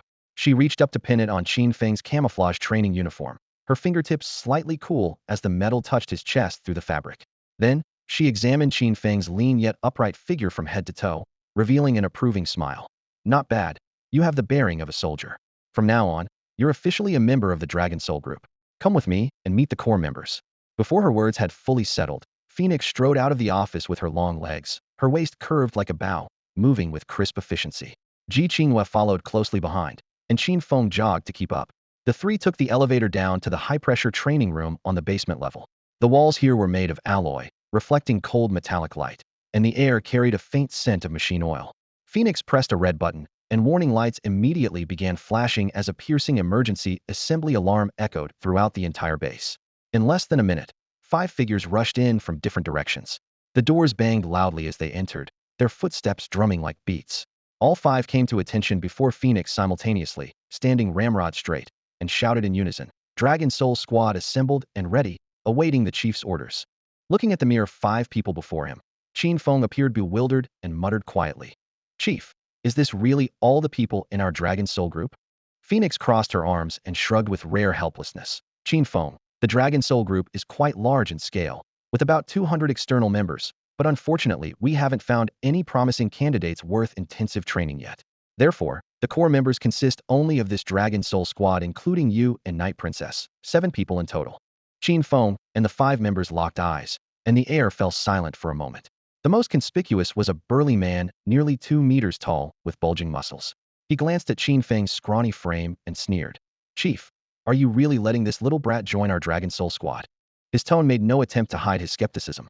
Phoenix looked up coolly. Iron Bull, since I chose Qin Feng, it means he has his exceptional qualities. Are you questioning my judgment? Iron Bull's neck tensed, and he immediately bowed his head. This subordinate wouldn't dare. Phoenix placed her hand on Qin Feng's shoulder, not heavily but with undeniable presence.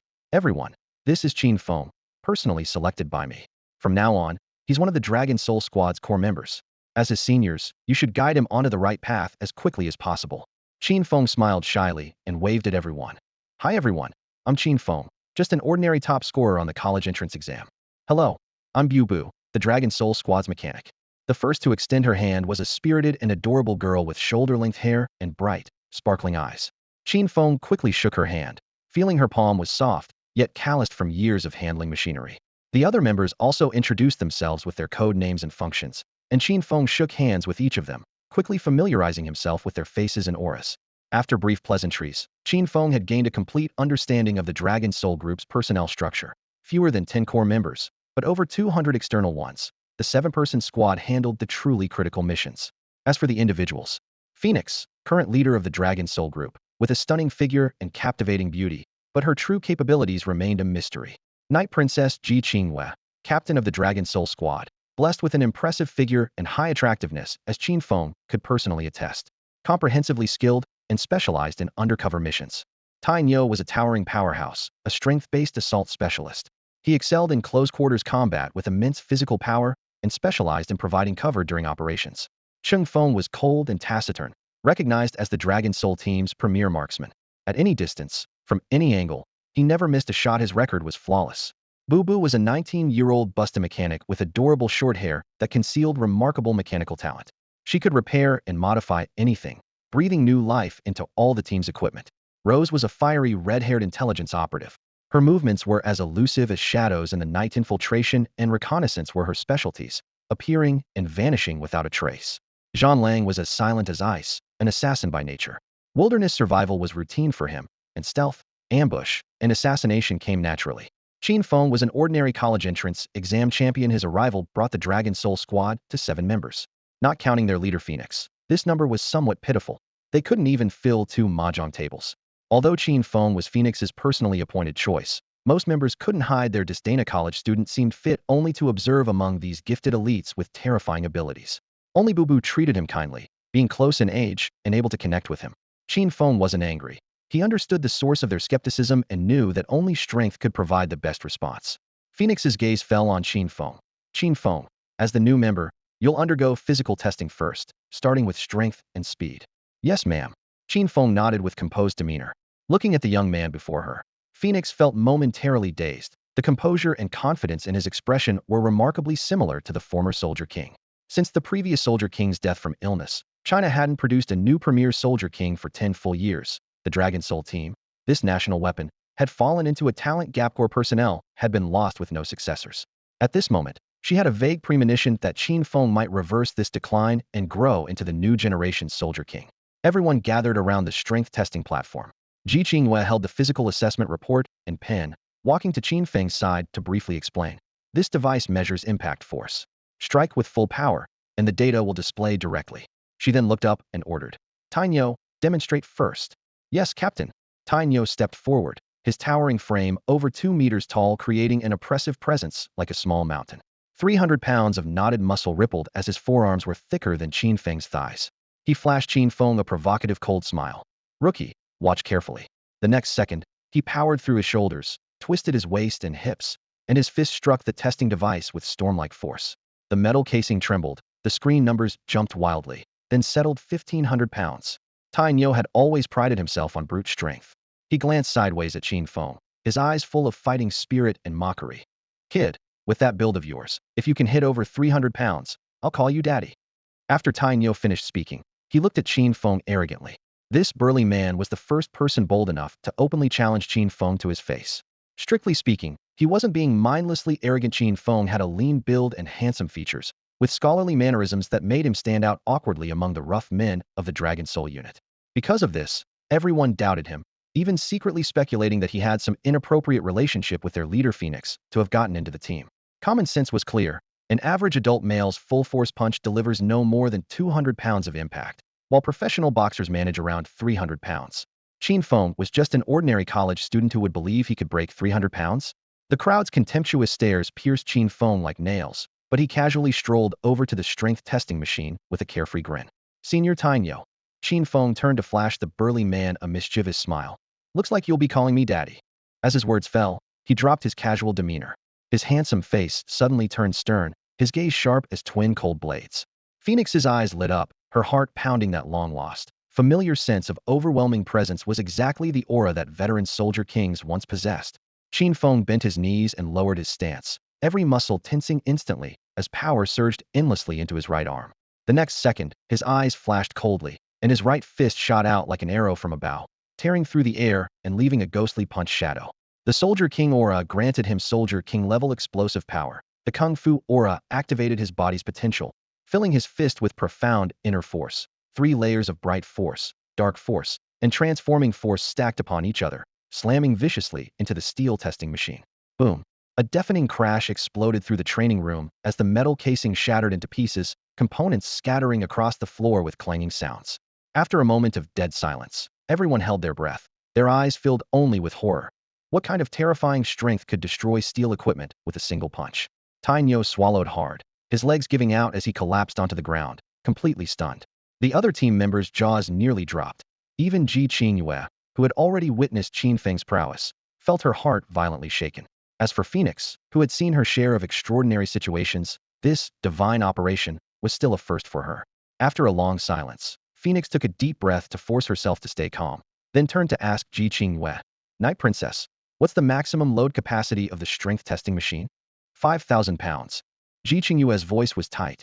5,000 pounds, far beyond human limits. Tainyo was known for his strength, yet his full-force punch only reached 1,500 pounds. But Qin Feng's single punch had completely destroyed the machine, meaning his instantaneous impact force far exceeded 5,000 pounds. This is literally One Punch Man himself. Phoenix was completely stunned. Even during the previous Veteran King's peak period, he had only managed to trigger the power testing machine's alarm, but could never have shattered an entire device into fragments with a single punch like Qin Feng just did. The vast training ground fell so silent you could hear a pin drop, with everyone's eyes locked on Qin Feng standing amid the scattered debris. Light fell across his shoulders, revealing clearly defined muscle lines, and that overwhelming presence seemed almost tangible. Talent was practically written into every inch of his skin. Senior Tainyo, a gentleman's word is his bond. You lost. Qin Feng withdrew his fist and walked over to Tainyo, a harmless smile playing at the corners of his lips. Tainyo scratched his head sheepishly and admitted defeat in his gruff voice. Boss, you're absolutely right. I'm convinced. That one joke instantly broke the frozen atmosphere. Everyone burst into laughter, releasing the tension, but their awe toward Qin Feng only deepened with that heaven-defying output alone. He was already qualified to join the Dragon Soul unit. In the subsequent physical fitness tests, Qin Feng moved through them like he was in an empty field. Push-ups, squats, 100-meter sprints. He effortlessly broke historical records in every category, with numbers jumping wildly on the electronic displays while observers repeatedly thought the equipment was malfunctioning. Spectators witnessed human limits being trampled underfoot again and again, with applause and gasps of amazement rising and falling in waves. Finally came the most dangerous combined speed and reaction test. Qin Feng entered a sealed room of less than 50 square meters alone. The walls were painted gray-white, the floor covered with shock-absorbing rubber, and the only exit slowly closed behind him. Phoenix's calm voice came through his earpiece. Qin Feng, you have only one task: dodge. Dodge? What do you mean? Qin Feng was completely puzzled. Just as he looked up, flip panels opened on all four walls, revealing countless cannon barrels. Bang! The first tennis ball coated in red liquid shot through the air. Qin Feng sidestepped half a pace, the ball grazing past his shirt hem before hitting the ground and bouncing up, leaving an oval red stain on the wall that was startlingly vivid. If he were hit, that red mark would appear on his clothes, signaling failure. Immediately after, all the cannons fired simultaneously like an activated hive, countless red balls whistling through the air as the room instantly became a storm of projectiles. Holy crap, they're using me as target practice. Qin Feng exclaimed, but his form had already become a blur. Crouching, stepping, sliding, rolling, his movements formed one fluid curve, muscles working together like precision gears as he weaved through the cramped space like a phantom. This life-or-death drill was broadcast live on the main screen in the outer hall. Dragon Soul unit members practically pressed themselves against the screen, eyes wide open to their limits. Tainyo muttered in his rough voice. Chief, is this guy Qin still human? Bubu clenched her fists excitedly. Big brother Qin Feng is amazing. I'm in love. Snake-like positioning, king-level prediction, combined with incredibly agile footwork. Qin Feng pushed every muscle and nerve in his body to the extreme, with speed and reaction time reaching their peak in just 5 minutes. After 5 minutes, the cannon stopped firing and mechanical locks clicked back into place. The door opened, and Qin Feng emerged confidently, adjusting his cuffs. His white t-shirt remained pristine, without a single drop of red. Over 1,000 tennis balls had ricocheted wildly in that narrow space, yet hadn't even touched his clothing. Phoenix stared at the monitoring data, her pupils contracting slightly. Qin Feng's speed and reaction time, like his strength, had completely transcended human limits. She turned to ask the red-haired beauty, Rose, how does he compare to you? Rose was the Dragon Soul unit's acknowledged speed expert. Now her brow furrowed as she answered honestly. Chief, I hate to admit it, but he's far beyond my level. Phoenix bit her lip, excitement surging in her heart. Qin Feng was like a gift from heaven for Dragon Soul. All tests were now complete, and Qin Feng's scores were uniformly assessed exactly the standard for a soldier king. Who would believe that such a monster constantly called himself an ordinary top college entrance exam score? Team members who had previously scoffed at him now looked at him with admiration. Strength crushed everything, and Soldier King Qin Feng had demonstrated his personal charisma on the spot, dominating through skill. Phoenix approached with a smile, her delicate hand smoothing the wrinkles in his collar in unprecedented treatment. Her tone was solemn. Qin Feng, you're truly once-in-a-century talent. I admire you, so I'm giving you something as your first gift for joining the Dragon Soul unit. As Phoenix spoke, she drew an exquisite handgun from the holster at her waist. Qin Feng gazed at the pistol Phoenix handed him, his heart racing with excitement as pure joy spread across his face. With the aura of a soldier king within him, the mere sight of a gun ignited his blood like gasoline, making it boil instantly. His fingers itched terribly, and his eyes blazed with fierce light, the innate resonance between a soldier king and firearms. He cradled the pistol with both hands, his movements extraordinarily gentle, both from his reverence for weapons and his respect for Phoenix. The gun was entirely golden, exquisitely crafted, clearly not standard-issue equipment for ordinary soldiers. Qin Feng examined the weapon closely, grinning so widely he could barely contain himself, and unconsciously blurted out, "This is our country's specially developed Golden 98T pistol from recent years, also known as the General's Pistol. The exterior features 24K gold plating with excellent wear resistance, and the body is engraved with exclusive decorative patterns, beautiful yet outstanding in combat performance. 9mm caliber, 20 centimeters in total length, weighing less than 4 pounds, and most remarkably, its high-capacity design allows the magazine to hold 15 rounds. He spoke eloquently, detailing everything from the firearms designer's name to various specifications and improvement concepts, leaving everyone stunned what ordinary college student could possess such military-grade classified knowledge. The phrase "Soldier Kings love nothing but their damn guns" echoed through everyone's minds, creating a scene that was both silent and electrifying. Qin Feng, filled with gratitude, bowed deeply to Phoenix. "Thank you, leader. This junior, Qin Feng, is eternally grateful and will dedicate himself wholeheartedly to the Dragon Soul organization in the future." Nearby, Ji Qinghua looked worried and leaned close to Phoenix's ear, lowering her voice. "Leader, giving your sidearm to Qin Feng violates military regulations." Her concern wasn't unfounded. According to military rules, this pistol could only be carried by high-ranking officers at the general level. Qin Feng had just joined the Dragon Soul organization and could at most be considered an ordinary non-commissioned officer, theoretically only entitled to a Type 54 pistol. However, the Dragon Soul organization had always dared to break conventions, and the nation had granted them special treatment, never being bound by trivial details. Phoenix patted Ji Qinghua's shoulder, her expression calm. "Don't worry, I know what I'm doing. In my eyes, he's worthy of it." With that, she turned to Qin Feng, her gaze probing. "Qin Feng, you keep claiming you're just an ordinary top scorer, so why do you know firearms so thoroughly?" Qin Feng remained completely unflustered and smiled. "Hee hee, I've been a military enthusiast since childhood and enjoy studying various military literature." The answer was flawless, but Phoenix still felt he harbored too many secrets. However, in her view, this didn't matter. Cultivating the next Soldier King was the urgent priority. With international tensions rising and terrorist forces rampant, China desperately needed a new Soldier King to stabilize the homeland and protect the mountains and rivers. In Qin Feng, Phoenix saw hope. "Qin Feng, present, I have a question for you." "Please ask, leader." Phoenix's expression was extremely serious. Her eyes filled with anticipation as she asked, "Qin Feng, let me ask you this: do you have what it takes to become a Soldier King?" Faced with this sudden question, Qin Feng was momentarily stunned. "What? I already have the Soldier King aura built in him, already a Soldier King." However, these thoughts only flashed through his mind. He straightened his expression and answered decisively, "Yes."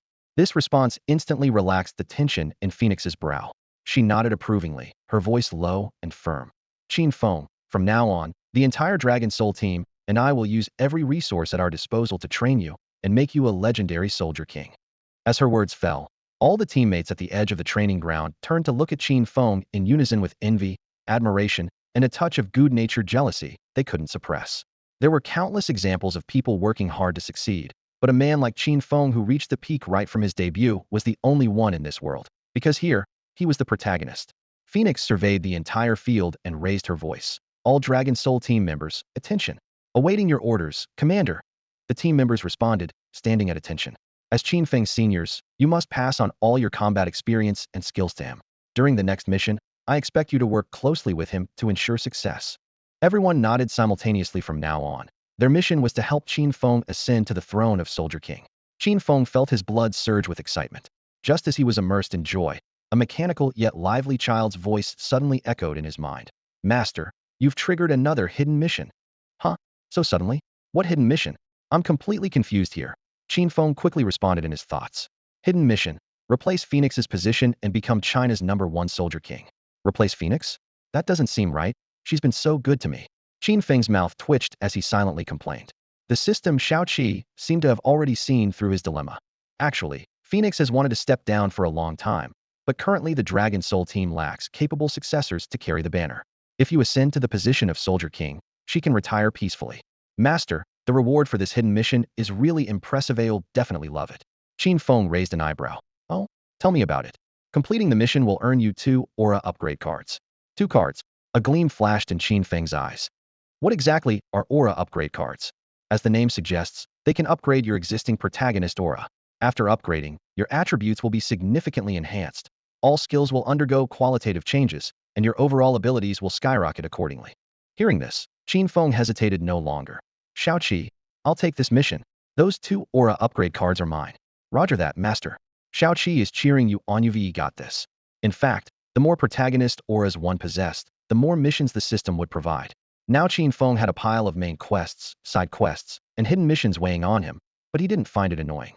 On the contrary, he felt somewhat eager to try. Good things come to those who work hard, and the busier he was, the more fulfilling it felt. Qin Feng smiled, revealing 2 rows of pearly white teeth.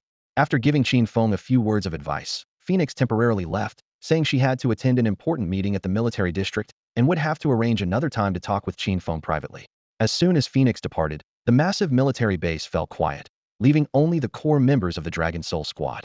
Everyone had been bursting with curiosity, and now they swarmed forward, forming a semicircle around Qin Feng, examining him like some rare exotic creature. Iron Bull was the first to speak up in his gruff voice. Brother Qin, you're so skinny. How can you have such tremendous power inside you? This doesn't make sense. Rose quickly followed, blinking. Qin Feng, your speed and reflexes have exceeded human limits. Are you really just a college student? Bubu poked his head forward with an expression of pure admiration. Big brother Qin Feng, can I touch your abs? The team members chattered away, making the scene increasingly resemble a bustling marketplace. If this continued, they might actually treat Qin Feng like a test subject for research. As the team leader, Ji Qinghua had to put on a stern face. All right, everyone disperse. Back to your positions. The group reluctantly backed away. Ji Qinghua waved her hand. Qin Feng, come with me. I'll take you back in a bit. Leaving the main building, the two walked slowly across the military district's training ground. The evening sunlight cast long shadows on the concrete track, and a cool breeze brushed past their sleeves. Qin Feng walked with light steps, excitedly asking, Sister Qinghua, when do we start executing missions? Ji Qinghua shook her head with a smile. You little rascal, you just joined the Dragon Soul group. You're not qualified to execute missions yet. Qin Feng shrugged and complained. Then what's the point of joining the Dragon Soul group? Did I join for nothing? Ji Qinghua raised her hand and lightly patted his head. According to regulations, you must first participate in one internal training session and one military exercise, and achieve passing grades. After your military training ends, I'll bring you back. If you can pass, then you'll be able to fight alongside the Dragon Soul squad. Qin Feng nodded, already mentally writing China's #1 soldier king across his forehead. It was now past 5 in the afternoon, and Qingbei University's military training was about to end. He glanced at the time. Sister Qinghua, I should probably head back. I'll arrange a car to take you. After Ji Qinghua spoke, she called over a military vehicle. The tires pressed against the dust with a soft sound as it stopped steadily in front of Qin Feng. Just as Qin Feng was about to get in the car, he suddenly thought of something and turned around, winking at Ji Qinghua with a sleazy expression, as if hinting at something inappropriate. Ji Qinghua's cheeks instantly flushed red. You little rascal, you already have a girlfriend, and you still want to hit on me? Qin Feng rolled his eyes and pulled out the golden pistol Phoenix had given him from his pocket, helplessly waving it. Big sister, stop being so narcissistic, okay? I was trying to say, could you give me some bullets? This gun is empty. Ji Qinghua burst into laughter, covering her mouth with her hand. You haven't participated in firearms training yet, so I won't give you ammunition for now. We'll talk after you pass the marksmanship assessment. Qin Feng smiled confidently. Sister Qinghua, I'm not bragging, but I don't need an assessment. My marksmanship is self-taught, so you can give me ammunition right now. With the blessing of his Soldier King aura, his marksmanship had already reached SSS level. However, Ji Qinghua didn't believe him at all and snorted coldly. Qin Feng, will you die if you don't brag? I admit your qualifications are indeed excellent, but you've never even touched a gun before. How could you possibly be self-taught? At the very least, you need some firearms training first. In the study, Ji Qinghua crossed her arms, her gaze serious. Qin Feng, however, was brimming with confidence. He raised his hand in an aiming gesture and spoke rapidly. Sister Qinghua, why don't you believe me? I really am self-taught. My marksmanship is really accurate. I'm really good at shooting, I never miss. Ahem, Qin Feng, something's off about you.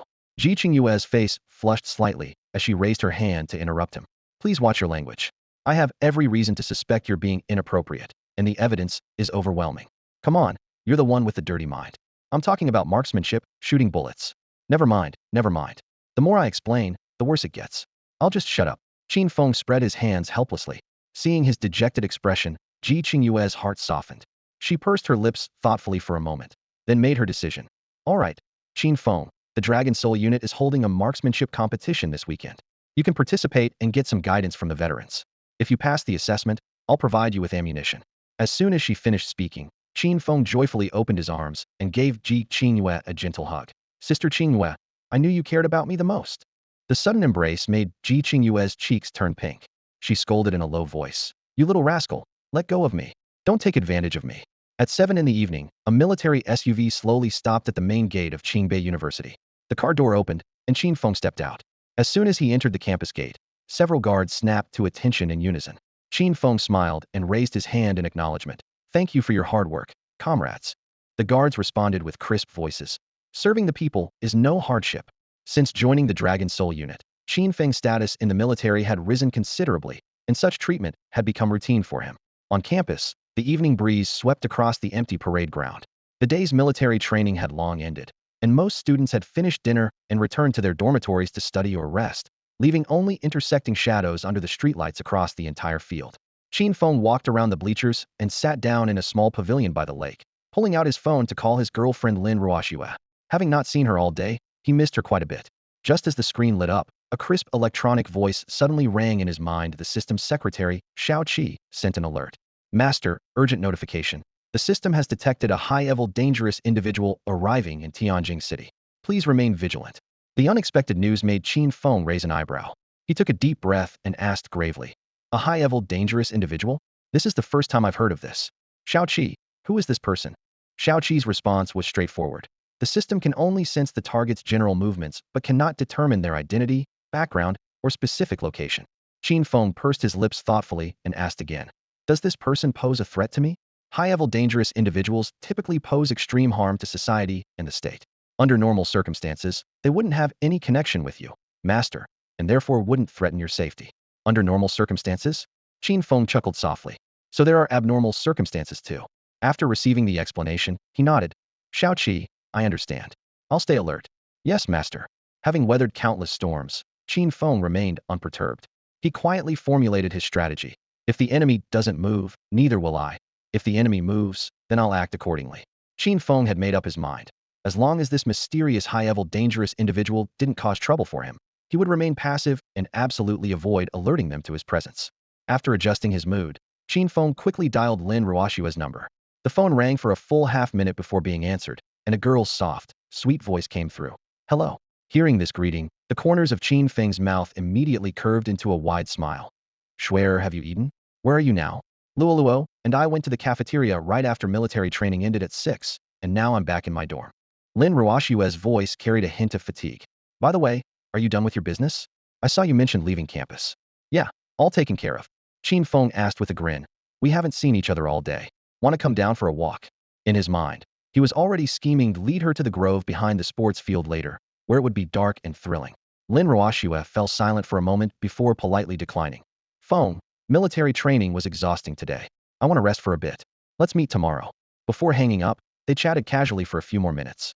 Qin Feng put away his phone, his brow furrowed. Something seemed off about Xue on the phone, as if she was hiding something. After thinking for a few seconds, he directly called Qin Luoli. Hello, Luoluo, I need to ask you something. Bro, make it quick. I'm busy writing songs. I'm bursting with inspiration and planning to release a new album right after military training ends. What's your sister-in-law doing right now? She's in her own dorm. We're not roommates. Does she seem troubled about something? What could be troubling her? It's just... she sprained. Qin Luoli suddenly stopped mid-sentence, but the words had already slipped out. Qin Feng's pupils contracted. What?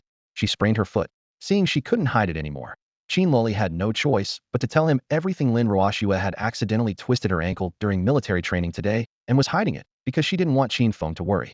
As soon as he hung up, Qin Feng's heart tightened, and he sprinted toward the girls' dormitory. Thinking of his girlfriend's injury, his heart ached so much he wished he could fly to her immediately. At the entrance of the girls' dormitory, the dorm supervisor sat guard at the door, ready to prevent any male from entering. I don't care, I have to see Xue. Qin Feng's eyes flashed with determination. With a push of his foot, his entire body became a camouflage blur. The dorm supervisor only saw a flash before her eyes and muttered in confusion. Did a big camouflage rat just scurry past? Sigh, I must be seeing things.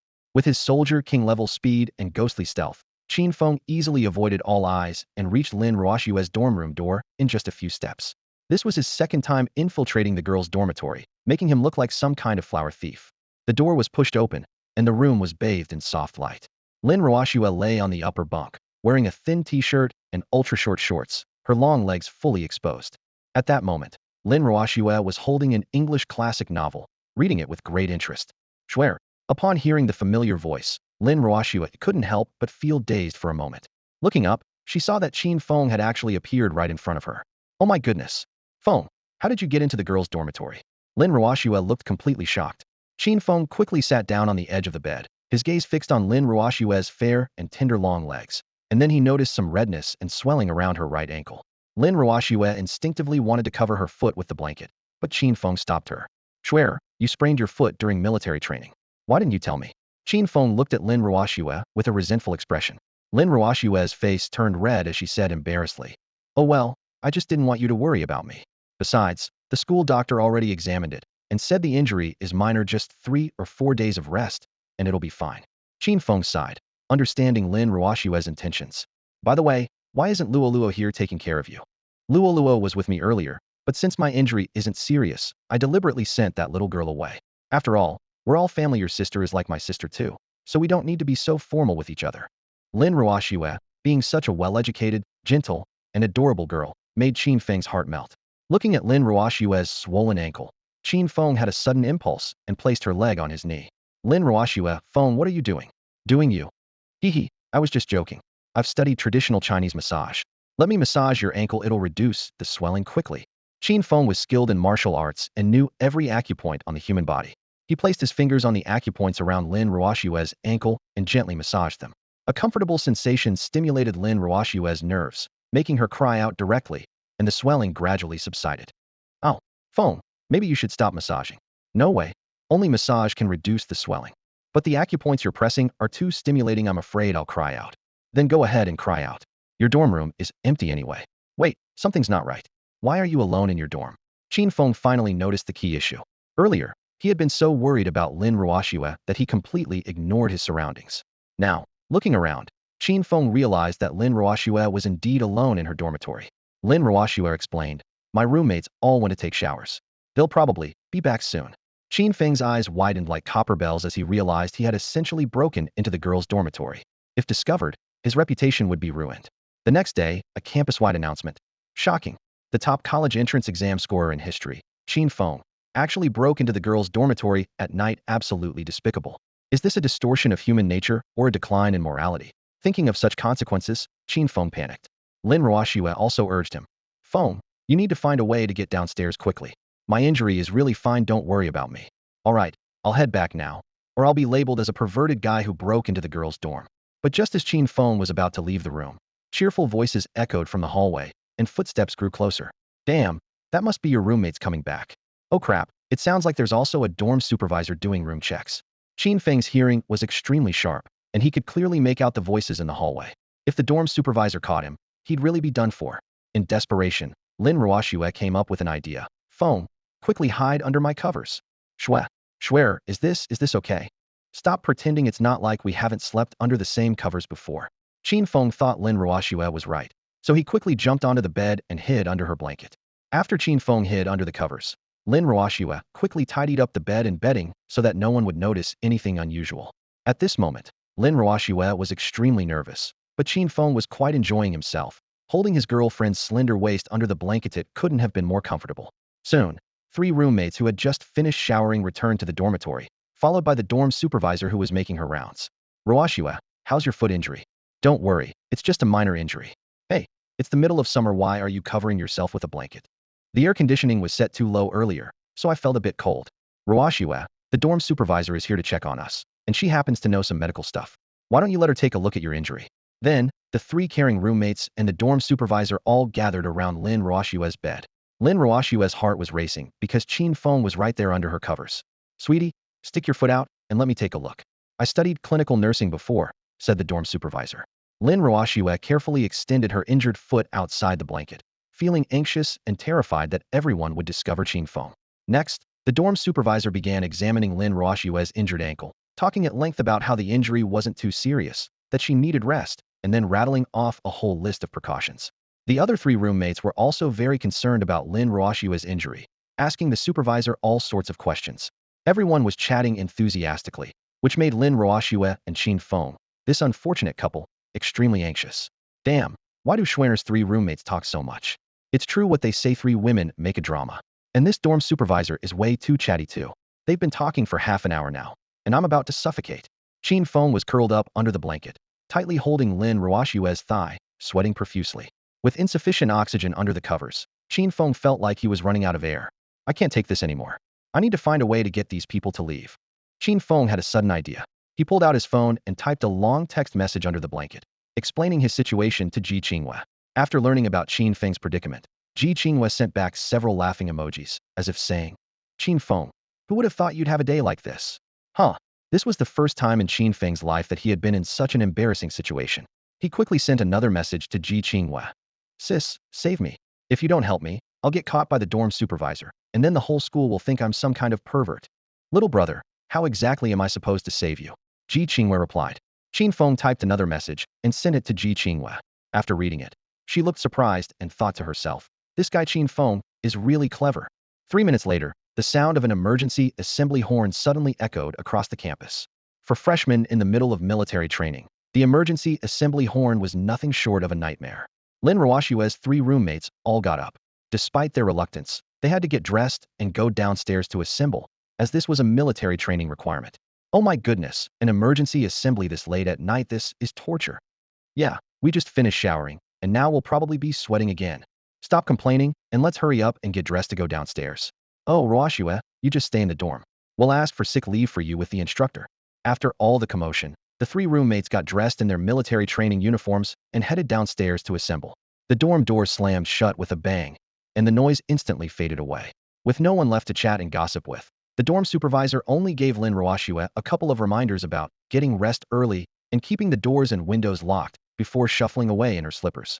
As her footsteps gradually disappeared down the hallway, Qin Feng immediately poked his head out from under the covers, gasping for air with sweat covering his forehead and temples.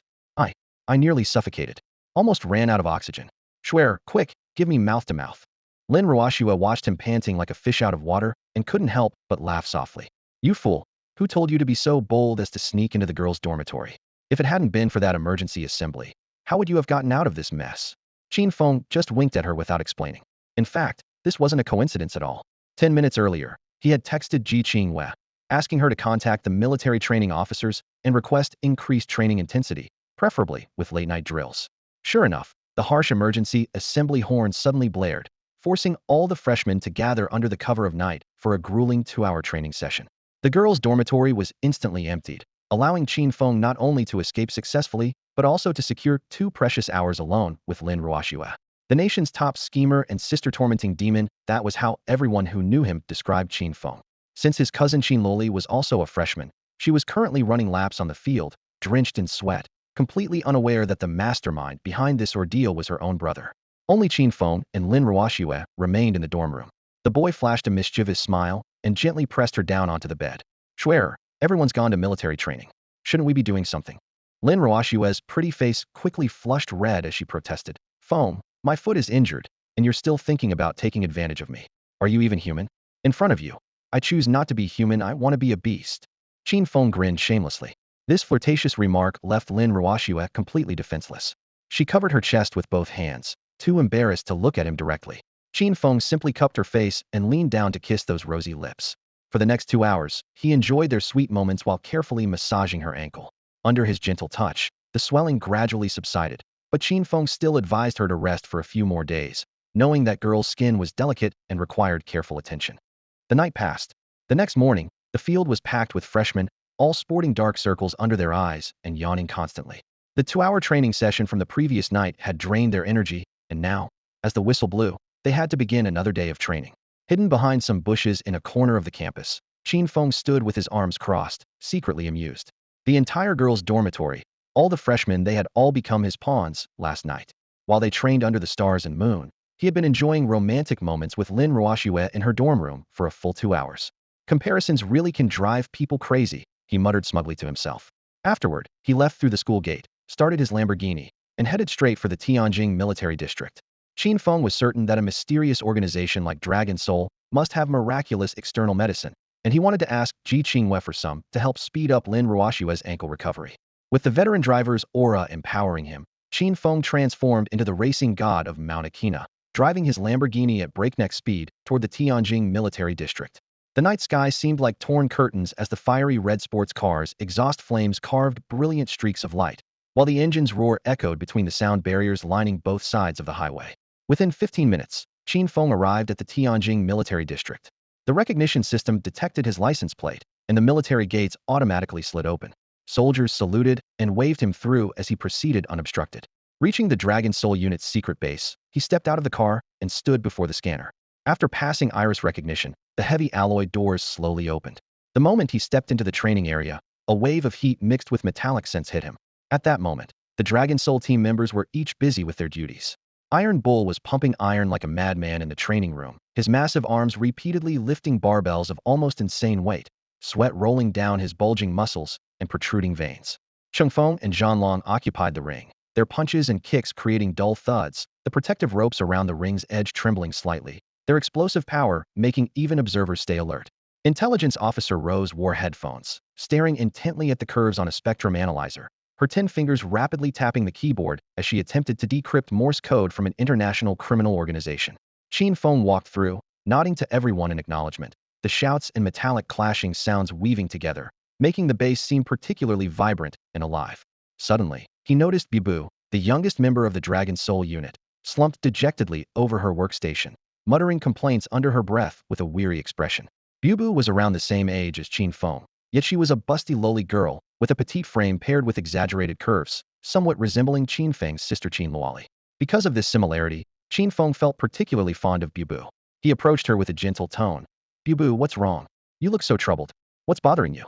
Tell your big brother about it. Hearing the familiar voice, Bibu looked up and saw the handsome Qin Feng. The gloom on her face instantly vanished, replaced by a brilliant smile. Oh, big brother Qin Feng. How come you're here all of a sudden? Qin Feng scratched his nose tip, smiling meaningfully. I came to find King Yuium. I came to find Captain Ji. Bibu nodded. Oh, the captain is in her office. Should I go call her? Qin Feng waved his hand. No need to trouble yourself. I'll go find her myself later. But you don't look well, and you have dark circles under your eyes. Didn't sleep well last night? What's troubling you? His concern was like that of a big brother toward his little sister. Bibu scratched her messy hair and sighed dejectedly. Big brother Qin Feng. Recently the chief assigned me a task to create a design blueprint for a new fighter jet.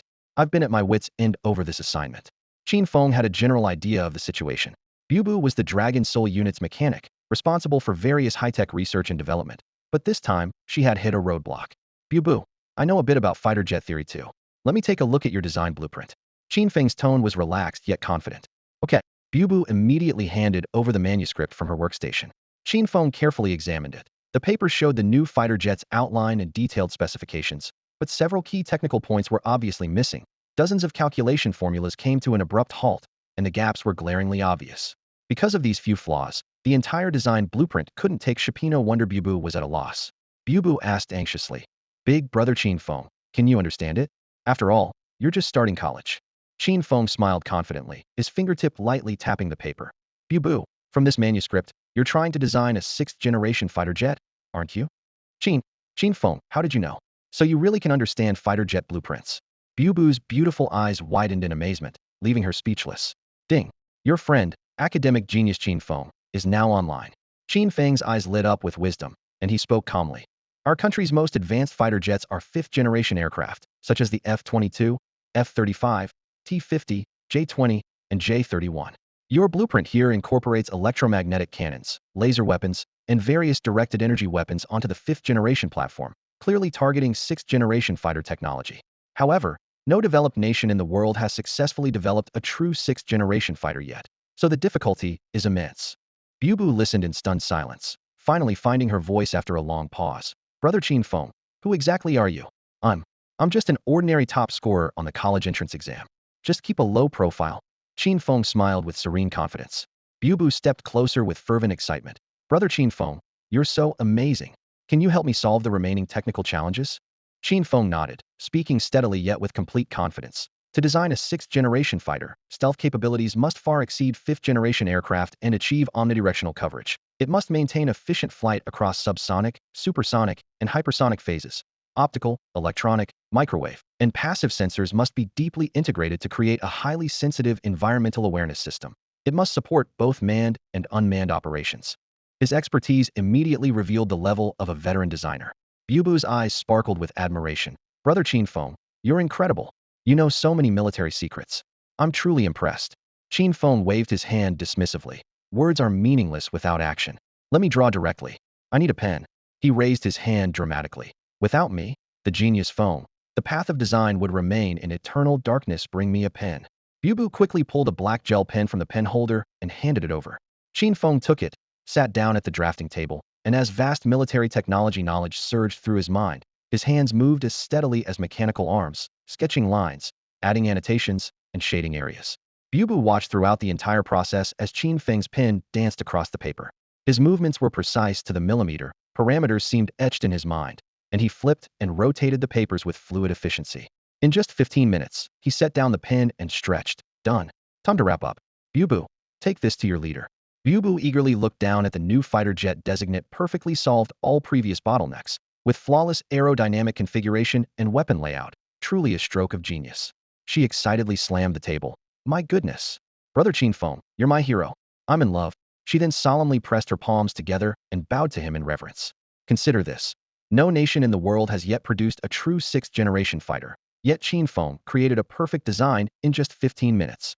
Was this even human? The Warrior King aura granted him mastery of all military knowledge and weapons technology. The academic genius aura gave him intelligence far surpassing Einstein's, as if several libraries were stored in his mind. These two auras combined like Russian nesting dolls, amplifying each other and elevating his military technology expertise beyond all global scientists. Forget fighter jets, she could design aircraft carriers with ease. As the saying goes, a warrior king who doesn't want to be a scientist isn't a true academic genius. Qin Feng's talent in military technology was just beginning to show. Years later, he would become a dual academician, hailed as a national treasure, and China would enter an era of superpower status where nuclear weapons were commonplace and aircraft carriers were ordinary. After putting away the blueprints, Qin Feng headed to Ji Qingyue's office. Bubu clutched the precious design like a treasure, bouncing excitedly toward Phoenix's office. Leader, the sixth-generation fighter design is complete. Please review it. Bubu beamed with joy, holding the blueprints high before Phoenix. Phoenix was sipping Longjing tea when her eyebrows arched slightly. So quickly? Bubu, didn't you say this design would take at least several months to figure out? Leader, I didn't create this design, brother Qin Feng helped me complete it. Uffed. Phoenix spat out her tea, the fragrance scattering in the air. Her eyes widened as her voice trembled. Qin Feng. He created the design? This. Phoenix fell into a daze, her face filled with disbelief. Sixth-generation fighter jets represent cutting-edge core technology, and looking across the globe, no aerospace scientist has been able to develop one. Yet Qin Feng, using just a few mechanical pencils and some draft paper, casually sketched out a complete set of sixth-generation fighter jet blueprints, a scene that completely defied common sense and was utterly mind-boggling. Phoenix placed the blueprints in the center of her desk, her brows furrowing slightly as she looked up at her deputy. Bubu, are you certain there are no issues with these blueprints Qin Feng created? Bubu straightened his posture, thumped his chest firmly, and spoke with crisp confidence. Chief, brother Qin Feng has real talent and knowledge. I've checked every parameter and structure in the design one by one, and every detail is frighteningly precise, virtually flawless. As long as we send this to the Air Force Research Base, I guarantee that our country's sixth-generation fighter jets will be the first to appear in the skies. Bubu's expression was so earnest that even the usually cautious Phoenix had to set aside her last trace of doubt.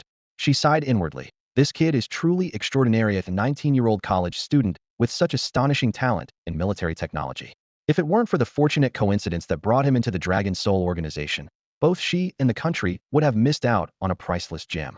After a moment of contemplation, Phoenix collected her thoughts and ordered, Bubu, personally arrange for someone to deliver these blueprints to the Air Force Research Base. Yes, Bubu responded, carefully picking up the stack of papers and placing them in an anti-magnetic document case before hurrying out of the office. The door closed, and the office fell quiet again. Phoenix picked up her blue and white porcelain cup, taking a gentle sip of Longjing tea. As the bittersweet tea fragrance glided across her tongue, a look of puzzlement appeared on her heroic features, and she murmured to herself, Qin Feng, I'm truly curious, just who are you exactly? In fact, when she first heard Qin Feng's name from Ji Qingyue, she had immediately deployed her best investigators. Yet the results consistently showed that Qin Feng was just an ordinary college student, no criminal history, no record of wrongdoing, average family background, clean slate, a model law-abiding citizen through and through. It was precisely this, the more ordinary, the more abnormal resume that left Phoenix increasingly perplexed. Extraordinary physical abilities, masterful Chinese martial arts, profound military theoretical knowledge, any one of these would mark someone as top-tier talent. Yet they were all concentrated in a single 19-year-old student, defying all logic. Meanwhile, the completely oblivious Qin Feng arrived at Ji Qingyue's office. As he pushed open the door, scholarly atmosphere and the faint aroma of coffee greeted him. Ji Qingyue had already prepared coffee and bent over to hand him a cup before settling against the other side of her desk. Her long, slender legs crossed naturally, and the hem of her black professional skirt slid slightly upward. From Qin Feng's angle, the tantalizing glimpse beneath her skirt was particularly eye-catching. Qin Feng's eyes immediately locked on like guided radar, staring lecherously. Ji Qingyue's cheeks instantly flushed crimson as she raised her hand to knock his forehead. You little rascal, you already have a girlfriend, and you're still not behaving. Keep looking, and I'll gouge out your eyes. Qin Feng showed no remorse, grinning like a cat who'd stolen cream. I already saw it's purple, very sexy. You little troublemaker, looking for a beating. Ji Qingyue raised her delicate fist, but ultimately didn't follow through. Qin Feng picked up his coffee, grinning as he offered a half-hearted apology. Sister Qingyue, anyway, thanks for your help yesterday. If it weren't for you, I would have been caught red-handed by the dorm supervisor last night, and would definitely be known throughout the school as a perverted creep by now. Ji Qingyue waved her hand dismissively, her tone light but tinged with concern. Between us, there's no need for formalities. She looked up, her clear, bright eyes quietly studying him. So tell me, what brings you to see me so suddenly? Qin Feng cut straight to the chase without any more small talk. Our Dragon Soul unit is the most secretive special forces team in the country. During training, our soldiers get injured easily, so I'm guessing we must have some miraculous healing potions for external wounds. As he spoke, his gaze locked firmly onto the row of locked drawers in the medical room, clearly harboring ulterior motives. Ji Qingyue immediately understood his intentions and chuckled. Qin Feng, I remember you telling me your girlfriend's foot injury was minor and would heal with just a few days of rest. This seems like overkill, don't you think? Sister Qingyue, please. Qin Feng quickly moved closer, wrapping his arms around hers and acting coquettishly, his face the picture of pitiful desperation. Ji Qingyue couldn't stand this routine and immediately got goosebumps, pushing his hands away. No, no, no. Stop with that actiery, giving me goosebumps all over the floor. Despite her complaints, she still opened the drawer and pulled out an exquisite medicine bottle about the size of a thumb, handing it over. This is the golden wound balm we use to treat external injuries for Dragon Soul warriors. It contains over 10 precious Chinese herbs plus our unit's special nutritional formula. 1 gram is worth its weight in gold. As long as it's not a severed limb, just apply it and you're good as new, with absolutely no side effects. Qin Feng's eyes lit up, and he could practically hear his heart pounding. I knew it. I just knew our Dragon Soul unit would have this kind of miraculous medicine. Ji Qingyue shook her head with an amused smile. You're really making a mountain out of a molehill. But I can tell you really care about your girlfriend. Yuri, a responsible man. I approve. Thank you, Sister Qingyue. I'll treat you to dinner sometime. Qin Feng pocketed the medicine bottle and cheerfully flashed an okay sign. All right, enough chatter. Let's get back to our own business. I still have reports to finish. Though Ji Qingyue's words sounded dismissive, her tone was as gentle as a real older sister. As Qin Feng prepared to leave, Ji Qingyue got up to see him off. The two chatted about training gossip along the way, their laughter echoing as they crossed the spacious training ground and walked all the way to the parking area outside the base. The Lamborghini sat quietly in the sunlight, its sleek body gleaming like black obsidian. Qin Feng climbed into the driver's seat, then immediately cried out in embarrassment. Oh no, I'm out of gas. He had to get out of the car and looked at Ji Qingyue with a dejected expression. Sister Qingyue, my car's out of gas. Can I refuel here? Unfortunately, there's a major mission today, and all the military vehicles are deployed. They took all the spare gasoline with them. Ji Qingyue pointed to the empty parking area, letting him see for himself. Looking around, the vast military compound didn't have a single armored vehicle in sight. Qin Feng smiled bitterly. It's over 10 kilometers to the city center. Am I supposed to run back? Ji Qingyue patted his shoulder and laughed heartily. What are you worried about? You don't have any military training duties anyway, so just stay here for half a day. When the convoy returns this afternoon, they'll refuel you and you can leave. Qin Feng thought about it and realized she was right. The four beauties of Dragon Soul Phoenix, Ji Qingyue, Bubu, and Rose were rarely all together at the base, so staying to chat with them would actually be quite enjoyable. However, fate had other plans. A phone ringtone suddenly pierced the air without warning. The caller ID showed Qin Family Martial Arts Hall Kai Chonghua. Qin Feng immediately answered. Hello, Master Kai, what's the matter? An anxious voice came through the receiver. Director Qin, this is bad. Someone's here to challenge the school. Challenge the school? Who? Qin Feng frowned, secretly alarmed that someone would come looking for trouble on the martial arts hall's opening day. It's people from the Hunyuan Xingyi Taiji school, mostly disciples of Ma Baoguo. The voice on the other end sounded even more urgent. Qin Feng was somewhat surprised to hear this, so the challengers were people from that martial arts fraud Ma Baoguo. Heh, so it's Ma Baoguo, huh? I haven't even gone looking for you yet, but you've already sent people to challenge my dojo first. What a perfect little pawn delivering himself right to my doorstep. Today's the perfect day to deal with you. Qin Feng hung up the surveillance call, a flash of ruthlessness crossing his eyes as his lips curved into a cruel smile. In his mind, the system's notification panel lit up simultaneously. Hidden mission: defeat Ma Baoguo, expose his martial arts fraud, and fight against deception. Upon completion, eliminate his influence and receive generous rewards. With such an opportunity right in front of him, he naturally wouldn't let it slip by. Master Kai, keep those challengers occupied for now. I'll be right there. Yes, Director Qin, came Master Kai's brief but resolute response from the other end of the line. Putting away his phone, Qin Feng turned to leave but collided head-on with Ji Qingwei. Sister Qingwei, there's trouble at the martial arts school I just opened. I need to get there immediately. Ji Qingyue's delicate eyebrows furrowed with a hint of helplessness. Qin Feng, as I mentioned earlier, all military vehicles are currently deployed. The base can't spare a single car. If you're in a hurry, you'll have to take a taxi. Qin Feng looked around. This was a military compound on the outskirts of Tianjing City, surrounded by wilderness beyond the walls. Forget taxis, even streetlights were few and far between. He felt like crying.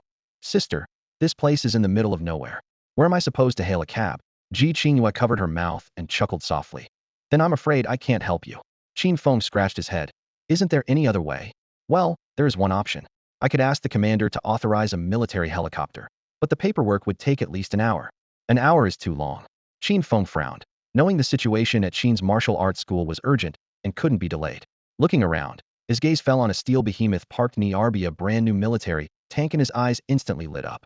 Sister Qingwei, I'll take the tank. Puffed. Ji Qingwei nearly choked on her own saliva. Well, what? You want to drive a tank? Did I hear that right? Qin Feng flashed a confident smile. Our base's tanks are MBT 2000 models that can reach 96 kilometers per hour, perfect for getting around. No. What I mean is you know how to drive a tank. Ji Qingwei looked completely skeptical, treating him like a student talking nonsense. Tank operators required intensive professional training.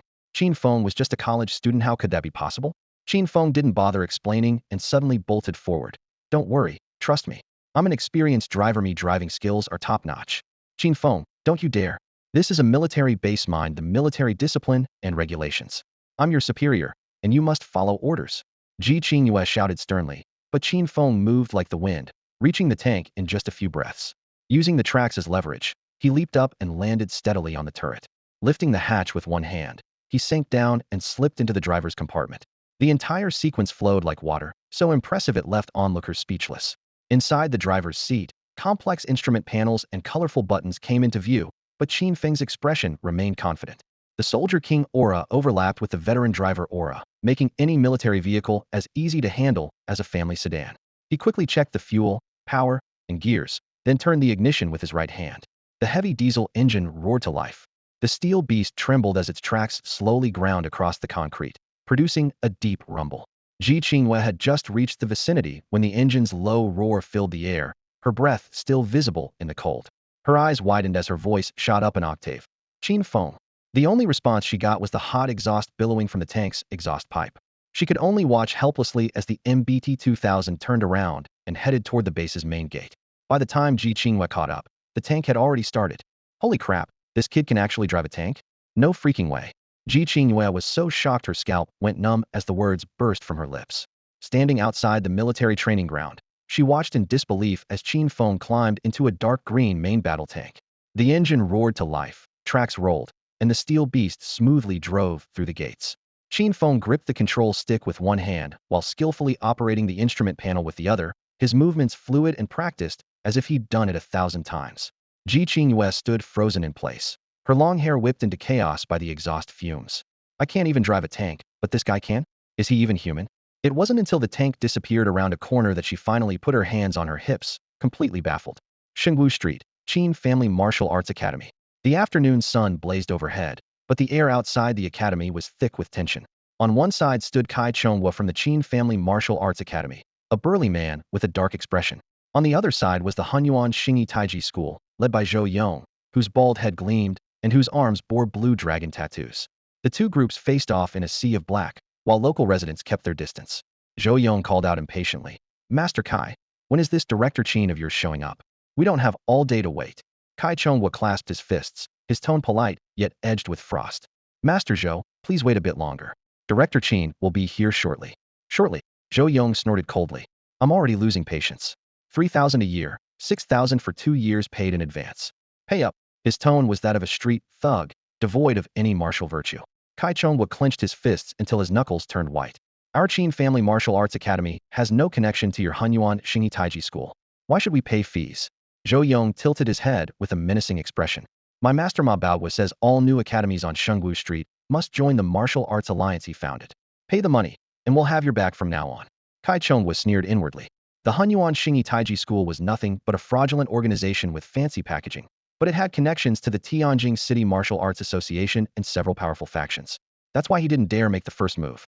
Zhou Yong stepped forward and slammed his palm against a wooden pillar with a loud smack. Master Kai, stop stalling. If you don't pay up, we're trashing this place today. Kai Chong's fists cracked as his patience reached its limit.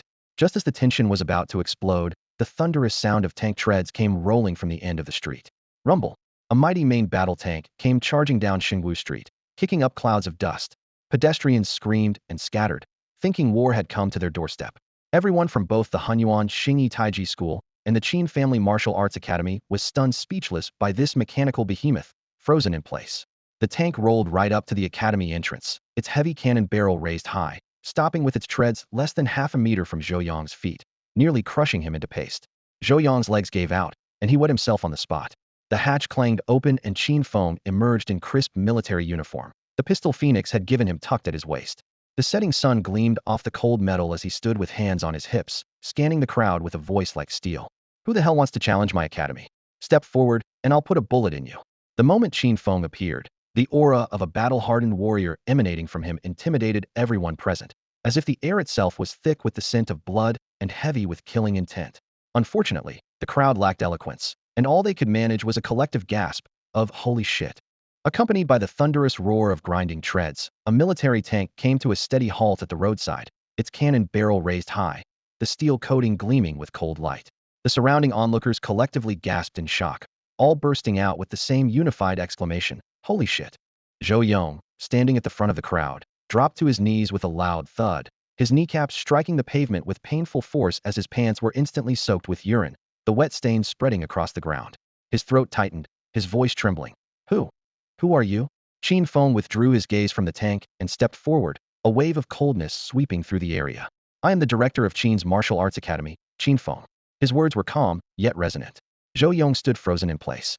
Just days ago, he had heard from Kai Chong-Wa that the director of Qin's Martial Arts Academy was merely a college student. But in all his years, he had never seen a college student who drove a tank. Even Kai Chong-Wa and other local martial artists were stunned, only now realizing that their director was probably a hidden powerhouse. Although Qin Feng always claimed to be just an ordinary top scorer in the college entrance exam, throughout history, no top scorer had ever dared to use a military tank as their daily transportation more outrageous than any supercar. Qin Feng raised his hand and called out, "Master Kai, come here for a moment." Only then did Kai Chong-Wa snap out of his shock and jog over. Qin Feng pointed toward the group of black-clad thugs behind Zhou Yong and asked casually, "Are these the ones who came to challenge our academy?" "That's right, Director Qin." Kai Chong-Wa nodded vigorously, enunciating each word clearly. "They're all from the Hunyuan Xingyi Taiji School, disciples of Ma Baohua, trying to force us to pay membership fees." After hearing the full story, Qin Feng already had his answer. Ma Baohua was attempting to collect membership fees from all newly opened martial arts academies, no different from gangsters collecting protection money, pure robbery. The next second, he stepped right in front of Zhou Yong. Killing intent emanated from his eyes like a tangible force, causing Zhou Yong's hair to stand on end and his bladder to feel even more urgent, adding a sharp smell of urine to the air. Qin Feng grabbed Zhou Yong by the collar, his fist crackling as he clenched it, saying coldly, "Heh, the Hunyuan Xingyi Taiji School is nothing but a fraudulent organization that corrupts the martial arts world. You don't even deserve to speak of martial virtue. Yet you dare to cause trouble at my Qin's Martial Arts Academy." Though his words were tough, his legs were weak. Zhou Yong shrank his neck and shouted, My master is the martial arts grandmaster Ma Baohua. He has mastered the Hunyuan techniques. If you dare touch me, he definitely won't let you get away with it." Though his words sounded tough, his voice was shaking. A cold smile curved Qin Feng's lips as he suddenly threw a punch at Zhou Yong's, also called Zhou Tong by his associate's, face. Bang! The punch struck like a hammer, sending Zhou Yong flying 3 meters before he rolled several times on the ground before coming to a stop. His cheek instantly caved in, blood sprayed everywhere, 2 front teeth flew out and clattered to the ground, and his screams tore through the air. Qin Feng wiped the blood from his knuckles and looked down at him from above. "Your master is very powerful? Then let me ask you, if I fire a tank shell at your master, can he catch the shell with his bare hands?" Zhou Yong was scared out of his wits and didn't dare make a sound. Qin Feng turned to look at Kai Chong-Wa, his voice sounding as if it were squeezed from ice. "Master Kai, according to martial arts world rules, when someone comes to challenge our academy, how should we handle it?" Kai Chong-Wa stepped to his side and answered in a deep voice, "Director Qin, the rule is when challengers come to fight, we must fight back to defend our academy's honor. Then that settles it." Qin Feng nodded slightly, waved his hand broadly, his voice booming like war drums. Everyone attack. Beat them up. At Qin Feng's command, over 100 members of the Qin Martial Arts Academy sprang into action simultaneously, rolling up their sleeves and cracking their knuckles. They had been holding back all morning, waiting for exactly these words from Qin Feng. In an instant, the crowd surrounded Zhou Tong and his group, trapping them completely as fists and feet rained down like hailstonist sounds of tearing fabric, bone against bone, and pained groans wove together into a brutal street symphony. Within seconds, Zhou Tong's eyes were blackened and his face swollen like a steamed bun. Kai Chung was stood on the periphery, watching Zhou Tong and his men get beaten black and blue, but felt uneasy inside. Director Qin, Ma Baohua has significant backing. The Tianjin City Martial Arts Association and several established martial arts schools support him. If we really beat his people this badly, we'll be in serious trouble. Qin Feng glanced at him sideways, a smirk playing at his lips. Master Kai, I've already brought out a damn tank. Do you think I'm afraid of trouble? Kai Chunghua followed his gaze and saw a steel behemoth sitting quietly by the roadside, its cannon barrel dark and menacing. Looking back at Qin Feng in his fitted military uniform with a pistol gleaming coldly at his waist in the sunlight, he suddenly understood. Qin Feng's trump cards ran far deeper than Ma Baohua's influence. Then I'm joining in too. With all concerns dispelled, Kai Chunghua rolled up his sleeves and charged into the crowd, landing a hook punch that sent Zhou Tong screaming. After more than 10 minutes, Zhou Yong and the others were all sprawled on the ground, clutching their heads and wailing, no longer daring to resist. Qin Feng instructed his disciples to bring paper and pen, quickly wrote out a challenge letter, and casually stuffed it into Zhou Yong's shirt. Take this challenge letter back to your master. I, Qin Feng, will come to your Hunyuan Xingyi Taiji school at 3 o'clock this afternoon to challenge your dojo. Now get lost. With those words, he kicked Zhou Yong in the side. Zhou Yong clutched his stomach and scrambled away faster than a rabbit. Watching the group flee in panic, Qin Feng raised his voice. Everyone 3 o'clock this afternoon. We're challenging the Hunyuan Xingyi Taiji school. We're fighting fraud and corruption, correcting the evil practices in the martial arts world. Get ready. Yes, Director Qin. The members of Qin's Martial Arts Academy were fired up, their unity instantly at maximum. Kai Chunghua watched Qin Feng's retreating figure with eyes full of admiration. Perhaps only Qin Feng could lead them to establish a firm foothold on Shengwu Street, where martial prowess reigned supreme. All the martial arts schools on the street had long been dissatisfied with Ma Baohua, but given his powerful background, they could only harbor resentment without daring to speak out. But Qin Feng, who dared to drive a tank, would hardly fear someone like Ma Baohua. Time flew by, and 3 o'clock in the afternoon arrived. Qin Feng removed his military uniform and changed into a specially tailored black martial arts outfit, with a large character, Qin, blazing brilliantly on the back. He led over 100 disciples, their presence imposing as a mountain, to stand before the Hunyuan Xingyi Taiji school. Bang! Qin Feng lifted his foot, and the wooden door shattered with a thunderous crash. As wood fragments flew, everyone filed in. In the martial arts hall, students who had been training were instantly chilled to the bone by this display of force and hurriedly retreated to the corners. In the center stood an elderly man in white Taiji clothing, hands clasped behind his back, striking the pose of a worldly master. But his dark skin, thin frame, and the cunning glinting in his eyes made him look rather ridiculous. Qin Feng immediately recognized him as the head of the Hunyuan Xingyi Taiji school Ma Baohua. True masters dwell among the common people, while charlatans occupy the halls of fame. Qin Feng thought coldly. He had seen various videos of Ma Baohua's Taiji divine skills online and had long determined that this man was merely an internet celebrity created by behind-the-scenes packaging, with no real martial arts ability. This dojo challenge was not only to vent his own anger, but also to sound an alarm for the entire martial arts community. Fighting fraud and protecting rights is everyone's responsibility. Ma Baohua clasped his hands behind his back and walked over to stand before Qin Feng, squinting his aged eyes with a smile that concealed malice. May I ask if you are Master Qin? Qin Feng smiled slightly, his tone calm and composed. That's correct. I am indeed the master of the Qin Family Martial Arts Academy, surnamed Qin, given name Feng. Master Ma, I wonder if you received the challenge letter I sent. Ma Baohua raised an eyebrow, his face showing disdain as he looked Qin Feng up and down. Master Qin appears to be not even 20 years old, yet despite your youth, you carry such heavy malice. You dare to openly injure so many disciples of my Hunyuan Xingyi Taiji school and send me a challenge letter. Clearly, you're trying to oppose us. Qin Feng shook his head with an amused smile, his tone remaining gentle. Master Ma, it's not good to make false accusations. It was clearly your disciples who came to the Qin Family Martial Arts Academy first to extort protection money, which is why we fought back. Not so, not so. Ma Baohua waved his sleeve dismissively, his expression matter-of-fact. Young man, don't go throwing around accusations. What I collect is membership fees. As long as new martial arts schools like yours pay up, Our Hunyuan Xingyi Taiji school will protect you. This is a good thing. Qin Feng silently cursed to himself. This old fraud is indeed the top con artist in the martial arts world, with incredible smooth-talking skills like putting a bra on an old sow, one layer of nonsense after another. At that moment, a young man hobbling with a crutch approached unsteadily. It was Zhou Yong, who had been crippled by Qin Feng earlier.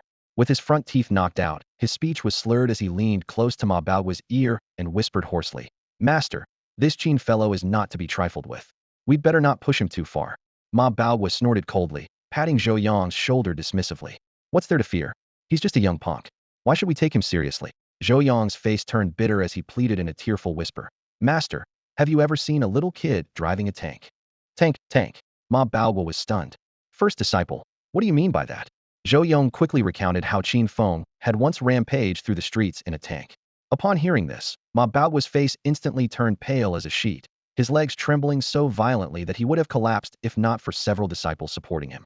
He hastily wiped the cold sweat from his forehead with his sleeve and put on an ingratiating smile. "Master Qin, we're all people of the martial arts world and should value harmony above all. If there are misunderstandings, we can sit down and talk things through properly, turning swords into plowshares." Qin Feng had no patience for more talk and raised his hand to interrupt. "Master Ma, let's cut the chatter. Since we're both in this business, let's follow the rules. On Victory Martial Street, martial prowess reigns supreme. When martial arts schools have conflicts, we settle them with fists and feet. There's no need for endless babbling. I sent the challenge letter in advance, so today you and I will determine who's superior in martial arts. Winner takes all, loser accepts defeat. It's that simple." These words were spoken with unwavering determination, causing Ma Baoguo's face to darken, though he found it difficult to refute. The rules of Victory Martial Street had always been thus. When conflicts arose between martial arts schools, the masters must engage in public combat. If either side refused to fight, it would be tantamount to destroying their own dignity, and no master of either side could refuse a challenge, or they would lose their honor as a martial artist and be unable to survive in the martial arts world. Zhou Yong glanced at Qin Feng, panic rising in his chest, and hurriedly moved closer to Ma Baoguo to whisper, "Master, what do we do now?" "Sai, we have no choice but to fight. Otherwise, we won't be able to operate in this area anymore," Ma Baoguo replied in a low voice. "But this guy surnamed Qin is really good at fighting. Don't worry. The referee is one of our own, and we have powerful backing. No need to be too concerned." After whispering together for a moment, Ma Baoguo finally composed himself, clasped his hands behind his back, faced Qin Feng, and declared loudly, "Master Qin, since you insist on sparring with this old man, I shall respectfully comply." A brutal battle was about to unfold. Qin Feng openly challenging Taiji master Ma Baoguo as a gym challenger. The match was packaged as an open martial arts competition and instantly became the talk of the entire city. Disciples from martial arts schools throughout the street flocked to the venue, creating a sea of people at the entrance. Even more dramatically, a group of reporters carrying cameras pushed into the venue, frantically filming the two men. In fact, these reporters had been contacted by Qin Feng in advance. He wanted to live stream the entire match to publicly expose Ma Baoguo's martial arts fraud. Headlines quickly spread everywhere. Shocking. Historic top college entrance exam scorer Qin Feng openly challenges Hunyuan Xingyi Taiji sect master Ma Baoguo. Online buzz continued to climb as comments flooded the livestream. The audience's discussion centered on two figures. 1. Ma Baoguo, famous internet celebrity and folk Taiji master, regarded by the public as having unfathomable martial arts skills. 2. Qin Feng, though a top exam scorer, ultimately just a college student. Therefore, online opinion was almost entirely one-sided, with 99% of people firmly believing that Taiji master Ma Baoguo could knock out Qin Feng with a single punch. The more netizens favored Ma Baoguo, the deeper his deception. Randy bunking fraud was urgent. The host's voice rose. "Ladies and gentlemen in the audience and watching from home, Master Ma and Master Qin have entered the arena. First, a 3-minute warm-up. In the center of the fighting ring, the two men stood 5 meters apart. Qin Feng smiled slightly. The higher the attention, the better the fraud-busting effect would be. As the warm-up began, Qin Feng remained completely still in his eyes. A clown like Ma Baoguo didn't even deserve to make him stretch his muscles. In contrast, Ma Baoguo immediately seized the opportunity to display his abilities, beckoning over a dozen disciples. He pretended to circulate his internal energy and raised his hand for a light tap. Bang. The row of disciples all flew backward in unison, rolling on the ground and wailing with acting skills as exaggerated as TV drama extras. However, many netizens in the livestream weren't buying it, with the screen flooding with "Master Ma is awesome. Real kung fu. Qin Feng won't last 3 moves." This generation of netizens was hard to convince. The 3 minutes quickly passed, and enthusiastic applause erupted in the venue, with many onlookers loudly praising This is a true martial arts grandmaster. Qin Feng sighed softly. Alas, truly the masters are among the common people, while the clowns occupy the halls. How the world has declined. His voice was too low for anyone but the nearest cameraman to catch. Ma Bao basked in the cheers without any modesty, puffing out his chest and loudly announcing, "Dear friends, what this old man just demonstrated was the essence of Hunyuan technique, called loose, lively, bouncing, shaking lightning whip." Then he turned to Qin Feng, raising his head with a cold smile. "Master Qin, you should have seen my abilities. Under my loose, lively, bouncing, shaking lightning whip, you will have no power to resist. If you surrender now, there's still time." Qin Feng sneered, his face showing a mocking smile. With his martial arts prowess, he was well versed in all the techniques of Tai Chi, but he had never heard of any move called lightning whip with fluid elastic trembling in Tai Chi. He narrowed his eyes, convinced that this ridiculous and absurd-sounding technique was clearly Ma Baogua's fabrication, a scam designed to deceive and swindle ordinary people. Ma Baogua maintained his master's demeanor, hands clasped behind his back, speaking in an unhurried tone. "Director Qin, you're still young. I really don't want to get rough with you. Why don't you admit defeat voluntarily? Otherwise, within 3 moves, I'll have you flat on the ground." Qin Feng grinned wickedly, his face full of malicious intent. "Master Ma, since you're so formidable, let's have a little sparring match. Within 3 moves, I guarantee I'll be on the ground pressing your pressure points while begging you not to die." Ma Baogua's expression instantly darkened, clearly not expecting Qin Feng to be so defiant. Suddenly, Qin Feng raised his left foot and stomped hard on the ground. Crack! A series of sharp sounds rang out as visible fissures appeared in the foot-thick marble floor, spreading like a spider web. Laypeople watched for excitement, while experts observed the technique. In the audience, martial arts enthusiast Kai Chong was shot up from his seat, eyes wide with shock. That's the ultimate technique of Bajikwanth 8-level earthquake stomp. Director Qin truly keeps his abilities hidden and has mastered various martial arts schools. In the arena, Qin Feng's body sank slightly, his shoulders spread wide, and his entire aura transformed dramatically. He was like an unsheathed sword, sharp and menacing. The invisible pressure swept across the venue, making everyone present feel their hearts tighten. At this moment, all the true experts finally realized Qin Feng not only knew real martial arts, but his skills were unfathomably deep. The live camera zoomed in for a close-up of Qin Feng's feet. The cracked floor tiles were clearly visible, and the online viewers instantly erupted. A refined college entrance exam top scorer had actually cracked marble with one stomp? Was this even human? Ma Baogua stood frozen in place, sweat beading on his forehead, looking like a guilty thief.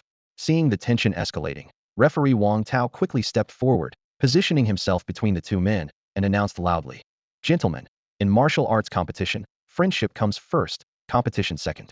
Traditional martial arts should stop at the point of contact." As he passed by Qin Feng's side, he whispered a warning.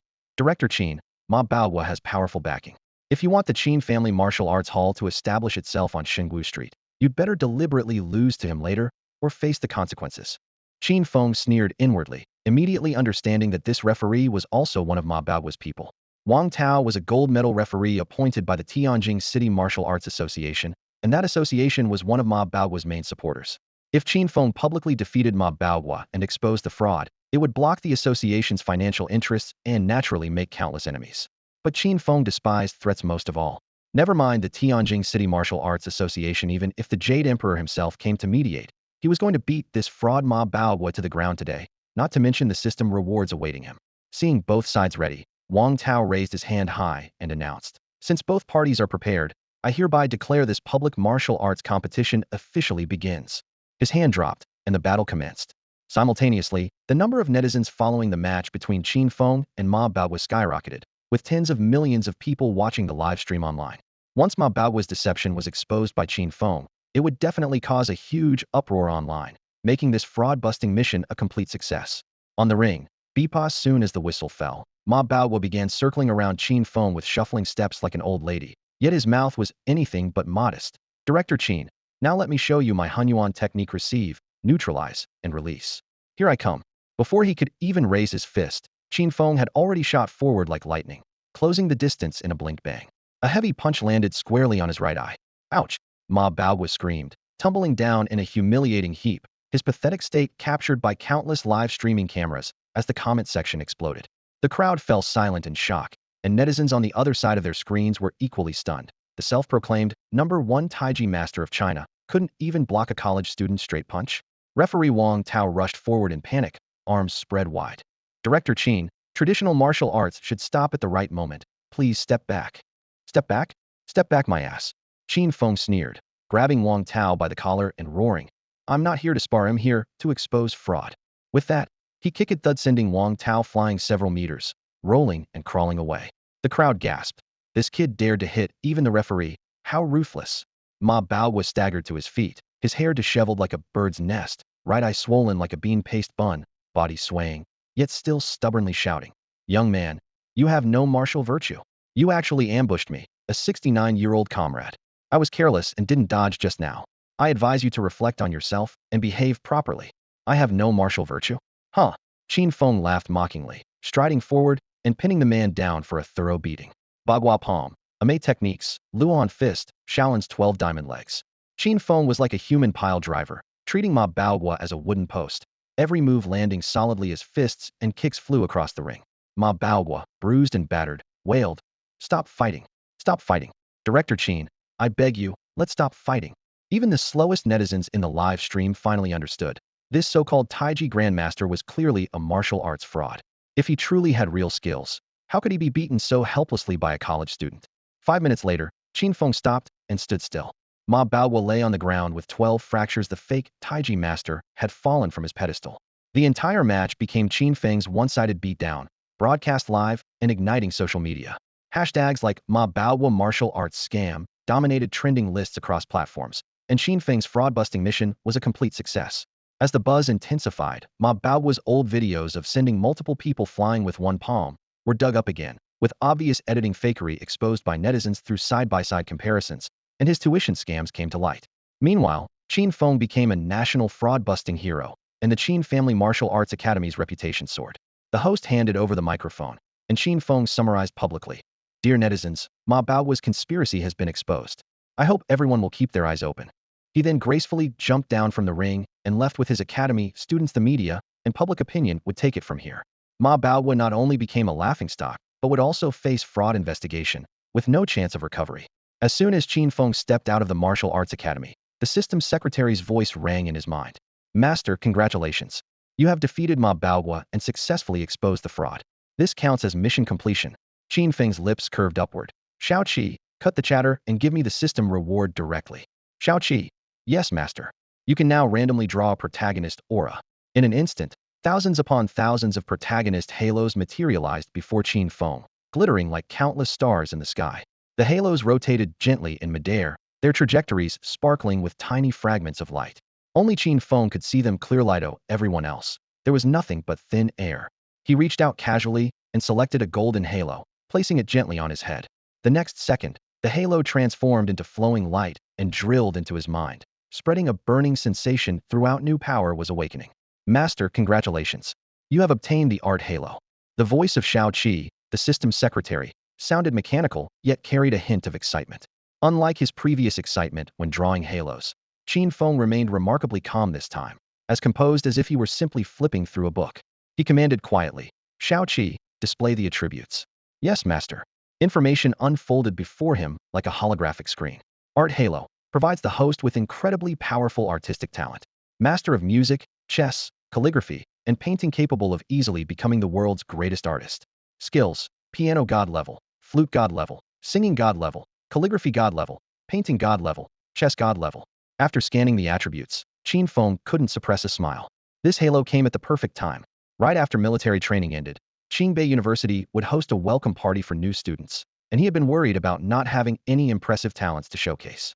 Now, with the art halo, he could dazzle on stage with just a casual display of skill and capture the hearts of every girl on campus. The university welcome party was called a welcome event, but it was essentially a talent competition for all students and faculty. Since the system had designated him as a world-class artist, Qin Feng was confident that once he took the stage, he would undoubtedly be the most brilliant star of the show. Just as he was immersed in visions of his future glory, Shao Qi's voice echoed in his mind again. Master, you have triggered a side quest. A side quest? Qin Feng raised an eyebrow. I haven't done anything. How did this happen again? Because you obtained the art halo, it was automatically triggered. Side quest: begin your superstar journey. Task 1. Become a singer, produce a music album, and surpass the 3 giants of NetEase cloud music in musical works and status. Task 2. Become an actor, create an excellent film, and win an Oscar. Task 3. Become a director, establish an entertainment company, cultivate stars, and reach the pinnacle as the world's #1 entertainment mogul. Upon completing each task, the system will provide special rewards. Qin Feng perked up. What are the special rewards? Confidentiality agreement cannot be disclosed at this time. Xiao Qi's mechanical voice was firm and decisive. Tisk, keeping secrets now. Qin Feng grumbled. Xiao Qi, don't misunderstand when I call the system ridiculous. I'm not talking about you. Complaints aside, the task still needed to be completed. The mysterious rewards had thoroughly piqued his curiosity. During his free time, he could work on these side quests. After all, now that he had the art halo, becoming a triple-threat superstar in film, television, and music wouldn't be difficult. After returning to the Qin Martial Arts Academy, Qin Feng planned to have some tea and discuss the academy's development plans with Kai Chonghua. Just as the tea was poured, the academy's main door was suddenly pushed open, and a swarm of reporters carrying cameras rushed in, their camera flashes instantly illuminating the hall like daylight. Following closely behind was a group of excited students, waving their phones to take photos while shouting to sign up, their voices nearly lifting the roof. All of this stemmed from the aftermath of Qin Feng's defeat of Ma Baohua and exposure of his fraud. Now he was both a fraud-busting hero and the greatest college entrance exam champion in history, with traffic and popularity soaring together. The Qin Martial Arts Academy had transformed overnight from a place where you could catch sparrows at the door to the hottest commodity in the martial arts world. Students who had been deceived by Ma Baohua were switching over in droves. Application forms piled up like mountains, and the phones rang nonstop. Kai Chonghua was grinning from ear to ear when he first opened the academy. Business was dismal, and he never dreamed of seeing such a scene. Qin Feng's self-created Qin Martial Way rode the wave to popularity, with endless online discussions and students check-in videos practicing Qin Martial Way techniques shot to trending topics within just a few hours. The reporters' questions came wave after wave, student registrations came batch after batch, and police officers and representatives from the Fraud-Busting Association even made a special trip to solemnly present Qin Feng with a banner reading Fraud-Fighting Pioneer, Martial Arts Role Model. It wasn't until after 7 in the evening that Qin Feng finally escaped the crowds. Crazy, it's already past 7. I need to hurry and find Schwerer. He glanced at the time, his mind filled only with his girlfriend's name. Qin Feng left the academy to Kai Chonghua, waved his hand, and drove that eye-catching tank straight to Qingbei University. Night swallowed the streetscape as the tank treads rumbled deeply over the asphalt. If driving a sports car on a campus was just showing off, driving a tank on a campus was true prestige. The tank stopped at the school gate, leaving passing students stunned, with phone camera flashes going off everywhere. Qin Feng jumped down from the driver's compartment, clutching the healing ointment he'd gotten from the Dragon Soul organization, and jogged to the girls' dormitory building. It was now 7:20 p.m., military training had just ended, the girls' dormitory was brightly lit, and voices were bustling. If he forced his way in like last time, he'd most likely repeat his previous mistake. I need help. Qin Feng pulled out his phone and called Ji Qinghua. As soon as the call connected, a thunderous roar came from the other end. Qin Feng, where did you take that tank? Hurry up and drive it back to me. Qin Feng awkwardly held the phone and laughed dryly. Sister Qinghua, don't worry, I'll drive the tank back to the military district tomorrow. By the way, I need to ask you for a favor. Though Ji Qinghua's anger burned fiercely, it was extinguished by his few soft words and appeals to their friendship. She huffed resentfully. You little brat, for the sake of our relationship, I'll help you one more time, but this is the last time. Thank you, Sister Qinghua. Tomorrow I'll treat you to dinner. You can pick any 5-star hotel you want. All right. Hurry up and go take care of your girlfriend. As soon as the call ended, the campus broadcast immediately sounded the emergency assembly horn, sharp and urgent. The freshmen who had just taken off their sweat-soaked military training uniforms had to grit their teeth and put them back on, rush downstairs to assemble, and train for another 2 hours. Within just a few minutes, the previously noisy girls' dormitory became instantly empty. Qin Feng seized the opportunity, flashed inside the building, and easily made his way to Lin Ruoshue's dorm room door. That night, all the freshmen on campus once again became Qin Feng's pawns, standing at attention on the pitch-black parade ground at 7 or 8 in the evening. Qin Feng stepped into Lin Ruoshue's dormitory room, immediately greeted by the sweet fragrance of shampoo mingled with her natural scent. The girls' dormitory, a place considered forbidden territory by every male student on campus now, seemed to open its doors exclusively for him, allowing him to come and go as he pleased. The thought alone was enough to make anyone envious. Inside the room, Lin Ruoshue lay sideways on the upper bunk, her long legs dangling in the air with nowhere to rest, swaying gently. She held a tablet in her arms, completely absorbed in browsing web pages, her curved lips radiating sweetness. In just 1 month, it would be Qin Feng's birthday, and she was online shopping for his gift. Schwer, what are you looking at so intently? Qin Feng suddenly whispered teasingly near her ear. The girl startled and trembled, losing her balance and sliding down from the bed's edge. At the crucial moment, Qin Feng reached out and caught her, holding her securely in his arms. When Lin Ruoxue saw who it was, her eyes first showed surprise, then filled with joy. Feng, how did you come again? Qin Feng placed her back on the bed, grinning shamelessly. Hee hee, your use of again is quite apartment. There's an impromptu military training session tonight of everyone's assembled and gone, so I took the opportunity to sneak away and see you. The two hadn't seen each other all day, and now snuggled together by the bedside, Lin Ruoxue, and nestled obediently in his embrace, unable to hide her smile. Schwer, how's your foot injury? Qin Feng looked down at her ankle wrapped in gauze. Don't worry, the swelling has mostly gone down. It still aches a bit, but the doctor said I need to rest for another 3 or 4 days. Qin Feng pulled out a small porcelain bottle from his pocket, speaking with confidence. I brought some healing ointment that Ji Qingwei gave mites especially effective for external injuries. Let me apply it for you, and I guarantee you'll be able to get up and walk in no time. He uncorked the bottle and dipped his fingertip into the viscous ointment, spreading it evenly on her ankle. The moment the medicine touched her skin, Lin Ruoxue felt a burning sensation like flames shooting up, quite intense. But before 10 seconds passed, the heat quickly subsided, replaced by waves of coolness, even bringing a slight tingling comfort. Wow, this medicine is incredible. It doesn't hurt at all anymore. She widened her eyes in disbelief. Qin Feng nodded slightly. Try standing up. Lin Ruoxue held his hand as she got down, touched her toes to the ground, put on her slippers, and carefully took 2 steps. The pain was completely gone. She let go of Qin Feng and walked back and forth on her own, moving freely. Qin Feng crossed his arms and leaned against the wall, nodding with satisfaction. Looks like your foot injury is completely healed. Lin Ruoxue excitedly approached him. Feng, where did this medicine come from? It's so miraculous.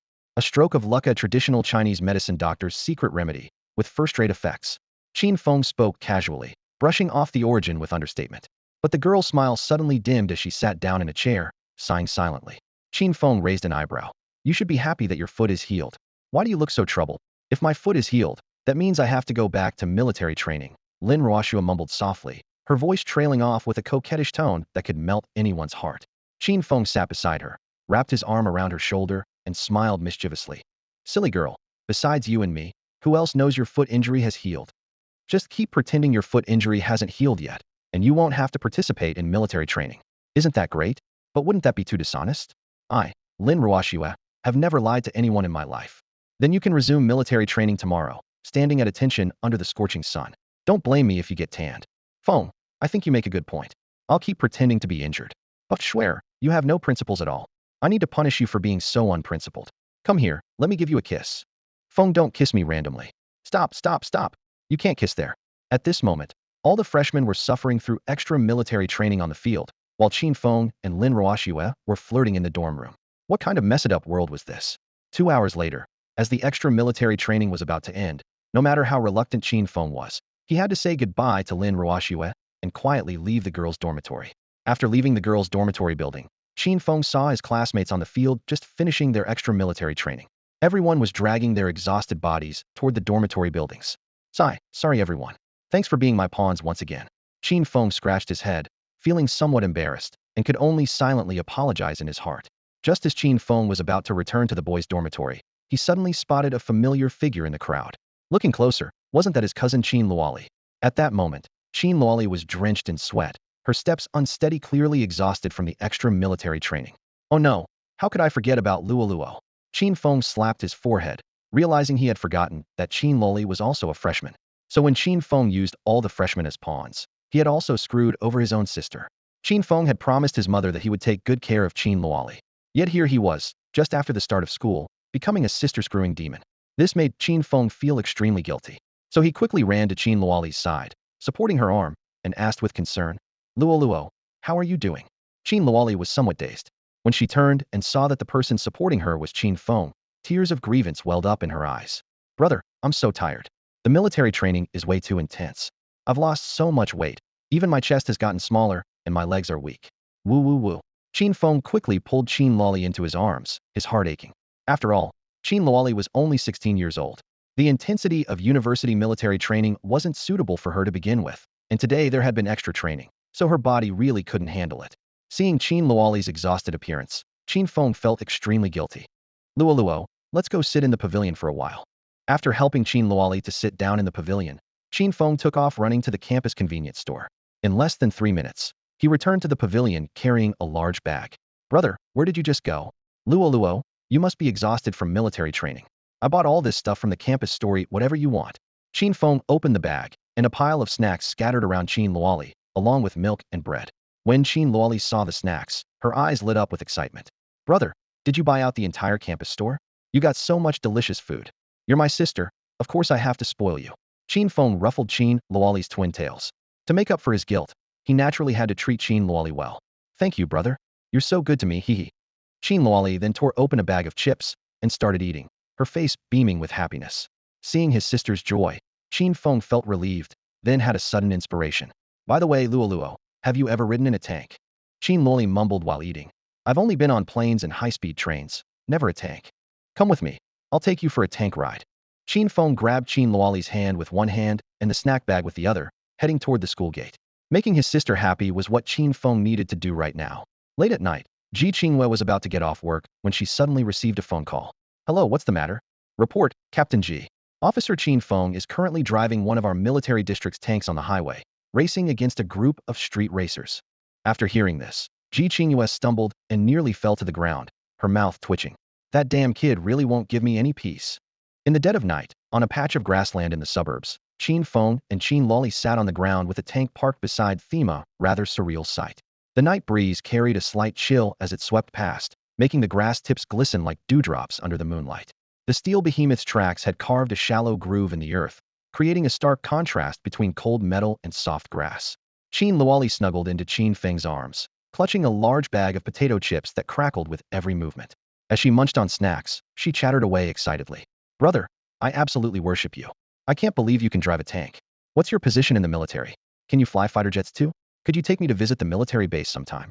Qin Feng smiled and ruffled her hair affectionately, his tone as gentle as if he were coaxing a kitten.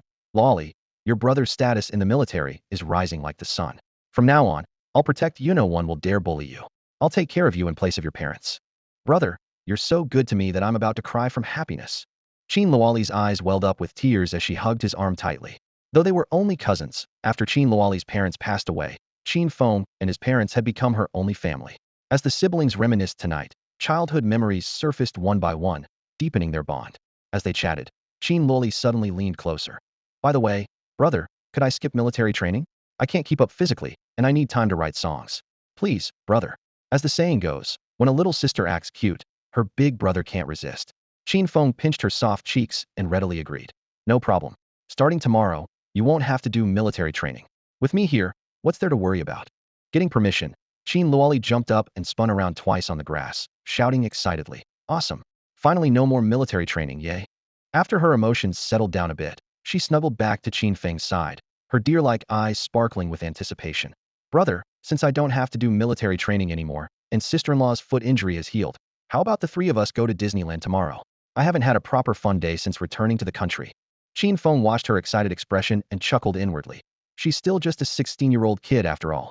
Logically, this request should be simple to fulfill, but he still shook his head.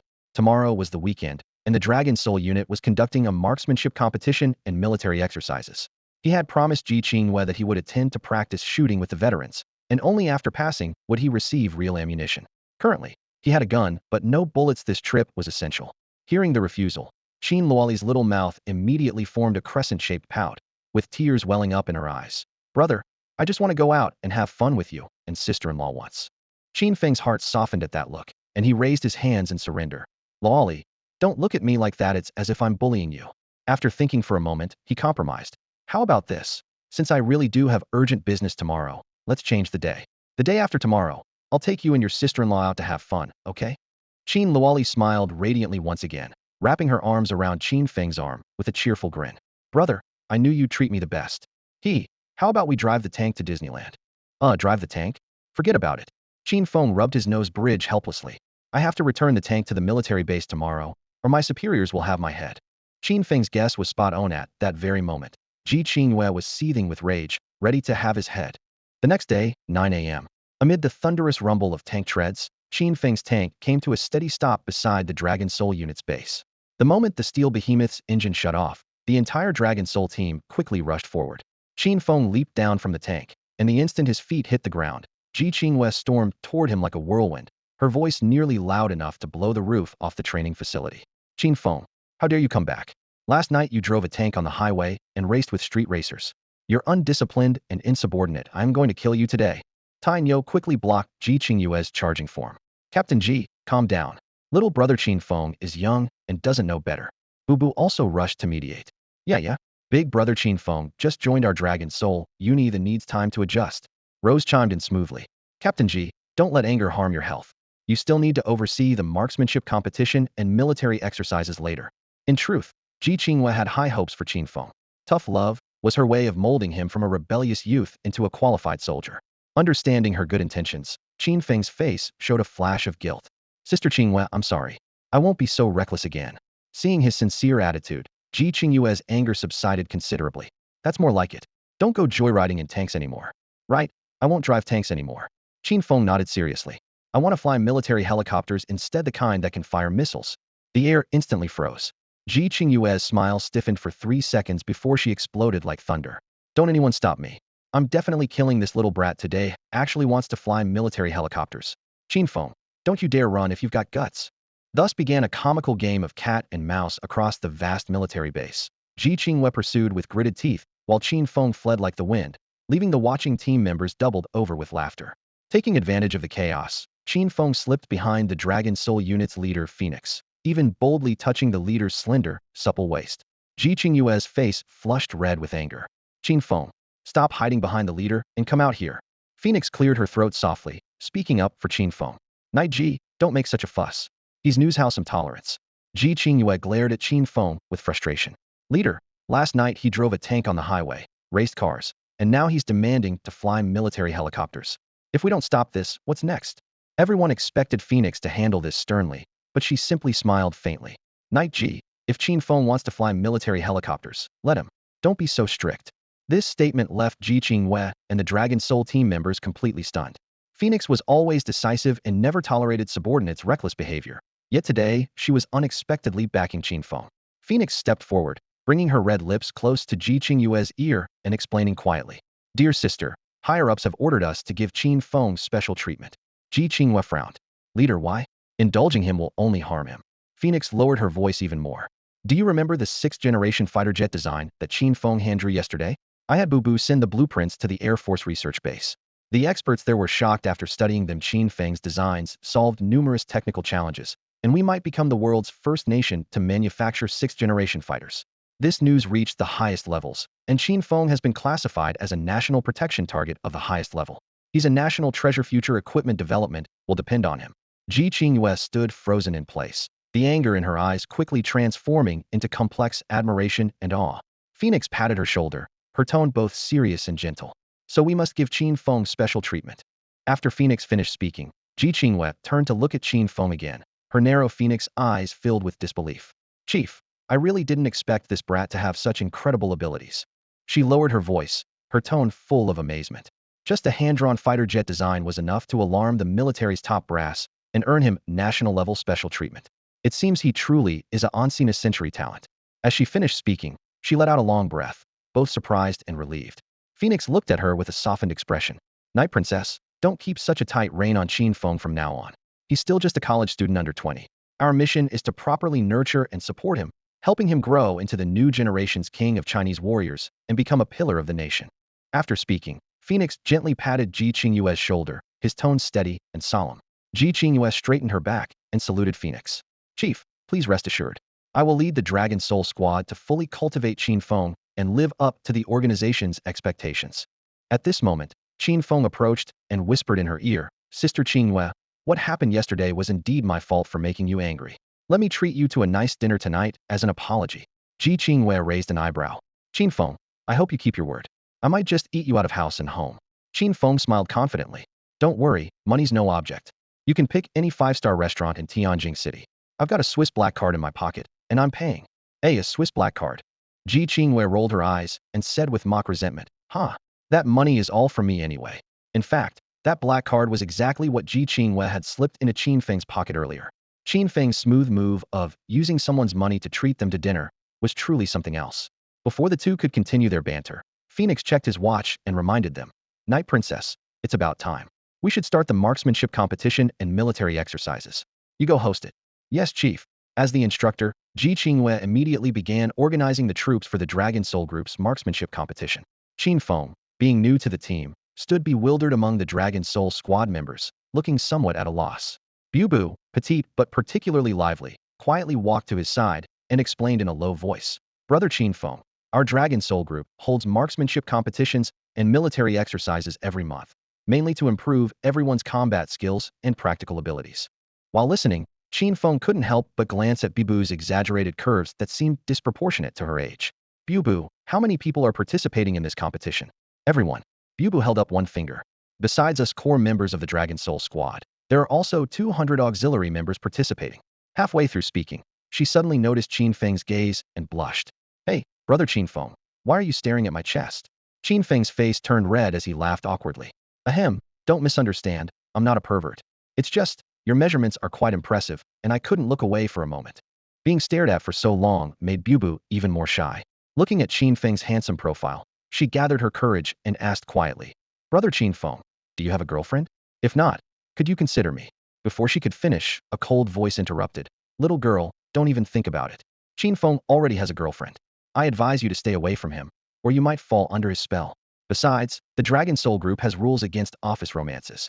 Ji Qingwei suddenly stepped between Qin Feng and Bibu, her words effectively pouring cold water on Bibu's hopes. Oh no, so Qin Feng already has a girlfriend. Woo, my crush just ended, and I'm already heartbroken. Bibu pouted, muttering quietly with a pitiful expression. Qin Feng could only shrug helplessly. This busty, adorable girl was indeed cute, but he already had Lin Ruoxue and would never be unfaithful. After the brief interlude, Ji Qingwei gave the order for all Dragon Soul members to assemble. The shooting range instantly came alive. Rows of brand new targets stood in the distance, while fully equipped soldiers gathered nearby. The core members of the Dragon Soul squad and 200 auxiliary members, each carrying a complete set of firearms. As Qin Feng surveyed the scene, the scent of steel and gunpowder filled the air. Bibu leaned close to his ear and whispered, the marksmanship competition covers 3 categories: pistol, rifle, and sniper rifle. These 3 types are standard equipment for missions. Qin Feng nodded, though his mind wasn't really focused on these people. The competition officially began. The 200 auxiliary members took turns, and while they weren't core members, each displayed impressive marksmanship, with bullets whistling through the air and rarely missing their marks.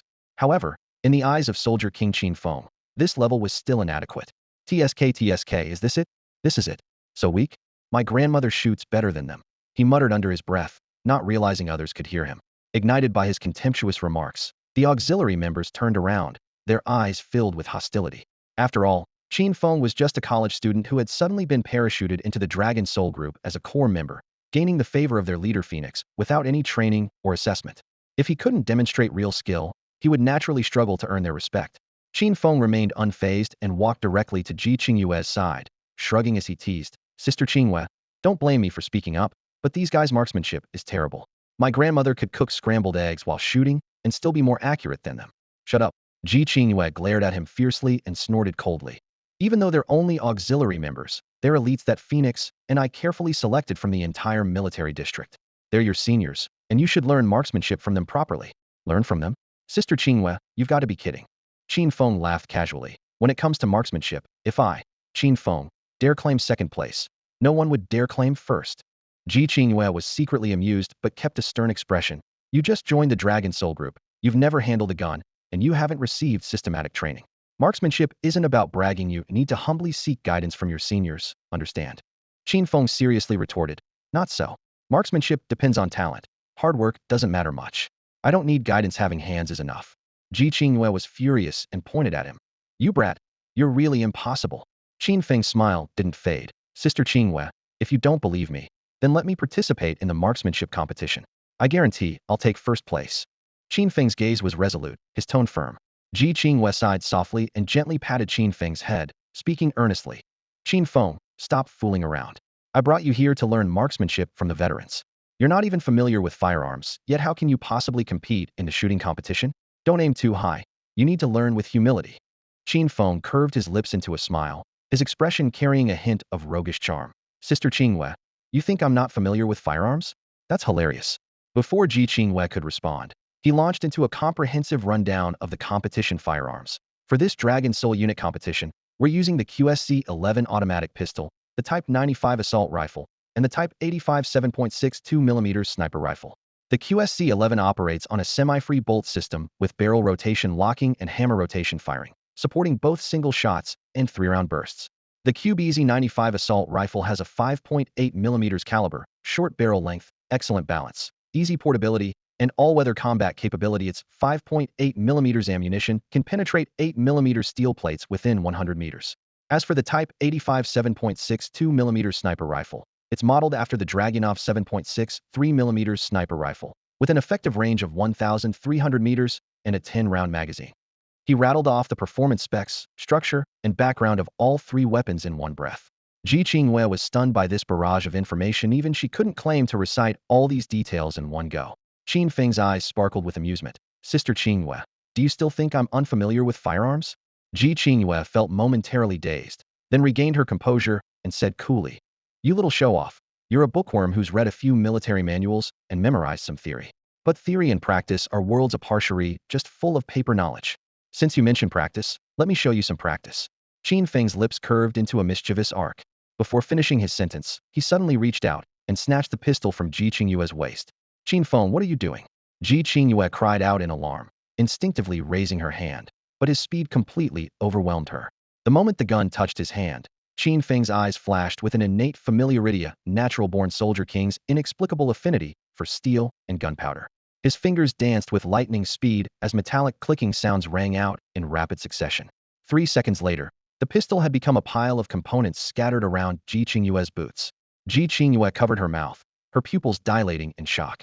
3-second disassembly even among elite special forces, this was extraordinary. This is impossible.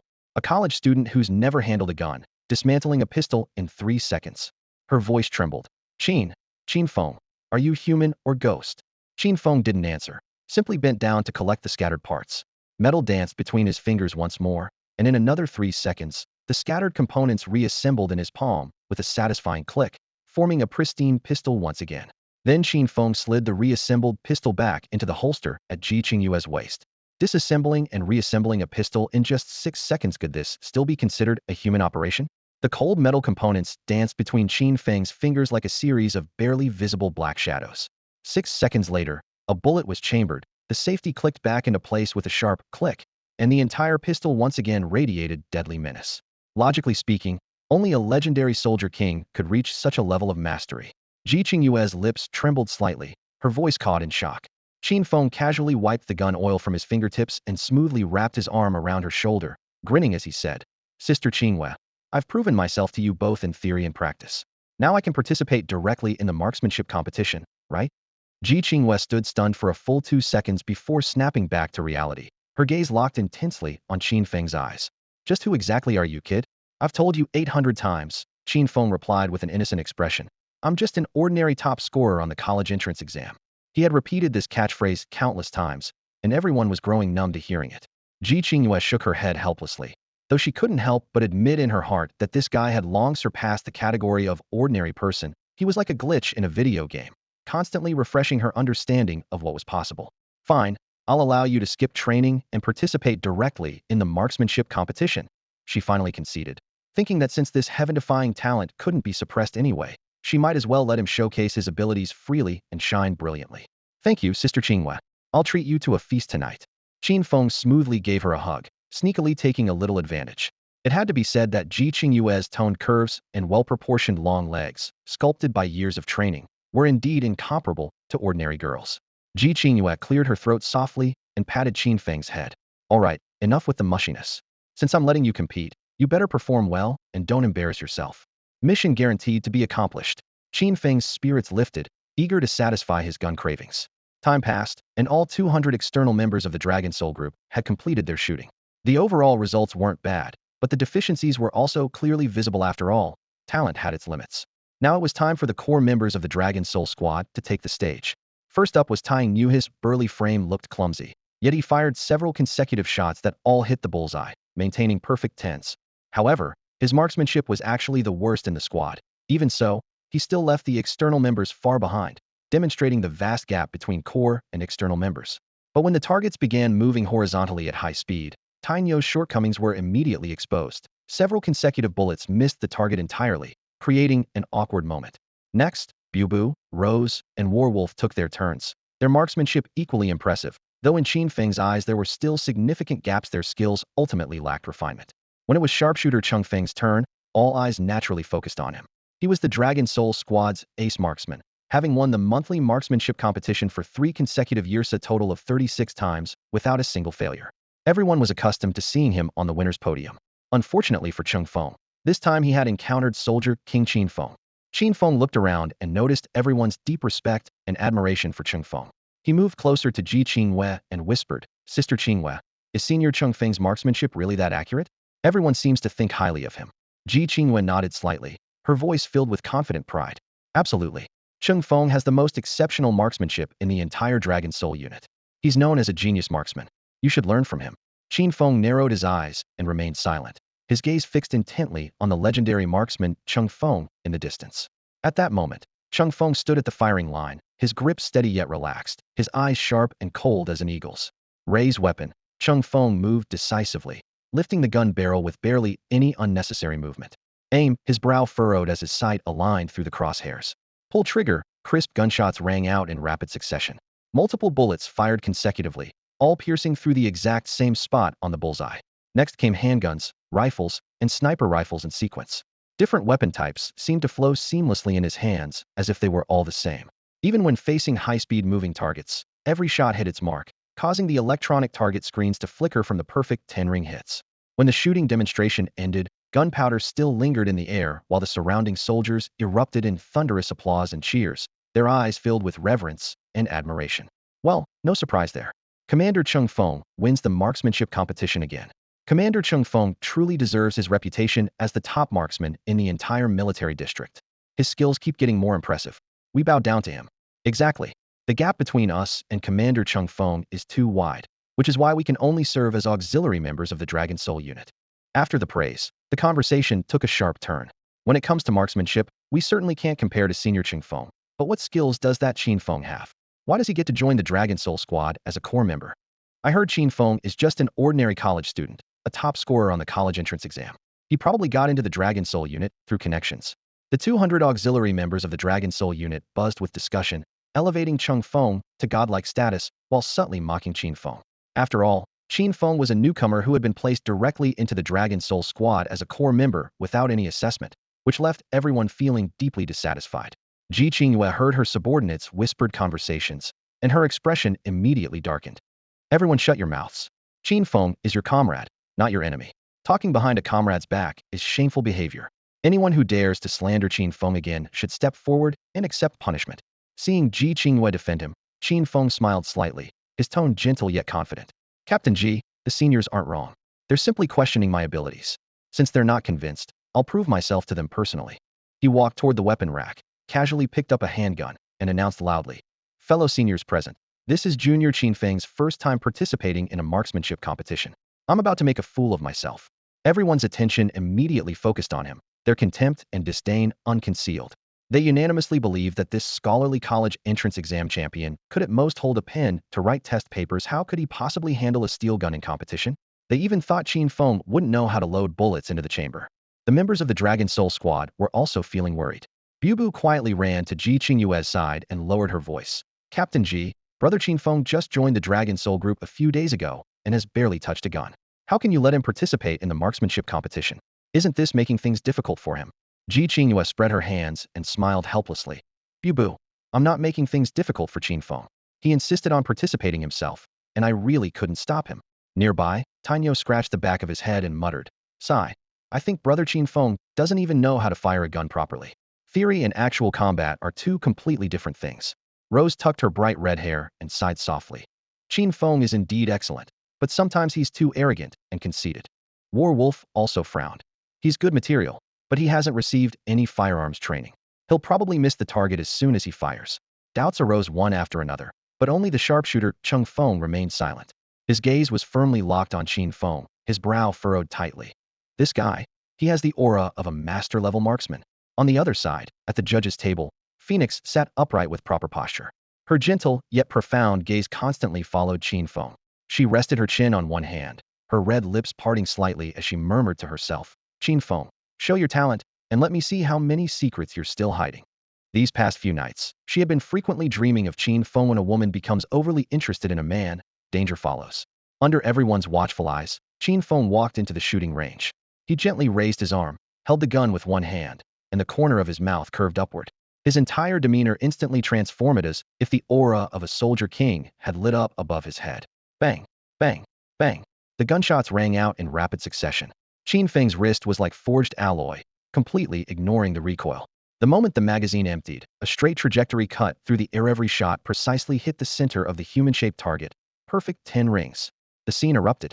To fire single-handed and hit every shot, even veteran marksmen who had been through countless battles would find it difficult to achieve. Then, Qin Feng closed his eyes.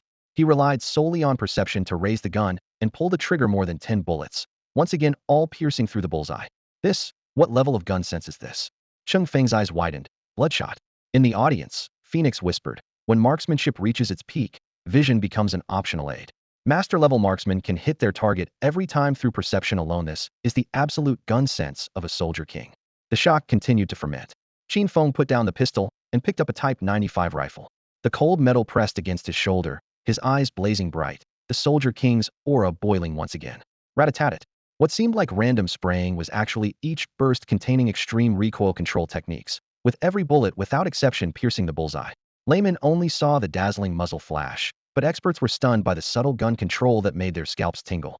Holy crap, what level of tactical recoil control is this? Full auto fire hitting all bullseyes, is he cheating? Exclamations rose one after another. All the soldiers looked at each other speechlessly. Cold sweat seeped from Qin Feng's forehead. His title of sharpshooter might be changing hands. Putting down the assault rifle, Qin Feng picked up a sniper rifle. The stock pressed against his face, and that handsome face showed a fanatical smile.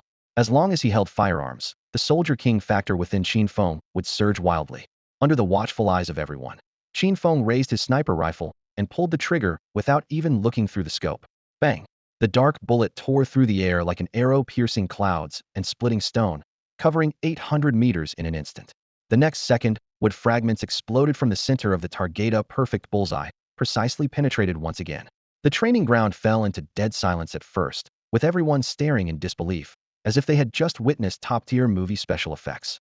Any sniper capable of shooting without using the scope would already demonstrate peak marksmanship.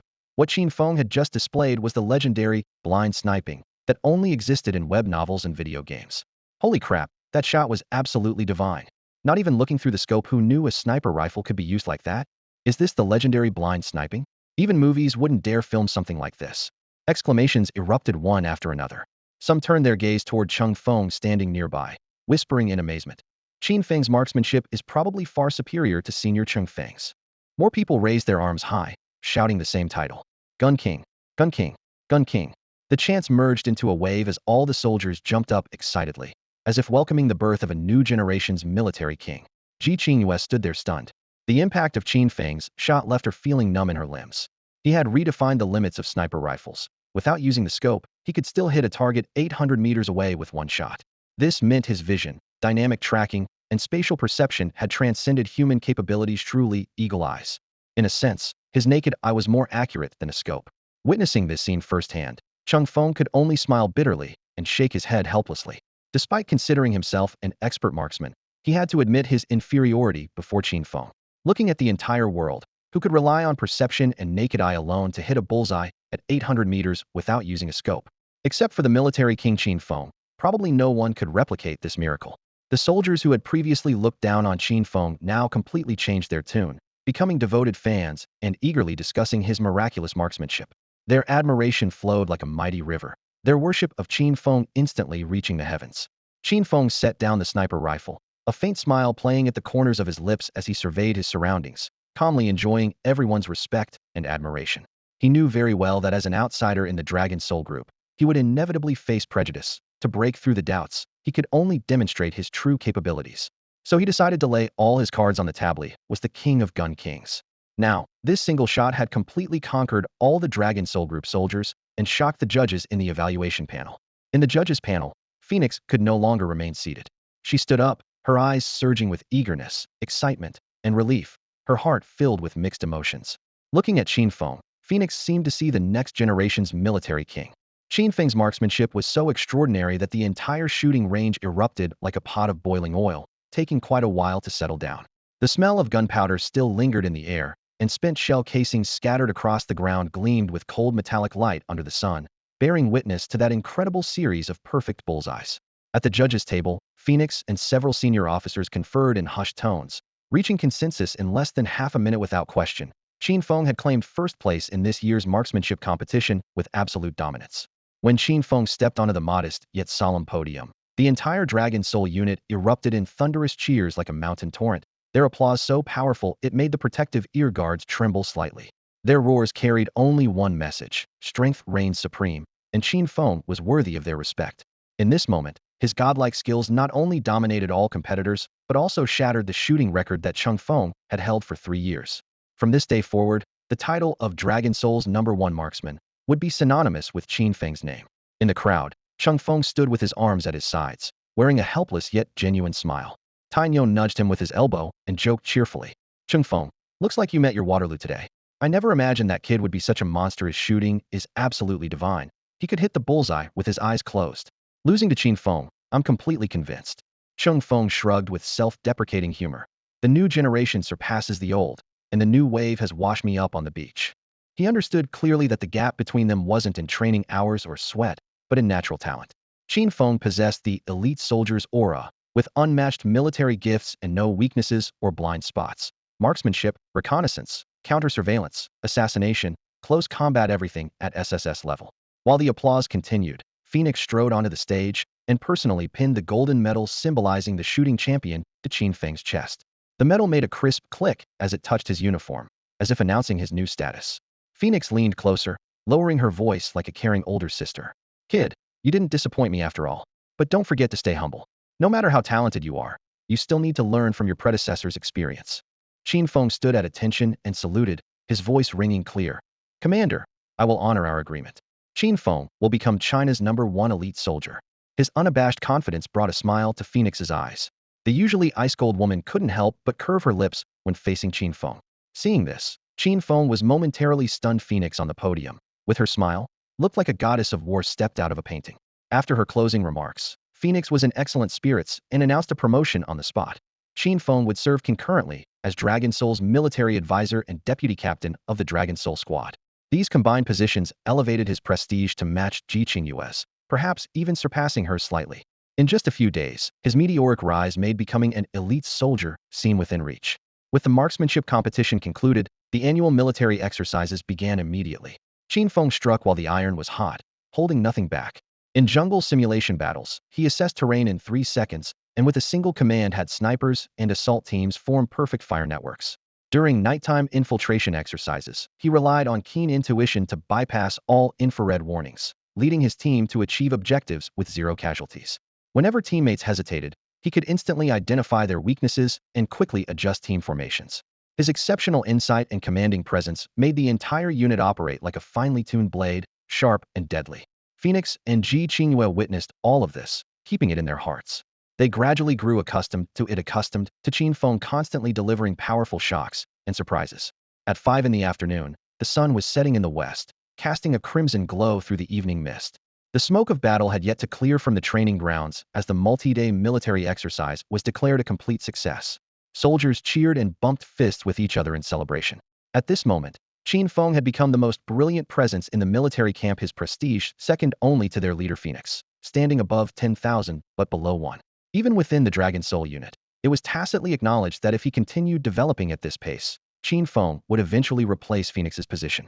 In the marksmanship competition and exercises that had just concluded, both Phoenix and Ji Qingyue were impressed by Qin Feng's natural leadership qualities. Not yet 20 years old, he commanded troops with ease and handled emergencies with calm decisiveness, truly the makings of a soldier king. As the crowd dispersed, Qin Feng quickly caught up with Ji Qingyue, a smile playing at the corners of his lips. "Sister Qingyue, let's go. I'm treating you to dinner tonight. You didn't forget, did you?" Ji Qingyue nodded cheerfully. "At least you have a conscience, kid. Wait here for me while I go change clothes." While she was away, Qin Feng refilled the Lamborghini's tank. More than 10 minutes later, Ji Qingyue emerged, having changed from her military uniform into a cool, low-cut dress, her high heels clicking crisply against the concrete. She opened the passenger door and settled in, turning to raise an eyebrow. "Shall we go?"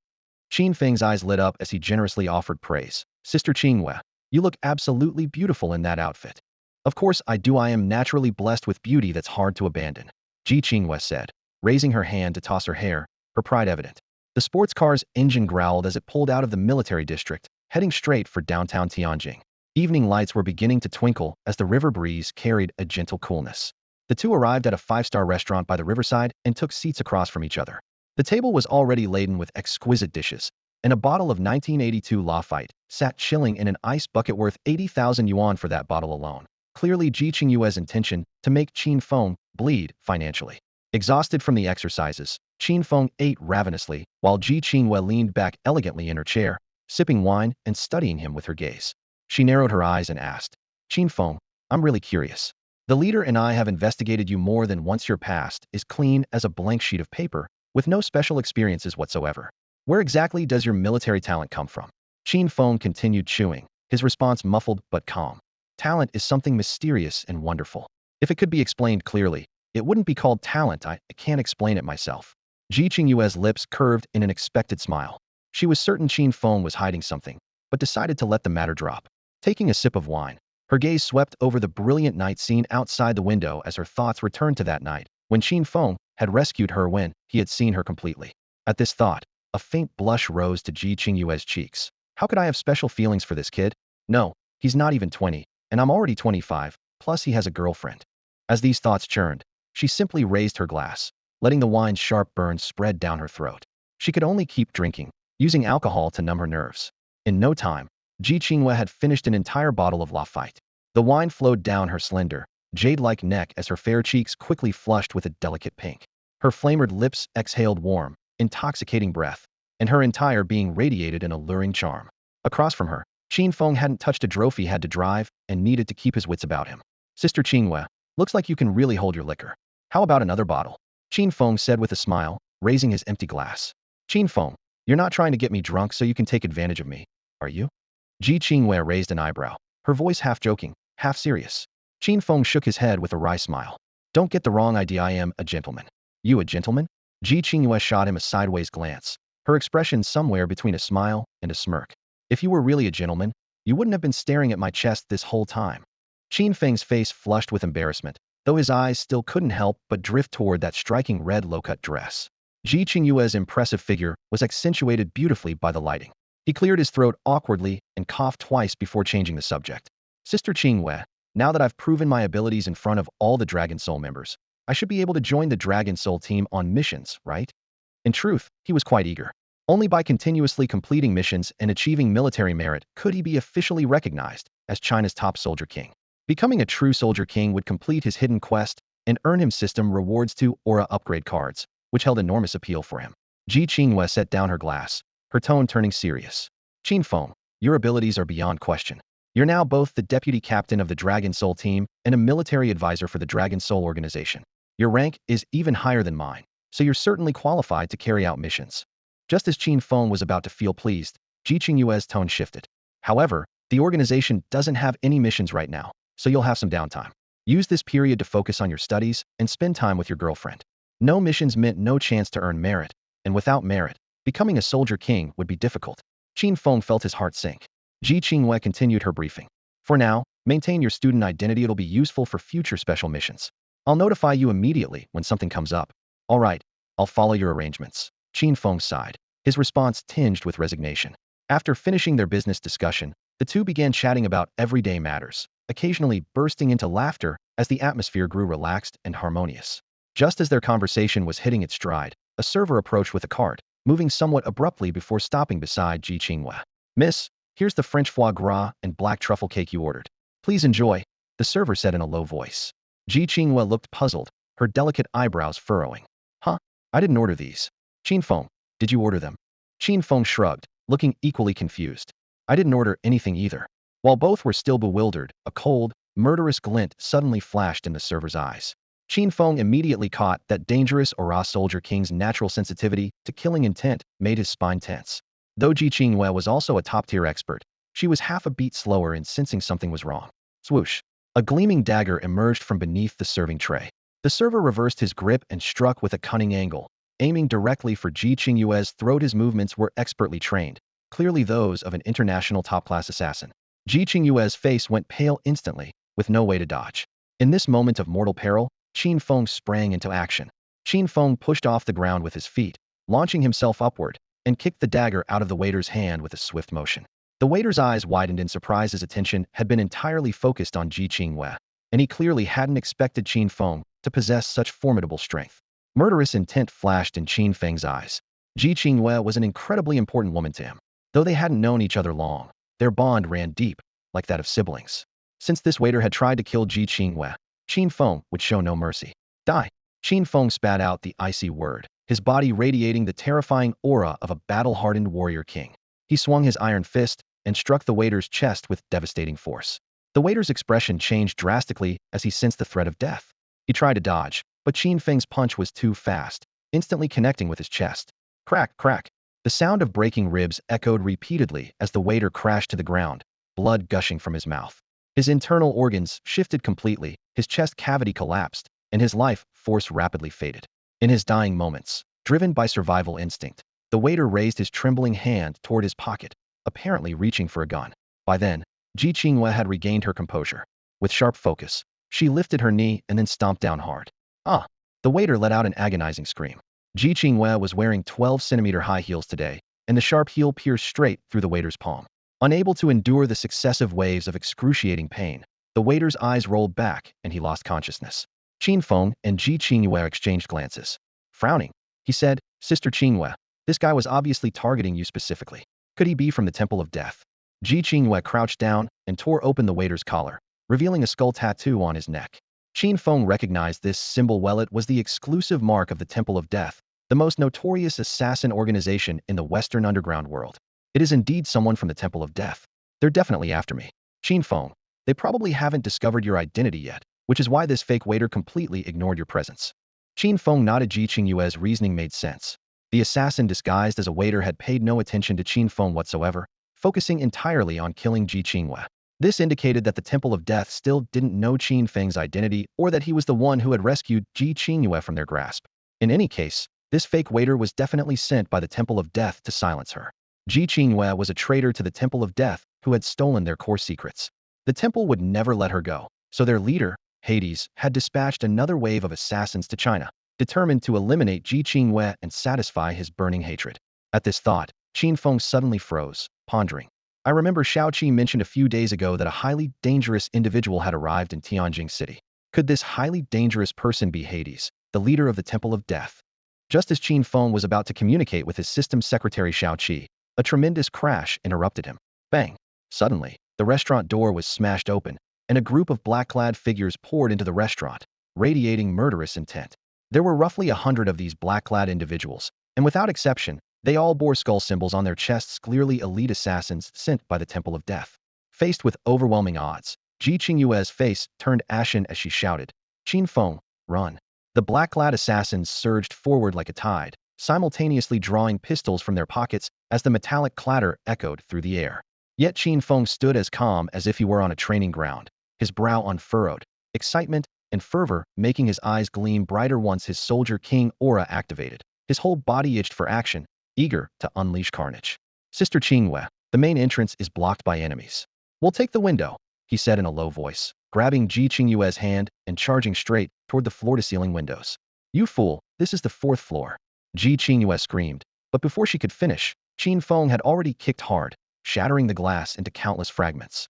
He swept her up in his arms and leaped out without a moment's hesitation. The night was like water, moonlight bathing both figures. Qin Feng channeled his inner energy, adjusting their position midair before landing steadily on the lawn below, absorbing all impact without even a roll. Ji Qingyue's eyes widened in disbelief, had just casually ignored a 4-story drop as if it were nothing. Qin Feng smirked. However exaggerated soldier kings are in web novels, that's how exaggerated I am. This is protagonist privilege. Sister Qingwei, get in the car. They rushed to the Lamborghini, and just as the doors slammed shut, the Death God Hall assassins burst from the restaurant, aiming their guns at the sports car. Ji Qingwei glanced through the rearview mirror and spoke rapidly. Qin Feng, drive toward the suburbs, fewer people there. We won't endanger innocent civilians. Qin Feng's fingers rested on the steering wheel, a smile playing at his lips. Sister Qingwei, please fasten your seatbelt. This veteran driver is about to take off. The moment the seatbelt clicked, the engine roared to life.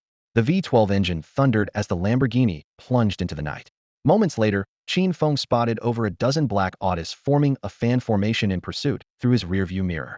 Qin Feng, are your driving skills actually any good? The Death God Hall people are catching up. Ji Qingyue called out nervously. Qin Feng flashed a brilliant grin. Captain Ji, when you question a veteran driver's skills, you'd better hold on tight. His veteran driver aura instantly awakened. He executed a sharp brake drift, tires sparking against the asphalt as the rear end swung around, whipping the car into a narrow turn.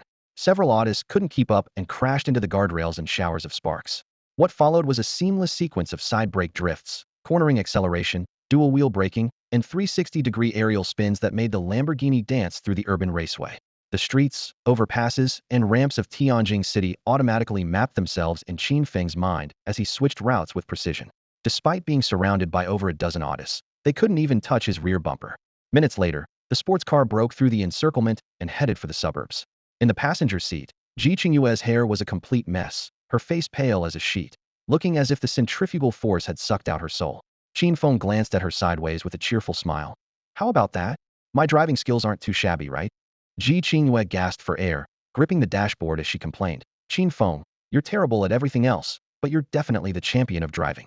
I nearly threw up during those drifts. Qin Feng shrugged innocently. Ji Qingyue took a deep breath, fighting off her dizziness, and pulled out a military phone from her pocket, dialing the Phoenix encrypted channel. Hello, Chief, emergency situation. Qin Feng and I are being hunted by Death God Hall. What? The Death God Temple? On the other end of the phone, Phoenix's expression turned extremely grave upon learning about Qin Feng and Ji Qingyue's current predicament. She immediately said, Night Princess, you and Qin Feng try to evade the Death God Temple's assassins as much as possible. I'll send reinforcements right away. Roger that, leader. My phone's location sharing is already activated. Please dispatch troops for support as soon as possible. Ji Qingyue's voice trembled slightly through the Bluetooth earpiece, her nervousness impossible to hide. Logically speaking, she was a battle-hardened veteran who had spent 5 full years undercover in the Death God Temple. Her psychological fortitude far exceeded that of ordinary people, and she should remain composed even if the sky were falling. But now, with Qin Feng trapped in danger alongside her, she panicked for the first time. Qin Feng was a nationally protected individual and an once-in-a-century military genius. If anything happened to him, she would be unable to answer to her superiors or to herself. Combined with those indescribable personal feelings, the pressure became even more overwhelming. In the driver's seat, Qin Feng steadied the steering wheel with one hand and caught sight of the unease in her eyes. A reassuring smile curved his lips. Sister Qingyue, stay calm. They're just a bunch of rabble. What's there to fear? Ji Qingyue shook her head with a bitter smile. You're calling the Death God Temple's top assassins rabble? There are over 100 of them, all core members, and they're armed. We're just 2 people with 2 guns, insufficient equipment, outnumbered and outgunned. It's very dangerous. Qin Feng raised an eyebrow, then suddenly frowned. Actually there's something even more dangerous. What is it? She immediately asked. The car's almost out of gas.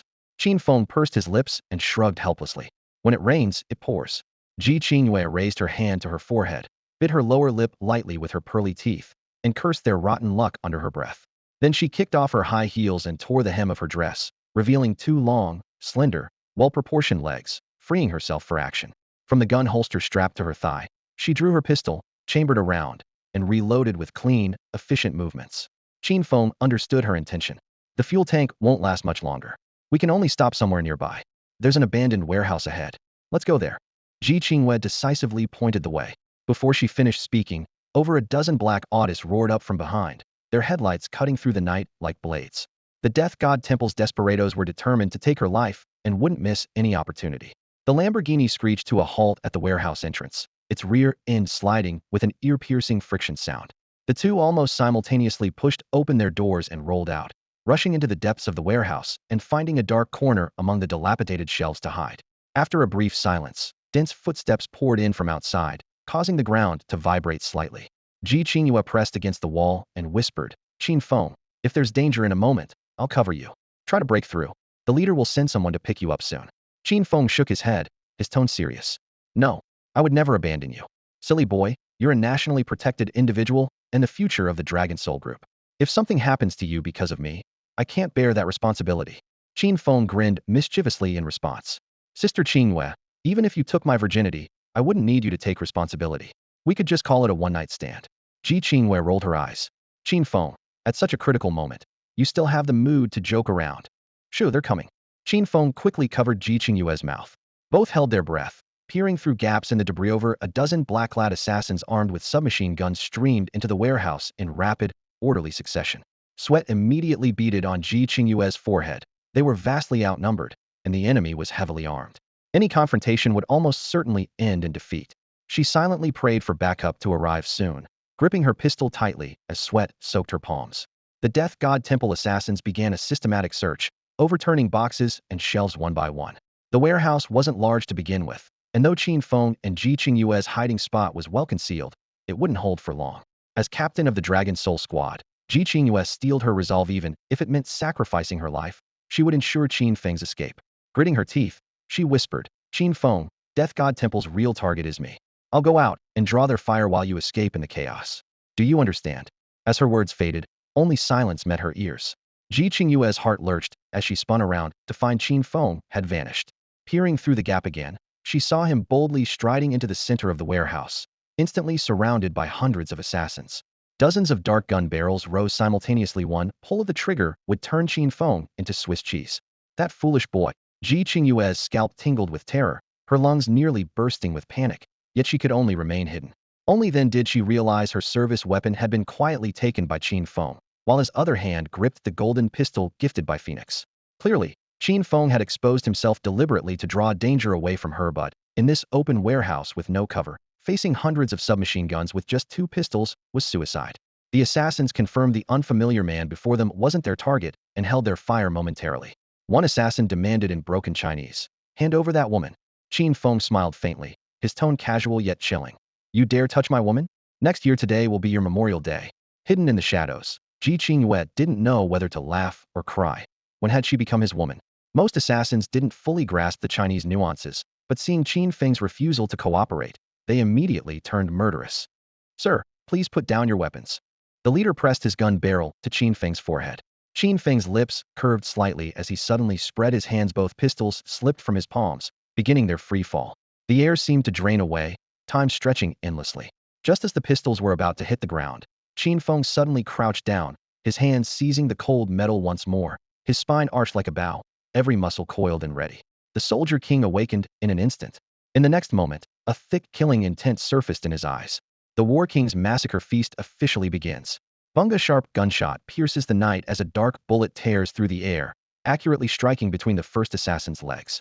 With a dull thud reminiscent of crushing despair, blood spatters everywhere.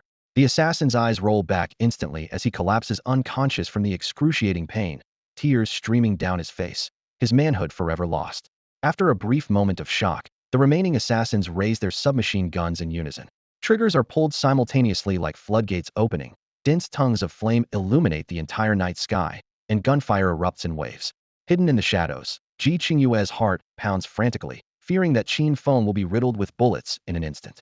However, within just 1 second, her worries are completely overturned. Astonishment rapidly spreads across her face as she stands frozen in place, her jaw nearly dropping to the ground.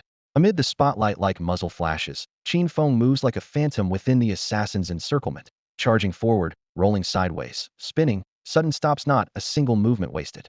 The twin guns in his hands dance like swords, whistling through silver arcs that seamlessly blend with a series of profound martial arts and swordsmanship techniques. Bullets sweep toward him like a hurricane, yet his feet and torso move as if equipped with precision instruments, calculating every centimeter of space with perfect accuracy. Half a step forward, 7 sideways, raising his elbow an inch, allowing bullets to graze past his clothing. Simultaneously, he continuously pulls the triggers, the trajectory of his muzzle flashes undergoing equally meticulous angle corrections. Each shot seems to have eyes, accurately finding its way between his enemy's legs. Screams rise and fall as the assassins clutch their groins and crash to the ground without exception. The intense agony renders them unconscious one by one, leaving only sporadic misfires. In less than half a minute, what was once a fierce assault scene is reduced to a field of fallen eunuchs. Ji Qingyue stands as the sole witness, her soul trembling at the scene before her. The deadly dance weaving together martial arts, swordsmanship, and marksmanship delivers an unprecedented visual impact. She cannot believe it. Can humans really dodge bullets? Yet the evidence lies before her eyes. Qin Feng's exquisite movement perfectly proves that yes, they can. But she is destined never to comprehend such mastery. What Qin Feng demonstrates at this moment is the legendary gun kata, supposedly existing only in science fiction films and novels. Techniques theoretically impossible to achieve, yet he wields them effortlessly through his protagonist's aura. Gun Kata fuses combat techniques, marksmanship, swordsmanship, and traditional martial arts into power approaching the miraculous. Through his scholar's aura, Qin Feng conducts extensive shooting experiments and statistical modeling to precisely map battlefield trajectories and enemy positions. Then, leveraging his War King's aura and Kung Fu aura, he transforms theory into combat reality. In battle, he uses his body as the center to construct geometric shooting planes, 360 degrees with no blind spots, every bullet per-calculated, increasing lethality by 250. Each movement serves as both attack and defense, delivering maximum damage from positions of minimal vulnerability. Anyone entering his radius is instantly marked on the kill list, and even those hidden in visual blind spots cannot escape those computer-like eyes. If the scholar's aura merely provides the theoretical foundation for gun kata, then the War King's aura and Kung Fu aura make its practical application possible. The three protagonist auras stacked upon each other like Russian nesting dolls, achieving a perfect fusion of theory and practice. This allowed Qin Feng to seamlessly integrate martial arts, swordsmanship, and marksmanship, bringing the legendary gun kata from fiction into reality and developing it to its absolute pinnacle. In less than a minute, gunfire erupted like a torrential downpour throughout the warehouse. Over 100 elite international assassins collapsed one after another, clutching their bloodied groins and wailing in agony. The bullets struck their most vulnerable spots with surgical precision while avoiding fatal areas. They wouldn't die, but they would never be whole men again. This realization turned their faces deathly pale as humiliation worse than death washed over them, tears of shame streaming down their cheeks. Ji Qingyue witnessed Qin Feng moving like a phantom through the hail of bullets. Projectiles tore his clothing but never touched his skin. With just 2 handguns, he had rendered these submachine gun-wielding killers completely disabled without a single casualty on his side. Such skill surpassed even what a legendary gun master reborn could achieve with such precise and ruthless targeting. Qin Feng casually raised his wrist, spinning the cylinder with his fingertips before lifting his gun and gently blowing away the smoke curling from the barrel. Silent swagger was the most devastating kind. Through the drifting smoke, his handsome face wore a satisfied smile. The instinct for killing and bloodshed belonged to a legendary soldier king, while the mercy that spared lives reflected the compassion inherent in a martial arts master. The fallen assassins lay writhing in pools of blood, their pants soaked crimson. They would have preferred a bullet to the head over this lifelong humiliation. Ji Qingyue's eyes reddened as color drained from her beautiful face. After a moment of stunned silence, she rushed barefoot to Qin Feng's side, gripping his shoulders tightly as she frantically examined him. "You fool, how are you? Are you hurt? Did you get shot? Does it hurt?" She circled him completely, confirming that while his clothes bore multiple tears from bullet wounds, his skin remained unharmed. Only then did she breathe a sigh of relief. Yet she still couldn't believe it. Facing simultaneous fire from over 100 submachine guns would have turned an ordinary person into Swiss cheese. But Qin Feng merely looked slightly disheveled while retaining all his charm. Qin Feng shook his hair casually, his tone relaxed. "Sister Qingyue, I told you these assassins were just a ragtag bunch." Ji Qingyue's mouth twitched, rendered speechless by his otherworldly abilities. "Qin Feng, your marksmanship was extraordinary, like you integrated Chinese martial arts and swordsmanship into gunplay. That technique is called gun kata. Want to learn? I can teach you." "Oh, so you're trying to teach me now?" "Yes, I'm teaching you." Ji Qingyue gently patted his head, her eyes full of affection and her lips curving into a gratified smile. Qin Feng never failed to exceed her expectations. Suddenly, the thunderous roar of military helicopter rotors echoed from outside the warehouse. The ground trembled as dust filled the air. That should be reinforcements sent by the chief. Ji Qingyue assessed. "Qin Feng, let's go." She grabbed his hand and rushed out of the warehouse. The moment they stepped through the doorway, the scene before them was breathtaking. Overhead, 8 military helicopters circled at low altitude, their spotlights and infrared beams weaving a dense net. Around them, dozens of tanks and armored vehicles formed a complete encirclement. Over 1,000 fully armed Special Forces soldiers stood in formation, their weapons trained on the warehouse. On distant hilltops, infrared dots flickered as a line of snipers had already acquired their targets. Core members of the Dragon Soul Squad were also present, ammunition loaded and ready. Such a massive deployment made Qin Feng whisper in amazement. "Sister Qingyue, the reinforcements the chief sent are incredibly impressive." Ji Qingyue smiled and replied. "Tanks and aircraft deployed together. This shows just how much the chief values your safety." Qin Feng's heart was filled with joy, deeply moved by the attention Phoenix had shown him. As soon as the SUV came to a stop, the door was pushed open decisively, and a female military officer wearing a cap stepped out. It was Phoenix, the leader of the Dragon Soul unit. This leader rarely appeared in public, but whenever Qin Feng's safety was at stake, she was always the first to arrive. The night wind was biting cold. Phoenix's gaze swept the area and immediately caught sight of Qin Feng and Ji Qingyue, rushing over with urgency in her voice. How are you both? Are you injured? Qin Feng scratched his head and flashed a relaxed smile. Leader, we're not hurt. I feel terrible that you had to come out personally this late. Ji Qingyue raised her hand in salute, her voice crisp. Reporting to the leader, the assassins sent by the Temple of Death have all been taken down by Qin Feng and are currently detained in the warehouse. Upon hearing this, Phoenix's eyes flashed with undisguised surprise. She had mobilized massive reinforcements precisely because she feared the worst for the two of them, never expecting that Qin Feng had already resolved the situation completely. After a moment's thought, she felt relieved she had witnessed Qin Feng's military talent firsthand, and no matter how extraordinary the outcome, he could achieve it. Iron Bull, Phoenix ordered directly. Take your men to the warehouse to secure the prisoners and clean up the scene. Don't leave any traces. Yes, leader. Iron Bull acknowledged the command and led dozens of soldiers filing in. The warehouse still echoed with screams as the assassins rolled around clutching their groins in a bizarre scene indeed. Within minutes, everyone was handcuffed and escorted out of the warehouse. Iron Bull approached Phoenix, stood at attention, and saluted, his report booming. Captured 127 Temple of Death assassins and confiscated various firearms. The prisoners are in no life-threatening danger, but all suffered severe groin injuries from gunshots. Groin injuries? Phoenix instinctively looked toward Qin Feng. Qin Feng grinned sheepishly. I just fired a few shots randomly, pure coincidence. Phoenix didn't know whether to laugh or cry. How could it possibly be coincidence that all 127 men were hit in exactly the same spot? Iron Bull came over and gave a thumbs up. Brother Qin Feng, I'm truly impressed. You're not a sniper. You're a groin sniper. Every shot hits its mark. Just thinking about it makes me wince. Qin Feng waved his hand modestly. Brother Iron Bull, you flatter me. I'm just an ordinary top scorer on the college entrance exam. Later, Ji Qingyue approached Phoenix and gave a detailed account of everything she had witnessed in the warehouse. Phoenix listened with constantly shifting expressions, developing a strong interest in Qin Feng's mysteriously precise gunfighting techniques. The two women then lowered their voices in conversation, seemingly discussing Qin Feng's future arrangements. After a long while, Phoenix nodded to Ji Qingyue before turning to face Qin Feng. Well done tonight. Phoenix's tone was gentle yet authoritative. These Temple of Death elite assassins are all international fugitives. By taking them all down, you've accomplished a great feat. After this incident settles, I'll reward you according to your merits. Qin Feng had no interest in rewards. He was more concerned about the assassin organization's true target and spoke urgently. Leader, the Temple of Death was targeting Captain Ji, so I think. Before he could finish, Phoenix raised her hand to cut him off. Qin Feng, the Temple of Death is an extremely dangerous assassin organization with vast influence in the Western underground world. You've only recently joined the Dragon Soul organization, so I can't let you put yourself in danger. Upon hearing this, Qin Feng's brow furrowed immediately. Leader, what do you mean by that? Phoenix didn't answer directly but asked in return, gently brushing the dust off his shoulder. Her tone was as gentle as always, yet carried an undeniable authority. For your safety, put the Death God Temple case aside for now. Focus on your studies during this period. If there are other missions, I'll have someone notify you.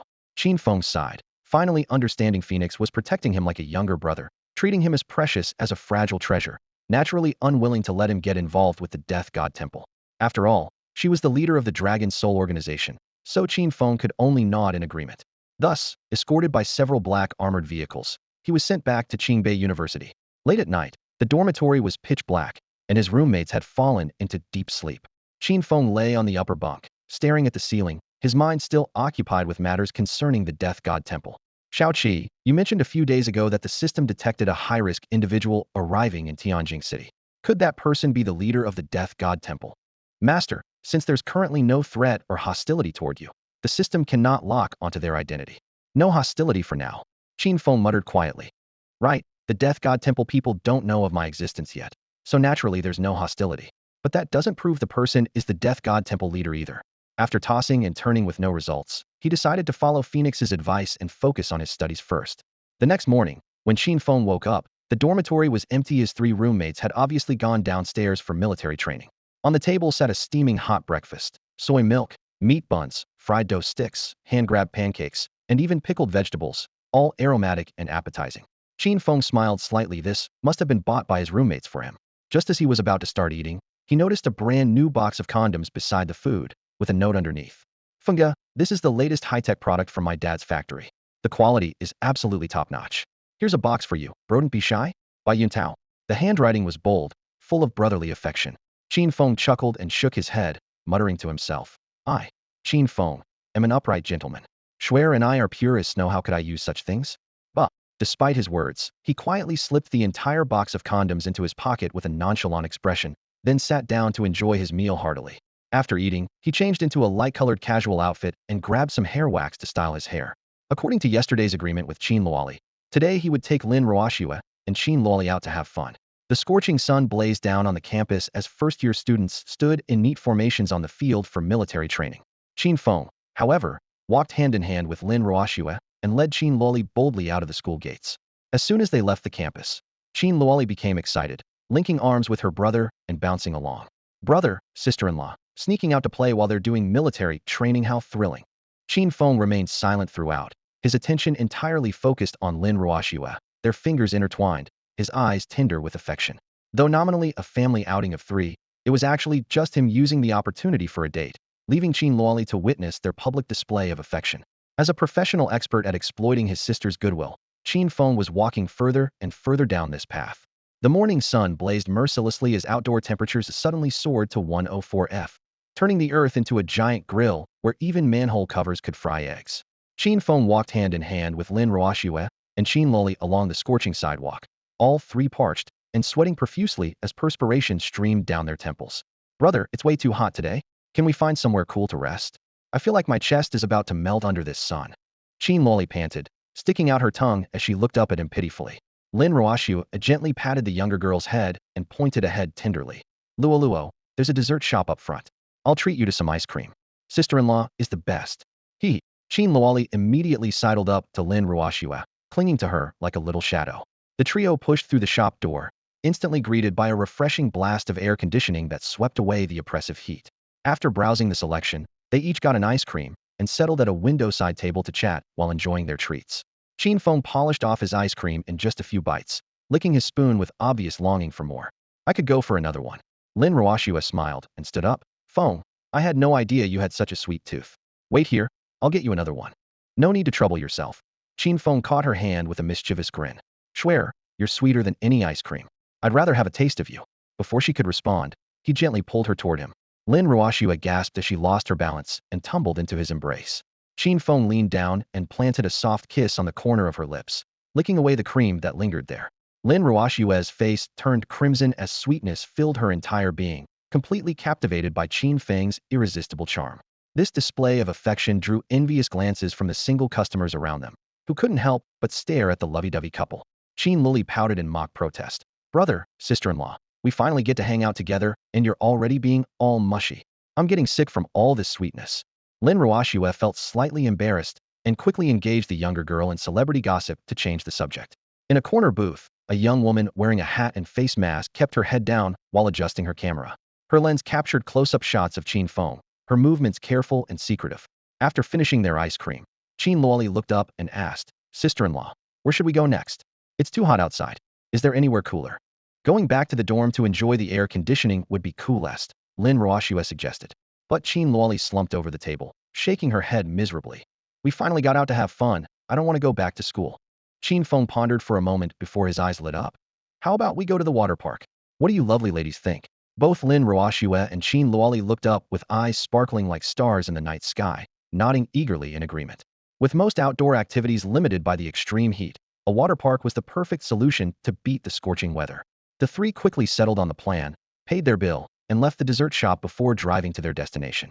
Meanwhile, the mysterious young woman who had been photographing Qin Feng hailed a taxi and followed them from a distance. Happy Water World was Tianjin City's most famous water park, with tickets costing 800 yuan each, even more expensive than Disneyland. Qin Feng carried a Swiss black card in his pocket, so money wasn't an issue. He cheerfully brought his girlfriend Lin Roashua and his sister Qin Luoli into the park, ready to have the time of their lives. Right after entering the main gate, the three of them ducked into the park's gift shop to pick out swimwear.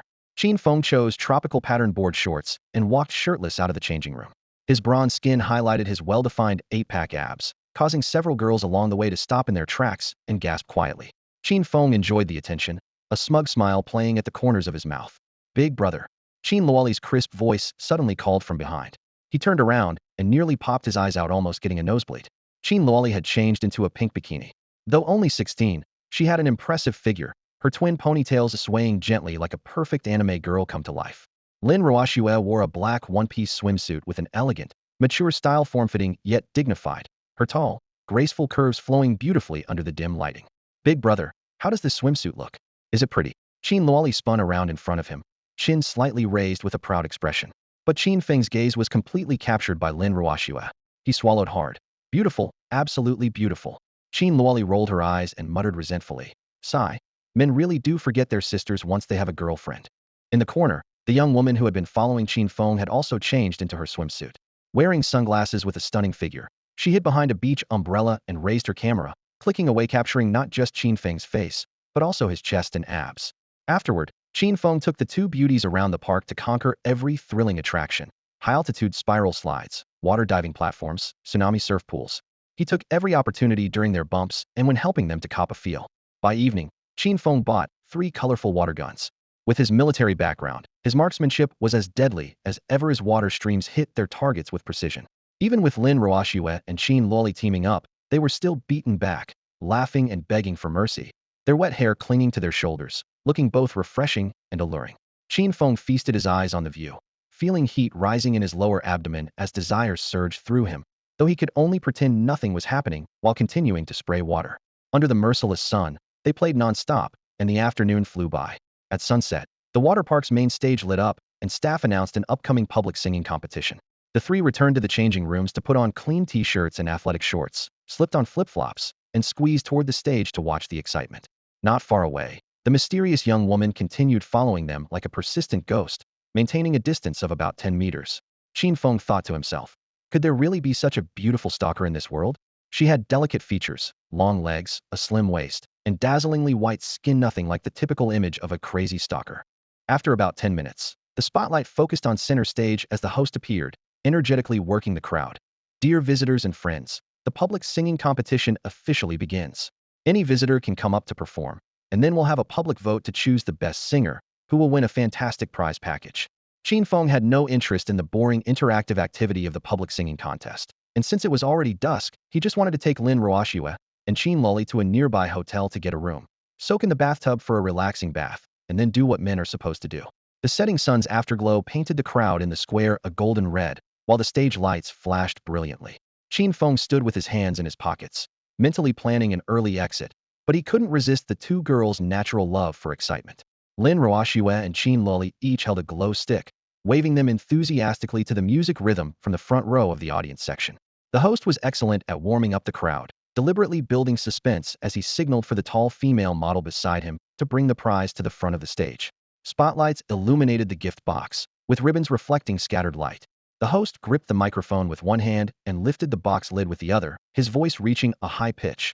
Dear tourists, the prize provided by our event organizers Issa Cartier, a Ballon Bleu Series Ladies Luxury Watch. Qin Luoli's eyes instantly lit up like two little bulbs as she leaned close to Lin Ruoxue's ear, almost screaming, Sister-in-law, the prize is actually a Cartier Ballon Bleu Ladies Watch. I love it. Lin Ruoxue's girlish heart was also stirred, her gaze following the watch with starlight sparkling in her eyes.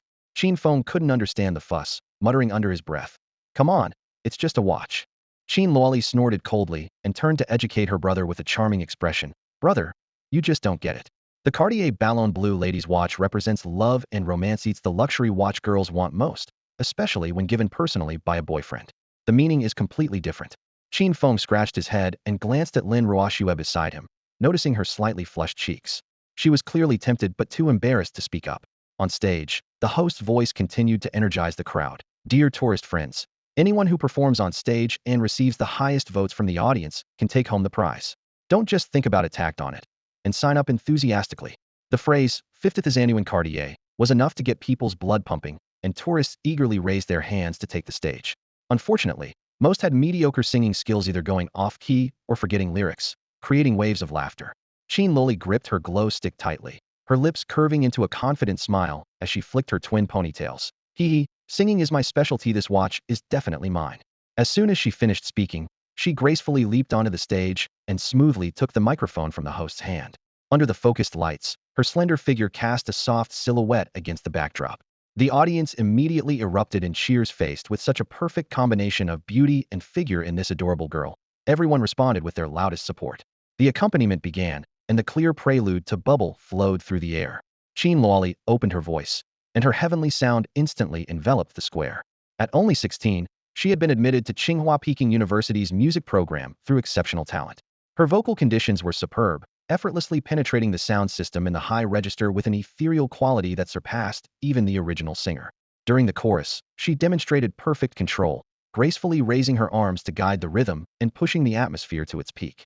As the song concluded and the final notes faded, applause rose like layered waves. Qin Loli set down the microphone, blinked her bright, dewy eyes, and waved cutely to the audience below, instantly switching back to her adorable persona and triggering another round of screams. The voting session began, with almost everyone casting their votes for her number. The excited crowd waved their phone screens as the voting data soared. Qin Loli stepped down with a face full of joy, because barring any surprises, she would be the contestant with the highest votes in the entire venue and could then claim the exquisite prize. Lin Ruoxue was also happy for Qin Luoli, showing a sweet, ant-like smile. Qin Feng suddenly leaned closer, lowering his voice to ask, "Shuer, do you like that watch too?" Lin Ruoxue was slightly stunned, her smile freezing for a moment before she shook her head. "I'm not interested in that watch. But Luo really likes it, and she's a talented student in the music department. I'm sure she'll be able to win that prize." Despite her words, Qin Feng's boyfriend-like intuition had already caught the fleeting expectation in Lin Ruoxue's eyes. He knew his girlfriend was equally tempted but didn't want to steal his sister's spotlight. Qin Feng secretly made up his mind. To make Shuer happy, he would have to sacrifice family for righteousness as her boyfriend. Ding, your friend, sister sabotaging maniac, is now online. At that moment, Qin Luoli felt confident of victory, beaming with joy. Who would have expected Qin Feng to suddenly stride onto the stage and snatch the microphone from her hands? The host hurried over. "Sir, are you also participating in the competition?" "Yes." Qin Feng simply nodded. Qin Luoli stood frozen in place, quickly tiptoeing to whisper in his ear, "Bro, have you lost your mind? The prize is almost mine, why are you butting in?" Qin Feng smiled indulgently. "Sorry, little sister, but I've already reserved this prize to give to your sister-in-law." "Oh." Qin Luoli raised an eyebrow, her tone teasing. "So you're going to compete against me in singing?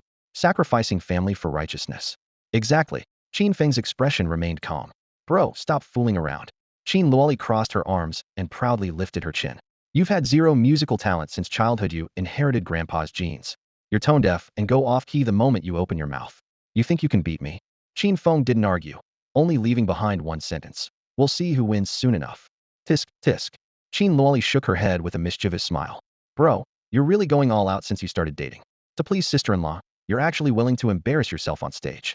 When you go off-key later, don't you dare say I'm your sister, how embarrassing." With that, she made a face at him and retreated to the audience. The host continued with the proceedings. "What would you like to sing, sir? I can have the band accompany you." "No accompaniment needed." Qin Feng smiled. "Just give me a guitar." The host nodded with pleasant surprise. "So you can play guitar, too, how talented." A band member quickly handed over a guitar. The moment Qin Feng's fingers touched the strings, an invisible artistic aura above his head instantly lit up, and his temperament seemed to ignite, making him the most brilliant focal point on stage. The artistic aura granted him unparalleled musical talent, making singing and playing instruments effortless. Below the stage, Qin Luoli still looked dismissive in her memory. Her brother was completely tone deaf. Under the spotlight, Qin Feng stood with the guitar before the microphone, his slightly melancholic gaze sweeping across the venue, emanating a strong artistic presence. "Ladies and gentlemen, I'd like to present a song by Xue Zhiqian called Actor." As his words fell, his fingers plucked the strings, and the gentle prelude of Actor began to flow. Qin Feng's playing technique was fluid and natural, with timing as precise as a master guitarist, producing clear tones with lingering resonance. Applause erupted from the audience, and even the band members nearby gave thumbs up, murmuring praise. What's happening?" Qin Luoli's eyes widened as she stumbled and nearly fell. "Isn't my brother tone deaf? How can he possibly play guitar, and with such incredible skill?" Watching Qin Feng playing guitar on stage, Qin Luoli couldn't believe her eyes and ears. She had grown up with Qin Feng and knew her cousin very well. But at this moment, she suddenly felt this brother was a stranger, or rather she felt that Qin Feng had deceived her. Qin Feng wasn't tone deaf at all, was a singing king. The lights of the water park followed Qin Feng's fingers, with beams of bright white light dancing on the guitar strings. The prelude flowed gently, with the sound of waves serving as natural accompaniment. As the last chord fell, he looked up at the audience and brought the microphone close to his lips. "Keep it simple. Keep your way of speaking simple. Skip the progressive emotion, Siri, not an actor. Don't design those plots." His magnetic voice, amplified through the speakers, pierced through the mist and cheers, drilling precisely into everyone's eardrums. The screams from the ride stopped, patrolling lifeguards forgot to blow their whistles, and all eyes were firmly locked on the stage. This was the legendary instant knockout performance. Laypeople only felt the shock, but professionals could hear the technique. Qin Loli was a top student in the music department at Tsinghua Peking University. She could distinguish the subtle differences in nasal resonance and the transitions between chest and head voice. And she could tell the vast difference between Qin Feng's current singing skills and his past off-key performances. Professional terms flashed through her mind: breath control, vibrato range, articulation clarity. Each aspect was nearly perfect, even surpassing first-tier singers. My brother used to be constantly off-key. When did he learn all these techniques? Qin Luoli gripped her voting device tightly, confused yet unable to resist being immersed. Xue Zhiqian's actor was already melancholic, but Qin Feng layered high-level techniques with genuine emotion, using his naturally magnetic voice to elevate the entire song to another level. The stage beneath his feet seemed to transform into a theater, his voice leading the audience into a poignant love story. As the song reached its climax, he strummed while looking up, his gaze seeming to confide in someone. I should cooperate with your performance by pretending not to see, forcing someone who loves you most to improvise. When did we start abandoning our principles, adapting to the times, by watching those clumsy performances? The notes struck straight to the heart. Some gasped in amazement, others quietly shed tears. For minutes was short, but with emotions pushed to the extreme, everyone forgot time existed. The final notes faded, the strings fell silent, and the entire venue plunged into deathly silence. Moments later, applause surged like multiplying waves, with screams and whistles rising one after another. In that instant, everyone unanimously acknowledged the singing King Qin Feng was born. In a corner, a young woman who had been following Qin Feng all day was so excited she could barely breathe. She whispered to herself, Hall of Fame level vocals, on-scene a century talent, and such handsome looks. This is the talent I've been desperately searching for. The host returned to the stage, signaling everyone to vote.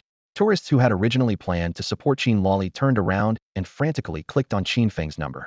Qin Loli sighed helplessly. She knew she had lost, and she accepted it wholeheartedly. Qin Feng's performance just now was enough to crush first-tier stars, flawless and absolutely perfect. Finally, the host announced the vote count, and the result was no surprise. Qin Feng won by an overwhelming margin, defeating Qin Loli and receiving the highest number of votes from the entire audience, thus claiming the prize. Thunderous applause erupted from below as spotlights followed his figure. Qin Loli bit her lip, watching that leisurely silhouette at center stage, her heart churning. Brother, throwing your sister under the bus like this is just showing off to the extreme. She wanted nothing more than to grab Qin Feng by the collar and ask, Brother, so love does disappear, doesn't it? The prize was a Cartier Ballon Bleu women's watch. Under the gaze of thousands, Qin Feng lifted the delicate watch chain and gently fastened it around Lin Ruoxue's wrist. The girl's fair wrist looked luminous against the exquisite timepiece, and Lin Ruoxue's cheeks instantly flushed with a rosy hue that was dazzlingly beautiful. Someone in the crowd started chanting, Kiss her. The cheering rose and fell in waves, pushing the atmosphere to its peak. Qin Feng simply reached out to embrace Lin Ruoxue's slender waist, lowering his head to kiss her cherry lips. The street lights and voices seemed to be muted in that moment, leaving only the two of them in a passionate embrace. When the male lead's aura meets the female lead's aura, they naturally create their own romantic filter. Congratulations, and camera clicks rang out continuously. Qin Luoli crossed her arms, feigning disgust. Sure enough, once you get a wife, you forget your sister. Stinky brother, you're useless at everything except throwing your sister under the bus. Though she complained with her words, her eyes couldn't hide her smile. Seeing her brother happy made her happy too. At 6 in the evening, the sunset cast its glow over the water park entrance as Qin Feng walked out hand in hand with Lin Ruoxue on one side and Qin Loli on the other. In a nearby cozy restaurant, they chose a table by the window. Hot dishes were served with aromatic steam rising, but Qin Loli kept her head down, poking at her rice, and whenever her eyes met Qin Feng's, she would immediately turn away with a cold snort. Qin Feng mentally groaned, throwing your sister under the bus is easy, coaxing her back is hard.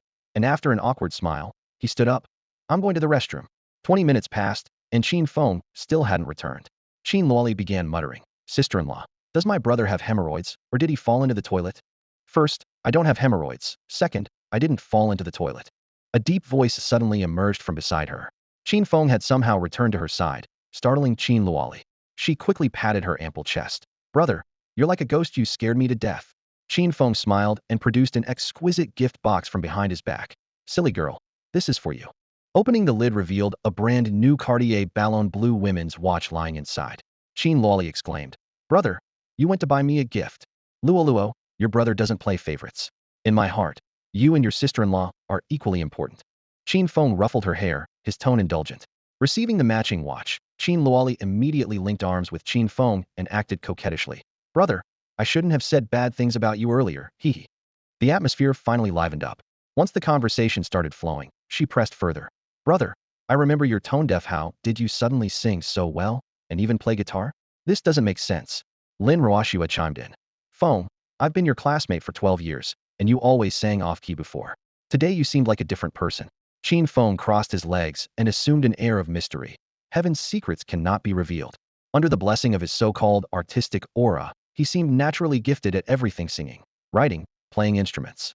Meanwhile, in a corner of the restaurant, a young beautiful woman was still holding up her camera aimed at them.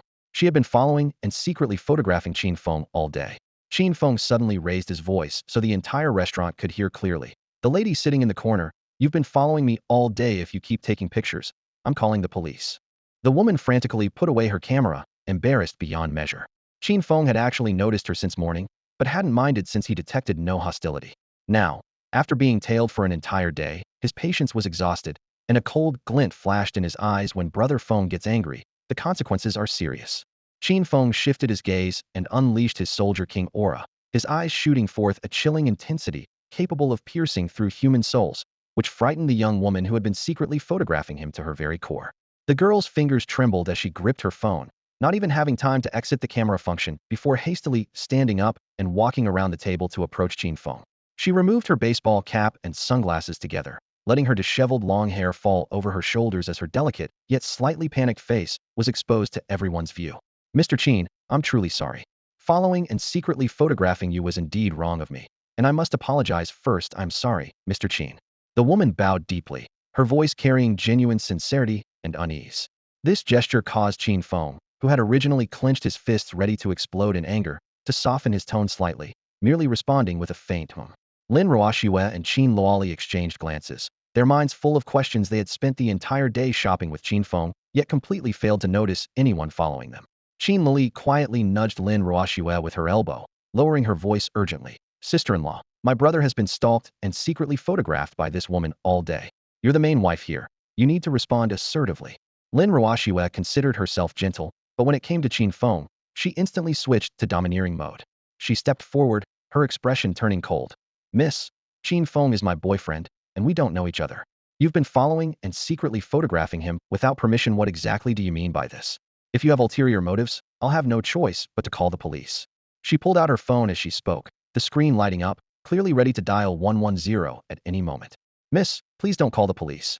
I really had no malicious intent in following your boyfriend, the young woman said rapidly, her face growing more anxious. Still trying to make excuses. Qin Luoli shot up with a whoosh, her entire body radiating a fighting spirit. Sister-in-law, just say the word, and I'll take action. I've practiced Taekwondo for several years abroad. Tearing apart scheming women is no problem for me. Seeing the girl's troubled expression, Qin Feng gently pressed down on Qin Luoli's shoulder. Luoluo, be good, sit down first. Then he turned his gaze to the woman, his tone remaining cold. Speak up. Why were you following me? Who exactly are you? If you can't provide a reasonable explanation, you'll face the consequences. The woman hurriedly pulled out a gold-embossed business card from her windbreaker pocket and presented it with both hands. Hello, Mr. Qin. My name is Zhang Yutong. Actually, I'm the vice president of Starway Entertainment Company and also work as a talent scout, responsible for discovering potential artists. Your image and talent perfectly match our company's requirements, which is why I approached you and want to sign you and have you join Starway Entertainment as one of our artists. Qin Feng, Lin Roashua, and Qin Luoli all froze in unison, none of them having expected the other party to be a high-level executive from an entertainment company. The air stood still for several seconds before Qin Luoli was the first to snap back to reality, staring at Zhang Yutong. Miss Zhang, the Starway Entertainment you mentioned is that the top-tier entertainment company in the country? Zhang Yutong nodded, flashing a confident smile. That's right. Our Starway Entertainment is massive in scale, with nationwide recognition that's second to none in the industry. Qin Luoli's beautiful eyes widened as she excitedly grabbed Qin Feng's arm. Brother, you've made it big. Starway Entertainment is incredibly powerful. TVE made many major stars famous, like Dilly Reba, Yang Xiaomi, Zhao Lai. Qin Feng raised an eyebrow, scanning Zhang Yutong before asking, Miss Zhang, I'm just an ordinary college student. Why would you seek me out? Zhang Yutong's eyes sparkled with excitement as she said, Mr. Qin, please don't be so modest. You're the top scorer who got perfect marks in every subject on the college entrance exam. I've been following you online for ages. She poured out her admiration in one breath. Not only are your grades incredible, but you're also handsome with a great physique, and your singing just now was absolutely stunning. A guy like you who combines looks, intelligence, and talent is simply born to be a star. At this point, Qin Feng finally understood Zhang Yutong's intention for following him. This seemingly gentle young woman harbored enormous ambitions. She wanted to recruit Qin Feng for Xingtu Entertainment and sign him as a company artist. Getting carried away with enthusiasm, she turned to carefully examine Lin Ruoxue and Qin Luoxi beside Qin Feng, a fox-like calculation flashing in her eyes. Miss Lin, Miss Qin, both of you have the perfect physique and looks to be natural-born stars. Zhang Yutong flashed a bright smile. How about considering signing with Xingtu? I guarantee I'll make you both top starlets within 3 years. Qin Luoxi shook her head directly and decisively. Miss Zhang, I've already signed with an overseas record company. This response left Zhang Yutong quite disappointed in her eyes. Qin Luoxi's qualifications were perfect, making her a prime target. Immediately, she focused her attention on Lin Ruoxue, looking at her flawless face and graceful curves, unable to contain her excitement as she pitched again. Miss Lin, please sign with us. With your qualifications, you could go viral with any drama you film. Endorsements, acting fees, you'd make so much money your hands would cramp from counting it. However, Lin Ruoxue remained expressionless and responded coolly. Sorry, my family lacks everything except money. This single sentence left Zhang Yutong speechless. Qin Feng added from the side. Miss Zhang, my girlfriend is the heiress of the Lin Group in Shanghai. Their family has assets worth $800 billion and collaborates with many business tycoons like Jack Ma and Wang Jianlin. Upon hearing this background, Zhang Yutong's face immediately fell, and she forced a bitter smile. Miss Lin, I apologize for the disturbance. Lin Ruoxue indeed didn't lack money, so there was no need for her to enter the entertainment industry. With this, Zhang Yutong could only place all her hopes on Qin Feng, speaking in an almost pleading tone. Mr. Qin, our company urgently needs a top-tier male star who can dominate the entertainment industry. In my opinion, only you possess this potential. As for compensation, we'll definitely satisfy you. Please consider it carefully. Originally, she expected Qin Feng to refuse outright, but unexpectedly he said something shocking. Miss Zhang, I agree. This single sentence stunned Zhang Yutong, and Lin Ruoxue and Qin Luoxi were equally surprised. Qin Feng never played by conventional rules and was impossible to predict. In fact, Qin Feng was simply going with the flow. The system's side quest required him to become a big star, and with his artistic talents, dominating the entertainment industry would be effortless. Most importantly, completing the side quest would earn him a mysterious reward. In short, Qin Feng's decision filled Zhang Yutong with joy.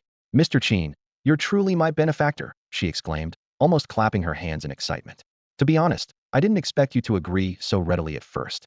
Thank you so much for trusting Starway Entertainment. Rest assured, we'll dedicate all our company resources to making you an international superstar and ensuring you achieve both fame and fortune. Zhang Yutong finished speaking in one breath, her eyes gleaming with ambition. Her enthusiasm shone on Qin Feng like a spotlight, clearly having prepared to invest all her financial resources and connections in him. Qin Feng looked around and fixed his gaze on the two girls before asking, "What do you think about this?" Qin Luoli immediately broke into a sweet smile and linked her arm with his. Brother, my dream is to become a world-class singer. If you become a star too, we could collaborate on the global stage and even appear on variety shows together. How cool would that be? However, Lin Ruoxue frowned slightly and pulled Qin Feng aside. Feng, come with me for a moment. I need to talk to you. The two walked to the restaurant entrance. The lighting was dimmer than in the main hall, and Lin Ruoxue lowered her voice, looking puzzled. Feng, why did you agree to Miss Zhang? Do you want to become a celebrity? Then engage in group activities with female stars? And get taken advantage of by female bosses? Qin Feng immediately understood his wife was jealous. He sighed softly and explained gently. Schwer, I don't actually want to be a celebrity. I'd prefer to be a research scientist or a high-ranking military officer serving our country. Lin Ruoxue became even more confused. If you don't want to be a star, why did you agree to her? He could never reveal the real reason. Becoming a major star was a mission issued by the system, with mysterious and tempting rewards. After thinking for a moment, Qin Feng had an inspiration. He took Lin Ruoxue's hand and said affectionately, Schwer, have you forgotten? I have an agreement with your grandfather to earn 1 billion within a year. 1 billion is no small amount. Once I become famous, I can easily make money by writing songs or holding concerts. I'm doing this only so we can be together forever. After hearing this, Lin Ruoxue's eyes grew misty. She stepped forward, wrapped her arms around his waist, pressed her face against his chest, and said softly, Feng, thank you for everything you're doing for me. I don't want you to exhaust yourself. Even if you can't earn 1 billion, I won't leave you. You're the man I, Lin Ruoxue, have chosen, and I'll marry no one but you in this lifetime. Qin Feng's heart trembled. He cupped her face in his hands and made a solemn promise. Schwer, your words are enough for me. I will never betray your feelings. The two gazed deeply into each other's eyes, as if only the sound of heartbeats remained in the air. Ultimately, Lin Ruoxua chose to support Qin Feng whatever he decided. She would stand by his side, truly embodying following her husband through thick and thin. In less than 2 minutes, they returned to their seats in the restaurant. Qin Feng looked up and formally announced to Zhang Yutong, "Miss Zhang, my girlfriend, and I have discussed it, and I choose to sign with your company." Zhang Yutong beamed with joy and excitedly grasped Lin Ruoxua's hand. "Miss Lin, thank you for your trust. Rest assured, our company will cultivate your boyfriend into a legendary superstar." Lin Ruoxua's face flushed with embarrassment. Then she suddenly fixed Zhang Yutong with a sharp stare. "Miss Zhang, let me be blunt. If my boyfriend's personal rights are violated in any way after signing with your company, I can shut you down and bankrupt you at any time." Her words hit like a sledgehammer, carrying terrifying weight. Zhang Yutong's expression darkened, though she knew all too well that Lin Ruoxua had the power to make an entertainment company vanish overnight. She quickly forced a smile, slowing her speech and trying to appease her. "Miss Lin, please rest assured. We're the largest entertainment company in the country, and we take full responsibility for our artists." Despite being several years older than Lin Ruoxua, Zhang Yutong's smile still carried a hint of flattery. The other woman possessed an undeniable protagonist's aura that effortlessly dominated the room. After detailed negotiations, Qin Feng and Zhang Yutong signed the contract on the spot, officially making him a professional singer under Starway Entertainment, awaiting the right moment for his debut. As they parted, Zhang Yutong added meaningfully, "Mr. Qin, I know you're busy with your studies, so I won't disturb you regularly. Next month, the company will produce a music album for you. When the time is right, you'll sweep the music charts and become the next rising star." She knew Qin Feng's vocal abilities inside and out for Heavenly King's level. Any song he released would be a guaranteed hit. More than a week after signing, Qin Feng returned to a peaceful routine. While the freshman underwent military training, he often took Lin Ruoxua on dates off campus. Occasionally, Phoenix would summon him to the Dragon Soul base for physical training and tactical exercises, keeping his schedule packed. Half a month flew by, military training ended, and real university life began. On the first day of classes, at 7 in the morning, the men's dormitory buzzed with activity. "Fengge, wake up. The sun's already high. Boss, get up. Don't be late on the first day," urged on by his roommates. Qin Feng threw on casual clothes and rushed to the academic building with everyone else. He was in mathematics department class 1. The moment he stepped into the classroom, all eyes turned toward him. His protagonist aura, so bright it was blinding the nation's first perfect score student, was practically a national treasure. Female classmates swooned. "Oh my God, Qin Feng is so handsome." They all fought to sit next to him. Male classmates admired his academic prowess, calling out, "We worship you, God Qin."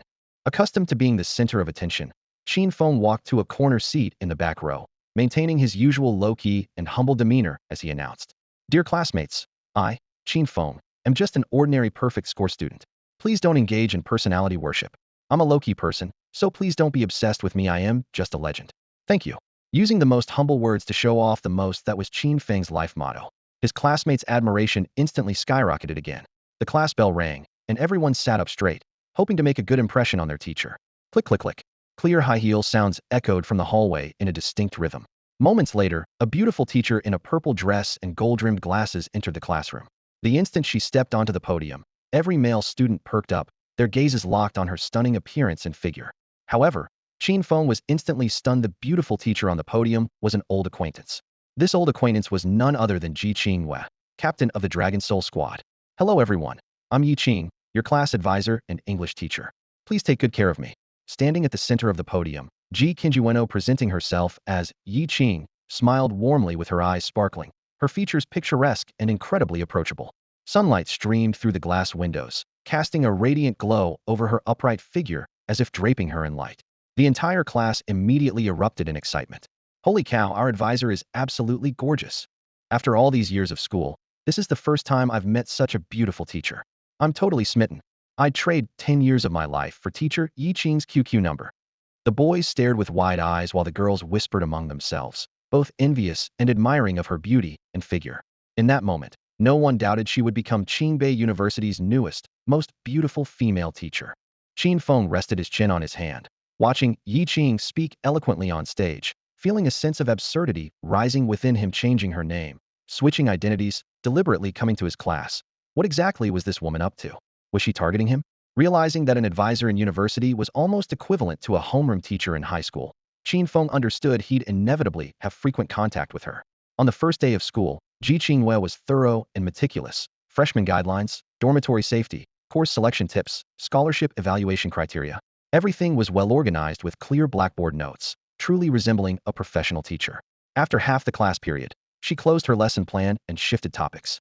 Students, according to procedure, we should now elect a class president. We'll vote, and whoever gets the most votes wins. Hearing this, Qin Feng's heart sank given his legendary reputation in the class. Probably no one could challenge him. Sure enough, all eyes in the classroom immediately turned to him. Teacher Yi, I vote for Brother Feng. Bai Yuntao was the first to raise his hand. Advisor, I also vote for Brother Feng. Wang Defa quickly followed. Zhang Wei even slammed the table, declaring, the position of class president belongs to none other than Brother Feng. His 3 roommates' endorsements acted like a fuse, and the remaining students raised their hands one after another. I vote for the great Qin Feng. Only Feng the legend in our class is qualified. I also vote for boss Qin Feng. Ji Qingyue's lips curved upward, clearly having anticipated this scene. She looked toward Qin Feng, her voice carrying a hint of playful triumph. Student Qin Feng, since everyone voted for you, you'll serve as class president. Qin Feng helplessly rolled his eyes and drawled lazily, fine. The subsequent procedures flowed smoothly. Under Ji Qingyue's arrangement, Mathematics Department Class 1 selected subject representatives, then distributed textbooks and exercise books. When the bell rang, Ji Qingyue closed the attendance book. Students, class dismissed. The moment she waved her hand gently, the boys' hearts nearly melted into puddles. Oh, student Qin Feng, please come with me to the office. As class president, there are some matters I need to discuss with you. The class erupted in meaningful snickers and envious sounds. Qin Feng had no choice but to stand up and follow Ji Qingyue out of the classroom under everyone's watchful gaze. The teacher's office was quiet with just the two of them. Ji Qingyue sat down, unscrewed her stainless steel thermos, and took a gentle sip of the hot water fragrant with goji berries, her movements leisurely and professional. Qin Feng peered over and clicked his tongue. Tisk tsk, Captain Ji, goji berries in a thermos, you really know how to live. Ji Qingyue smiled brightly and said leisurely, Student Qin Feng, at school, my name is Yi Qing, and I'm your college advisor, so you should address me as Teacher Yi. Otherwise, I'll punish you by making you run laps on the playground, she added with mock seriousness, though her tone sounded like she was teasing a child. Qin Feng rolled his eyes helplessly and plopped down on the edge of the desk, crossing his arms. Ji Qingyue, what exactly are you up to?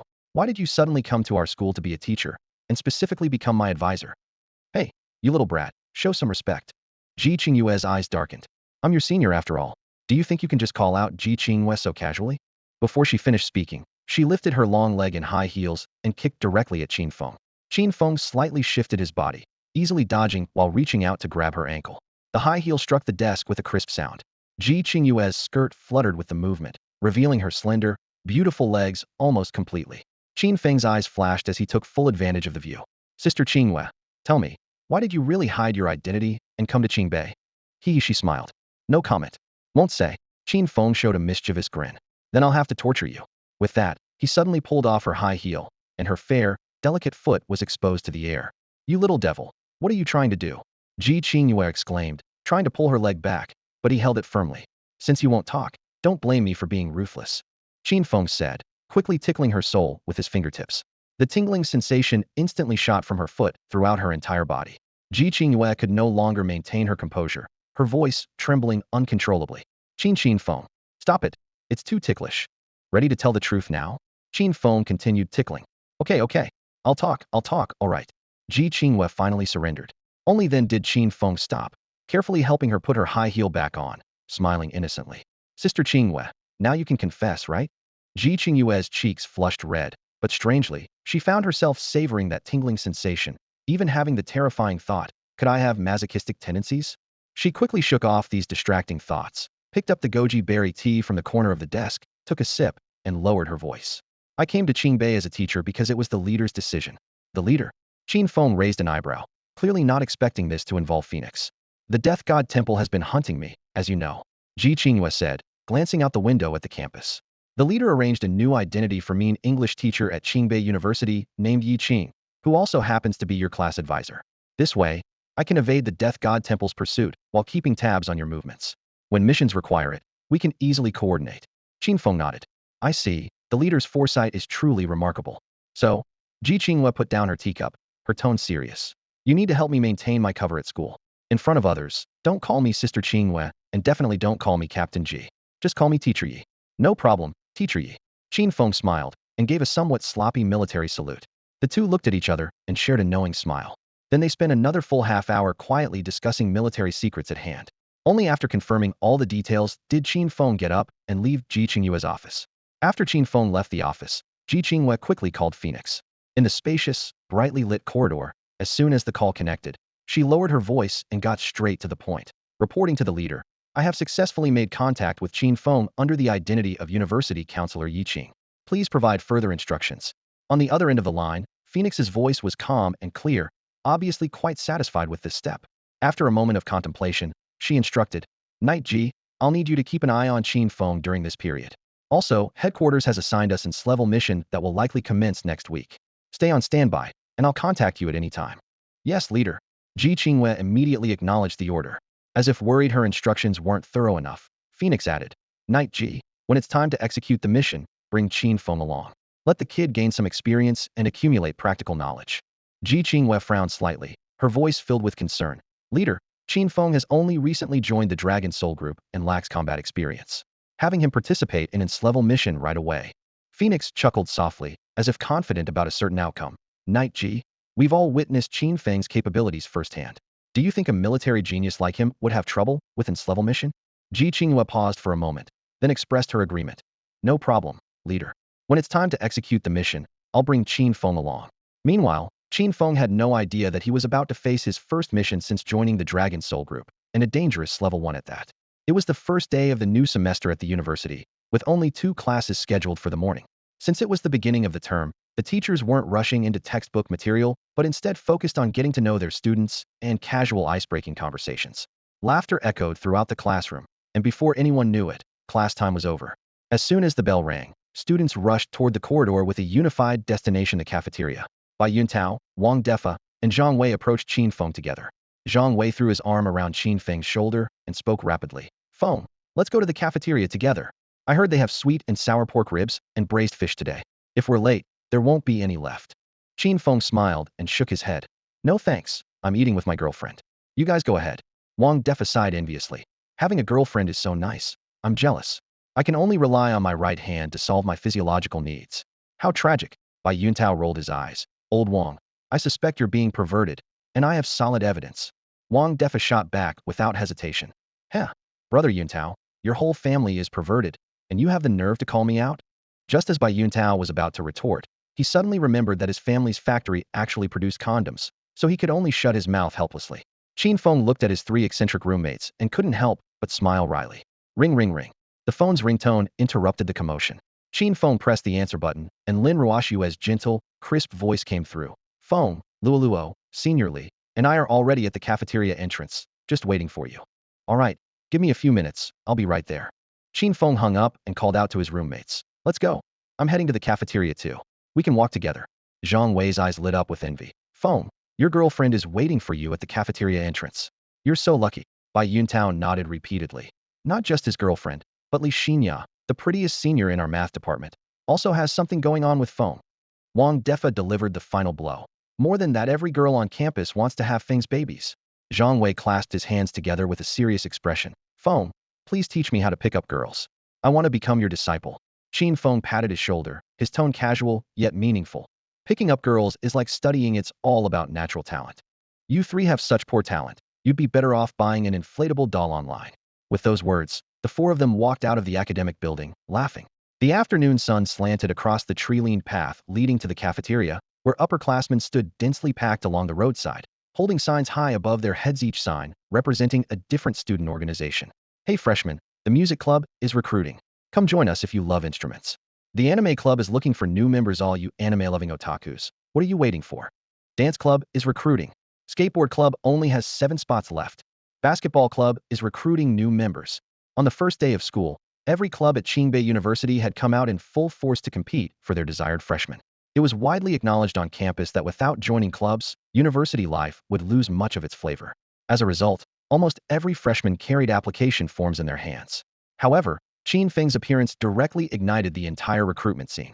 With the title of the first perfect scorer in college entrance exam history, he was like a walking celebrity halo. Whichever club he joined would instantly elevate its status. Club presidents and vice presidents appeared one after another, practically wanting to stuff their recruitment signs into his hands. But Qin Feng wasn't particularly interested in these invitations. He was already the director of the student union's sports department, directly overseeing several sports clubs, including basketball, badminton, and swimming clubs. His daily affairs kept him so busy his feet barely touched the ground, so there was really no need to sign up for additional clubs. His 3 roommates each found their places. The otaku Wang Defa, clutching his belly, rushed straight into the anime club without a second thought. Bai Yuntao headed to the photography club with his camera in hand, while Zhang Wei signed up for the skateboard club on the spot with his skateboard. Feng, are you really not planning to join any clubs? Bai Yuntao asked while filling out his form, looking up for confirmation. Qin Feng nodded with a smile. I'm the sports department director now, managing several clubs. I'm swamped with work and busy as hell, so I'll skip the excitement. Just as he finished speaking, Wang Defa's eyes suddenly lit up as he pointed toward the library. Feng, there's definitely a club over there that would suit you. Following his finger, Qin Feng saw a black sign with golden characters standing by the lawn in front of the library, displaying 3 large words in perfect script Scholar Society. His eyes brightened, and his steps quickened involuntarily. Brothers, let's go check it out. The 4 squeezed into the crowd and found the recruitment area packed tight, with screams rising one after another, especially from female students whose shrieks nearly lifted the roof. Oh, the liberal arts top scorer from Jiangnan province is so handsome. That science top scorer from Shihuai province is even more handsome, and I heard he's single. Zhou Wenxin, the female top scorer from Hedong province, is so beautiful I am in love. My god, this year's top scorers are all so good looking, my grades are totally dragging down the country. Speaking of the most handsome, it's still Qin Feng Appa. Strange, Qin Feng is a perfect scorer in all subjects. Why wasn't he invited by the Scholar Society? Yeah, why wasn't Qin Feng invited? The Scholar Society, as its name suggested, only recruited college entrance exam top scorers from across the nation. With over 30 provinces corresponding to over 30 top scorers, most eventually flowed to Qinbei University. Just among this year's freshmen, over 20 top scorers had arrived, and they were all here now, queuing to complete their membership procedures. Ordinary students could only watch from the outer circle. The Scholar Society was universally acknowledged as the best at Qinbei, bar none. By all logic, Qin Feng, the first perfect scorer in college entrance exam history, should have been their top target. Yet the Scholar Society had extended no invitation to him whatsoever. He watched the steady stream of top scorers at the scene, his eyebrows slightly raised, but his gaze remained as calm as a lake surface. The whispers around him grew increasingly dense, and the air filled with confusion and undercurrents. The entire Scholar Society seemed to be resisting Qin Feng, even treating him as an enemy. From the scattered comments of his classmates, Qin Feng had already grasped the situation. His expression darkened as he shoved his hands into his pockets and pushed through the crowd toward the top Scholars Society recruitment booth. His 3 roommates, filled with righteous indignation, followed closely behind. Qin Feng's appearance instantly electrified the entire scene, with all eyes turning to him. Look, Boss Qin Feng is here. In my heart, young Master Qin is the true, greatest college entrance exam champion. The national champion is several levels below Qin Feng. Brother Feng, I'm your fan, can I get your autograph? The girls completely lost their composure, chanting his name in unison and shamelessly declaring their willingness to bear Qin Feng's children. Though the boys were jealous, they had to admit defeat. He was the first person in history to achieve perfect scores in every subject on the college entrance exam, with unparalleled knowledge and expertise that left no room for argument. Just then, Lu Guangliang, president of the Top Scholars Society, approached with a fake smile that clearly concealed malicious intent. Student Qin Feng, I'm sorry, but our Top Scholars Society is currently at full capacity and has temporarily suspended recruitment. Unfortunately, you've missed the opportunity to join. His words caused an immediate uproar. Full capacity? What an excuse. This is obviously targeting Qin Feng. The Top Scholars Society actually shut out the great Qin Feng. What a trash organization. Huh? You won't even take the nation's top champion? You've really gotten full of yourselves. Angry and contemptuous voices rose one after another. Young Master Qin, the Go Society welcomes you. I'll give you the president position directly. Junior Qin, our dance society needs people, and it's full of tall, cute girls. Want to join? Everyone rallied to Qin Feng's defense. At Qinbei University, Qin Feng was universally recognized as the ultimate academic genius, the greatest college entrance exam champion in history, yet the Top Scholars Society deliberately excluded him. This was clearly an insult. Amid the commotion, Lu Guangliang secretly gloated, as if he had finally vented his frustration. However, Qin Feng remained composed, wearing a gentle smile at the corner of his mouth. Having long seen through Lu Guangliang's petty schemes, the Top Scholars Society rejected him simply because his presence completely overshadowed their spotlight. Before Qin Feng's arrival, the Top Scholars Society had been the most sought-after club on campus. Its members were all provincial college entrance exam champions, each more arrogant than the last, considering themselves superior to others. However, When Qin Feng burst onto the scene and entered Qingbei University, everything changed. Now, whenever people hear the words top scorer, everyone thinks of Qin Feng, and only Qin Feng. He has become the ultimate academic genius in everyone's mind, even a legend. The former top scorers in the Honor Society have been completely overshadowed standing next to Qin Feng. They fade into the background wherever they go. Constantly being compared and having their titles stolen has built up tremendous resentment among the members. After several private discussions, they reached a consensus: unite against Qin Feng. Even if he scored perfect marks in every subject, even if he fully qualified for membership, he must be excluded, humiliated, and shown that the Honor Society was not to be messed with. That day, Qin Feng casually strolled to the Honor Society's activity room, scanning the surroundings like he was browsing an exhibition. Lu Guangliang, as president, along with all the other members, had already positioned themselves at the entrance to block him. Qin Feng glanced at them indifferently, his tone completely dismissive. President Lu, I think you've misunderstood. I never intended to join the Honor Society. I'm just here to look around and see what the fuss is about. Your Honor Society is full of nobodies who aren't worthy of my membership. Lu Guangliang's face darkened as he let out a cold laugh, retorting with a sarcastic tone. Student Qin Feng, that's where you're wrong. Just because you can't get into the Honor Society doesn't mean you should disparage it. It's quite immoral of you. Besides, our members are all provincial top scorers from previous years, every one of them a super genius, not nobodies. Just as he finished speaking, Qin Feng's three roommates pushed to the front. Bai Yuntao clapped his hands and clicked his tongue mockingly. You guys dare to be sour about my bro Feng? My bro is too excellent, and you're jealous that he stole your spotlight. How pathetic. If that's not being nobodies, what is? Wang Defa was even more direct, glaring with fury as he pointed at Lu Guangliang's nose and shouted. What a load of crap this Honor Society is. You're clearly inferior but still refuse to accept it, playing petty tricks to embarrass Feng, bro, absolutely disgusting.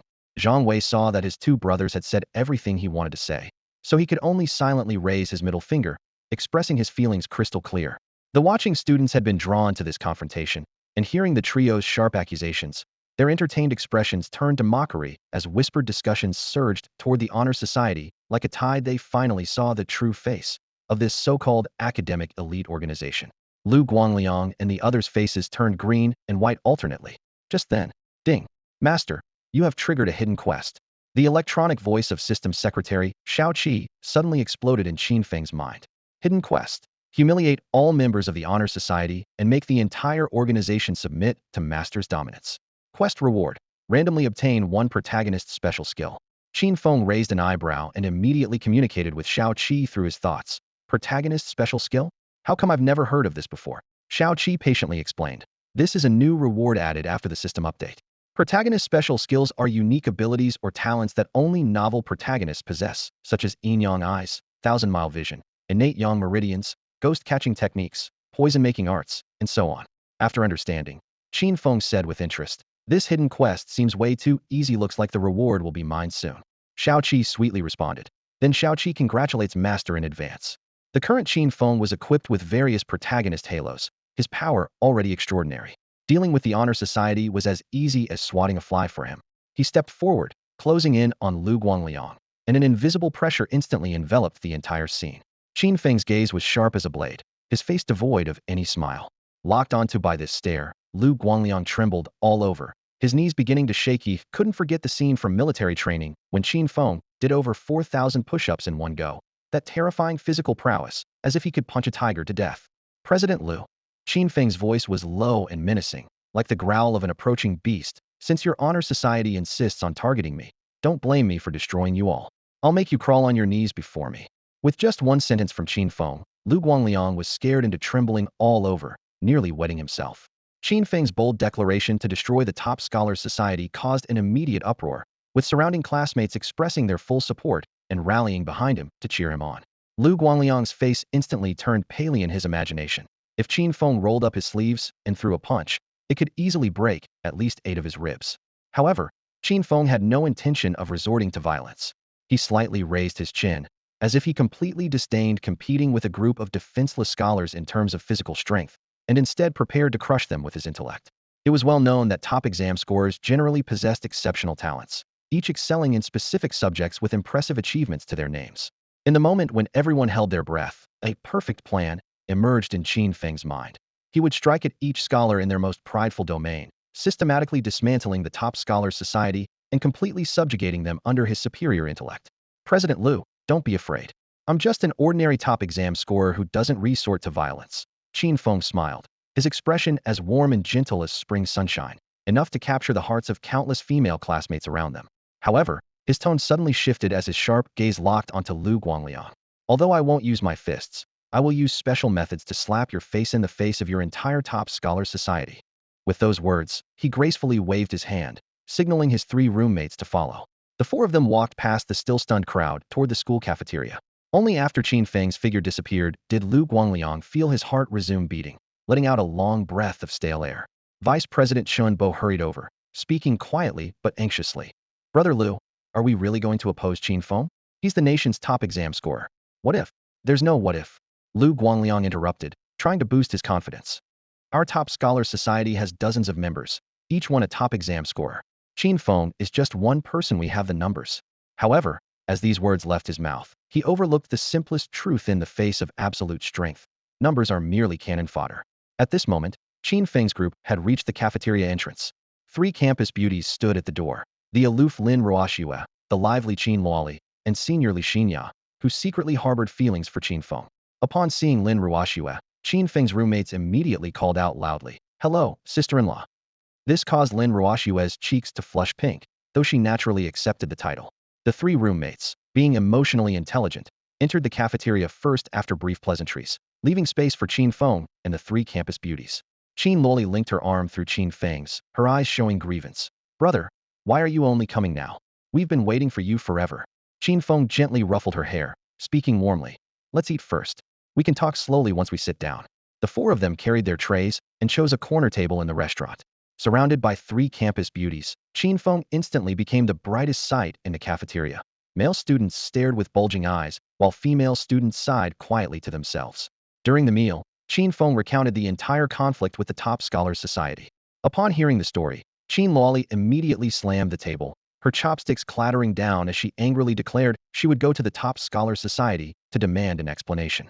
Qin Feng quickly restrained her to prevent the situation from getting out of control. Qin Luoli sat back down, still fuming with puffed cheeks, breathing heavily. "Brother, what gives the top scholar society the right to target you? You're the highest scoring exam candidate in history, yet they dare to openly provoke you. It's too much." "Qin Feng, Luo, I appreciate that you want to stand up for me, but wait, Schwer, who are you calling?" "I'm calling my grandfather." Lin Ruoxue held her phone with a calm, yet sharp expression. "What are you calling your grandfather for?" Qin Feng raised an eyebrow. "Nothing much, just to inform him within 3 days. I want all family members of the Honor Society at Qingbei University to lose their jobs, go bankrupt, have their income completely cut off, and end up homeless on the streets." Uffed. Tomato and egg soup sprayed far from Qin Feng's mouth as he hurriedly wiped his lips and reached out to stop her. "Schwer, don't be impulsive. There's really no need to destroy their families." With the Lin Group's capital, a single command could plunge countless ordinary families into despair. Lin Ruoxue wasn't bluffing. Qin Feng understood why she and Qin Luoli were so angry. The Honor Society was targeting him, so naturally the 2 girls closest to him wanted to defend him. Even Li Xinya slammed the table and stood up. "Junior Qin, I'll talk to my grandfather and have him publicly criticize the Honor Society at the school assembly." "Senior, I appreciate the thought." Qin Feng waved his hand. "No need to trouble Principal Li, I'll handle this myself." He successfully steered the conversation back to lighter topics, and the atmosphere at the table immediately became lively, with the 3 campus beauties taking turns serving him food amid bursts of laughter. At another table, Lin Han's face was dark with anger. He stared intently at Qin Feng, watching Li Xinya fuss over him, the rage in his chest burning hotter. On the surface he appeared calm and composed, but inside he was plotting how to bring down Qin Feng and win Li Xinya back. "Just you wait. Qin Feng, you already have a girlfriend, yet you're still flirting with Xinya." Lin Han silently gritted his teeth. "Mark my words, we'll settle this eventually." Crack. 2 solid wooden chopsticks snapped simultaneously in his palm, revealing that this scheming young master was far from being all show and no substance. The moment Lin Han left, Qin Feng looked up with a light smile. His War King aura had heightened his vision, hearing, and perception to the extreme, so Lin Han's hostility couldn't escape his notice. The Honor Society needs to be dealt with, and Lin Han needs to be suppressed too. Qin Feng mentally reviewed his system tasks, marveling at how fulfilling university life was as he continued enjoying the delicious food the 3 beauties kept feeding him. That afternoon consisted of 2 study periods. The Mathematics Department Class 1 advisor, Ji Qinghue, sat in the back row supervising, while Qin Feng happened to be in the same row, occasionally making eye contact with her in what seemed like flirtatious exchanges. The classroom was quiet, and time passed quickly. As soon as the dismissal bell rang, Qin Feng shouldered his backpack to leave, but Ji Qingyue called out softly, "Student Qin Feng, don't leave yet, come with me to the office." "Why?" He scratched his head. "There's a welcome party this Friday night, and our class needs to perform. You're the class president, so we need to discuss the specific details." "Ugh, I knew being class president would be nothing but trouble, what a pain." Qin Feng grumbled internally, rolling his eyes, though he readily agreed aloud. "All right, Teacher Yi." Qin Feng followed behind Ji Qingyue as they left the classroom. Immediately, the students began whispering among themselves, "Hey, do you think Teacher Yi Qing has a thing for our class president? She always calls him to the office." Qin Feng is absolutely amazing. Not only does the campus beauty revolve around him, but even the gorgeous teacher can't escape his charm. Maybe when Teacher Yi calls Brother Feng to the office, they're doing those indescribable, inappropriate things. "I'm so jealous of Qin Feng, he's such a winner in life." The entire class was wildly speculating, unanimously believing that Qin Feng was having an affair with the beautiful teacher. However, in reality, Qin Feng was still a virgin because he hadn't found the perfect opportunity to take Lin Ruoxue's virginity. After Ji Qingyue entered the mathematics department office, she suddenly came to an abrupt stop. Qin Feng, who was following behind and lost in thought, didn't expect her to stop so suddenly. He forgot to halt his steps and crashed directly into her, bumping hard into her from behind. Ouch! Being hit by Qin Feng, Ji Qingyue couldn't help but let out a coquettish, shy cry, then turned around with a flushed face and said, "You silly boy, why are you bumping into me? You seem absent-minded, what's on your mind?" Qin Feng had been contemplating his specific plans to humiliate the Scholar Society and suppress the antagonist Lin Han, so he had been distracted. After snapping back to reality, he flashed a mischievous grin. "Sister Qingyue, it's just bumping into your butt once. With our relationship, what's there to be afraid of? He, Humph, you have a girlfriend, yet you dare to tease me like this, is that appropriate? Be careful, or I'll tell your girlfriend you're being a pervert." Ji Qingyue said meaningfully. Qin Feng touched his nose to hide his embarrassment and said seriously, "Enough small talk. You must have something important if you're looking for me, spill it." He then sat down in Ji Qingyue's office chair, crossed his legs, casually picked up a teacup and began drinking, treating the office like his own home without any courtesy. Ji Qingyue quickly locked the office door and leaned against the desk. The atmosphere suddenly became strange. A closed office, a beautiful female teacher, a hot-blooded student, a locked door, a man and woman alone together. It was exactly like the setup of certain Japanese adult films. Ji Qingyue began asking, "Qin Feng, although you're new, you've been with the Dragon Soul organization for half a month now, right?" "Yes, half a month has already passed. Time flies so fast." Qin Feng put down his teacup and sighed. Actually, Qin Feng felt somewhat disappointed. He had thought that after joining Dragon Soul, he would be able to execute missions with the Dragon Soul team. But half a month had passed, and Qin Feng hadn't received any assignments. He could only go to the military base to practice shooting and work out. Qin Feng now possessed the skills of a soldier king, but had no place to use them. Ji Qingyue noticed the dejection showing on Qin Feng's face. She smiled and said, "Qin Feng, Dragon Soul will have a mission soon, and the leader specifically requested that you participate in this assignment." "Sister Qingyue, are you telling the truth?" Qin Feng was so excited that he jumped up and pinned Ji Qingyue against the wall. Being suddenly cornered by Qin Feng caused ripples in Ji Qingyue's heart. Ahem, is it really necessary to get this excited? This is my first mission, how can I not be excited? Qin Feng's face was full of excitement. He had been eager to execute a mission for so long. Seeing Qin Feng so excited, Ji Qingyue quickly reminded him, "Don't get too happy yet. This is an S-level mission with extremely high risk factors. Your life could be in danger." Qin Feng's eyes sparkled like stars in the night sky. He straightened his back and answered without hesitation, "I'm not afraid. For the Dragon Soul organization, for our country, what does danger matter? What exactly is this mission about?"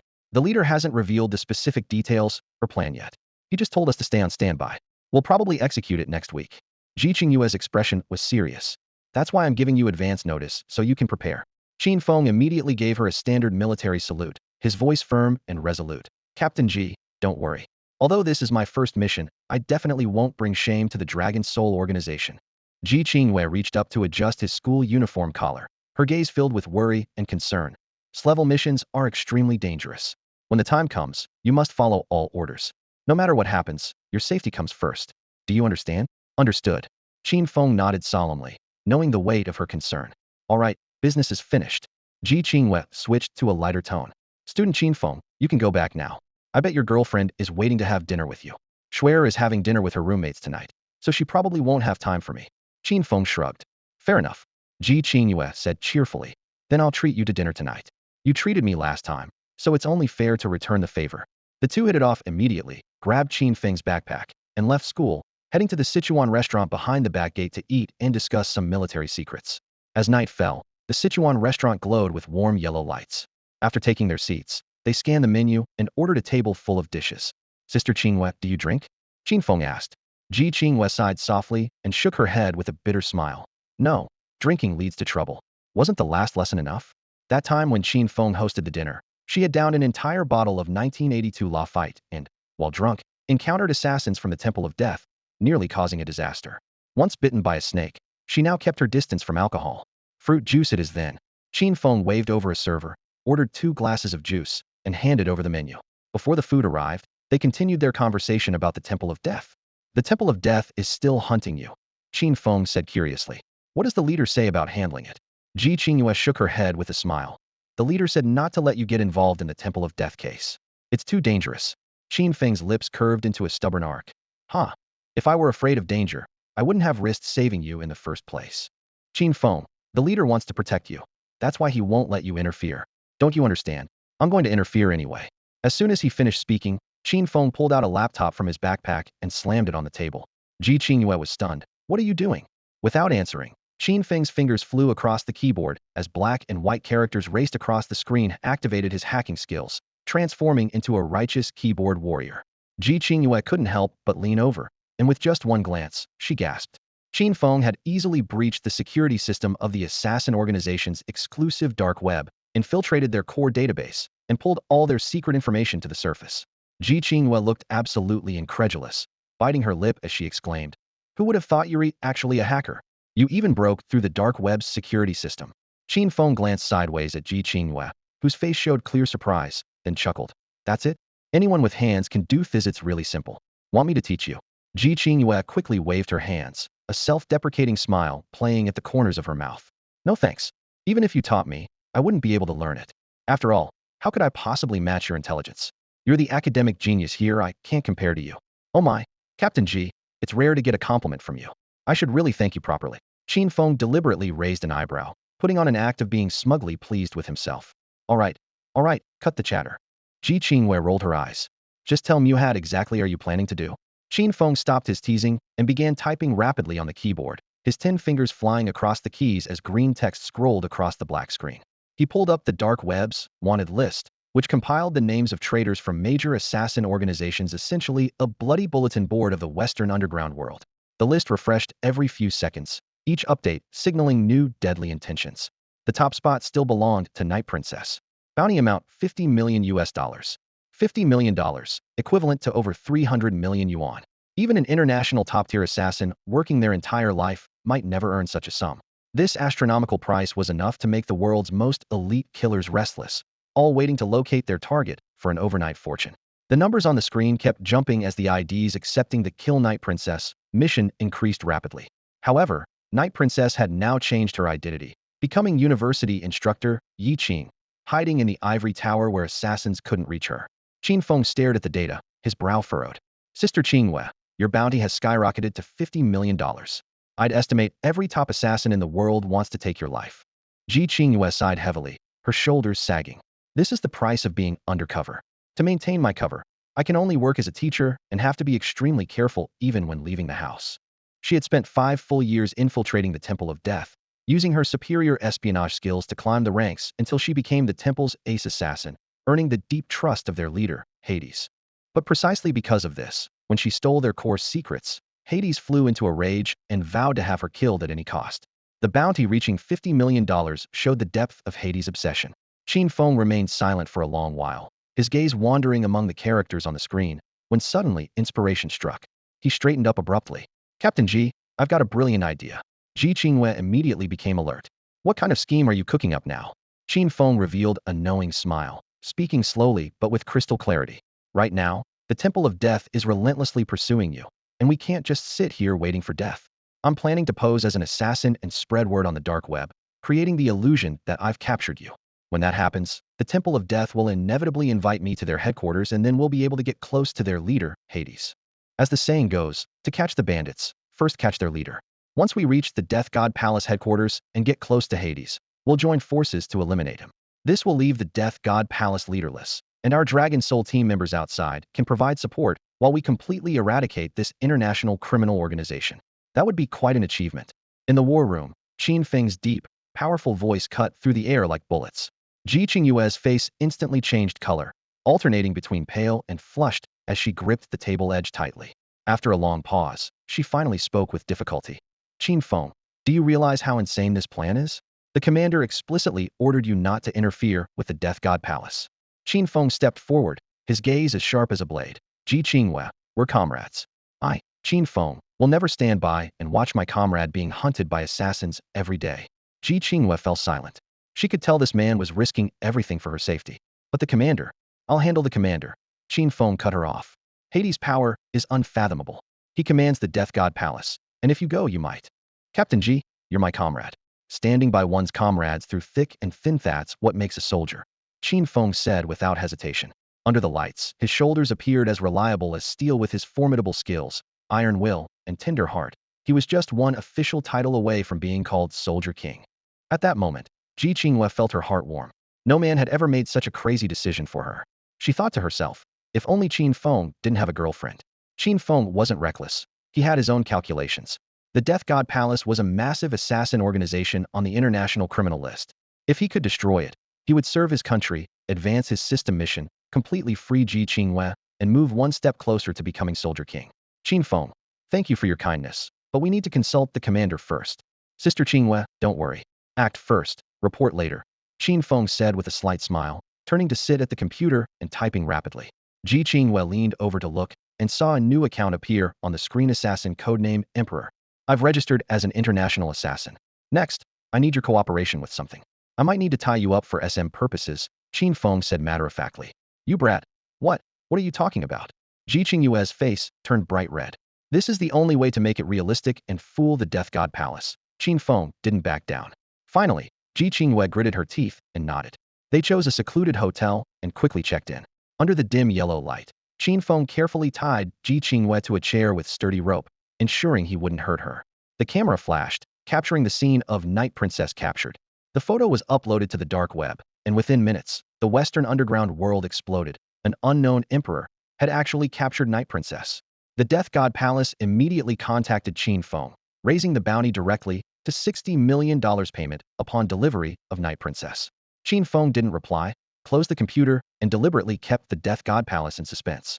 The atmosphere in the hotel room grew tense. Ji Qingyue looked at the rope still binding her wrists, worried. Qin Feng, if the commander finds out about this, she'll probably kill me. Qin Feng patted her shoulder with confidence. Don't worry, we're going to see the commander now. I'm certain I can convince her. Dragon Soul Military Base, Commander's Office. Bang. The heavy walnut desk shuddered under Phoenix's palm strike, thick cracks spreading rapidly like lightning across its surface, instantly freezing the air in the room. Qin Feng. Phoenix's voice was deep and cold. Getting cocky because of the special treatment the country gave you, aren't you? You're a soldier now, yet you show no respect for discipline and have learned to act first and report later. Where does that leave me as your commander? I've told you countless times that core members of Dragon Soul must follow orders, but you just won't listen. Before the desk, Qin Feng and Ji Qingyue stood side by side with bowed heads. Behind the desk, Phoenix's face was frosty, her delicate features made even sharper by anger. Phoenix was furious inside, but more than that, she was worried. Qin Feng's proposed plan did have the potential to destroy the Temple of Death, but the risks were equally enormous. One mistake could cost him his life. Worse still, the Western underground world had already mistakenly believed that an assassin called Emperor had captured Night Princess, making the situation irreversible. Ji Qingyue mustered her courage to speak. Commander, please calm down. This is my fault, not Qin Feng's. I was confused and failed to stop him. Phoenix's gaze turned ice cold. Night Princess, I arranged your new identity as a teacher at Qingbei University to help you hide and avoid pursuit by the Temple of Death, and to keep a close eye on Qin Feng.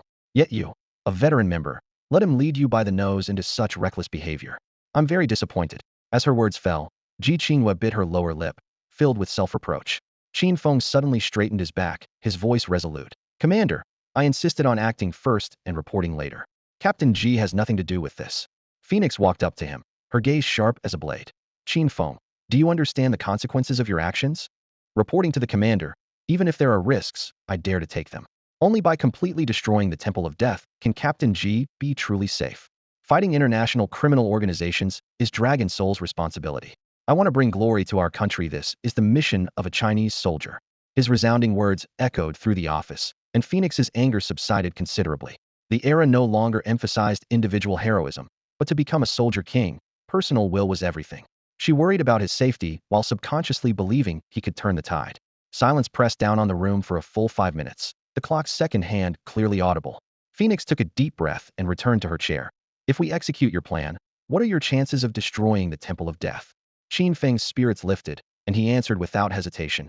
Reporting to the commander, I'm 100% confident. Phoenix nodded slightly. It seems you're very confident. Qin Feng was wrapped in countless protagonist halos of various attributes, so naturally, he was brimming with confidence. After another moment of contemplation, Phoenix made up her mind and spoke again. Qin Feng, I'm willing to trust you this once. Regarding the Death God Temple case, we'll follow your plan. When the time comes, all members of the Dragon Soul Group will be under your command. Qin Feng was overjoyed. He pushed off with his feet and rushed to Phoenix in what seemed like a single stride, grasping her cold, soft hands with both of his. His excitement was so intense that even his eyebrows trembled. Leader, thank you for trusting me. Rest assured, I guarantee I'll complete the mission and destroy the Death God Temple. Nearby, Ji Qingyue's pupils contracted in shock. Not only had Qin Feng grabbed Phoenix's hands, but his fingertips were also mischievously tracing light circles in her palm. Everyone knew that Phoenix was the military district's famous ice beauty, who would normally send any man flying with a single punch for the slightest impropriety. By all rights, Qin Feng should already be lying in a corner. However, Phoenix showed no anger. Instead, her ears turned slightly red as she cleared her throat softly and suppressed her emotions. Qin Feng, don't get too excited. Let me be clear about the conditions first. Please speak, leader. Qin Feng straightened up, his expression serious. You've only recently joined the Dragon Soul Group and haven't executed any missions yet. Strictly speaking, you have no battlefield experience. Phoenix withdrew her hands, her tone steady but authoritative. So, I must conduct a practical assessment of you. If you pass, you can handle the Death God Temple however you want, and I won't interfere. If you fail, you'll follow my arrangements and stay away from the Death God Temple. Qin Feng looked curious and quickly asked, Leader, how do you plan to assess me? Phoenix turned her gaze to Ji Qingyue. Night Princess, have you mentioned this level mission to Qin Feng? Ji Qingyue nodded. I've told him about it. Only then did Phoenix look back at Qin Feng, a smile playing at the corners of her mouth. Then we'll use this level mission as your assessment. As long as you can lead the Dragon Soul Squad to complete it, I'll immediately honor my promise and let you handle the Death God Temple with full authority. Leader, you said it yourself. Qin Feng smiled brilliantly, but then paused in confusion. By the way, what exactly is this level mission? Ji Qingyue also leaned in to listen. Phoenix picked up a cup of freshly brewed Longjing tea, took a light sip, then set it down. Her tone grew serious. Recently, a pirate group called Raiders has been frequently violating our southern territorial waters. They've already robbed 2 cruisers and taken numerous hostages, forcing us to pay astronomical ransoms. The members are all international veteran mercenaries and assassins with high tactical skills, excellent equipment, and rich naval combat experience. Conventional methods can hardly shake them. Therefore, Headquarters has issued an S-level mission. The Dragon Soul Group is responsible for rescuing the hostages and eliminating this group when the opportunity arises to restore our national prestige. As her words fell, both Qin Feng and Ji Qingyue understood clearly. Qin Feng felt his blood boiling, as if the Soldier King's aura was roaring within him. He declared angrily, "How dare mere pirates violate our territorial waters? Those who offend China will be punished, no matter how far they flee." His sharp gaze and resolute features demonstrated his determination. Even without system rewards, he would give his all. This wasn't just a mission, it was a Soldier King's duty. Ji Qingyue looked up and asked, "Leader, when exactly will we take action?" Phoenix shook her head. "It's not yet determined. We're waiting for final orders from headquarters and must remain on standby. It's estimated to be next week." Ring, ring, ring. Just as she finished speaking, the phone on the desk suddenly rang. After Phoenix answered, her expression gradually grew grave. 10 minutes later, she hung up and turned to the two with a serious face. "Headquarters just sent an urgent report. The pirates have lost patience and are preparing to kill the hostages tonight. The hostages' safety is critical to execute this level mission immediately. Phoenix and Night Princess, listen up." Qin Feng stepped forward. "Present." Ji Qingyue and Qin Feng responded in unison. Phoenix immediately issued military orders. "Night Princess, you'll serve as overall commander for this level mission, coordinating everything and focusing on rescuing the hostages. Qin Feng, you'll join the combat team. While ensuring your own safety, provide full assistance to Night Princess." "Yes," both replied in unison. With the sudden turn of events, Qin Feng and Ji Qingyue received their emergency orders and set out to serve their country. At 8 o'clock in the evening, the gloomy night had completely enveloped Tianjin City. Thousands of lights from the neighborhoods shone through curtains, casting warm silhouettes of families gathered around their televisions, reflecting the peaceful lives of ordinary citizens. However, at the Dragon Soul military base on the city's outskirts, alarms suddenly blared, piercing sirens cutting through the night sky, as flashing red emergency assembly lights illuminated the entire tarmac. All Dragon Soul members were already fully armed and standing in formation, radiating both lethal intent and solemnity in this world. There is no such thing as peaceful times. Only those who bear the burden, so others may rest. In the locker room, Qin Feng removed his casual clothes and donned the Dragon Soul Special Combat uniform for the first Tamiya dark gray combat suit that hugged his body, covered by a tactical vest, with a military knife hanging at his waist, and the Dragon Soul shoulder patch gleaming coldly. His heavy military boots made dull sounds against the metal floor as he adjusted his cap brim and checked the automatic rifle on his back. His handsome, resolute face reflected in the mirror now carried the commanding presence of an elite soldier. Looking at his reflection, Qin Feng felt a profound sense of duty rising within him. Having put on this uniform, he must honor it. As the saying goes, clothes make the man wearing this combat gear. You finally look like a real warrior. The door opened, and Ji Qingyue entered the locker room. She had also changed into heavy combat gear, the tailored fit still unable to conceal her slender frame. Yet the sharpness lurking in her eyes reminded anyone that beneath this alluring exterior lay a woman of terrifying combat prowess. She looked him up and down approvingly, nodding with satisfaction as a pleased smile curved her lips. Captain Ji, let's prepare to depart. Qin Feng gripped his rifle stock, his voice resolute. Ji Qingyue approached, smoothing the wrinkles on his shoulders and adjusting his tactical vest zipper with concern. Did you put on your bulletproof vest properly? Yes, I did. Qin Feng nodded. The leader is worried about you and insisted you wear 2 layers, she added. Don't worry, Captain Ji. I'm wearing 4 layers. Qin Feng patted his chest. Ji Qingyue's mouth twitched, 3 black lines appearing on her forehead. You're such a fool. No, brave and wise. She laughed helplessly, then changed the subject. Qin Feng, this is your first mission, and it's a high-risk level assignment at that. Are you nervous? A little. Qin Feng didn't hide it. Despite having the aura of an elite soldier, this was still his first time facing high-difficulty real combat, and moreover, this mission carried the nation's dignity. No mistakes could be tolerated. Ji Qingyue placed her palm on his shoulder, warmth penetrating through the combat suit. Remember, we represent our country and the Dragon Soul organization on this mission. The task is both arduous and glorious. To become a true elite soldier, you must first possess a strong heart. Sister Qingyue, thank you for encouraging me. Qin Feng smiled, his earlier nervousness transformed by that touch into burning fighting spirit. Ji Qingyue checked her watch. It's about time, we should head out. The two walked out of the locker room side by side. Night wind hit their faces as over a dozen large military helicopters roared on the tarmac, their flashing signal lights illuminating the orderly boarding of Dragon Soul team members. Qin Feng followed the group at a quick pace, and just as he was about to step onto the landing gear, his phone suddenly vibrated in his pocket. His girlfriend was calling. 3 minutes at most. Ji Qingyue patted his shoulder. I'll board first. With those words, Ji Qingyue boarded the aircraft first, giving Qin Feng some time to take the call. Qin Feng quickly answered the phone, and immediately heard Lin Ruoshue's soft, sweet voice on the other end. Phone, I just finished dinner with my roommate, and I'm walking back to campus. I'm downstairs at your dorm building right now. I brought you some bubble tea. Could you come down for a bit? I'm not at the dorm. Qin Feng's voice carried a hint of hesitation. Where are you then? Lin Ruoshue keenly picked up on something unusual. Schwerer, I'm sorry, but I have an emergency. He tried to stay calm, but the constant noise around him made it difficult, and even the thunderous roar of helicopter rotors cutting through the sky was clearly audible. Lin Ruoshue frowned, feeling uneasy. Foam, I can hear it's really noisy where you are, and it sounds like there are helicopters. Qin Feng's mind went blank, had no idea how to explain. Just then, an urgent shout came from nearby. Commander Qin, time is running out. You need to board now. That booming voice was unmistakably caught by the other end of the phone. Commander Qin, Lin Ruoshue's question practically spilled out. Foam, what exactly are you doing? Why is someone calling you Commander Qin? Qin Feng gritted his teeth. Schwerer, there's no time to explain right now. But I promise, once I handle this emergency, I'll come back to find you.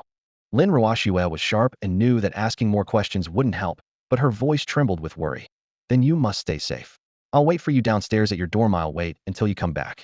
Qin Feng felt warmth in his heart as Lin Ruoshue's sweet smile appeared in his mind. Schwerer, wait for me to return. With that, he hung up and immediately turned off his phone, then strode toward a military helicopter that had been waiting. Seconds later, over a dozen helicopters took off simultaneously, their exhaust flames cutting through the night sky as they thundered toward the southern waters. Sitting in the cabin, Qin Feng gazed through the glass at the pitch-black night. once again gripping his rifle tightly, his eyes deep and sharp. When the soldier king goes to war, nothing survives in his wake. Meanwhile, under the dim streetlight at the entrance to the men's dormitory, Lin Roashua quietly waited, holding that cup of warm bubble tea.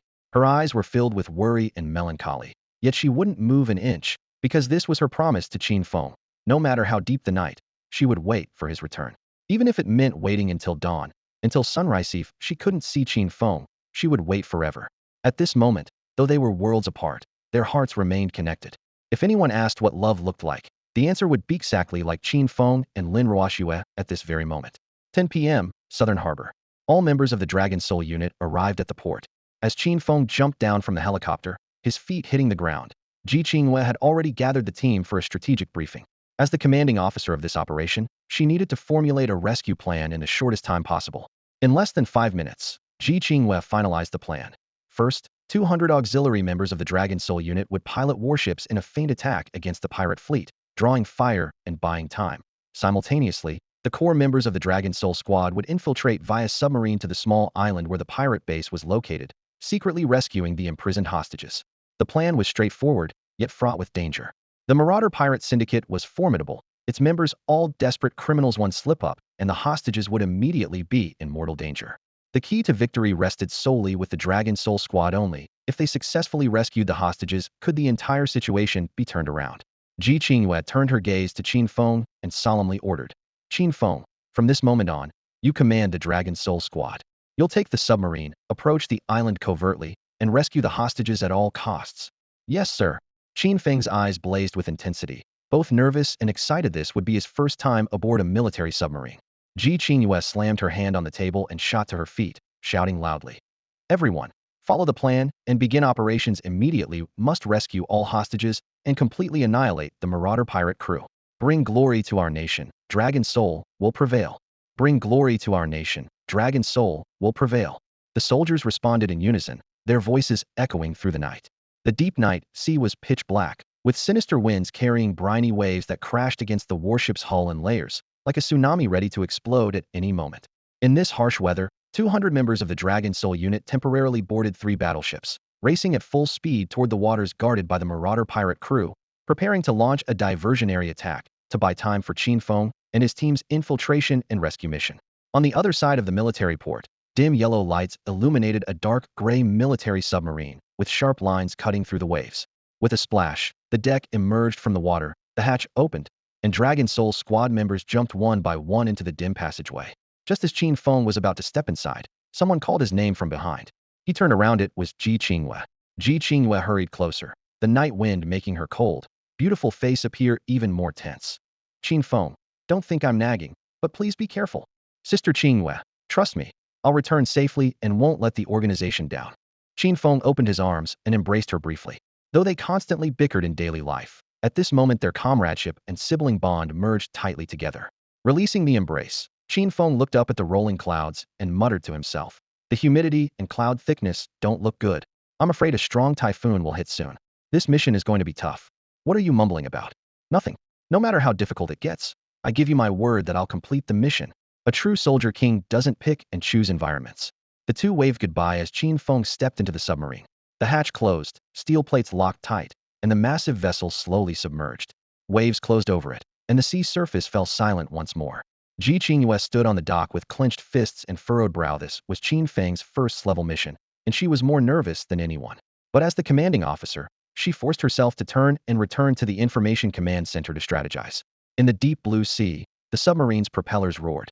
In the conference cabin, the Dragon Soul squad gathered around a long table, checking their equipment. Night vision goggles, silenced guns, and stun grenades laid out in neat rows. Though Qin Feng was the deputy squad leader, his experience was still limited, and the team members spontaneously encouraged him. Tainyo wrapped one arm around Qin Feng's shoulder with a bone-cracking grip and laughed heartily. Brother Qin, rookies are always nervous on their first battlefield. Don't worry, big brother Tainyo's got your back. Rose gathered her fiery red hair and tied it efficiently into a high ponytail. She looked at Qin Feng with a gentle smile. Qin Feng, don't be nervous. We're your seniors, and if real danger comes, we'll protect you first. Bu, the cheerful girl with her bubbly personality, sidled up to Qin Feng with a bright smile. Hee, big brother Qin Feng, just relax. I was really scared during my first mission too, but after going through life and death situations, the fear just goes away. Even the usually stoic Qin Feng and Zhanlong nodded in rare agreement, offering quiet words of comfort. Qin Feng couldn't help but laugh, wasn't nervous at all. His blood was actually boiling with excitement. Whenever he went into action as a Special Forces operative, his Soldier King aura would automatically enhance all his attributes. Right now, he was itching to show what he could do. Southern Harbor Command Center. In the spacious central hall, Ji Qingwei sat in command, her eyes fixed on the massive electronic display where the Dragon Soul team's positioning signals were clearly visible. "Commander, we have a problem," a technician suddenly shouted. "A powerful typhoon cyclone has formed in the southern waters. This extreme weather could trigger tsunamis and dangerous underwater currents." Ji Qingyue's face went pale. "Contact the Dragon Soul team immediately." 5 minutes later, devastating news came from the communication station. "The storm is interfering with signals. Theory too weak to establish contact." Report. "Tsunami detected in the southern waters." Report. "All signals lost." In less than 15 minutes, the coordinate data on the screen turned into complete gibberish. Ji Qingyue slammed her fist on the desk in fury. Damn it, she had no way of knowing whether Qin Feng was alive or dead. At that same moment, in the deep sea, the violent underwater currents triggered by the typhoon were tearing at the submarine, causing the vessel to shake violently. The Dragon Soul members rushed toward the control room. "Officers," the pilot called out, his face ashen. "We've hit a massive typhoon. The underwater currents are going crazy and dragging our navigation system off course." Qin Feng licked his dry lips. Having already sensed tonight would be dangerous, this level mission had just escalated to S. Boom. The submarine felt like it had been struck by a giant hammer. The hull let out a deep, mournful metallic groan as the lights flickered on and off. Everyone was thrown against instruments and walls as if weightless, their eardrums ringing from the impact. Qin Feng felt his insides churning, but forced himself to stay conscious. Yu roared. "What the hell did we hit?" Bubu pressed her hand to her forehead. "The electrical system seems to be malfunctioning." Rose pressed herself against the bulkhead, her face deathly pale. "I can hear water." Qin Feng cut straight to the point. "The submarine definitely hit underwater rocks and cracked the hull, taking on water." Raging currents surged as icy seawater poured through the cracks. The cabin lights grew dimmer and dimmer as oxygen was gradually squeezed out. The deep sea had become death's prison, and the Dragon Soul team faced their most severe test yet. Meanwhile, hundreds of kilometers away, the typhoon made landfall on the Chinese mainland, bringing sudden torrential rain to Tianjin City in the dead of night. 11 p.m., Qingbei University. The empty campus walkways were shrouded in sheets of rain, with puddles under the streetlights splashing like scattered silver.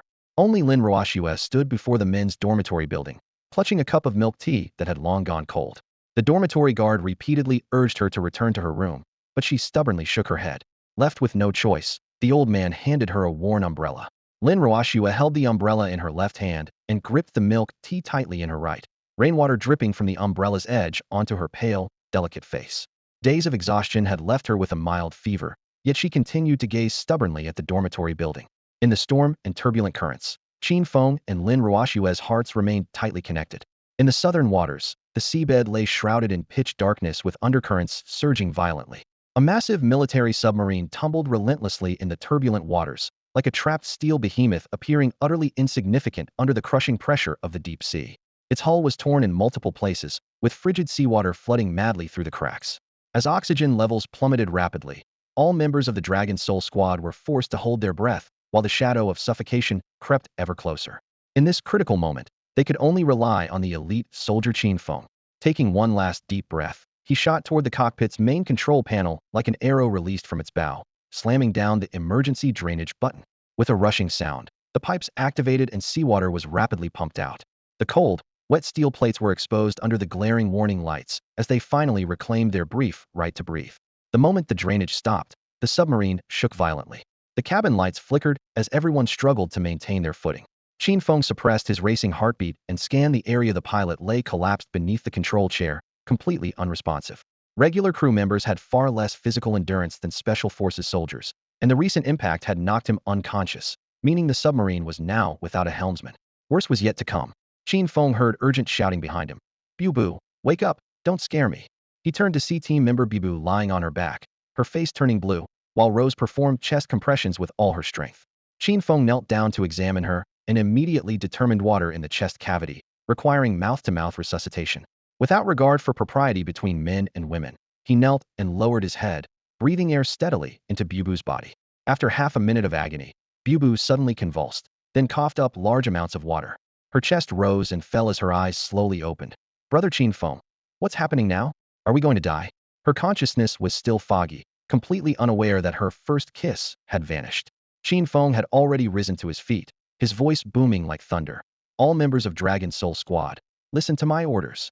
In that moment, though only 19 years old, he resembled a battle-hardened commander, his presence completely transformed from before. All team members instinctively formed ranks shoulder to shoulder, chests out and heads high, awaiting orders. Bu, go to compartment 2 and open the backup power valve. Understood. Bu staggered to her feet, responding with a clenched fist. Tainyo, proceed to all compartments and shut down the oxygen generators. Ensure oxygen supply to the cockpit, only shut down everything else to reduce oxygen consumption. Yes. Tainyo turned and hurried away. Chung Feng, Zhan Lang, repair the radio and activate the satellite phone. Establish contact with command immediately. Yes, SIR. Both responded in unison. On his first mission, Qin Feng shouldered the burden of commanding the Dragon Soul Squad. Everyone performed their duties with clean, efficient movements as their sense of mission completely replaced anxiety and fear. Soon, backup power was connected, instruments were restored, and the drainage pumps and power systems resumed operation as bright white lights illuminated the dim cabin once more. When the work was finished, everyone looked toward Qin Feng standing at the control panel. At that moment, his shoulders seemed capable of supporting the entire submarine. This was not merely a soldier, but a warrior king, someone capable of commanding millions of troops. Before this, the Dragon Soul Squad members had comforted their junior Qin Feng with the attitude of seniors. But now they all followed Qin Feng's command, and he had become their backbone, enabling the Dragon Soul Squad to display unprecedented unity and cohesion. Although the submarine had restored power and the system lights were back on, the pilot remained unconscious, leaving the control room unmanned.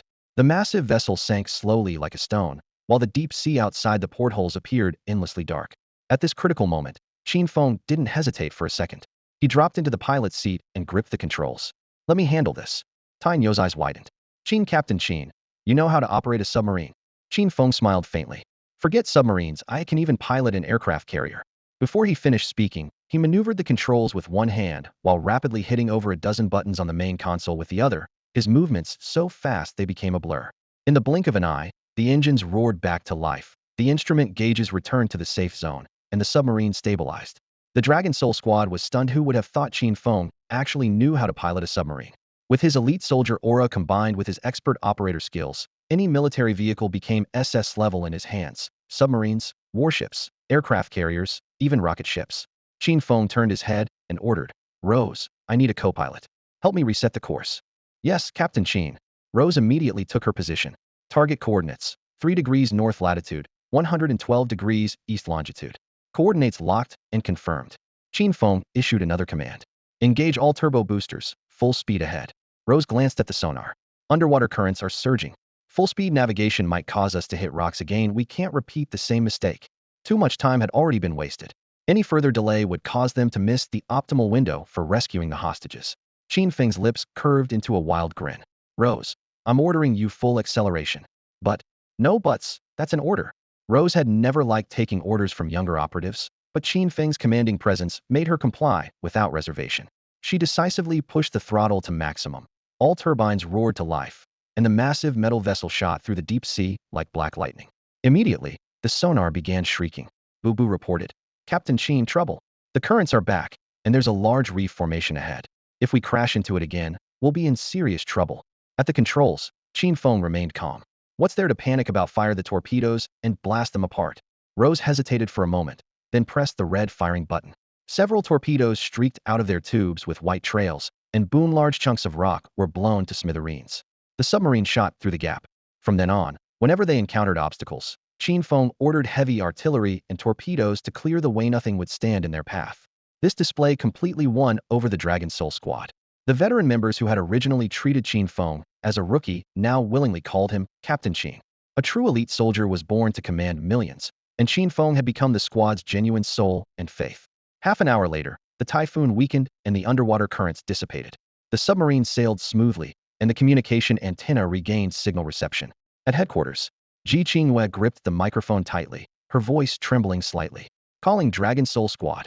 Inside the submarine, Qin Feng pressed the communication button. Reporting in, this is Qin Feng of Dragon Soul Squad. The moment she heard Qin Feng's voice, Ji Qingyue's eyes immediately welled up with tears. Ji Qingyue steadied her emotions and asked anxiously, Qin Feng, what's your status? What happened during the communication blackout? Reporting, Commander. Nothing happened just now. Everything is normal. Qin Feng replied without hesitation, his voice steady and firm. As his words fell, the submarine's control room instantly fell silent. The Dragon Soul team members exchanged glances, shock and confusion flickering in their eyes. Everyone had expected Qin Feng to confess about the crisis that nearly killed them all and request headquarters support, but instead he chose to conceal it, shouldering all the risks alone. In that moment, the weight of responsibility and duty on his shoulders felt heavier than the submarine's cold steel plating. Even if it meant walking through hell itself, he had to be the first to step forward. Ji Qingwei at headquarters wasn't fooled. The red warning of the signal disruption still glowed on her screen, and she knew full well that Qin Feng couldn't have had nothing happen.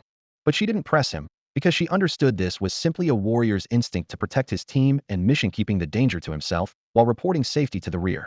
After a brief silence, Ji Qingwei set aside her earlier worry, her tone shifting. Captain Qin, do you need us to send reinforcements? It was the first time she had addressed Qin Feng so formally. No need. We Dragon Soul team are sufficient to complete the mission.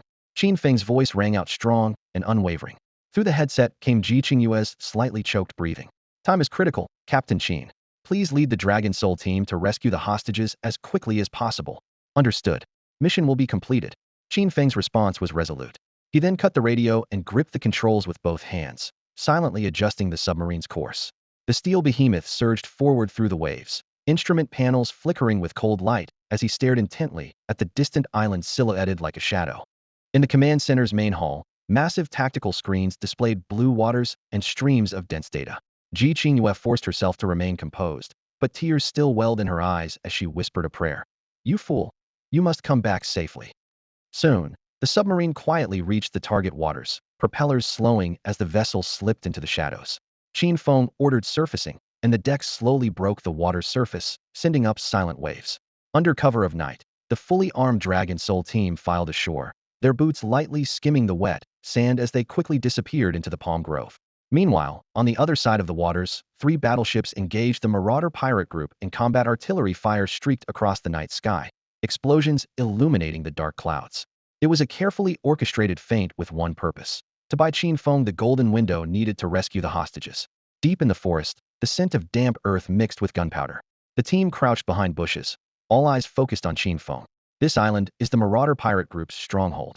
Qin Feng kept his voice low as he quickly deployed his forces. Their main force is tied up with the battleships, leaving the island's defenses vulnerable. We must strike fast and hard. He pointed toward the lights at the island's center.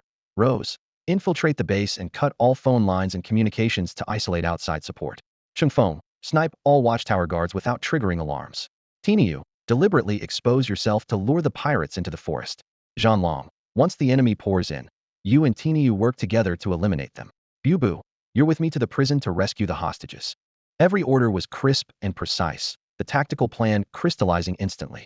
Qin Feng surveyed his team, his gaze steady as a mountain.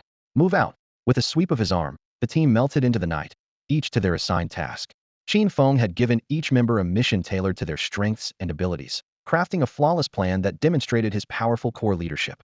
Do you all understand? Understood. All team members responded in unison. Split up and move out. Yes, Captain Qin. With the command given, the Dragon Soul squad immediately dispersed. Rose slipped into the depths of the pirate base like a ghost under cover of darkness, skillfully cutting the phone lines and pulling down the main power switch. The island's lights went out instantly, communications ceased abruptly, and the entire isolated island was cut off from the outside world. Bang! The dull recoil of a sniper rifle echoed from the hilltop. Chengfeng, lying prone on the high ground, locked onto more than a dozen watchtowers. Cold bullets traced icy trajectories through the darkness, and sentries fell one by one. The watchtower surveillance network was completely destroyed within seconds. On the other side, Tiniu roared as he smashed through the prison's outer defensive barriers, the violent sound of tearing metal alerting a large group of pirates. He charged into the forest, drawing enemies in hot pursuit. From the shadows, Zhanlong had already drawn his bow and waited to hunt. After the two joined forces, blades crossed and forest flames intertwined with flashing steel, slaughtering enemies in droves within moments. The diversion was successful. Bubu move. Copy that, Captain Qin. Qin Feng lowered his voice, shifted into combat stance, and loaded his golden pistol. He and Bubu advanced toward the shadowy island prison one after the other. The pirates guarding the main gate had already been lured away by Tiniu, allowing the two to infiltrate silently. The corridors still held large numbers of pirates on guard, about 30 men, all retired mercenaries carrying AK-47s with cold, hard expressions. Bu raised his gun to shoot, but Qin Feng stopped him with a gesture, indicating with his eyes. They couldn't alert the entire prison. He quietly reached for his waist, his fingertips brushing against cold steel. The Dragon Soul unit's specialized dragon spike. Complete with double edges, blood grooves, and barbs, it could be used for both close combat and throwing. Whoosh! A cold gleam cut through the air as the first dragon spike precisely pierced a throat, hot blood spraying along the blood groove. The guards staggered and fell, instantly alerting the surrounding pirates, though they couldn't locate the source of the attack in time. Hush-whoosh 7 or 8 more throwing knives followed in rapid succession, leaving no gaps. The explosive sound of shattering bone mixed with blood missed as several pirates took blades between the eyes and died instantly. In the chaos, Qin Feng burst forth like a phantom. The two Nepalese military knives in his hands gleamed with menacing cold light, their edges slicing throats silently. More than a dozen pirates who had just raised their guns had their throats cut instantly, falling before they could even pull their triggers. From the first thrown knife to the last target falling, less than 30 seconds had passed. The corridor returned to silence, with only the metallic scent of blood rapidly spreading. Those who offend China will be punished, no matter how far they flee. Qin Feng muttered under his breath, his blade still clean as new, testament to his incredible speed. Bu caught up, staring in amazement at the scattered corpses. Qin Feng's throwing knife skills were unmatched throughout the entire military region. Don't just stand there, search them for keys and rescue the hostages. Yes, Captain Qin. Bu quickly crouched to search the bodies, and a set of keys fell into his palm. Iron doors opened one by one, and more than 100 hostages emerged, their faces filled with excitement. Seeing the national emblem on Qin Feng's armband and the medals on his chest, many people's eyes reddened with tears as they shouted, "Amazing, my country!" Qin Feng stood at attention and saluted, his voice ringing with authority. "Everyone, I am Chinese soldier Qin Feng. Following national orders, I will lead you all safely back to China." Despite his youthful appearance and the hint of innocence still visible on his handsome face, Qin Feng possessed a voice with remarkable penetration and influence. All the hostages trusted him completely and were deeply grateful for his leadership. On his first real combat mission, he had already demonstrated the qualities of a natural commander. A single glance or command could calm anxious hostages and reassure his teammates that as long as Qin Feng was there, they had nothing to fear, even if the sky fell. At that moment, Tainyo, Zhan Lang, Cheng Feng, and Mei Gui arrived at the prison like lightning, having completed the demolition, blockade, and fire suppression tasks Qin Feng had assigned them. The Dragon Soul squad regrouped, exchanging high fives as their team's spirit exploded with energy.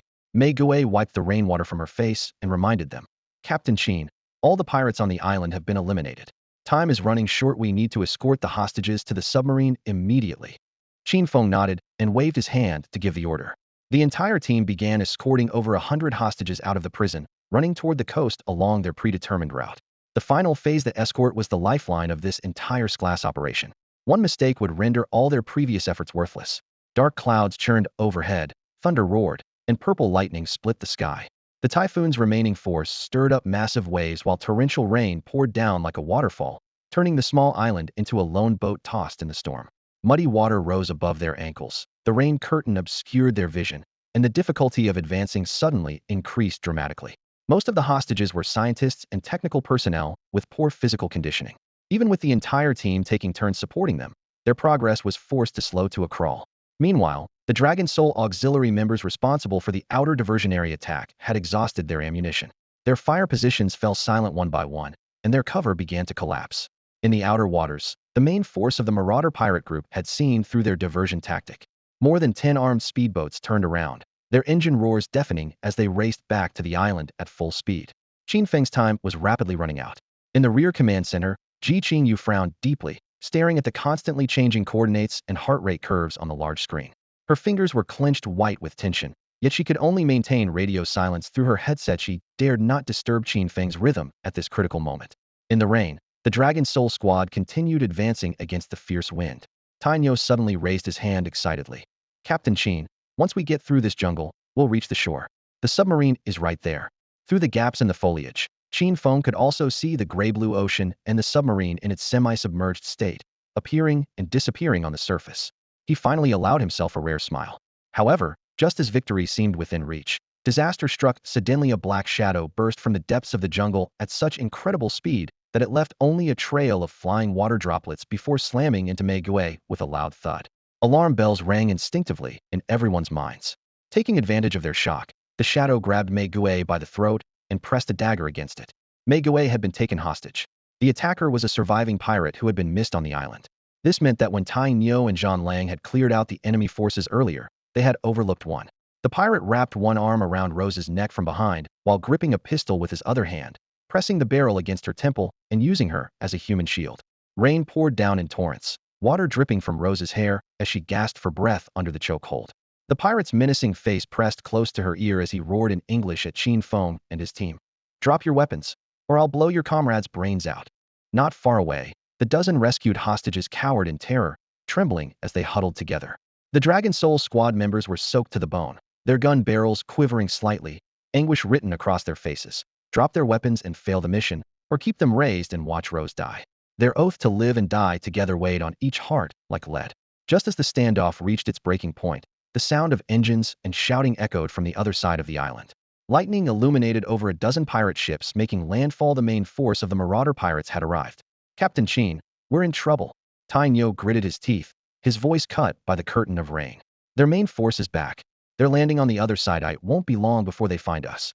Qin Feng licked the corner of his lips as rainwater traced down his jawline. His gaze sharp as a midnight blade. The situation was becoming increasingly dire. The pirate holding Rose also noticed the reinforcements and flashed a mocking sneer. "Just hold off the Dragon Soul squad for a few minutes, and backup would arrive." Rose understood the gravity of the situation and suddenly shouted to her comrades, "Stop hesitating, shoot me." She was prepared to die so the others could break through. But her teammates stood frozen, all eyes turning to Qin Feng. Raindrops hammered against his golden pistol, the metallic gleams swallowed by water droplets. Qin Feng lowered his head in thought, his finger tightening on the trigger. The next second, he looked up, his voice cutting through the rain with unwavering resolve. "Rose, you are a member of the Dragon Soul squad, my comrade in arms. I have a duty to protect the hostages, and I have a duty to keep you safe. As long as I'm here, no one can harm you." Before the words had fully left his lips, Qin Feng raised his gun. The pirate's heart lurched as he yanked Rose closer to his chest, using her body as an even more complete shield, sneering coldly. "I keep hearing about how much you Chinese soldiers value your comrades. What a joke. Chinese soldiers are nothing special." The Dragon Soul squad's hearts nearly stopped beating. To shoot the pirate, the bullet would have to pass through Rose first. This shot would be a death sentence for their teammate. Qin Feng roared. "We Chinese soldiers are bound by honor and are the world's strongest warriors. You insects dare threaten China die." He pulled the trigger. Bang! Lightning split the night sky as the bullet streaked through the rain. The pirate, hiding behind Rose, grinned with savage glee, waiting for the bullet to slam into the back of Rose's skull. But just as the projectile grazed past Rose's hair, it seemed guided by an invisible hand and suddenly curved. Thud!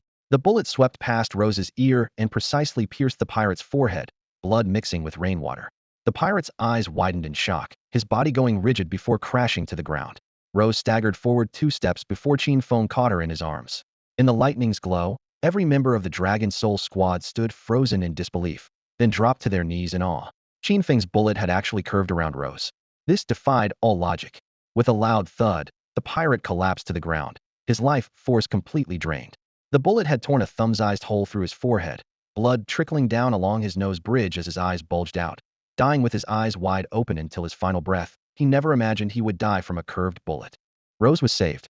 Her knees buckled as she slumped to the ground, her arms hanging limply at her sides. She looked up at Qin Feng in the distance, her lips parted slightly, but she couldn't utter a single word, her eyes filled with shock and gratitude. The other members of the Dragon Soul squad seemed frozen in time, each standing motionless as they replayed the bizarre arc that bullet had traced through the air. "Captain Qin, why did your bullet curve?" Tai Nyo could no longer contain himself, his voice trembling with amazement. Qin Feng merely smiled faintly without answering. He knew that even if he explained, they wouldn't understand, and even if they did understand, they could never learn it.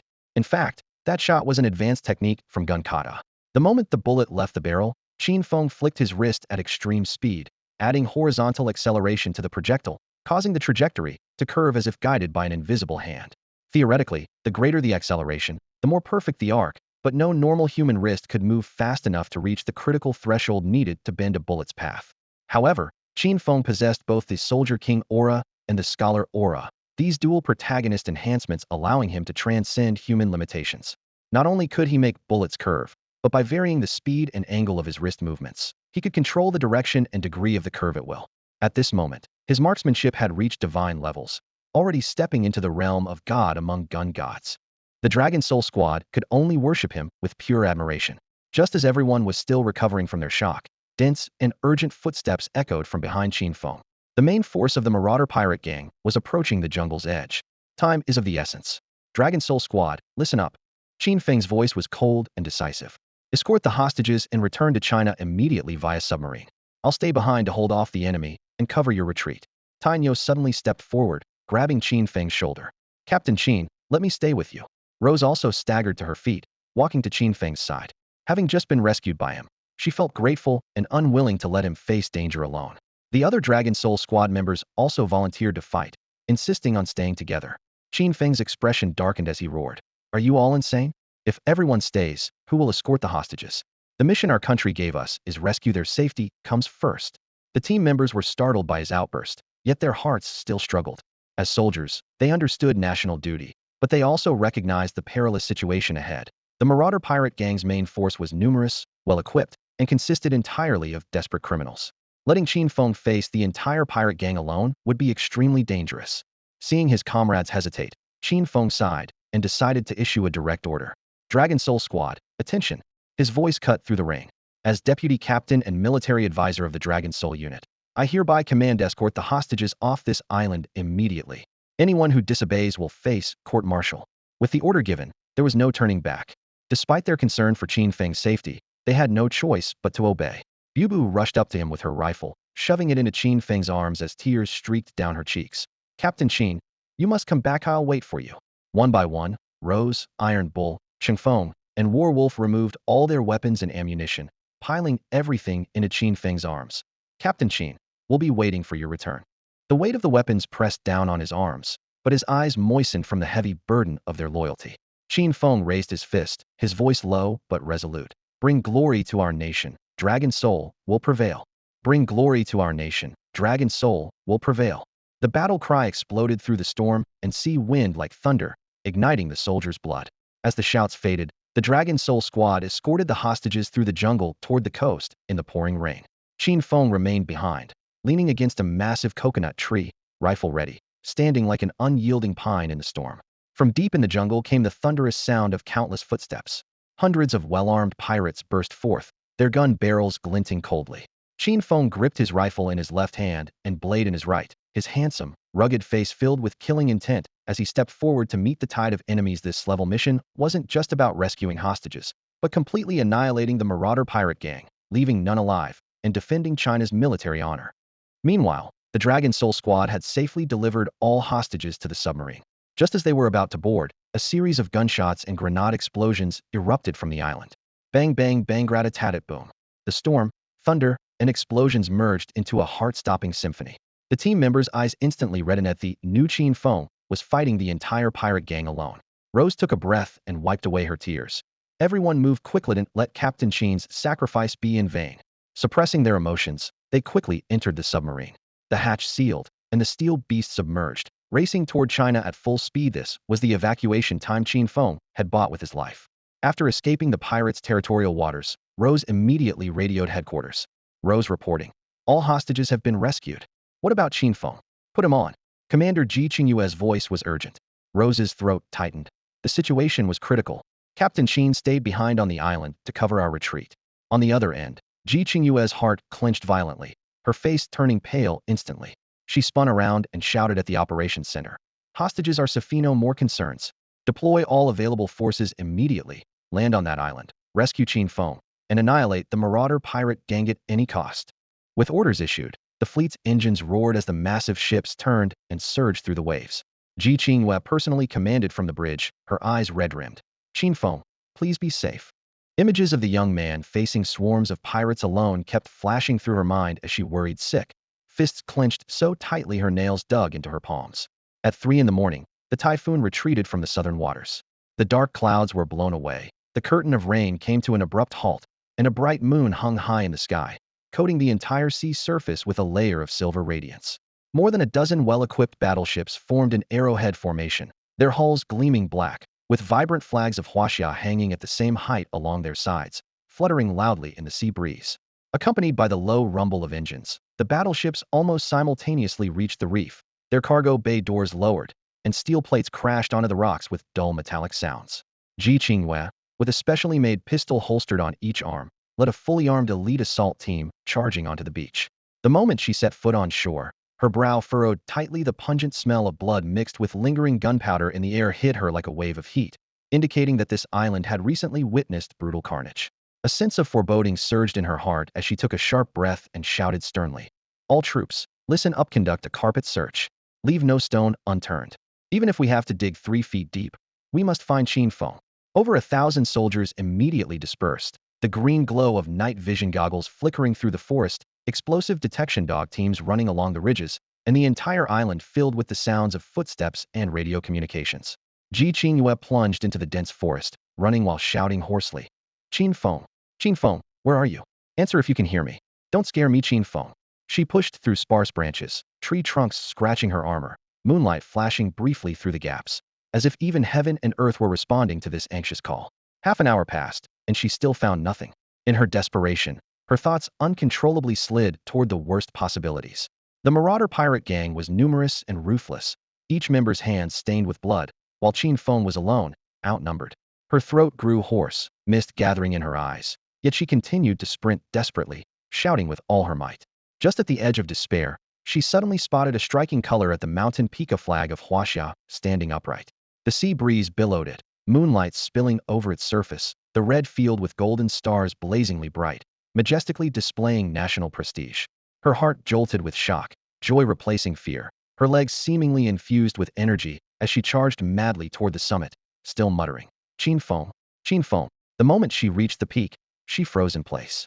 Blood flowed like streams, pirate corpses littered the rock crevices and grass, bullet casings and broken blades scattered across the ground, the air so heavy it seemed to solidify. In the center of the pile of bodies, a man with an upright posture knelt on one knee, shouldering the flag of Huaxia, his boots planted on a mountain of stacked corpses. Like an emperor ruling over the battlefield, it was indeed Qin Feng. Qin Feng at this moment was in an extremely disheveled state. His hair matted into strands by sea wind and blood sweat, his cheeks streaked with blood, his bulletproof vest torn through 2 layers with the inner ceramic plates exposed. Beside his feet lay assault rifles emptied of ammunition scattered in disarray, and his military knife's groove still dripped with blood not yet dried. Ji Qingyue suddenly covered her mouth, tears instantly bursting forth. Even without witnessing it firsthand, she could imagine from this shocking and tragic scene what kind of fierce battle Qin Feng had just endured. "Qin Feng." She rushed over, dropping both pistols and opening her arms to embrace him tightly. Qin Feng was already at the end of his strength, sustained only by a soldier king's willpower.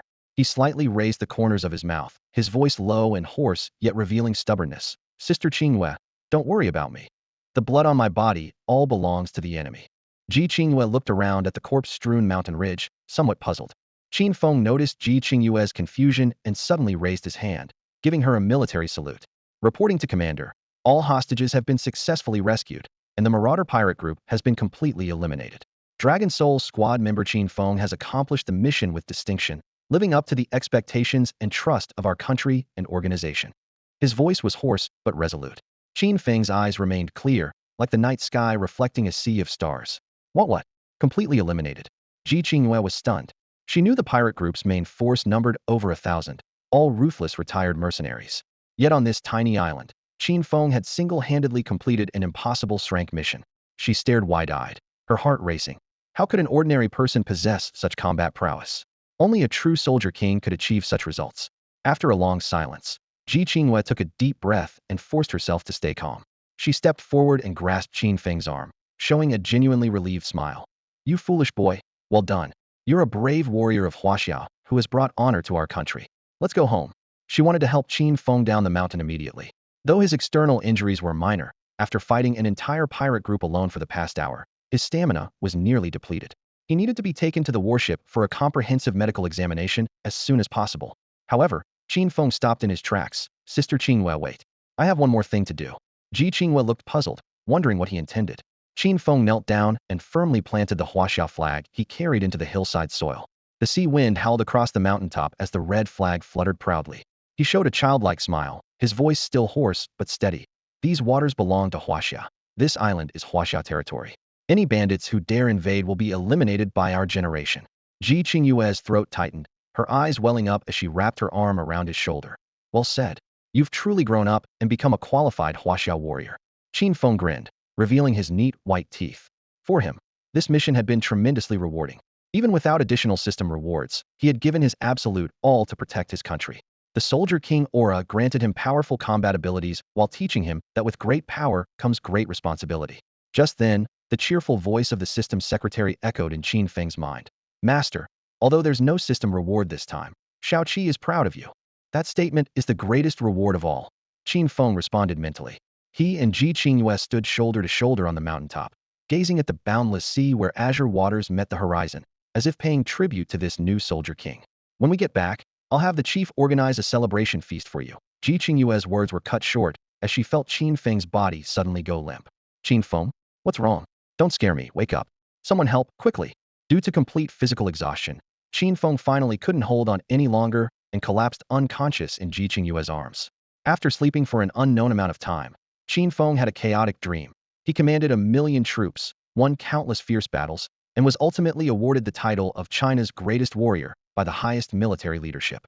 When the dream abruptly ended, he suddenly opened his eyes to find himself lying flat in an armored vehicle, his head resting on Ji Qingyue's soft thighs, with 4 needles still in the back of his hand. Sister Qingyue, I want some water. His hoarse voice could barely squeeze out of his throat. Qin Feng, you're awake. Thank goodness. Ji Qingyue's previously exhausted face instantly lit up. She helped him sit up, unscrewed a military canteen, and brought it to his lips. Silly boy, slow down, don't choke. Qin Feng was so thirsty that he drained the entire canteen in one go. Ji Qingyue gently patted his back while asking with concern, how do you feel? Is there anywhere uncomfortable? Doctor, please examine him again. 2 military medics quickly conducted a complete physical examination using portable diagnostic equipment. After a few minutes, one of them delivered his conclusion. Officer Qin's recovery rate is several times faster than normal people, and there's no serious problem. However, he has severe physical exhaustion and muscle strain, requiring at least a week of rest. The diagnosis finally put Ji Qingyue's anxious heart at ease. She let out a long sigh of relief and affectionately ruffled Qin Feng's hair. Did you hear that? When we get back, I'm sending you straight to the military general hospital for a proper week of rest. Qin Feng shook his still groggy head. Sister Qingyue, where are we now? While you were unconscious, we've already returned to Tianjing City. We'll reach the Tianjing military district in another half hour. His mind still lingered on the final scenes from that island, and Qin Feng estimated he had been unconscious for at least 2 to 3 hours. Suddenly, his expression changed, and he grabbed Ji Qingyue's wrist. Sister Qingyue, what time is it now? Ji Qingyue looked down at her watch. 5:15 a.m. What? Past 5 in the morning? Damn, this is bad. Qin Feng exclaimed in shock, swiftly pulled out the 4-needle, and leaned forward to jump out of the vehicle. The military medics and nurses in the vehicle were all startled and rushed to restrain him. Ji Qingyue firmly pressed down on his arm and sternly said, Silly boy, have you lost your mind? You're still weak, stop this nonsense. Qin Feng's eyes blazed with urgency. Sister Qingyue, I must return to school. You need to come back to the military district with me to rest. I must return to school. His attitude was as resolute as an iron nail hammered into a deck, immovable even by 9 oxen. Qin Feng remembered his promise to Lin Ruoxue and absolutely could not break his word. Ji Qingyue met his stubborn gaze and sighed helplessly. Fine, you stubborn mule can do whatever you want. Driver, make a stop at Qingbei University first. 15 minutes later, an armored vehicle bearing military district license plates slowly came to a stop at the entrance of Qingbei University. Before the car had even come to a complete stop, Qin Feng leaped out. Without bothering to close the door, he bounded onto the sidewalk in a few quick strides and rushed toward the school gate like a gust of wind. Ji Qingyue hurriedly got out as well, standing by the roadside to watch him go. As night shadows and streetlights alternately swept across Qin Feng's figure, she gazed at his retreating silhouette. With mixed emotions, she knew he was in such a hurry only because a girl named Lin Ruoxue was waiting for him on campus. Qin Feng's girlfriend must be very happy. Ji Qingyue smiled softly, murmuring to herself. When his figure completely disappeared from view, she took a deep breath, composed herself, and climbed back into the armored vehicle. The engine roared to life as she turned the vehicle around and headed toward the Tianjing military district. She still had to report back to Phoenix. At 5:30 in the morning, dawn was just breaking, with thin clouds tinged pink by the early light. The campus was deserted, with only the wind sweeping through the tree-lined paths.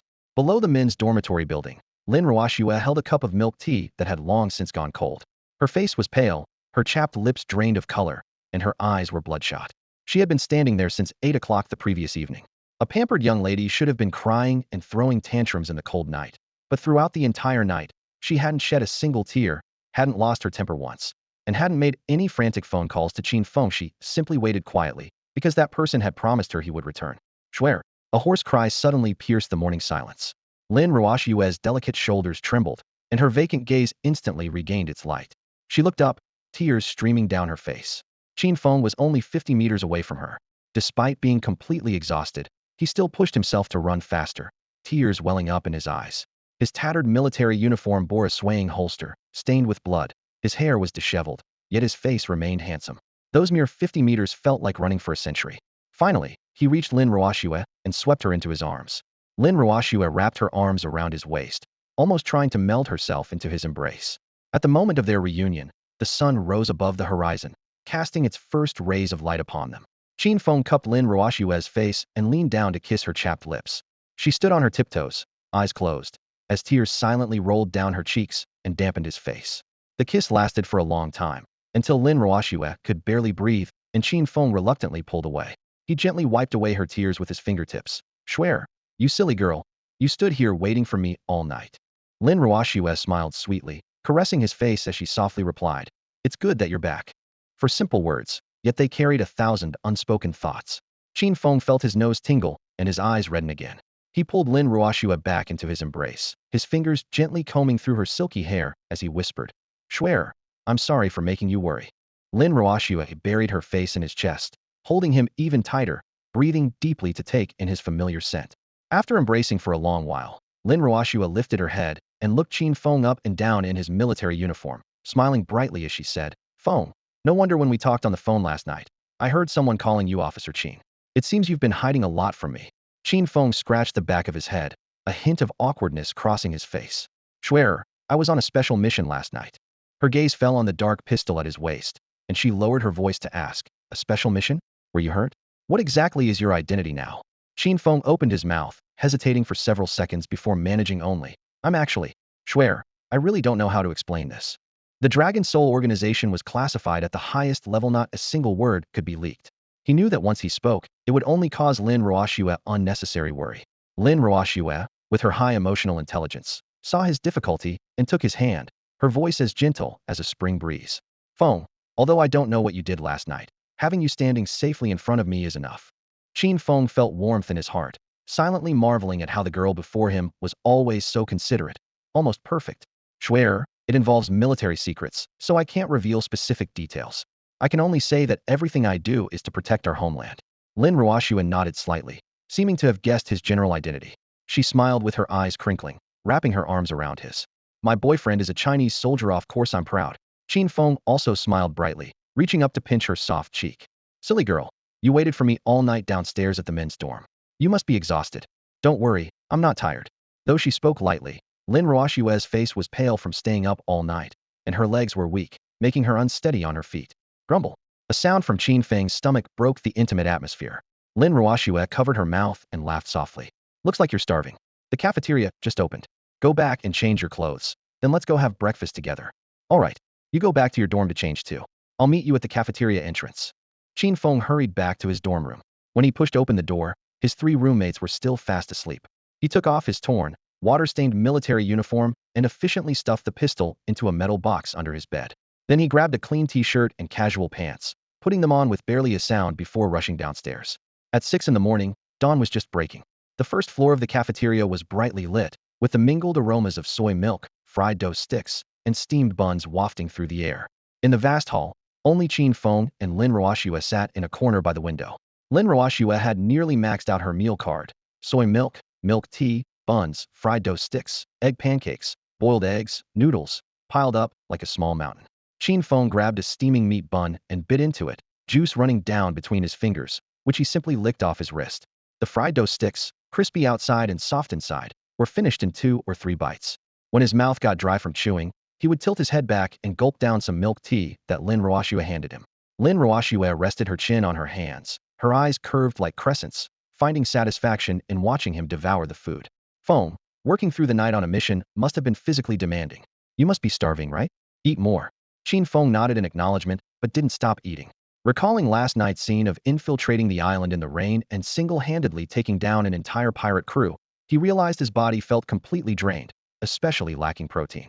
Lin Roashua thoughtfully peeled one boiled egg after another, placing them in front of him. 8 eggs disappeared in the blink of an eye, consumed one bite each. Schwer, I'm about 80% full now. You should eat too. 80% full. You ate 8 eggs, 10 buns, 6 fried dough sticks, and 5 bowls of century egg and lean meat porridge. Your appetite is incredible.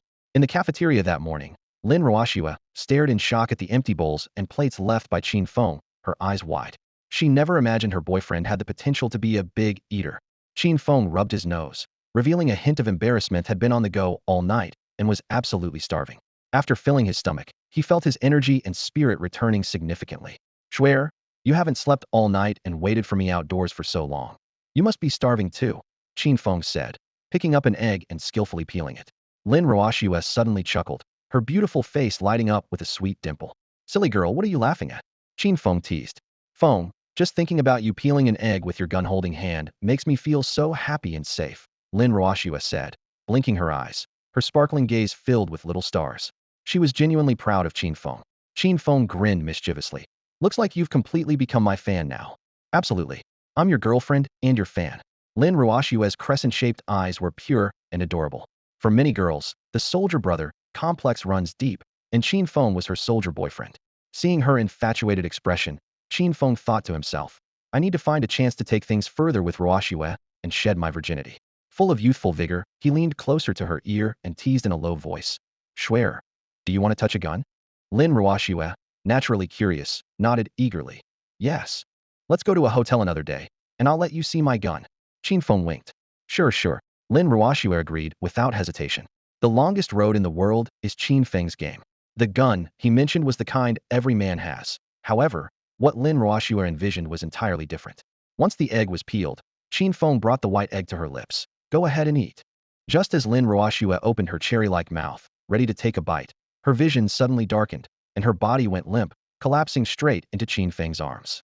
Schwer, what happened? Schwer, wake up. Qin Feng's heart raced as he quickly scooped her up in a princess carry and rushed out of the cafeteria toward the school infirmary. Last night, it had been drizzling in Tianjing City. Lin Roashua had stood outside the boys' dormitory all night, her delicate body soaked in the cold, resulting in a cold and a fever. In the infirmary, she lay on the bed receiving N4. After examining her, the school doctor patted Qin Feng's shoulder. Student, your girlfriend's fever has subsided, but she still has some coldness in her body and is a bit weak. You need to stay with her more. Thank you, doctor. I will. Qin Feng replied softly. Filled with guilt, Roashua had gotten sick waiting for him. Before long, Lin Roashua's eyelashes fluttered, and she slowly opened her eyes. Schwer, you're awake. Do you feel unwell? Does your head still hurt? Here, have some water. Qin Feng offered her warm water. In front of international criminals, he was a decisive soldier, but in front of Lin Roashua, he was a caring boyfriend, taking meticulous care of her. That's all for today. Thank you so much for watching. I hope you guys enjoyed. If you wish to have another part of this recap, please give us at least 1,000 likes. Please don't forget to comment and subscribe to our channel for more content like this. Until next time.